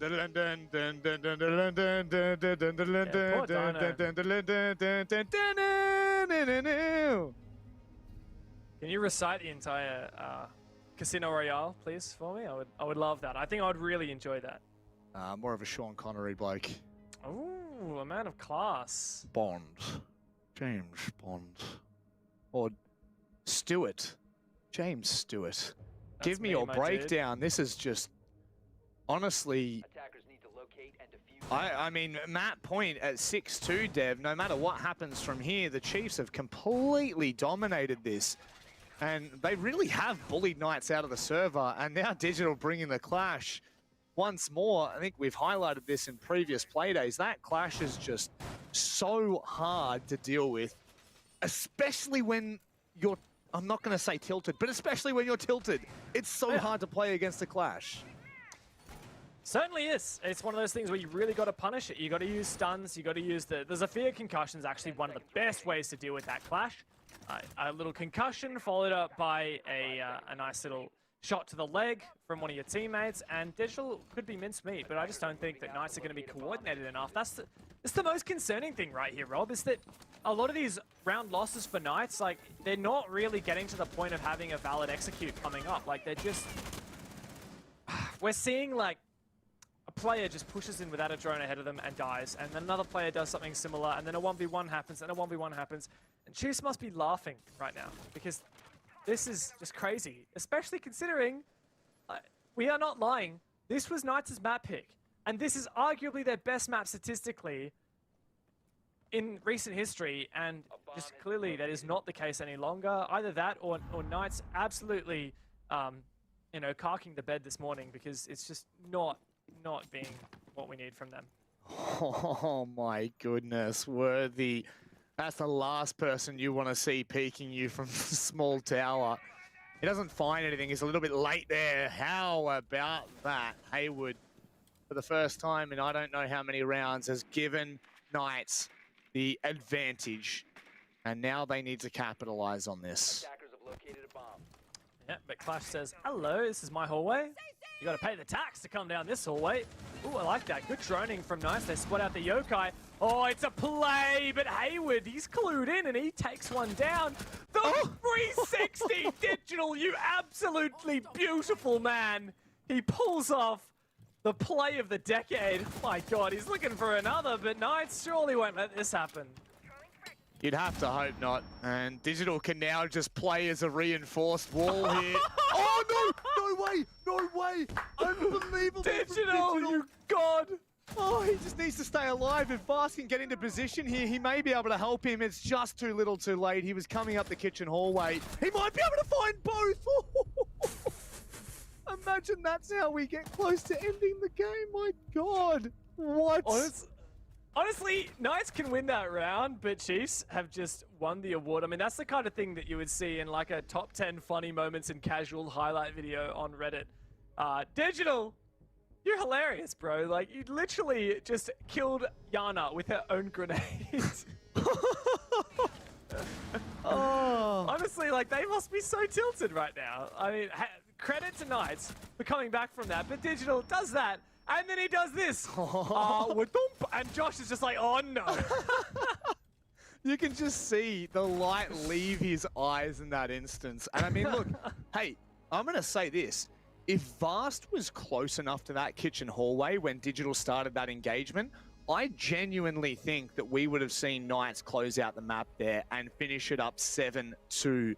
But now we get a chance to repeat history here. The Knights, little less than 3 days ago now, were defeated 7-3 on Oregon by Elevate, and Chiefs, they're up to the task right now. They're looking red hot, or should I say blue hot, Dev. This may be it. It may well be. Big advantage for Chiefs now, knowing that they can go back to dorms, which they already won. Finally, Sage has chosen to switch off of that Zephyr and instead go for the Nomad. Obviously, the Zephyr was pretty important last round because the Clash was in, and obviously that was how they ended up killing the Clash. But the Nomad here is just meaning that Knights, especially since their drone work has been so poor, it means that they can just put air jabs on the flanks. I kind of would rather have actually seen a 0 pick here, Rob, because not only can you use those for flank watch, but you can also use them for a little bit more aggressive info as well. And you get 4 of them instead of just the 3 that the air jab comes with. So maybe they just wanted it for the stuns. I guess we won't know exactly, but nonetheless, Chiefs definitely still in the driver's seat here, and they themselves have actually made a change as well, with Worthy opting to switch over onto Bandit. He played the Valk last time they defended this site. That means that should Knights try to get nice and aggressive, opening up the Master Games walls early, you're going to see that Bandit tricked up by Worthy. I wish Worthy brought the shotgun, because oh yeah, Knights we saw that from Onigiri. Yeah, Knights would definitely be looking down a nightmare lane. The memories would not have been nice. They have spotted out Worthy, and flashbacks starting to run their way. God Legion still up in Big Tower, and I mean, do Knights just completely dismiss that control in Attic? Do they just not worry about taking that control and double down on the south side of the map? Because I think that's what they're going to need to do here, Dev. Yeah, well, credit to Nice. That was actually a really nice way that they countered the bandit trick. They threw in some nades to deny that position that Worthy would have needed to be in to breach that wall. And as a result, Dino does get a breach on, and he actually doesn't even waste a single Selma. He's now used all three, but man, that is a massive line of sight there. Still only vaultable, not crouchable or walkable, which does mean anyone who decides to vault in there from Knights will have a little bit of a disadvantage. They'll be stuck in that animation. But I do think this round is going to be pretty influenced by the opening pick, was what I was about to say. And Worthy says, yeah, I reckon that's the case. And there's almost a refrag there coming through. Dino goes down, and Josh has found one. Surely this aggression. Oh my God, Chiefs, my dudes. You're just cracked right now. And there's another for Didge. All on Juicy, and bada boom, bada boom. That is the map for the boys in blue. Definitely didn't expect that coming into it. If Coastline was somewhat of an oddity to the performance of Chiefs, that is just... what? Chiefs dominate Knights, not only on their map pick, but on their best map.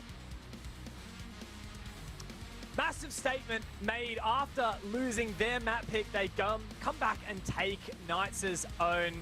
What an insane performance from the Chiefs. We're seeing, really, this is the Chiefs, I guess, that we hyped up earlier today. The Chiefs that we were hoping to see on Coastline, that we really didn't. And they absolutely manhandled Knights there. As soon as Chiefs started to key into those cheeky little things that Knights were doing, it was just a blue server all day long. And the question is, what if Chiefs had been able to catch on to that on Coastline? Would it be 2-0 already? Is that the possibility that we could be staring down the barrel at? It doesn't make a difference. It is 1-1 right now. And, I mean, let's just, you know, really take in this moment, because Vinny's claimed that the Chiefs are better than Knights. So far, it's been hard to tell with APAC South and OCN. But in a best-of-5 matchup, this is the best possible scenario. This is the place to show it, and we're going to give it back to the desk, because please explain to us how Knights have let that one slip. Yeah, that's a really good question. I don't know if we actually have the answers, though, Manic. At least I don't. Maybe Vinny and Guz might be able to help me out, but I'll go to you first, Guz. In the end, Chiefs just looked so much better than the Knights in almost every single facet. In a way, though, Knights really just letting it themselves down. Yeah, there were clearly a lot of blatant mistakes, unfortunately, made there by the Knights. But again, credit to the Chiefs, right? Your opponent can make as many mistakes as possible, but you have to be in a position to capitalize upon those. And in most cases, obviously, the scoreboard reflects that the Chiefs were, and they did play off that as much as possible. I think the concerning thing for the Knights now is the fact that they really struggled on a, quote-unquote structured map. And the next map's Clubhouse. It's not going to get any easier from here for the Knights. I don't want to spend too much time on Clubhouse. We can, I guess, touch on that when we come back from the break. But Vinny, did you see enough from the Knights that maybe there's an inkling of hope that they could go to Clubhouse and beat Chiefs? Or did everything you saw from the Chiefs say that the Chiefs are going to be pretty happy going to Clubhouse after this, and 2-1 is going to be very likely?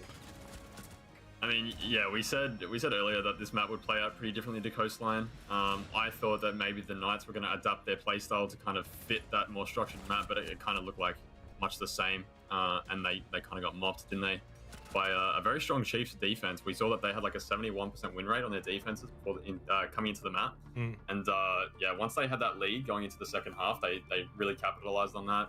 We called upon Gold Legion before the map started. We said he had a pretty weak map one, but then we summoned him and he's top fragged, and he played a really good map. Yeah, I feel like we can maybe take a bit of credit for that one, Chiefs fans. We brought God Legion back into the server, 12-5, popping off 90% cost as well. The big one there, +4 entry for Worthy, only the 8 kills, but dynamic as always, and so far has, in my eyes, been the MVP of the finals series as a whole in this entire gauntlet run. The other one that's really caught my eye, Guz, is Digital. He has just really stepped up in the playoffs when it matters the most. Yeah, you know, Digital's a little bit elusive here and there. He can chop when required. He's, you know, had his fair share of quiet games throughout this year, I think it's probably fair to say. But he seems to have a knack for fighting himself into important matches. And for whatever reason here at Oregon, you know, he was in the thick of it.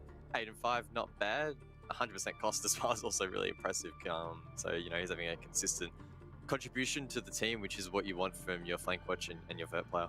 We've spoken about the positives there for the Chiefs, the negatives, Vinny, for the Knights. And look, I don't really want to rag on a player who's gotten a donut here, but Dino 0 and 8, -2 on the entry, 56% cost, which is tied low there with Juicy. Just couldn't have had a worse game if he could have tried. Yeah, it's Oregon is a bit of an anomaly in terms of the way they pick ops around. That's kind of the map that Dino plays that Habana ace role, and when your attacks aren't going your way, then your support players really do feel it, and I think he felt it pretty badly this match. Yeah, I guess in a way his teammates did as well. It wasn't a one-man show there from Dino's poor performance. They really, as a team, were quite poor, and that's the other takeaway from this that I do want to get your thoughts on, Vinny, before we throw to the break. Was this Chiefs being really good, or Knights maybe just having a poor match? Mix of both. I think Chiefs are definitely still the most informed team. I've been saying it all weekend, and I think they showed that their attacks are a lot more methodical, and it kind of fits this kind of map. Going into Clubhouse next, I think it'll be much the same. It's a much more methodical map. Those attacks that Knights showed on Coastline that kind of work on that map aren't going to work for these maps. Very professional answer. We are going to throw it to that break. When we come back, third match is going to be coming up on Clubhouse.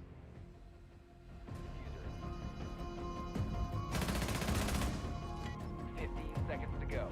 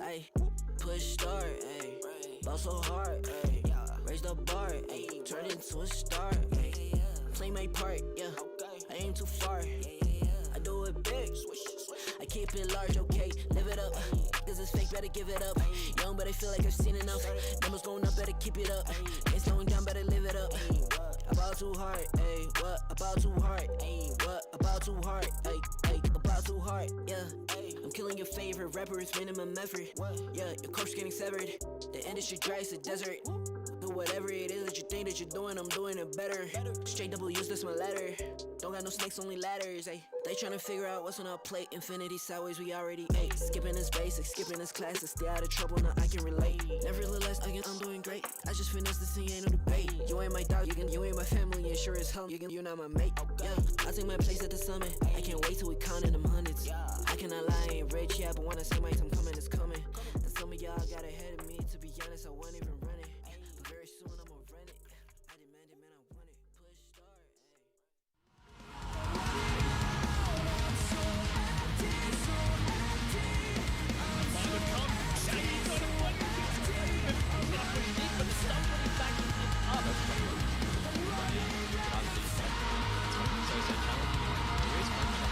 This could be huge. Manning is the fighter.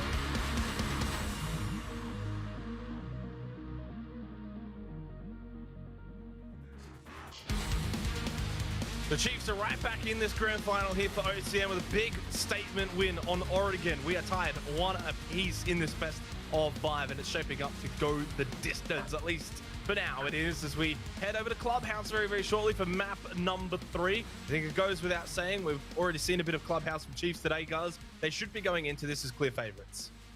Yeah, you would think so, especially with the Knights struggling a little bit there on Oregon. Arguably a similar map in terms of it being extremely structured in the current meta, and we're expecting both teams to approach these maps in a methodical manner. So the Chiefs should roll them here. Honestly, I don't see any reason why this would not be a dominant Chiefs victory on Club. Yeah, I mean, Vinny, you obviously have the stats in front of you now as well, and it backs it up. 69% attacking win rate, 67 on the defense. They played it 3 times, 100% win rate. But the Knights aren't too bad on it either. 100% win rate in the 2 times they've played it in OCN. Yeah, I mean, Knights are no pushovers on this map. I think that what we've seen in their attacks recently, especially those last 2 maps, have kind of come as a result of not completely understanding win conditions for those specific maps. I think Clubhouse is a little bit more straightforward with their attacks, so I think they'll be able to follow that structure a little bit better and probably be, more in the rounds before they kind of give up and start kind of looking for picks earlier. But Chiefs have played Clubhouse 3 times in a pretty concentrated kind of, zone where they've played 3 times in a row, won 3 pretty convincing maps against Wildcard and Ruffle and stuff like that. So I think they're definitely the favorites going into this map. If they're the favorites going into this map, guys, and we give them a preemptive tick and we say, right, Chiefs take Clubhouse, there's Chalet after this, which is a bit of an unknown. You definitely want to be up 2-1 going into Chalet. Yeah, I mean, that's a really good point, right? Sure, these teams have got like a little bit of history on Chalet, but it's nothing that meaningful that we can draw conclusions from, right? So if you're positioned nicely heading into that one, arguably the pressure's alleviated a little bit because Chalet is kind of a throwaway map in the sense that, no one's expected to go into that and win it. Villa, I mean, is a whole nother story. I don't want to get too deep into that because that's potentially a few hours away still. But yeah, I think the Chiefs are positioned really nicely heading into this one. I don't think they're going to be too stressed. In fact, they're probably going to be pretty happy. You say that, but Vinny, when we were going into Oregon, a lot of the talk was Knights going into Oregon and their map pick, and they should feel comfortable.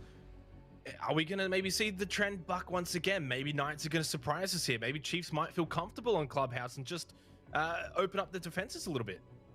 Yeah, I think what you're saying is completely right. The trend hasn't really been followed today, has it? So I think anything can happen. A comfortable team can become a complacent team, which could hurt the Chiefs. They've found it pretty easy on Clubhouse. So if Knights kind of mix it up and play their attacks and their defenses kind of differently, it could kind of throw off the Chiefs. I think they're pretty good at adapting. I know that Fisher guys sometimes in his IGLing, he much prefers that, his strats kind of go exactly as they are planned, and if anything happens, they can kind of buck that trend in terms of their winning conditions at the moment. But I still think Chiefs are the favorites, and yeah. Still think Chiefs are the favorites before we get into the game. Final thoughts, guys. Who's going to win out on Clubhouse here? I'll start with you, Vinny. I think it's a really important map. Whoever wins this goes on to series point on Chalet, and that's a bit of a toss-up. So I think Chiefs, and then I think they take the series. Whoa, big call, nice and early. Guz, can you back him up? Yeah, winner of this wins the series. Chiefs win the map 7-2. Winner of this may win the series. It's not a guarantee, but it puts them in the driver's seat. They will get, of course, series point from here onwards. We head into Clubhouse to see who is going to be able to get that match point. Gus thinks 7-2. I mean, look, it's not actually that outrageous, Dev. I think that it could well happen, especially after what we've just seen on Oregon, a 7-3 shellacking to the Knights, but surely they can't back it up here. They are a very good team on Clubhouse.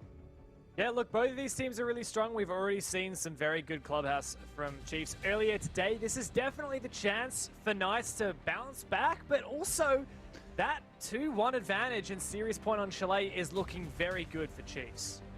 Certainly is. Well, we head to Clubhouse to decide who takes series point and who is going to need to pray to the heavens that Chalet comes through for them.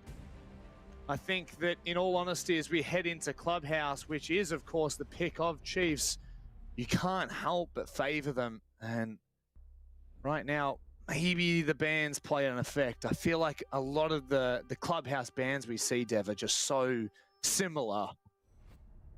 Yeah, very much so. I mean, almost always you will either have a Maverick or a Thatcher ban, and it tends to be Thatcher these days. Also, the Hibana, very, very powerful on this map.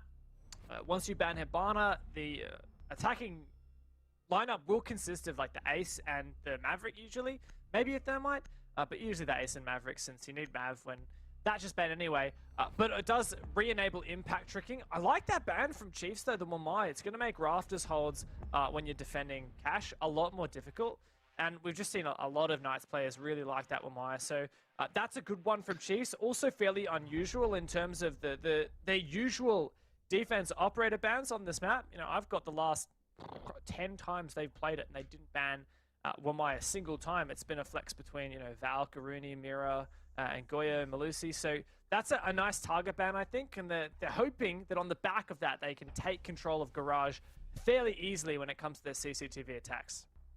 And of course, that's only one part of the bigger picture, isn't it? When you are using that kind of a method. We are seeing Vigil Mute and Castle being picked here. So love it. Bet your bottom dollar that God Legion is going to remain a nuisance up on that top floor of Clubhouse, Dev.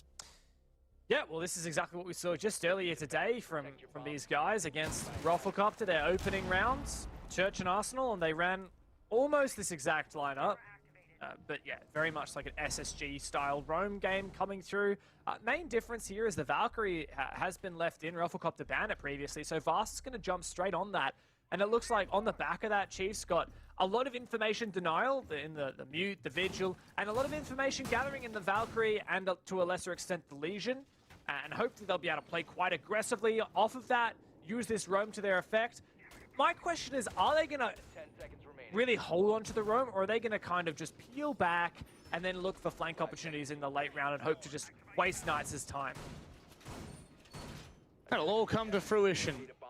And I mean, if we see the trend that Chiefs have had, generally, I mean, you know, on Coastline, God Legion was pretty happy to take those engagements and maybe even die at that occasion. But certainly on Oregon, they were able to waste a fair bit of the Knights' time, keep them guessing, keep them thinking twice. Now, one thing for me is Fisho not being on the smoke. It doesn't obviously massively change his play style. Well, it does actually. He's not playing on the side as a firm anchor. He is actually helping that roam up top, as we would expect. However, he's staying here as well, and he has been spotted. So for now, slow and methodical from the Knights. And really keep an eye on that time, Dev. Yeah, I assumed that the win condition here for Chiefs, or rather the strategy here, would just be to fall off after a little while, but it looks like they are really hoping to contest here. I like that vertical angle opened up by Fisher, who's really keen here to keep peeking that hatch. Hayward already used his first nade, looking for his second at the moment. Fish would have heard that pin pulled. And he starts to back on away. Hayward decides better of using that grenade, and Knights really not having a lot of success on this roam clear so far. the issue is as well, I don't know whether they know how deep those vertical lines are, and in fact, that's going to be Fisher Guy finding the first kill. Worthy just gets around the corner as it's Hayward in hot pursuit. Oh, he's in an awkward place. The hatch pre-opened will allow Sage to capitalize on that. However, the remaining members from the Chiefs have dropped back down to site.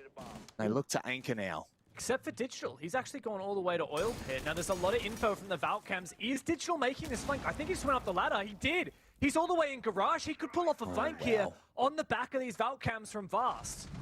Oh, this will be massive as Vast finds the first kill. That will take most of the Knights' attention away from what Digital's trying to achieve here. He may not even need to play an effect here, depending on how good Fisho's hold is. We know that he is an unrelenting animal, but the double kill from Digital comes in. And that is a monstrous start for the Chiefs as he just can't clean him up. But Dino Dev is left with everything to do. It's still achievable. He's already off that donut that we harassed him for in the first game, but Chiefs, a fantastic strategy. That Valkyrie left open, left an opportunity that Chiefs took with both hands, and a fantastic re-roam from Digital starts Chiefs strong on their defense.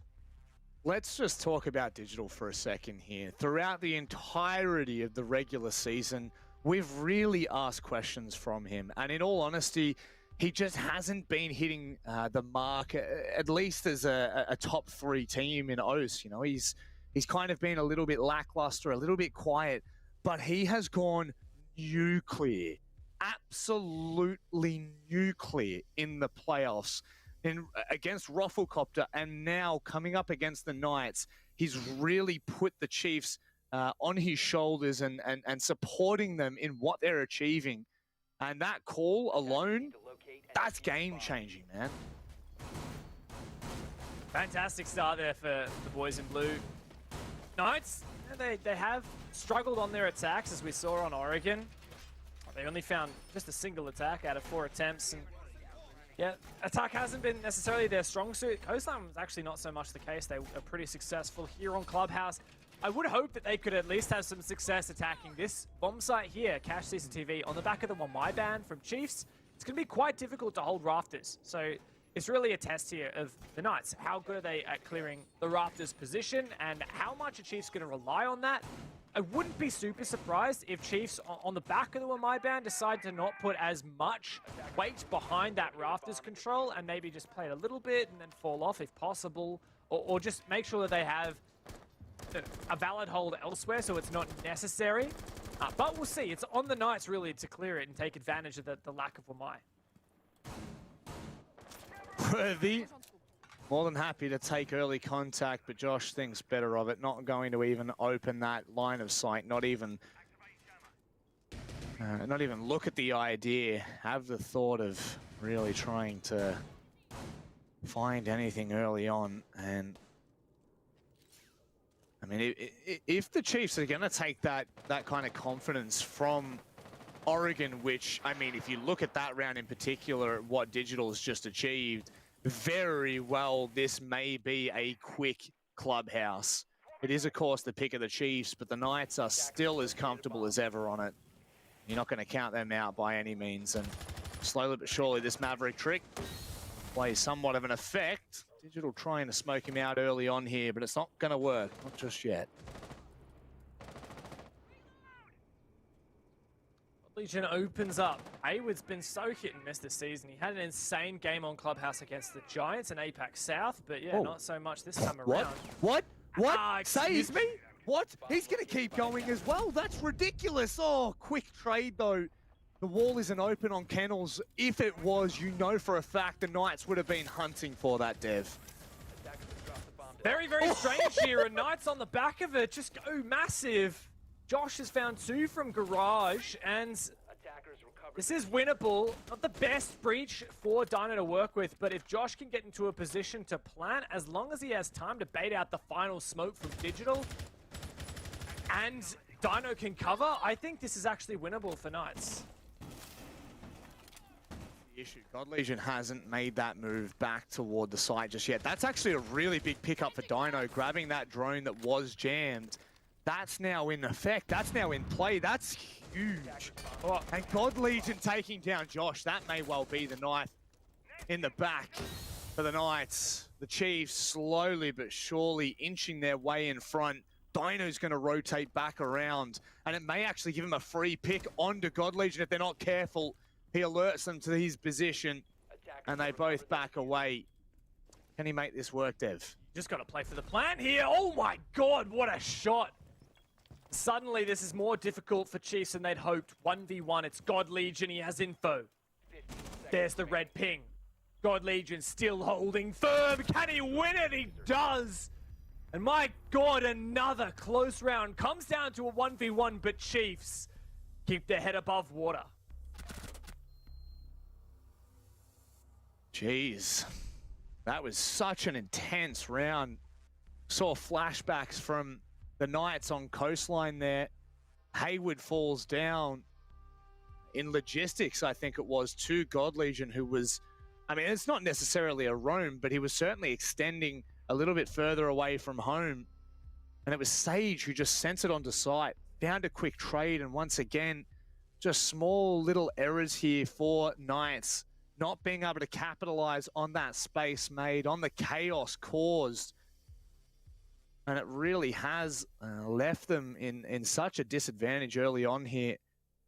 Both basement and CCTV confirmed here on the defensive side of Chiefs as we now move on to that gym bedroom hold. Might see it fall around the world here. At least Knights had a closer game of it that next round, that second round, but keep in mind, Rob, that was once again off the back of some really strange, unorthodox, aggressive plays from the Knights on their attacking side. Sage rushed in through Con, found one pick, was traded, but it was enough of a distraction to let Josh come in and clean through Garage with 2 picks of his own. Really, that should have been a good Chiefs round. Of course, Chiefs found the opening as well. Haywood went down early. That's the thing with this playmaking playstyle of Knights. A lot of the time, it's individuals trying to make plays, and it's just, it's so hit and miss. That's really, I think that's the word I was using a lot on Coastline as well. It's just, that's the thing about the playstyle that Knights are trying to champion at the moment. It's going to work sometimes, but it's not going to work consistently. And especially when you're playing a best-of-5 series, my dude, like, you need consistency for a full, what potentially could be, like, a 6 or 7 hour series. Yep. Oh, the drone hole. Digital couldn't figure out where he was getting shot from. Backs away, and Juicy's done some damage early on here. The big point now is not really being able to find that confirmed kill. Doesn't really do a hell of a lot for them now. And information on the drone will give them a little bit more to work off the back of. As that extension into cash and CCTV, a big question is, how long can they hold it for?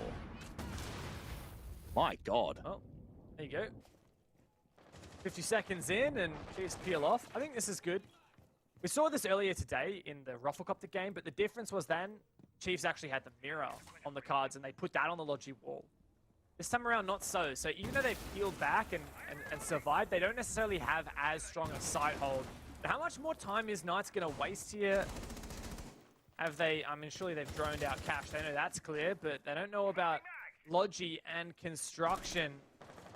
Leaving that Goyo shield up is also going to be a bit dangerous late round. You can see Sage kind of wants to shoot it, but then that limits his mobility. Fisho finds the opener. Vigil's been down, though. For now, whereabouts? That's the real question. Is he Pickett? Oh, okay, so he's just going to drop down. That's really well played. Oh, and the nade's not going to catch him either. It doesn't fall down the hatch. There are 3 players underneath that hatch at the moment for the Chiefs, and Knights don't have the information they need to be able to capitalize on it. Yeah, plus Chiefs have all this presence downstairs. There were 3 roamers there a moment ago, and that means that should it come down to a plan, I think that Chiefs will have a good amount of information to deny with the 3 C4s they have on the table. Josh just goes deep. My God, Knights have no hesitation as they flood the site, but that's a team kill, my bro. Haywood, you can't let that happen. Oh, just what you're talking about, Dev. It's the C4s from underneath that are going to cause chaos, and Haywood trying to retake this side after being demolished on it. 3 in a row around the world complete. we move back to basement. My God. And this is not the Knights that we've been hyping up, and Chiefs are running away with this.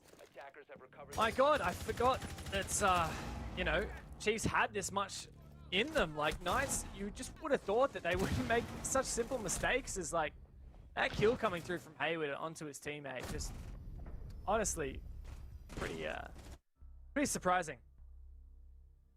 And it is a stark contrast to, I mean, you know, this is the thing. When we look at this, the way that we're talking about the Chiefs' performance is a stark contrast to how we were talking about the Knights back in Coastline. You know, right now we're talking about how good the Chiefs are looking, whereas back when Knights went up 0-3 on Coastline, we were kind of like, what on earth is going on? The real difference is in the play styles and how vastly different they have been. Coastline was very much expected to go the way of the Chiefs, was expected to be an emphatic win, but they really just crumbled. And now we go to their second map pick, and they are showing up. A map pick which, by the way, the Knights are just as good on, and we would expect them to keep at least within arm's reach. It's just not showing that right now. Certainly a good time to take a tactical pause, though, for the Knights. They really need to get things together because this is not the half that they're looking for. Even, look, 2 rounds here on attack would be all right. Attack has not seemed to be Knights' strong suit as of late. But we saw them get some really good attacks against Giants back in Apex South, and I think that was just such a massive game. Despite Giants not being quite on form this season, I still think that was a solid victory for Knights and one that they played really well on. They did only win 2 attacks, though, across that series, and it was their defense. They actually won 5 out of 6. That was really where they leveraged the victory. So I guess you could say that even if Knights don't crawl away from this half with many attacks, there's still a solid chance from the defense. I think that's probably what they're saying to each other right now. Like, guys, we know we can come back. You know, they were down 4-2 against Giants and still came back to win 7-5. So that's something in their pocket, but honestly, you need to win at least 1, preferably 2, especially considering, you know, they are on the back foot just having lost their map pick of Oregon. And mind you, you know, the Giants are wounded as is. Chiefs are starting to peak in their form to the point that we haven't seen them before. So it's just, you know, there's so many storylines that we can go around, Dev, but there's only so much time we have. And if Knights don't start to rewrite theirs, it's very quickly just going to steam away from them. You know, it's just going to evaporate into the mist. So they have to hold on while they can.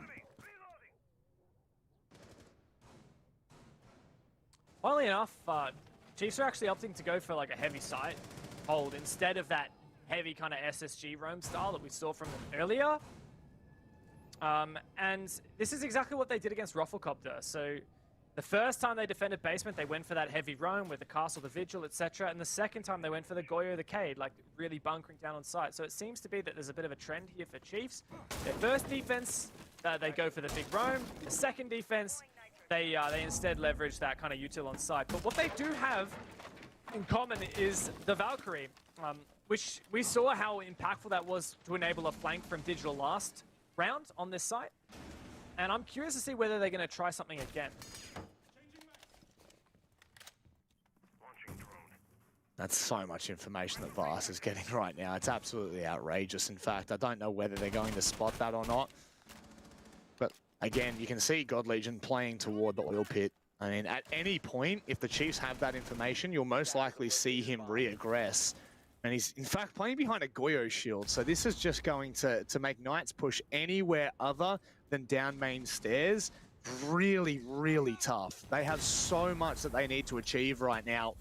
And that, just catching the backside of worthy Digital falls. And my word, Knights are achieving what they set out for. Absolutely, with interest, God Legion starts to step up. Ooh, sees a player drop. Fisho finds one, all on God, but this is actually a 1v2 all of a sudden. Kind of low HP doesn't know that Hayward's injured. Might be able to play off of this. Oh, just crossing into Arsenal. This is still winnable for him. It is. I mean, he's just given himself away to a small extent. He'll need to be worried about the guy from main stairs, but Dino holds the strong line. God Legion doesn't expect it. And it looks like he was getting yellow pinged all that time. So there was so much information that Knights had. A stark contrast from what we saw on Oregon, where it felt like they never had a good read on the Chiefs. And just like you said, Dev, maybe that timeout has played into their hands. Maybe just that little bit of extra time to say, hey, no, the 3 rounds haven't gone our way, but we can fix it. May just be what the doctor ordered. Sometimes the solution is just to keep it simple, stupid. KISS. It's one of my favorite sayings. And I think that's what Knights showed there. They just went pretty simple and easy. They didn't do anything too crazy. They just started to get work on the vert in the kitchen hallway. And yeah, they found a nade kill from that, which is always nice. But then, nice breach on the church wall. There was no real wall denial countering that. I don't know whether there was a mute jammer placed on that wall and that was destroyed from a nade or something else. But it enabled Knights to have another angle onto site. And then it was kind of an avalanche effect after a pick or two came their way. They started to run away with it. If Chiefs had made some slightly different alterations, like, you know, if there was an ADS here or if there was a mute jammer there, then that strategy wouldn't have worked from the Knights. And that's the thing that I will say, despite Knights suddenly getting into the game here, the thing that does give me hope still for the Chiefs is that all day long they have been a team that is good at adapting and changing their plan during the game, like when it's needed. So I'm pretty optimistic that they'll be able to make sure that that doesn't happen again. Well, let's see whether it continues or not, because Knights are very much praying that it will. They are more than likely hoping for a bit of a Hail Mary here. That's what it seems like it's going to take. Whether it does or not is a completely different story altogether. It sounds like that is, in fact, the garage wall being opened by the Selma Chargers as Juicy gets to work on CCTV. There you go, just like that. Knights with bit of early pressure, just both on site and also to Vast. And I think that time may play dividends for them in the end. Yeah, harking back to that op ban phase, the Wamai has been taken off the cards, which obviously means that Garage is going to be quite vulnerable. So I'm really going to be looking at Knights and seeing how they can clear Vast at the moment. They're just clearing out Fisher guy from that aggressive shield and CCTV. That's really good. Have they got any more explosives to destroy that bulletproof camera? I may have been what we just heard there with the Ash charge, and that would be nice. Nice to clear off some more info, because you can see Chiefs are really looking for an opportunity they could hopefully take. But I think that the next step is really just to turn their sights to roughness, and with the nades in abundance, it should be no worries at all clearing out Vast. Oh, the C4 not going to hit the mark. Haywood, this is an aggressive line to try and take the fight on. Vast could have isolated it there, but he just has no information to play off. He's getting lit up from the kennel's wall, and he just needs to buy time for the rest of Chiefs. He goes over the top. My word, he could have bought so much more time, but that's okay. He goes for the bold play, ambitious as it may be. He's burnt 2 minutes off the clock, and Josh, there we go, he enters. This is certainly what Knights wanted. They wanted Chiefs to give them the fights. If Chiefs just sit back and wait, then Knights really have to take the initiative. And that's something they haven't been great at, is just doing the normal steps. But still a shot here for Worthy. Surely the angle is checked. It's not. Haywood goes down. God Legion finds one as well. 3v3 with 33 seconds left on this clock. How many smoke babes are left? 2. Oh, he doesn't know that he's pushed in. Josh, this is going to be massive for him. Worthy, what can he get done? God Legion stuck on site, and Josh is actually stuck at the top of red. Swings to God Legion with a triple kill. Worthy, with no information, goes for a Hail Mary of a C4. And this is not achievable. Surely not. How did he make it up across red? He's gone for the aggressive peek from CCTV, but Juicy reads it perfectly. Oh my God, this is giving me a heart attack. The Knights, they are slowly mounting a comeback. We said a 2-4 half for Knights would still be acceptable, but they're on the cards here for 3 rounds on their attack. Really, a couple of questionable moments there. Vast going for the vault here. Obviously, hindsight's 2020. We knew that he was going to lose that fight, and we saw it, right? But I still think he could have just sat there and waited a bit longer. He still had his ADSs, hadn't been burned as of yet, and there were 3 people tunnel visioning on him. But nonetheless, that kill came through, and even though Chiefs bit back a little bit, obviously it was just too much. Josh went on fire that round. He ended up getting a 3K for it, and pushing up top red as well through the breach was just massive. Defenders, protect your bombs from being defused by attackers. I mean, you could almost say single-handedly dismissing the Chiefs, and just a huge performance from him in a round that is much needed. A 4-2 half looks extremely dangerous, but a 3-3 is achievable now for Knights. And in all honesty, I think that they've deserved this comeback that they've started to mount. Dev, you said it right as we came into the 4th round. It was possible, and the Knights are making it happen. Attackers' objective is to locate a bomb and defuse it. Certainly are. It's a great showing from them. While we did give a lot of credit to the Chiefs for how good they are on this map, you know, Knights are no slumps. They've had some good wins. Even though their form recently hasn't been amazing, this was, of course, the map that they lost to Rafflecopter as well as Elevate. Oh, no, sorry, that was Oregon. My bad. They lost this to Chiefs, though, in OCN, of course. So this is a rematch of that, which was what I was referring to. But the Chiefs, you know, they're not undefeatable. This is quite a strange line here from Juicy. I like the idea. I think it's like just going to make a hole enough to really shoot. It looks like he's just making a nice little hole for the mute jammer, but the idea here is it's not actually an entrance hole, and it's not a hole that the defenders can fight back through. It's just one that someone on this kennel's wall can just repel and see the feet of any Chiefs players inside. But that Chiefs player, because of the angle of their head, they won't really be able to fight back. So that's actually quite cool. We've seen it done before with Hibana. I've not seen it done with Maverick. So nice. Bomb located by attackers.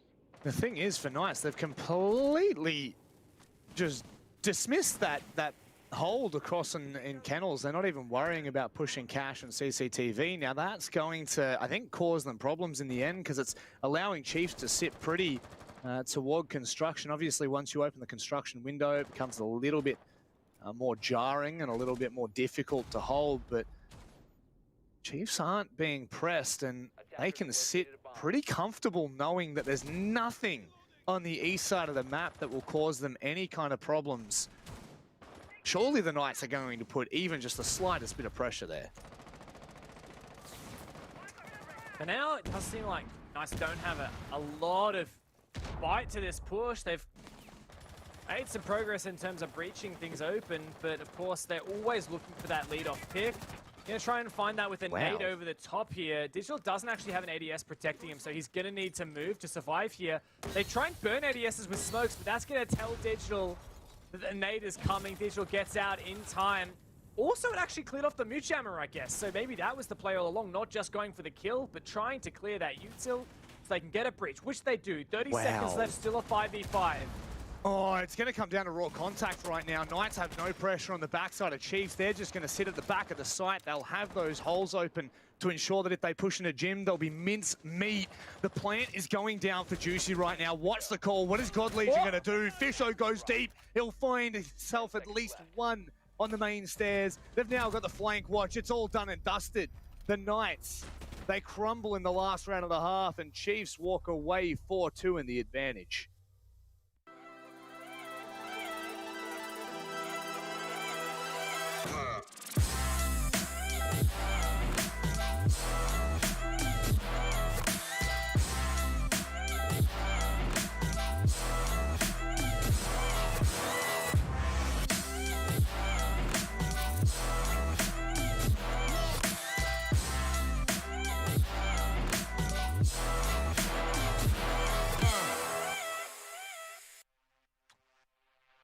So the first half shows that Knights have a fight left in them here, Rob, but Chiefs recompose for that final round. It's been a strong competition here, and we did have some thoughts both directions about which teams would win this. I think across our panel, everyone was pretty convinced that Chiefs would take it, but I'm starting to be a bit more convinced by the Knights. Now, looking at their Giants game, we already mentioned this, but they only won 2 attacks there, and they won 5 out of 6 defenses. This is where the Knights flourish. You'd have to hope so, in all honesty. Now, just a disclaimer, I definitely am backing the Chiefs, okay? I'm not biased. Maybe a little bit, who knows? It is a great look, but anyway, we will move away from the point of me being biased, because Knights have really shown us something. Jersey, I know you. I know! Would you... Bro, what are you doing? Shush! Don't say it out loud. Sorry, bro. No, Nick and Josh will just dismiss it now. God damn it. Well, I mean, the Knights have shown us enough to warrant that this is not going to be a freebie. But the issue is going to be backing it up again and again.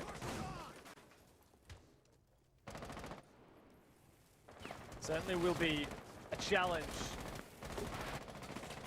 A whole bunch of damage there. Josh barely escapes with his life. Still pretty keen. And Fisher is really struggling with this wall. Very uncharacteristic, but hey, Digital will take that. He's happy to just sit here on his rappel and keep trying to shoot through the tiny little holes. Josh goes down early, probably a bit too greedy on that peak. Oh, yes!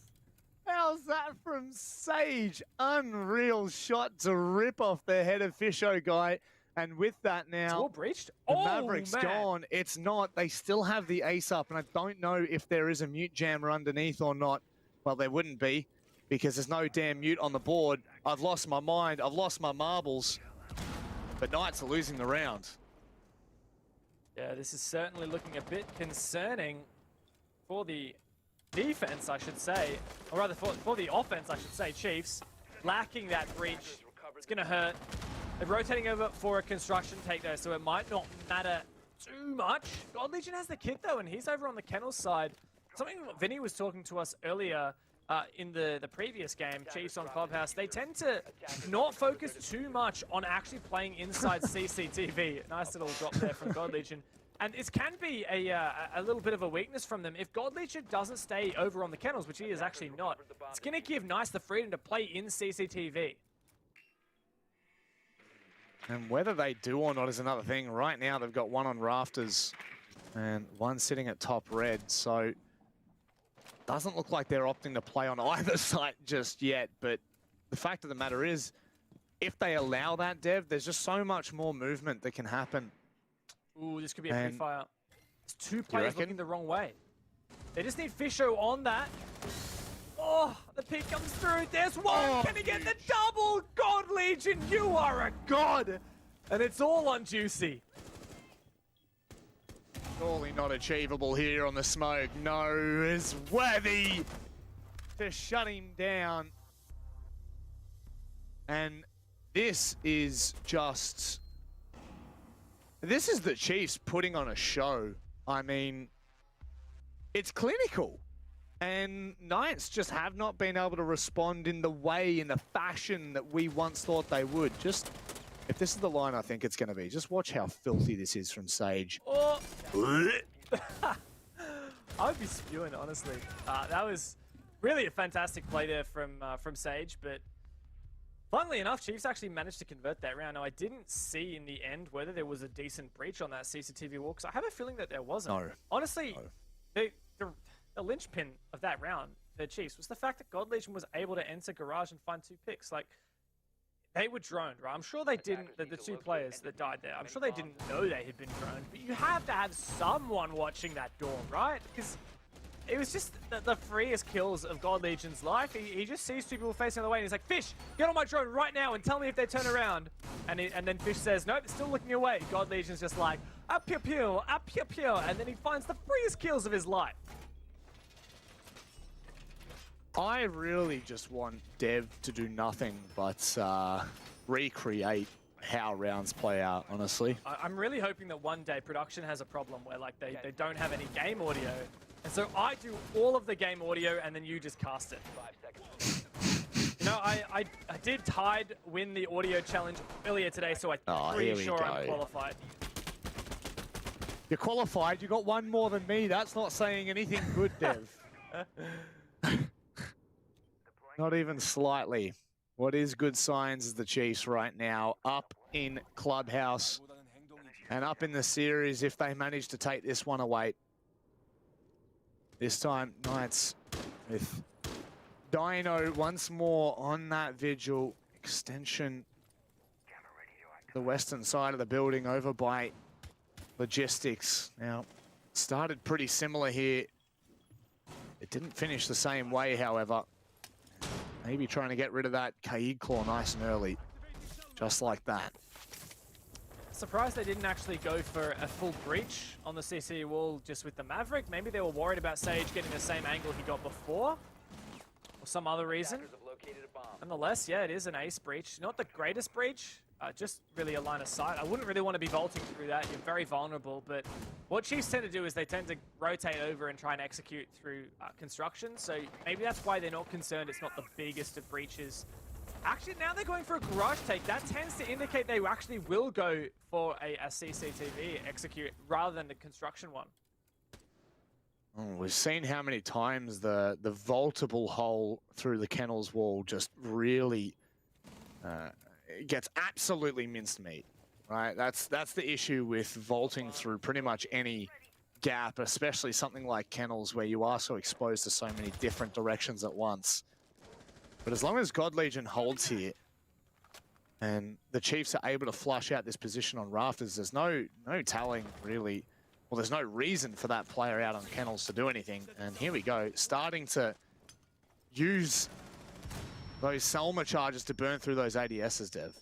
It nerves a steal though for Haywood. That nade lands right next to him. He just soaks a bit of damage, and there's no info from Knights as he moves through the smoke. And my God, did he get that?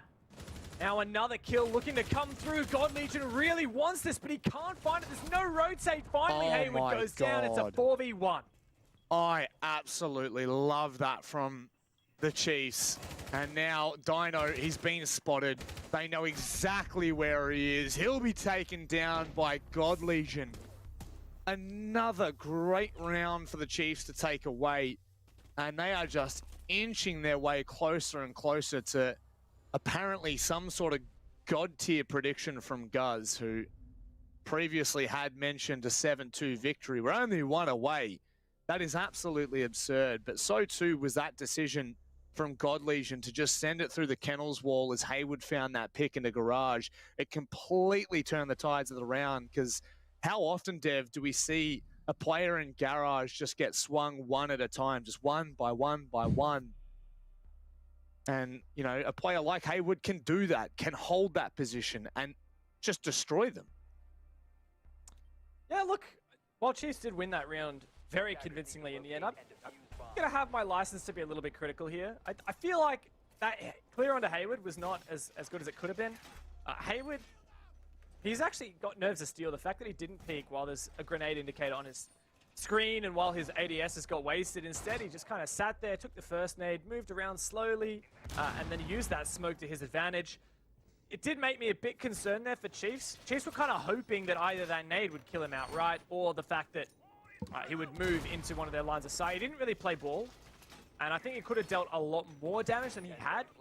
But fortunately for Chiefs, after they cleaned him up, they also cleaned up the rest of that Knights roster, who, funnily enough, have really, really struggled here on defense, which tends to be their favored side here on Clubhouse. And overall, you know, we've been critical of Knights' attacks, but not so much of their defenses. Just to reiterate, like when Knights played Giants, they won 5 defenses on Clubhouse and only lost the 1. And at the moment, it looks like Chiefs are just running away with this. Well, let's not just count them out yet, I guess. It's, you know, if those are the stats, Dev, and you are the stats, man, like the scat, man, we trust you. So there is still every possibility that Knights take this 4 on the trot. It's very unlikely. Oh, jeez Louise. Oh, man. God Legion right now. Is that a 4 KD? Well, 12 divided by 3 certainly is. So excellent maths there. Live maths from you, mate. And yeah, God Legion tends to be the king of the garage. He's, I think half his kills nearly have come from that position.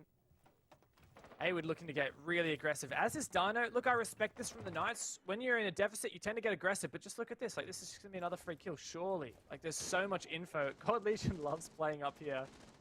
There is so much info on that player in Garage right now. And there's just another one punished. There's another one punished. Oh, my And another one's going to bite the dust here. Hayward, man, this is it.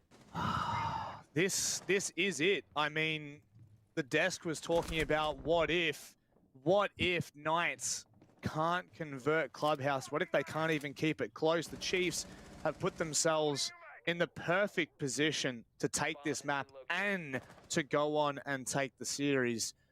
And all that stands in their way right now on being on series points, Juicy and Hayward. And I mean, they just are the quietest players on the server right now. Both of them with a combined total of 4 kills.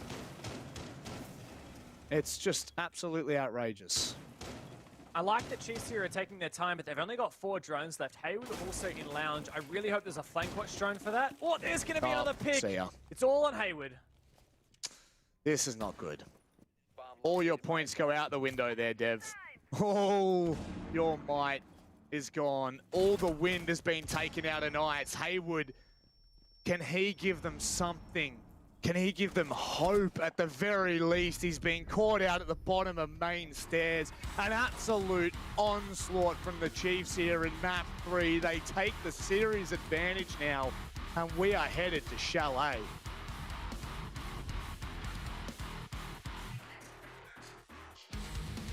The second incredibly dominant game from Chiefs on Clubhouse today. They have played 6 maps.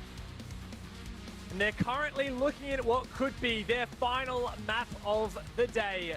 Their fate rests on Chalet as the next map. And look, Rob, they are looking ready and primed to take it. They certainly are.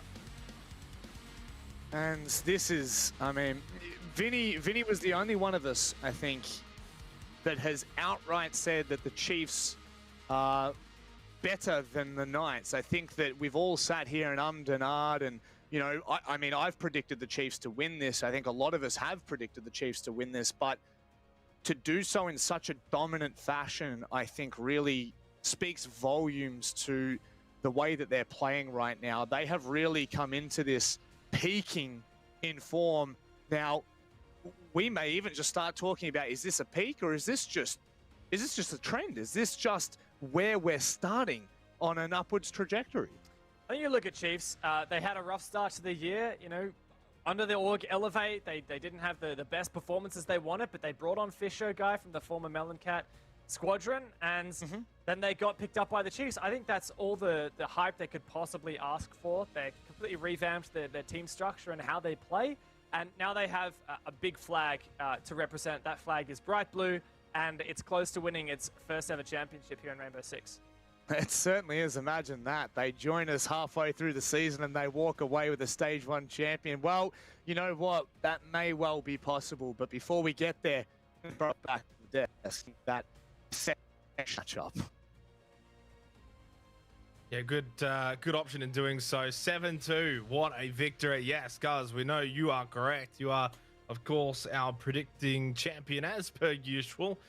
Look, surprising though for yourself and me, Vinny. We were a little bit surprised to see the 7-2. Obviously, Guz wasn't. He predicted it, but this kind of spells disaster now for the Knights. Yeah, I mean, we knew that Chiefs probably were the favorites going into this map, but I didn't realize, you know, how dominant they would be. I think Ruffle showed yesterday that Chiefs are quite vulnerable on this map in certain scenarios, but Knights were really able to find that form early. They kind of, you know, attacked the same way they did on Coastline and Oregon, which seemed more methodical in the beginning, but then when things started to falter, they kind of defaulted to this kind of frag-heavy, kind of loose attack, and it didn't really work against the Chiefs. All right, guys, I'll give you the floor. 7-2. You were right. Tell us, what's the secret? Look, honestly, when I said 7-2, it's a little bit of a meme. I did not actually expect it to be this one side. It was quite absurd, honestly, in the end. But the Chiefs, they're just proving that on super structured maps like this, they're making minimal mistakes and forcing their opponents into super aggressive, super risky playstyles. And the Knights, they just couldn't pull it off in the end. And even the rounds where they were, getting openers, which, weren't many, but there were a few. The Chiefs, honestly, were just bouncing back super strong, right? Like, in fact, there were 2 rounds, right, where the Knights got the opening pick and, the Chiefs retaliated. So, yeah, back to the drawing board for the Knights, at least on Clubhouse, but that's behind them now, and all focus, I guess, is into the rest of the series.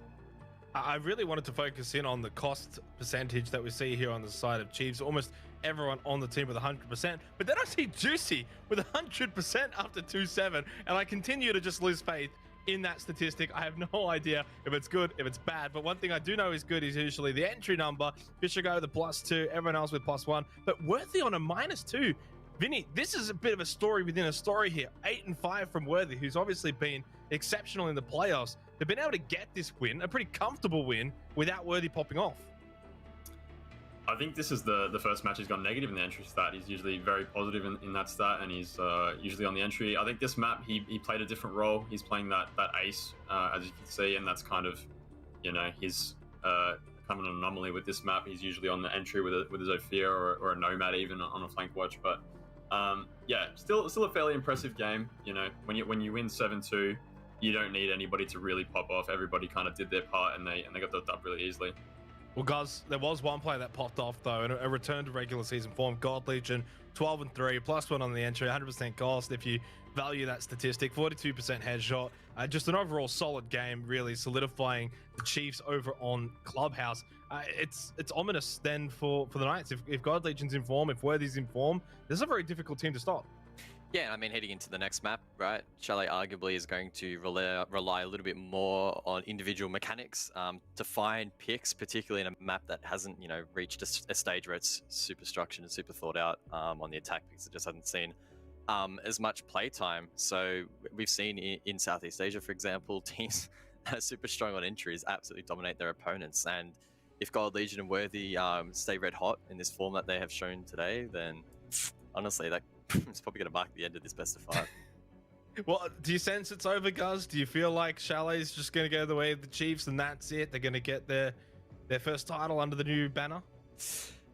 If it was any map other than Chalet, I could probably call it with some sort of confidence one way or the other. But the fact that we haven't seen this map played at all in OCN yet and only seen minimal plays, in fact, 1 for each of these teams so far in Stage 1, it is very tricky to make that assertion. But it's difficult to look past the Chiefs. I mean, I predicted them in this series, and so far they are delivering.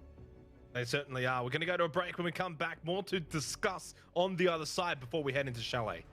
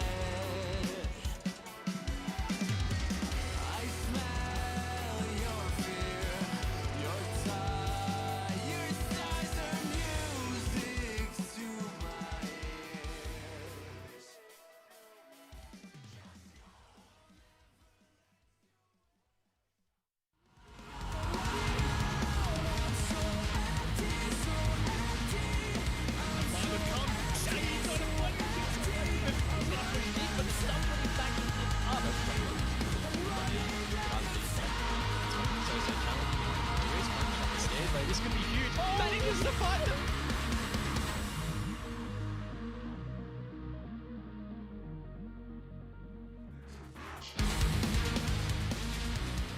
Advantage Chiefs here in the OCN Grand Final. They are up 2-1.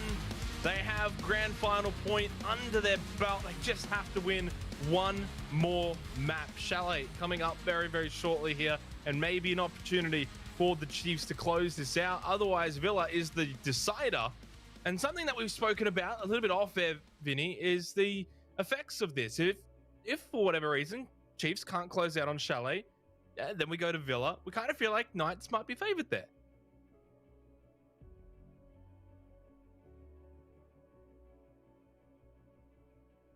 Apologies. Yeah, Chalet is a big map, and it's a bit of a toss-up. I had to do it once while I'm here. And I think momentum is a big thing in Stage, especially in a BO5. If Knights are able to kind of break the momentum of Chiefs right now and kind of carry that through to Villa, it could be anybody's game. I think both teams are fairly strong on Villa, so it's definitely a toss-up, and I think Knights with momentum could be half a chance, yeah. Where's Gustradamus over here with his 7-2 prediction? What have you got for us on Chalet? How do you feel in your crystal ball that this is going to play out? Yeah, look, I had a peek at the old crystal ball during the break, and it's actually tough, right? I think that Chiefs currently, it's undeniable that they have the momentum in this series. They have the lead.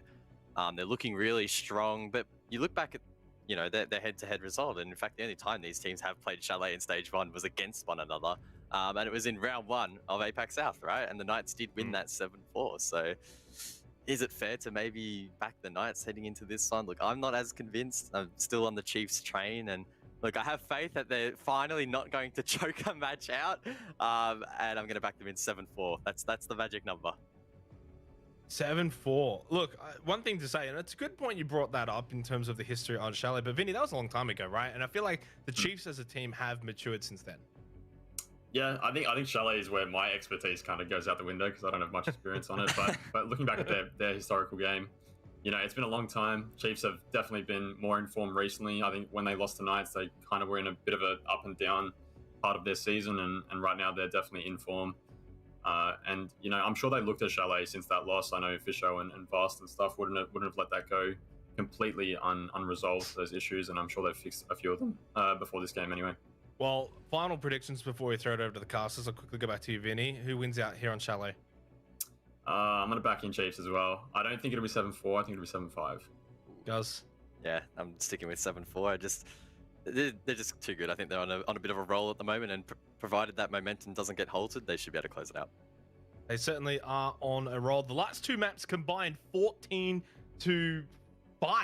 Incredible to the Chiefs. We'll see if they can close it out here on Chalet. Over to you two casters.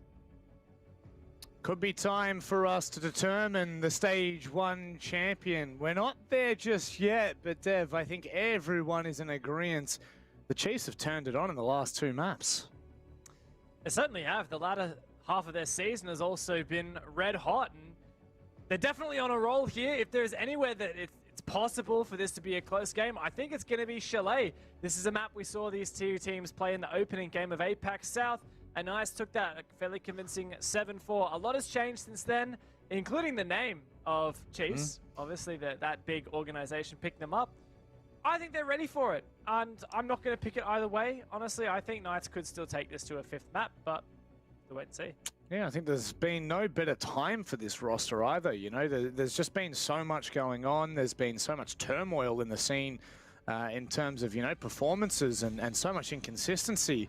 But they have really been a shining light over the last couple of weeks. And now, over the last couple of games, it's all up to the Chiefs. It's in their hands. They are currently up 2-1 in a best-of-5 series against the Knights. And they are staring down the barrel at Stage 1 as champions.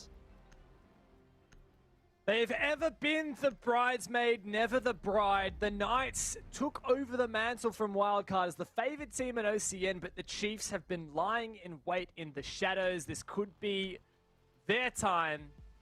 Chalet, well, the first time we're seeing it played in Oceanic Nationals ever is here on Series Point for Chiefs. Disclaimer, we have seen both of these teams play it, but not in OCN. Just wanted to make sure I got that in there, just to, you know, just to give the tiniest bit of reference. Hey, I'm a play-by-play man. My points are very simple and they don't have a lot of gusto behind them. But we are going to see Thatcher, Maverick, Mirror, and Kaid bans, all very common bans, Dev. Yeah, look, it's not every day we see the Thatcher and the Mav double down on. I like it. It's a bit of an aggressive one there from Knights, obviously. They're the ones who will have to attack first, and doing so with neither of those will make things a bit difficult.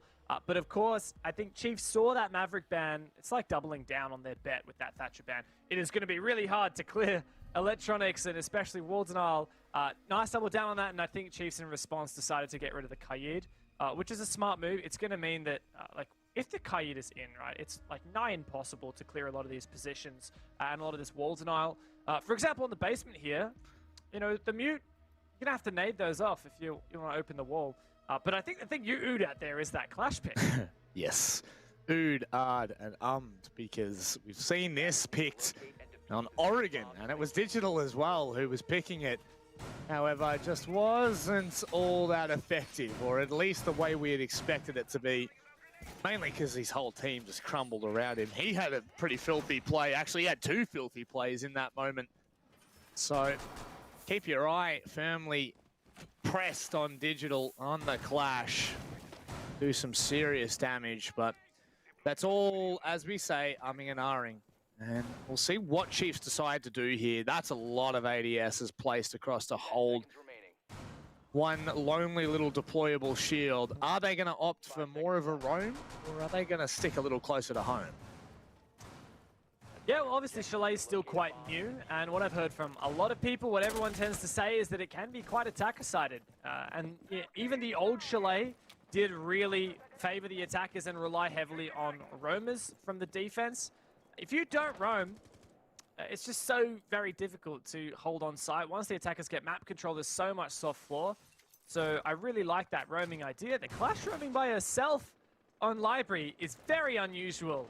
Usually Clash flourishes when she has support from teammates.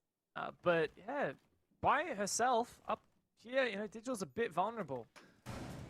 I guess the intention is Digital can always look at the, keep his back against the wall as he makes his way down. I mean, I don't know, just showing a bit of face early on here. It'll certainly give Knights a little bit of a hurdle to try to step over on that roam clear, but they have since backed away completely down onto the site. All 5 members from the Chiefs, in fact, on that basement floor. And once more, Digital will just be such a nuisance. It could pretty much just bar an entire staircase by yourself. So Knights, good map control for a start. Those mute jammers making it very difficult to drone here. God Legion ready. Oh my goodness, that's a whole chunk of damage that Digital's been on the receiving end of.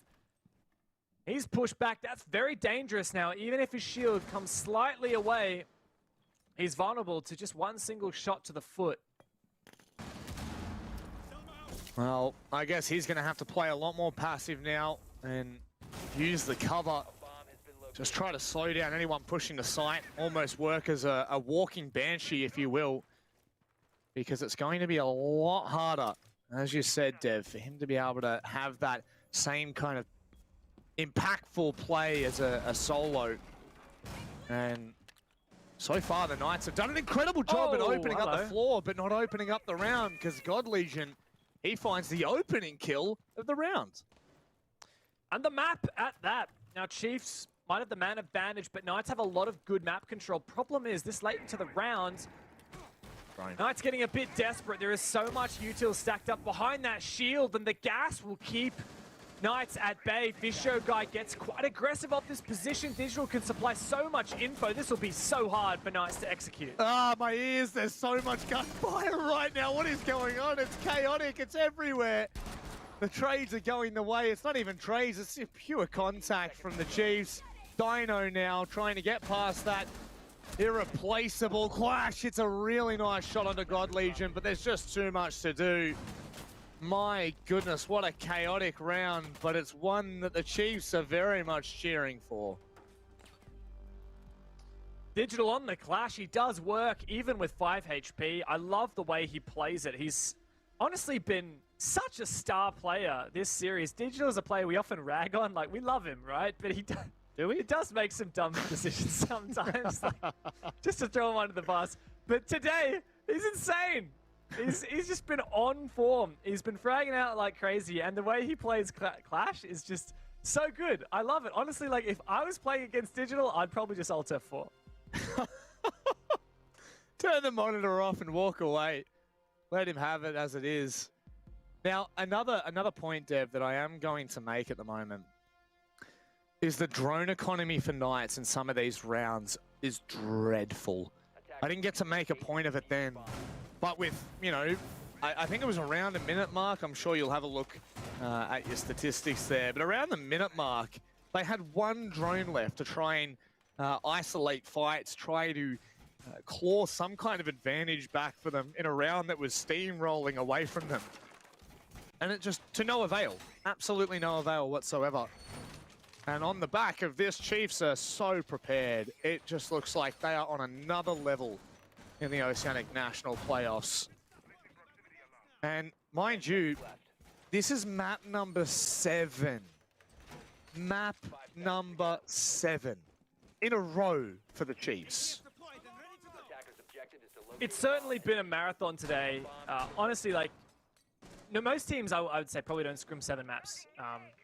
This is an insane amount of stamina that Chiefs have been demonstrating. Obviously not quite the same as Rufflecopter. They made their run yesterday as well, but Chiefs, it's still massive through this best of 5. And of course, Knights could push it to the 5th map as well.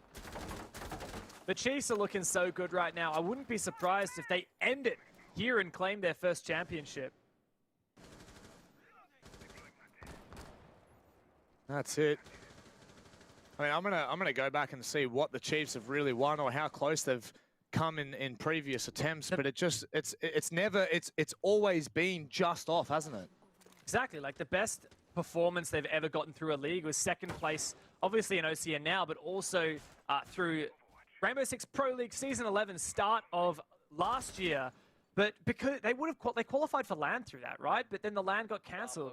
So absolutely tragic. They never got to go and play that. They just got a payout of prize money. Before that, you know, they'd played 6 Masters on LAN, and they fell in the semi-finals, I believe it was, or the quarterfinals to Fnatic in an incredibly close series where they honestly could have beaten Fnatic, who eventually won the whole tournament. So Chiefs have always been one step short of a championship. Whoa, very quick trades. This is what we love to see. Explosive siege as Hayward now takes control. A bar! Stock. Fisho guy stops him in his tracks though. And oh my goodness, this is just an onslaught right now. Knights with only 2 players left. Only 3 drones to their name. They have to try to make something work. A risky play once again. I like the gusto, and it's nice of Hayward to find a double, but yeah, when he's traded plus interest without finding any more replies, it's just too difficult. This vertical ability is too good.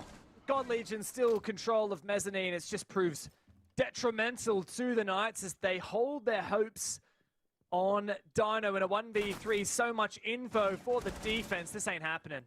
No, it is certainly not. He may be able to find a kill. No! It's traded, in fact. I've been completely stopped in my tracks here. All season long, you know, we've been saying, my goodness, the Chiefs are looking good. You know, APAC South have had some close performances where we're really starting to see an upward trajectory for them. And they are hitting their strides in playoffs. They are just turning into a different team altogether. Mind you, with this best of 5 win, I think that we can title them the best in Oceania, because right now, that is all they're showing us. Well, we might get there, honestly. No way. No way. You know it's desperate when Juicy goes on to the Blackbeard. It's like, come on, like, Oh. I mean, I respect him for wanting to change it up. I don't think the Dockerby has had a massive impact, at least from the perspectives we've been watching. But yeah, I don't know if the Blackbeard's really going to be the difference maker here for Knights, especially considering, of course, that does leave him a little bit less mobile. But it's nice that he at least has the stuns. Look, the thing for me here, right, is the last time these teams played each other on Chalet was in APAC South League. Knights won 7-4, and Chiefs only won 2 defense rounds. Knights won 3 attacks to close it. And already, Chiefs have met that target that they managed last time, and doesn't look like they're going to slow down. It looks like the balance has shifted. I mean, the thing is, Knights always have that potential to just turn it on. And I know Chiefs are riding high right now. They are really comfortable. But in a heartbeat, that could all change. Juicy now. Oh, this is a free kill every day. No! How does that happen? And now they know full well that they have the sweat operator on board. Oh my goodness. Talk about confidence. You're peeking a Blackbeard rappelling on a window. This man is cracked. Digital doesn't care. And look, if it wasn't for Blackbeard, Juicy would be dead. That's his first shield down. And Digital doesn't care. He's going to peek it again. MVP. And that's both the shields broken. MVP. MVP. Digital is just insane, bro. Like, for a man that we criticize so heavily, he has really picked himself up this game. He certainly has. And it just feels like when he's starting to hit his shots, the entirety of the Chiefs just looks so much more comfortable. Knights, how do they find their way back into this round? So far, only 4 drones left, Dev. 1:40 on the clock. Every time I look on the drone economy side of things for Knights, all I can see is X's and O's from Digital. Oh my God. He is just continuing to be the thorn in the side. This is ridiculous. The hard breach down. At least Dino managed to get a breach open. Sage finally trades the man himself, Digital. Good Gallo ping. Sage wants this, but how far will he extend for it? A nade to come through. Goodbye, God Legion, as he runs away, survives to fight another day. Still man advantage for the Chiefs as they don't actually manage to catch that Roma. That may really come back to haunt the Knights at the end. In comes the deep nade, but it will be caught, of course, by the Magnets. 40 seconds left. Still 3 drones and still on 3 players alive. God Legion not expecting Josh just to be on the side. And now Knights have even the advantage. Hayward has the util to clear that Banshee. Or does he? There's a nice pick from Sage. Fast. Didn't need to push that. Fisho finds one. That's piano clear. Sage and Josh to hold on. Oh, the audio cues are ringing true for the Chiefs. They know full well Josh has to play this in a 2 versus 1. The time is running thin. The rounds are starting to run out. Worthy now. He should just be able to wait for the timer. He's going to go in and push, and this should be it. A 3rd round in a row for the Chiefs, and it is going from bad to worse for the Knights. Massive round from Digital, but across the board, Chiefs held firm. Some strong roam play from God Legion, at the very least distracted the Knights for some time. And really excellent job on the anchor from Fisho, really stalling out that final push and finding 2 picks. Also want to credit the util from Chiefs. Though castle barricades might not have seemed like much, but they certainly slowed down the Knights, and because the Knights needed to clear off those castles with explosives, it then telegraphed to Chiefs every time Knights broke one of those barricades that window was a point of ingress. Also, how many projectiles that round were caught by ADSs and magnets? Yep. This setup, the util that Chiefs are bringing to the table, is just such a boon to them. Okay, this is the turning point that we saw things start to come back into the favor of the Knights on Clubhouse. Now, of course, from the position of 2 rounds that they won on their attack, very quickly, or rather, was it on their defense? They very quickly just got absolutely slapped around. And I mean, this is ridiculous.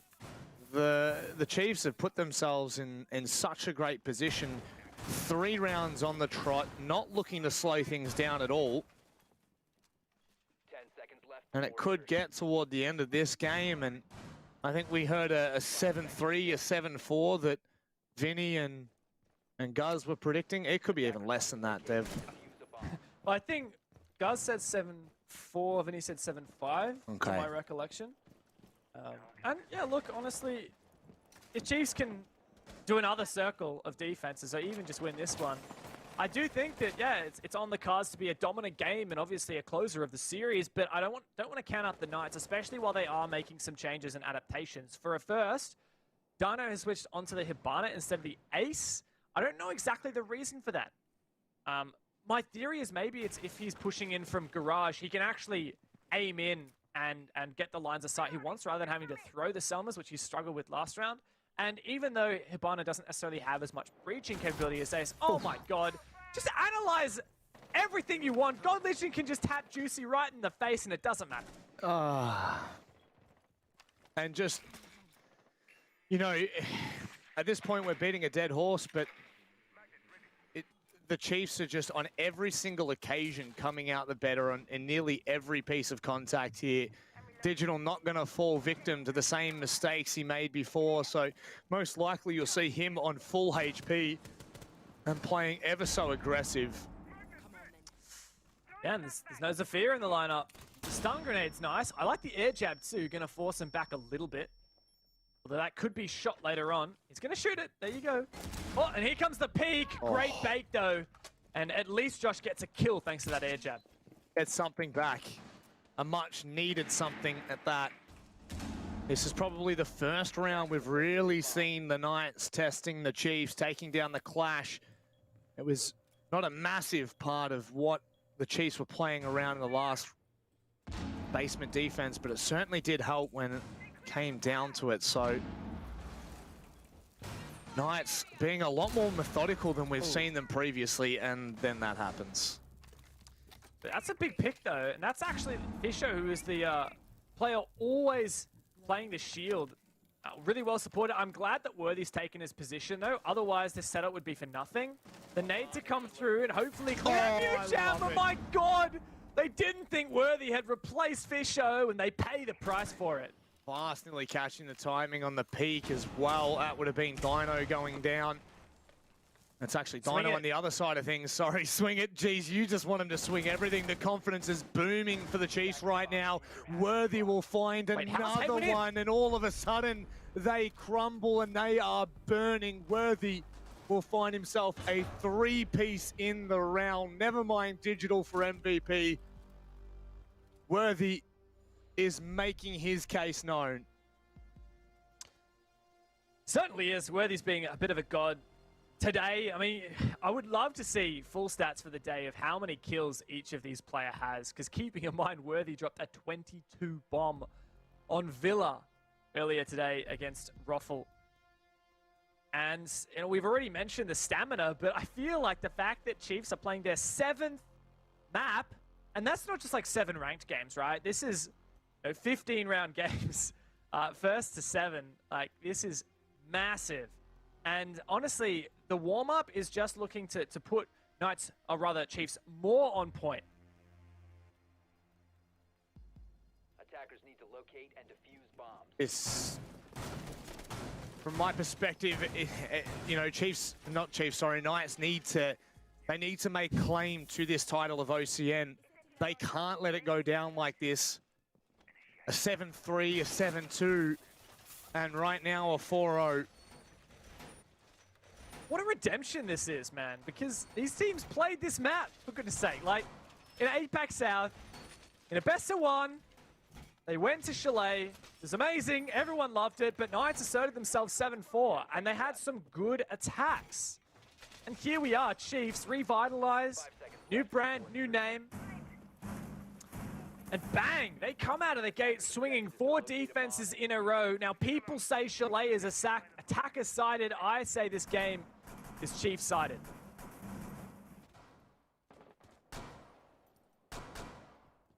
Chiefs-sided, hey? Yes, sir. Could well, yes, sir. Could well be. Now, very early on for Knights, well, not really very early on, but we have seen signs of promise from them in the earlier rounds, but I mean, it's just been so overwhelming in favor of the Chiefs. And how many times can you say the Chiefs before Digital appears behind you? Worthy just not going to find that kill, but backs away, and now Knights need to be cautious, because if it's the ever-elusive Worthy, you are going to pay the price. He'll get away scot-free as well, and look at the damage he's done to Haywood. Certainly dealt more than he received there.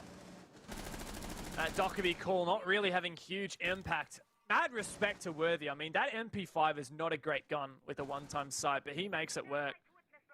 And he's got the guts to peek, even when he's taken a bit of damage as well.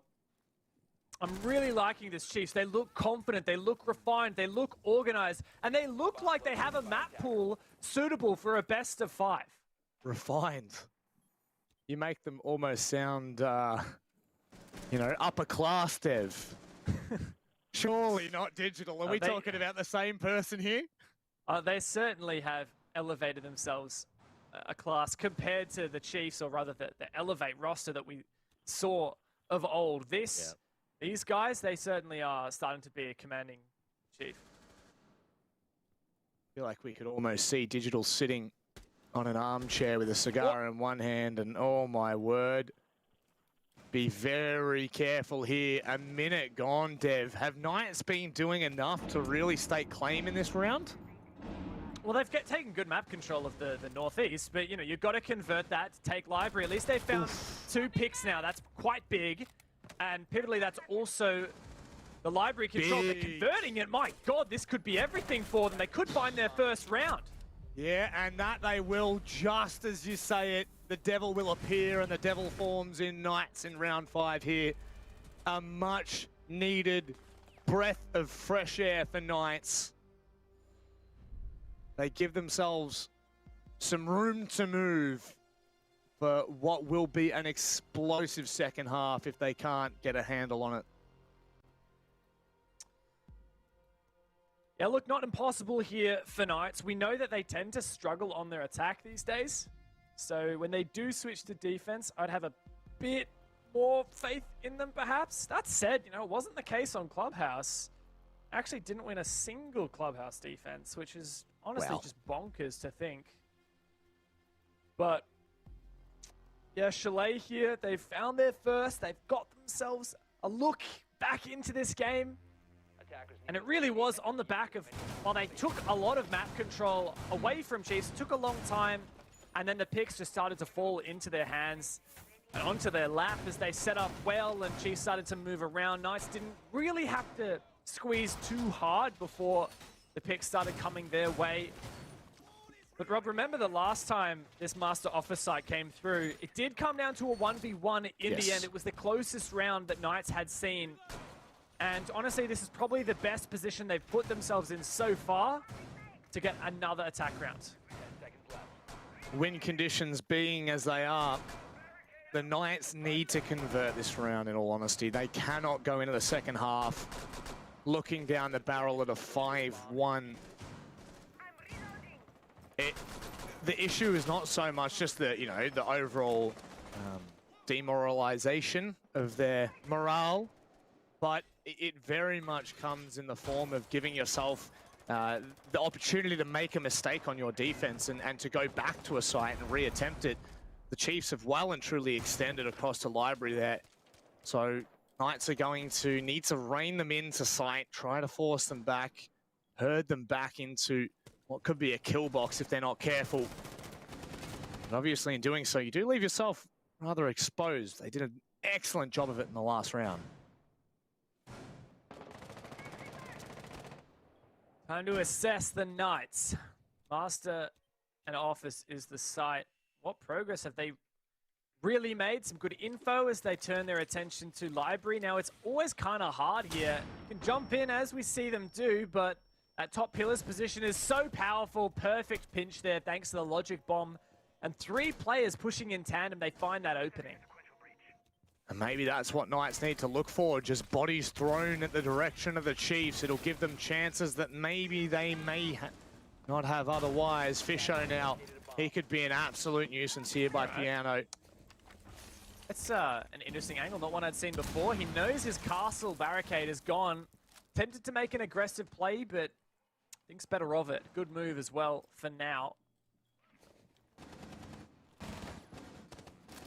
So being spotted out, yeah, he's going to have to move here, Dev. I don't know, man. Like, it's so hard to say what the right call is to Fisho, but he's the best player. One of the best players in OCN for being in a tough pinch like this. Honestly, I trust whatever judgment he makes. Well, he's got a really nasty line to the balcony there through the double window. That could cause some serious issues. Okay. That's different though. Dino is on site and he is planting. They haven't been able to stop it just yet. Is that going to be enough? It looks like the Knights are fighting back there. The plant's been stuck. The damage was not done. And now Knights have found themselves in a great opportunity, but Chiefs don't count them out yet. Haywood's done a good job to cover that window though as Fisho guy starts to move up. He needs to land these shots. Info on him. He doesn't know where these players are. 1v1 in Library is first up on the menu, and that's a great angle held by Sage. No way Fisho wins that. God Legion all falls onto his shoulders. Too difficult to pull off, and the Knights come back and find 2 rounds in their attack half.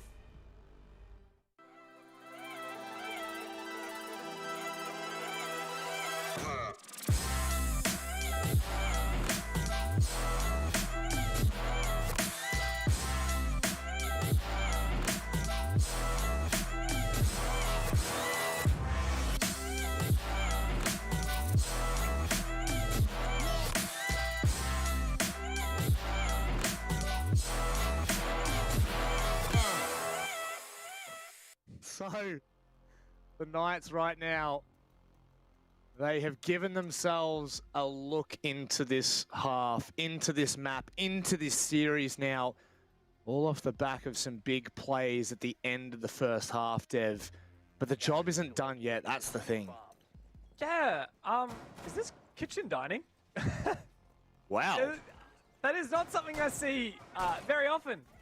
Kitchen dining, regarded by most teams to be pretty terrible, but yeah, Knights have taken to it, and I respect them for that. You know, you look at the last time these teams played, they did pick kitchen dining twice. They lost it once and won it once. So overall, you know, not their best site. Master tended to be their most successful overall, but yeah, I mean, I respect them for going for this. The Frost is also something they did last time as well. Look, I can't remember exactly how effective it was, but I like it. It just is really going to put some more pressure on the Chiefs to really check with their drones. And honestly, like, the thing is, Rob, like, the way Chiefs are playing today, I don't think they'll get caught off by a Frost mat. I think that they are being careful and they are droning things before entering.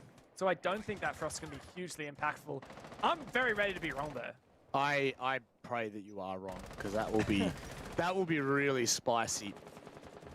So, in their current form, we are most definitely really looking to the Chiefs to make this work. And just like that, they have droned out not only that Frost map, but also that vertical hole that being held from the person in bar stock. It is in fact Haywood, so maybe looking to capitalize off anyone jumping in the big window. Any kind of library control he'll be looking to shut down early on. But the Chiefs, once more, slow as they are, methodical as they are most definitely on a roll.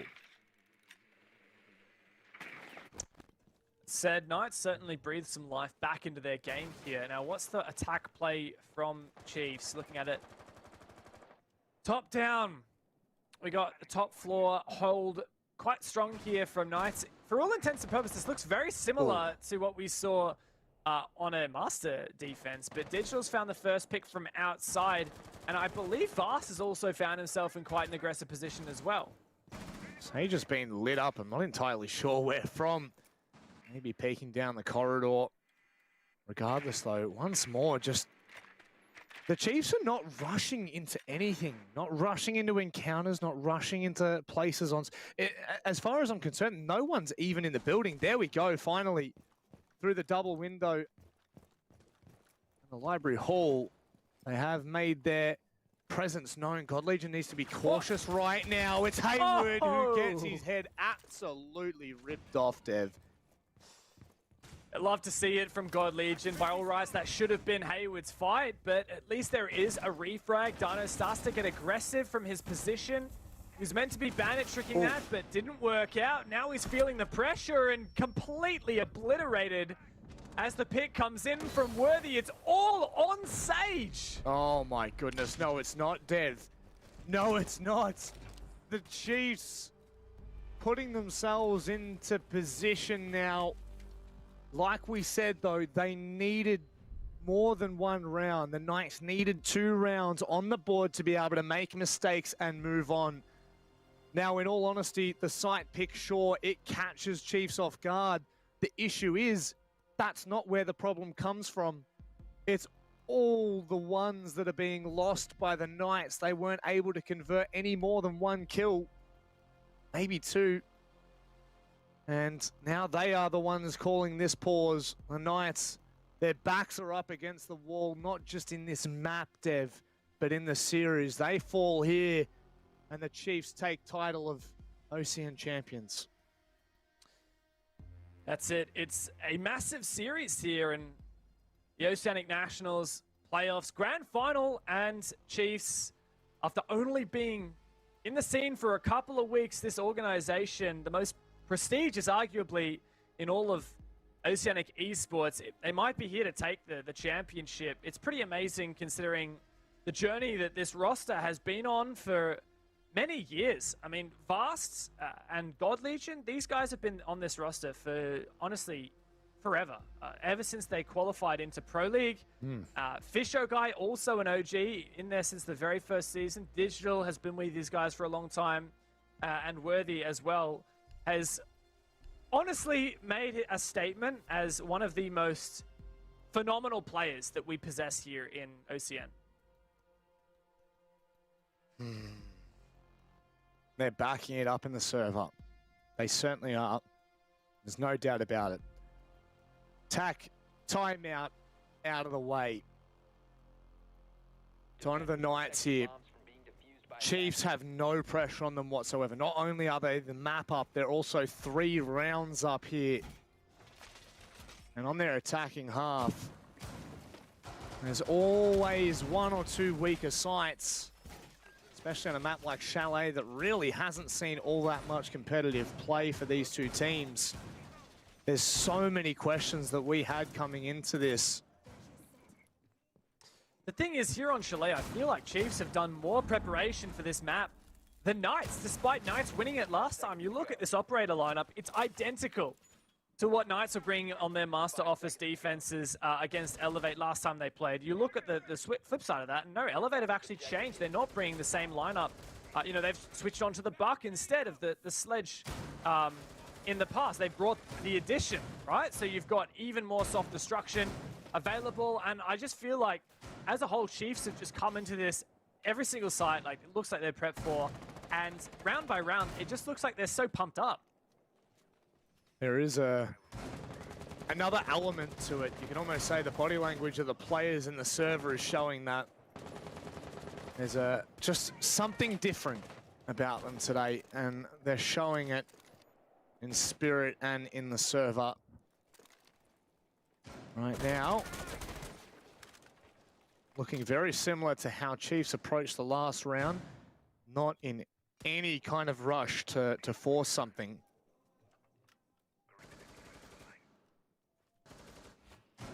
Oh, here's an 8. As it lands, actually doesn't take down Dino. Oh. Does take down his shield. The second one goes through. Dino finds a pick elsewhere as he fades away, but there is 1 kill in return from God Legion. Fortunately for Chiefs, they have managed to take library control as they drone it out and confirm But Dino is still quite dangerous here at the top of the stairs. Question is he going to fall away? Is he going to remain? He's got the Banshee to support him if he wishes to fall back. And in they come now. The Chiefs going side by side, hand in hand. They've slowed back down again. And once taking control of that top floor, they now just need to be aware of these flanks, which no doubt Worthy will be fully capable of dealing with. Honestly, these days, it looks like Worthy is capable of anything. He's always got a perfect read. He lands his shot when it matters. Now, let's turn our attention to this Chiefs attack. They finally cleared out Library. They're starting to surmount onto the bomb site. Bit of an unusual hold here with the castle barricade. Changes the influence of that big window on this site. Not as impactful thanks to some of those castle barricades denying lines of sight. The Chiefs are taking this slow and steady, but they need to make sure they're thorough here. That's the issue right now. Is there an air jab that's going to stop Josh from being a little bit cheeky? It doesn't look like he's going to come up Library stairs. In fact, he's going to rotate across to Aquarium, or even just play for vertical dominance. 20 seconds, Dev. Oh, they've got to push, man. Like, Chiefs need to make something work, and Dano's being disruptive. Worthy, that flash is going to do himself. Surely he gets shut down. He does, and Knights, they run away with the defense here on Master and start to make this look achievable. Yeah, that is not the Chiefs that we've seen so far in this series. That looked... I don't even know what that looked like, Dev. But Knights have done incredibly well in fighting that and ensuring that there's no real free rounds. So back and forth, tit for tat, and it looks like I get baited, of course. I was hoping maybe to see that Vigil. Sorry, not the Vigil, my goodness. The Jackal, we got there in the end. Ends in an L, right? But they are quite elusive, Dev. We will admit that. What, the Knights? Yes. I feel like every time Chiefs are looking really, really strong and really, really close, the Knights are pulling something that's maybe giving the Chiefs a bit of grief. You know, for example, I think Dino, who's honestly overall, I feel like today been pretty quiet. He was the player, right, that was on the 007 back on Oregon, if I recall, and he was pretty pivotal there in Library, managing to find one pick and then fade away. The Chiefs, honestly, it was the mid-round that really punished them.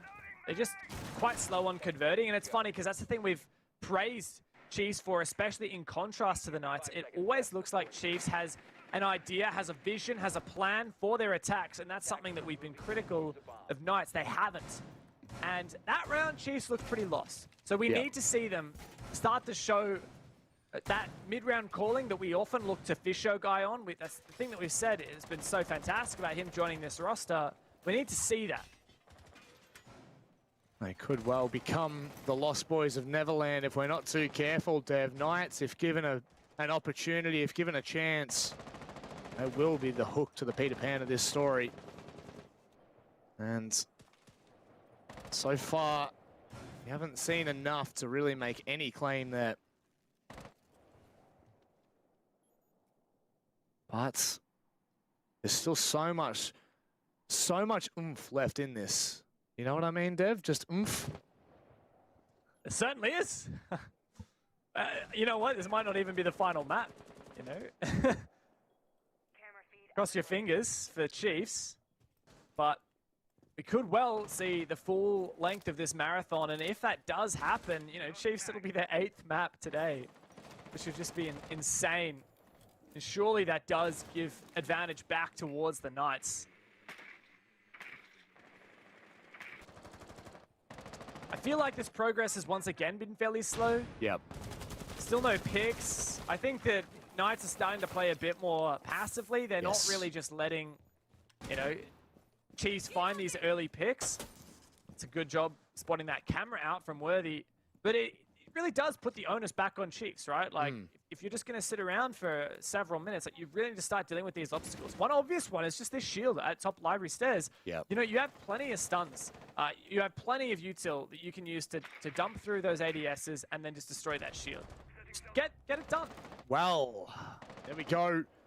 Maybe the opportunity in this round. Digital taking down Dino. Now, of course, defense is on that first floor. They're slowly going to be pushing these players back. It looks like Knights have conceded, fallen away from that top floor control. But again, it's on Chiefs here, Dev. Yeah, we just need to see them get inside. Now they've cleared it. They need to drone it, know it's clear, and start moving in. We've got Buck and... Or that's right, they don't have Buck, but we have Sledge, plus breaching charges on Ash, which we can see open up that floor and start to really expose the positions on Bar. I feel like this is just getting pretty grim here for Chiefs. They have to start finding these picks or mounts a really strong execute. The intel is few and far between with only 2 drones left on the Chiefs. One still in the pocket of Worthy. They are going in with little to no information. Oh my goodness. Sage playing some sort of role for Knights. He has to step up even larger than he already has. Juice is the last to remain. And the Chiefs, they storm past the Knights in round number 9. And we're on that point, Dev. The Chiefs are so close to taking their first ever championship here in Stage 1 2021 of the OCN.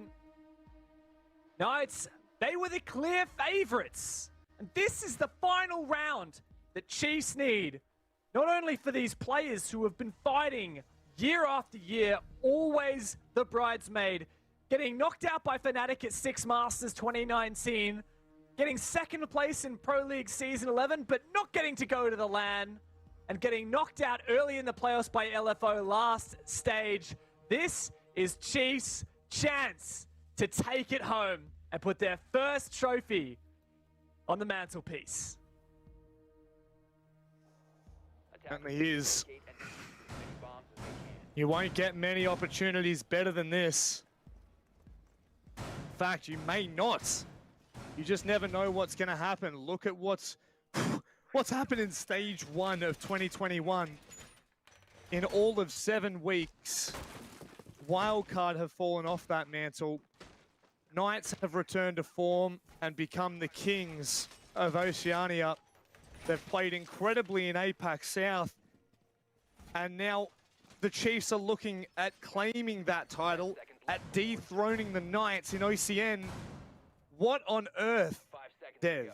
This is, you are not going to get a better opportunity than this. They could really push themselves into the known. And it could come down to this final round. Surely the Knights keep it in touch.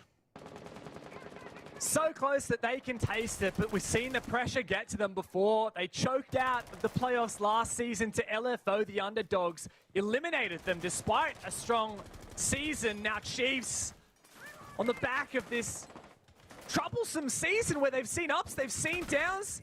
First set, round by round, just deal with the roam clear. Sage here, he's been hot all day long.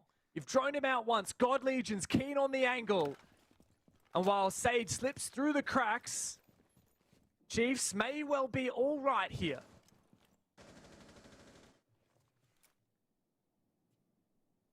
So,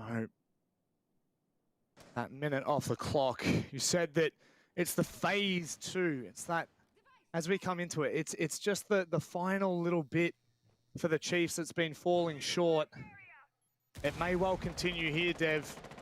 Still yet to find an opening pick, and as long as Knights sit back a little bit longer, it's only going to make that job more difficult with each waking moment. There's the opening pick they've been looking for. Sage goes down. God Legion is on fire once again. This could be it. Chiefs, they need to keep making progress here. This roam clear is not complete, as they're only halfway through the round droning this top floor. Knights may have outplayed them here. Knights, they have a strong setup on the garage floor, even a player all the way down in car garage. Plus, you've got that Roma in bar. We really need to see Chiefs start punishing these individual players, and it starts with Vast right here. He knows? No, he doesn't. Does he know? He gets it! How does he win that? A minute left on the clock, and we know that Chiefs have been methodical. Dev, they are going to take their sweet time here and slowly but surely suffocate the Knights. A bomb has been located. The foot has been placed on the accelerator, and there's no stopping it but Juicy. We've seen his passion constantly throughout those interviews. And here he's going to put a stop to Vast this round. The captain of Chiefs will sit back, relax. 25 seconds. This may be it. Bishop, smoke to cover. God Legion coming from the lobby now. They are starting to pinch. They are starting to suffocate. Unbelievable nade from Digital. It's being responded on, but here we go. Haywood in a 1 versus 3 to save their chances. It doesn't look like it's going to be doable. The Chiefs are clawing bit by bit, inching their way closer and closer to the throne of OCN. They are right on the cusp, and it's Digital. Of course it's Digital. He gives the Chiefs their first ever title, and it's OCN Nationals Stage 1. They are your champions.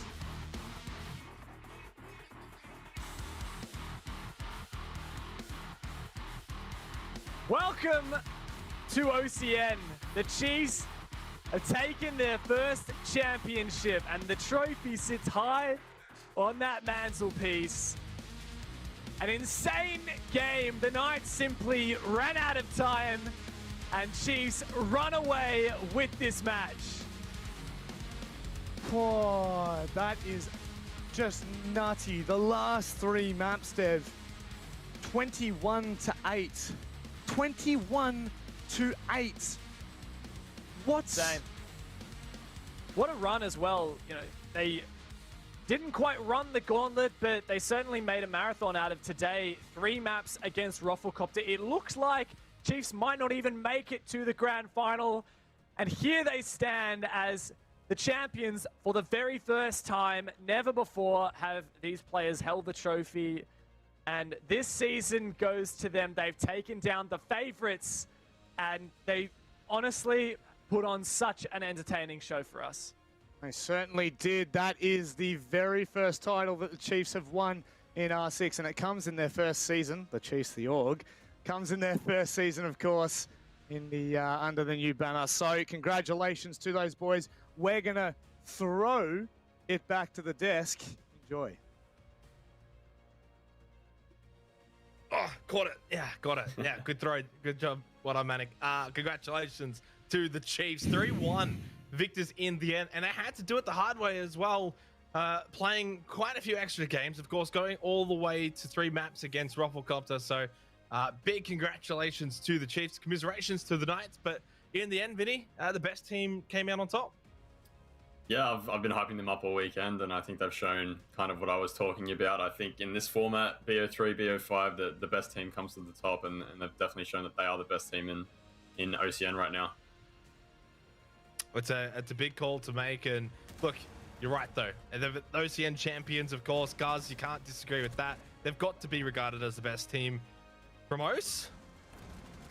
Yeah, I mean, look, honestly, I said as the match concluded, I was like, wow, that was, you know, clinical, really. Like, at the end of the day, it wasn't as close of a contest as I was probably expecting there, right? And, I mean, a 7-2 and a 7-3 to close out the last 2 maps is pretty damn insane, to be honest, in a best-of-5 grand final, and the Chiefs really proving that, you know, they are a serious threat, and, I mean, they are the threat at the moment, and they've dethroned Knights from that top spot.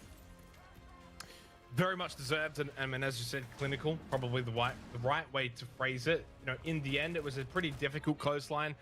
Knights ended up taking that first map, but after that, 7-3, 7-2, 7-3, it was very much one-sided in the favor of Chiefs from that first map to the last map. So Full credit, they deserved it in every facet. It's not even as if it was close, Vinny. It's not even like it was a bunch of 7-5s. It was dominant. 7-3 again here on Chalet, just like a few of the other maps prior to it. And again, the stats just all in favor of the Chiefs. Yeah, and Gold Legion and Digital backing up a good second map with a good third map, and it's really been about these key players standing up in a time when their team needs them. Obviously, we kind of harped on about Dig earlier in the playoff series against Roffle that he wasn't quite pulling his weight, but he's definitely shown in this BO5 that he's an integral part of this team. Even outside of statistics, we know that he's a big voice in their communication chain, and I'm sure he brings a lot to that. But to back it up with these kind of stats is really impressive from him. I have to ask you the question, Guz, and I'm going to pose it to you.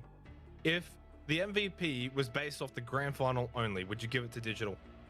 It's a tough one. Maybe there's a real chance.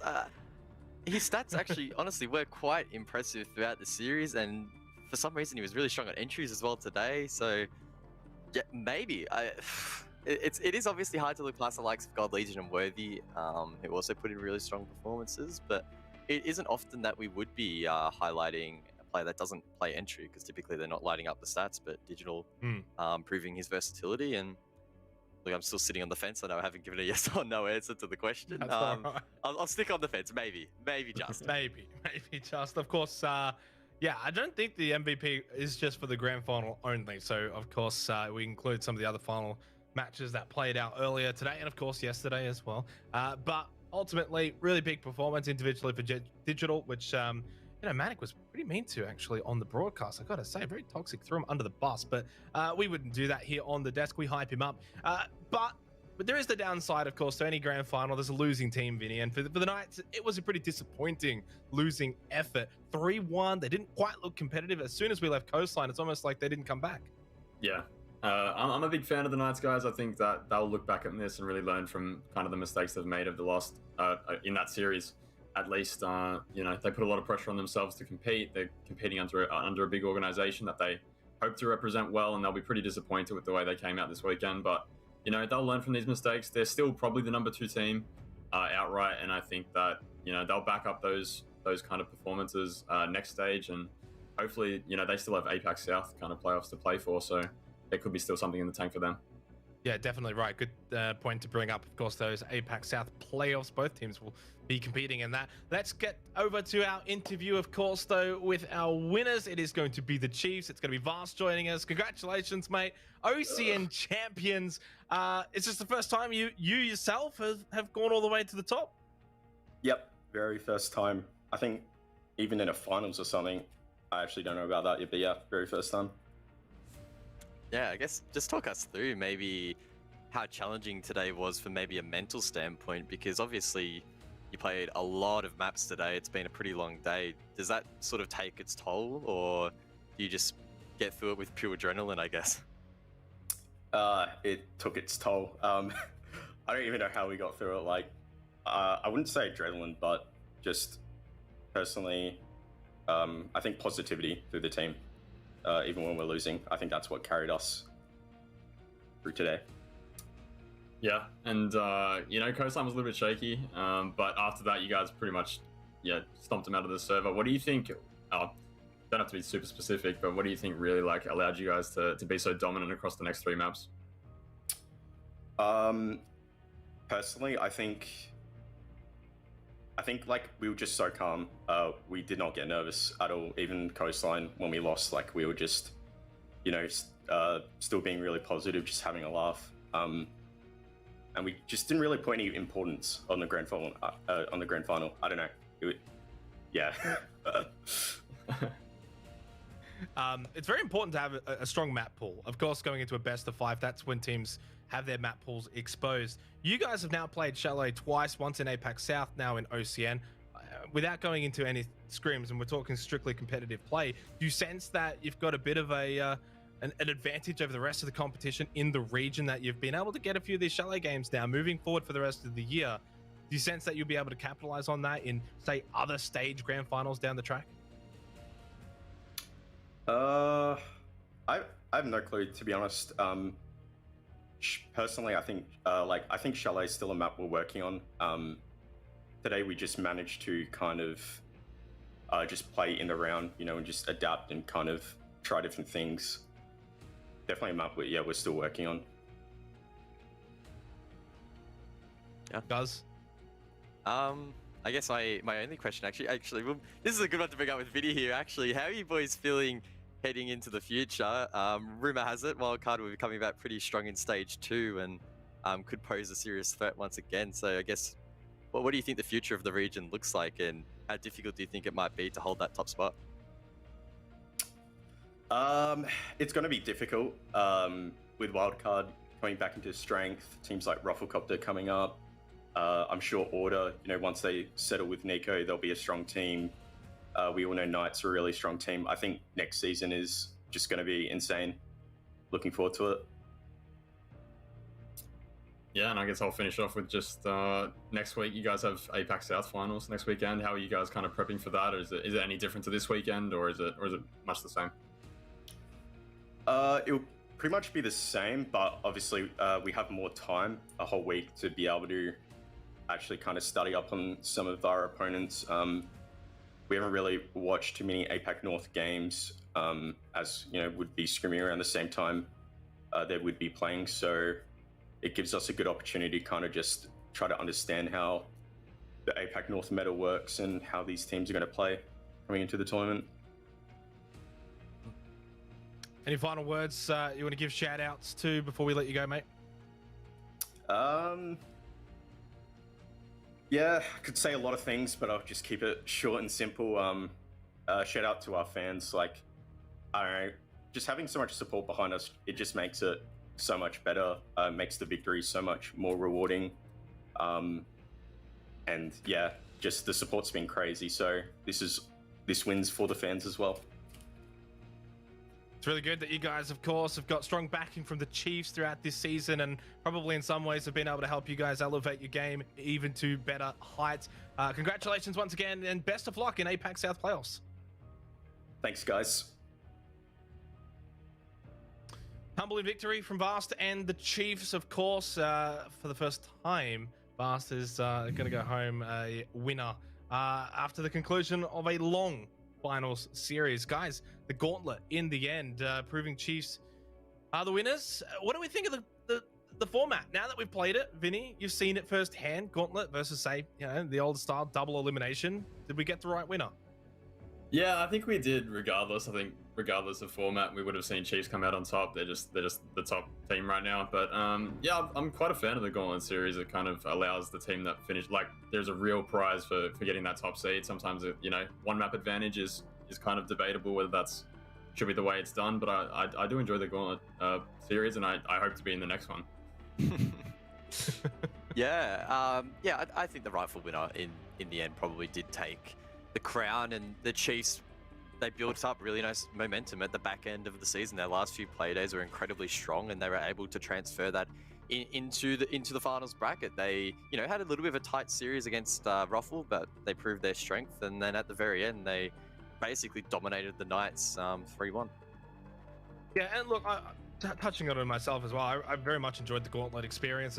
As you said, Vinny, really does reward that regular season, whether it's top spot, second spot. You know, in the end, Chiefs getting to finish second means that they did get to come in quite late. You know, you saw Rufflecopter running the Gauntlet, but it gets a little bit difficult and tiring to have to go all the way from round 1 to a potential round 4. So it really does put emphasis on that regular season form, which in the end, you know, ironically, Knights started off pretty slow in the regular season, but did bounce back towards the latter stages and collected that #1 spot.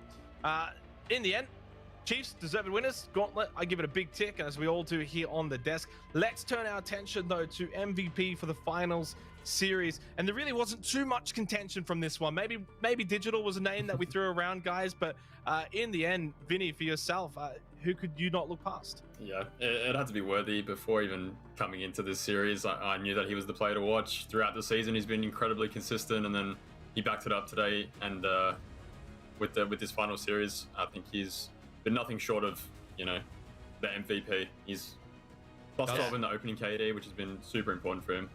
Yeah, that was the stat that I was going to point out. +12 opening KD.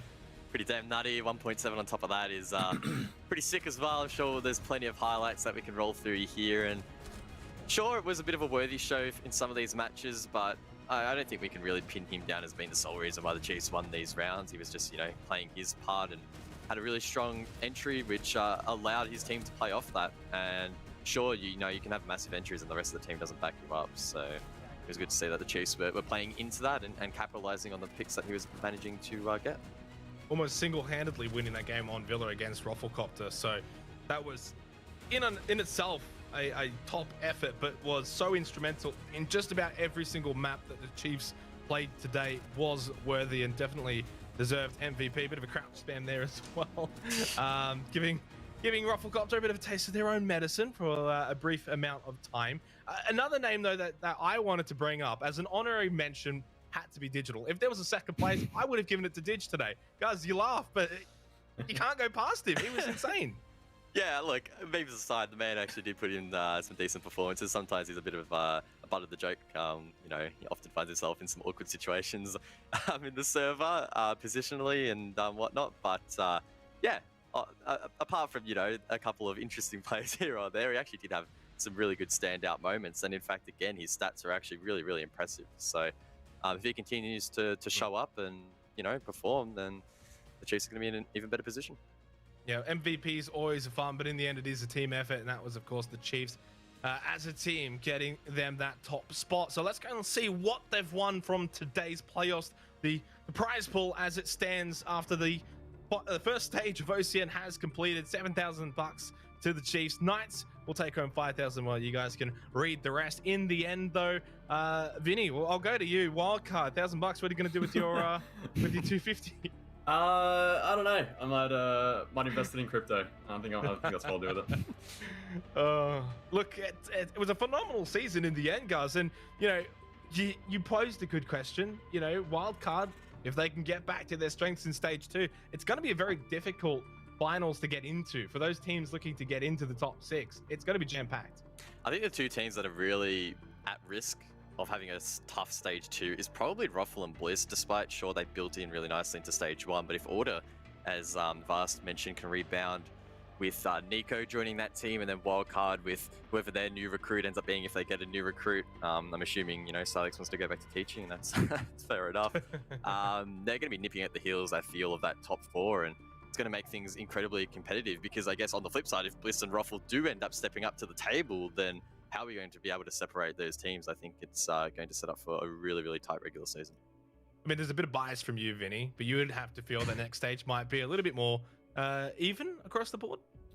I think this stage was fairly even, to be honest. I think there was us and LFO that seeed to be kind of the outliers, which is hard to say, but it is the truth. And I don't know. I'm hoping that next stage we're able to put in a lot more work and get those scrims in and really give the wildcard fans something to cheer for. Well, we're ready to close the show, so I'll go again across our lovely virtual desk and get final closing thoughts. I'll go with you first, Guz. Yeah, it's been a bit of a long weekend, been a lot of fun. We saw some really good Siege, I think, at the end of the day, and we saw the rightful winners in Chiefs, who have proven that in the current meta, they are incredibly strong. They're playing into the hands of the way that the game's currently set up, and proving to the rest of the region that their inconsistency that used to plague them in the past isn't anymore. They can show up in playoffs when it counts, and that's what is most important. And heading into the rest of the year, I think they're going to continue to be a serious threat. Vinny? Yeah, I'll just start off by saying congratulations to the Chiefs again, the rightful winners, and congratulations to all the teams that competed this weekend. Just qualifying for playoffs is a big achievement. Rufflecopter made it a really serious threat, pushing up through the gauntlet, and they did a really good job. So congrats to them. I want to thank everyone on the desk for making me feel so welcome this weekend. I've had a lot of fun, and I'm not going to take your jobs just yet, but maybe one day when I give up on Siege, I'll come take your jobs. Mate, always welcome to come back. It was a pleasure having you on. You did such a phenomenal job as well. So big thank you to you, firstly, for coming in and making this show just that little bit better, because obviously if it was just us, it would be a bit boring. Big thank you, of course, to everyone involved on the OCN product. That's for everyone from Ubisoft all the way to the guys at ESL, production team, observers, to all of the casters except Manic. Everyone did an amazing job on this product. To Guz, our champion predictor, just a little. I don't think I congrats was to you as champion well. predictor, but in OCN, but yeah, sure. Apex the one that matters anyway, right? Look, thank you to everyone for watching as well. Without you guys, it wouldn't be possible. Of course, that's stage 1 in the books. There's going to be a banger of a year, though. Still more stages later on. We're going to have some teams that are going to be revived in teams like Wildcard, and maybe we're going to have teams that are going to challenge the Chiefs at the top. We will be back for stage number 2, not too far along the time.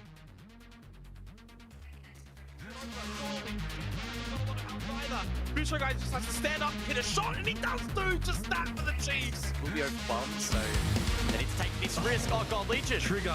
The trigger discipline. He sits, he waits. Is that Manic? Is that Manic Monday? Oh, he just butts him in the face. The Campo on the Yana. Might just be the one to lead the entry. Bars couldn't hit the initial shot. God Legion's watching and waiting, and he does get bounced. And hot shot goes down as well to Bars. Diffuser down, Chiefs win the round. Clutch from God Legion and Bars. Fisher guy going to try and stick the plant now, but Hot Shot will swing out. He'll deny that though from being stuck. 3 seconds left. Vast has to worry about the diffuser more than anything though. That's going to leave Digital to cover his behind, and he's done that with a kill onto Campo. He's done it with a second one. Digital wins it for the Chiefs. Fast can sit and wait. There's no C4 to deny either. Oh, no! What are you doing? In a 2 versus 1, you've just given him the opportunity. Sage backs away, holds the line. Fast has to aggress. He can't find the line. What on God's earth is that from Sage? And now, it's all on to Sage to play heroics 3K. What is that? C4, that's gone down the toilet, as have Knights. And Chiefs, hello? You'd have to hope not. And Digital can now just play as a reinforced wall here. Oh no! No way! No way! Unbelievable! Digital! God! Just too little too late. He was coming up the kitchen hallway. He might be able to find both! With the 3 C4s they have on the table, Josh just goes deep. My God, Knights have no hesitation as they flood the site, but that's a team kill by Bro. E4, and this is not achievable. Surely not. How did he make it up across red? He's gone for the aggressive peek from CCTV. Greedy on that peek. Oh, yeah! They have the sweat operator on board. Oh my goodness. Talk about confidence. The Blackbeard propelling on a window. This man is cracked. I look on the drone economy side of things for Knights. All I can see is X's and O's from Digital. You just never know what's going to happen. Look at what's fire once again. This could be it. Oh, we really need to see Chiefs start punishing these individual players, and it starts with Vast right here. He knows? No, he doesn't. Does he know? He gets it. How does he win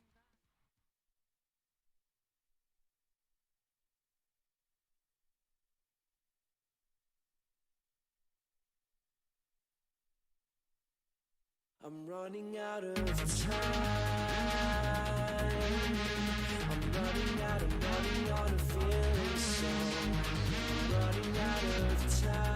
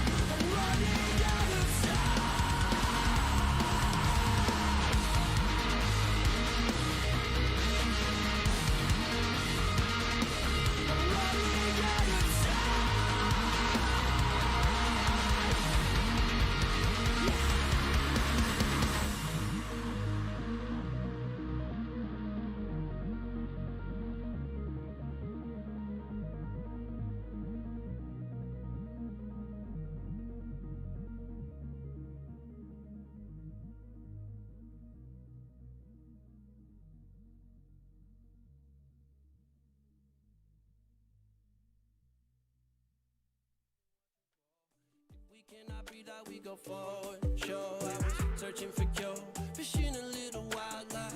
And when I'm low on fuel, I'll still be running till my back broke. Halfway, lost hope and I checked it. Hard roads, I didn't think I'd come back fast. 'Cause I was running roads, so many nations. Even when it's so sweet, I ended up zero. This is such a ghostly revelation. I may have fucked up all my chances. Been around the globe, looked around, nothing fitted. Seen high and lows, but you won't even get it. Been around the globe, think it's time to admit it's not the end, but the road, and you won't even get it.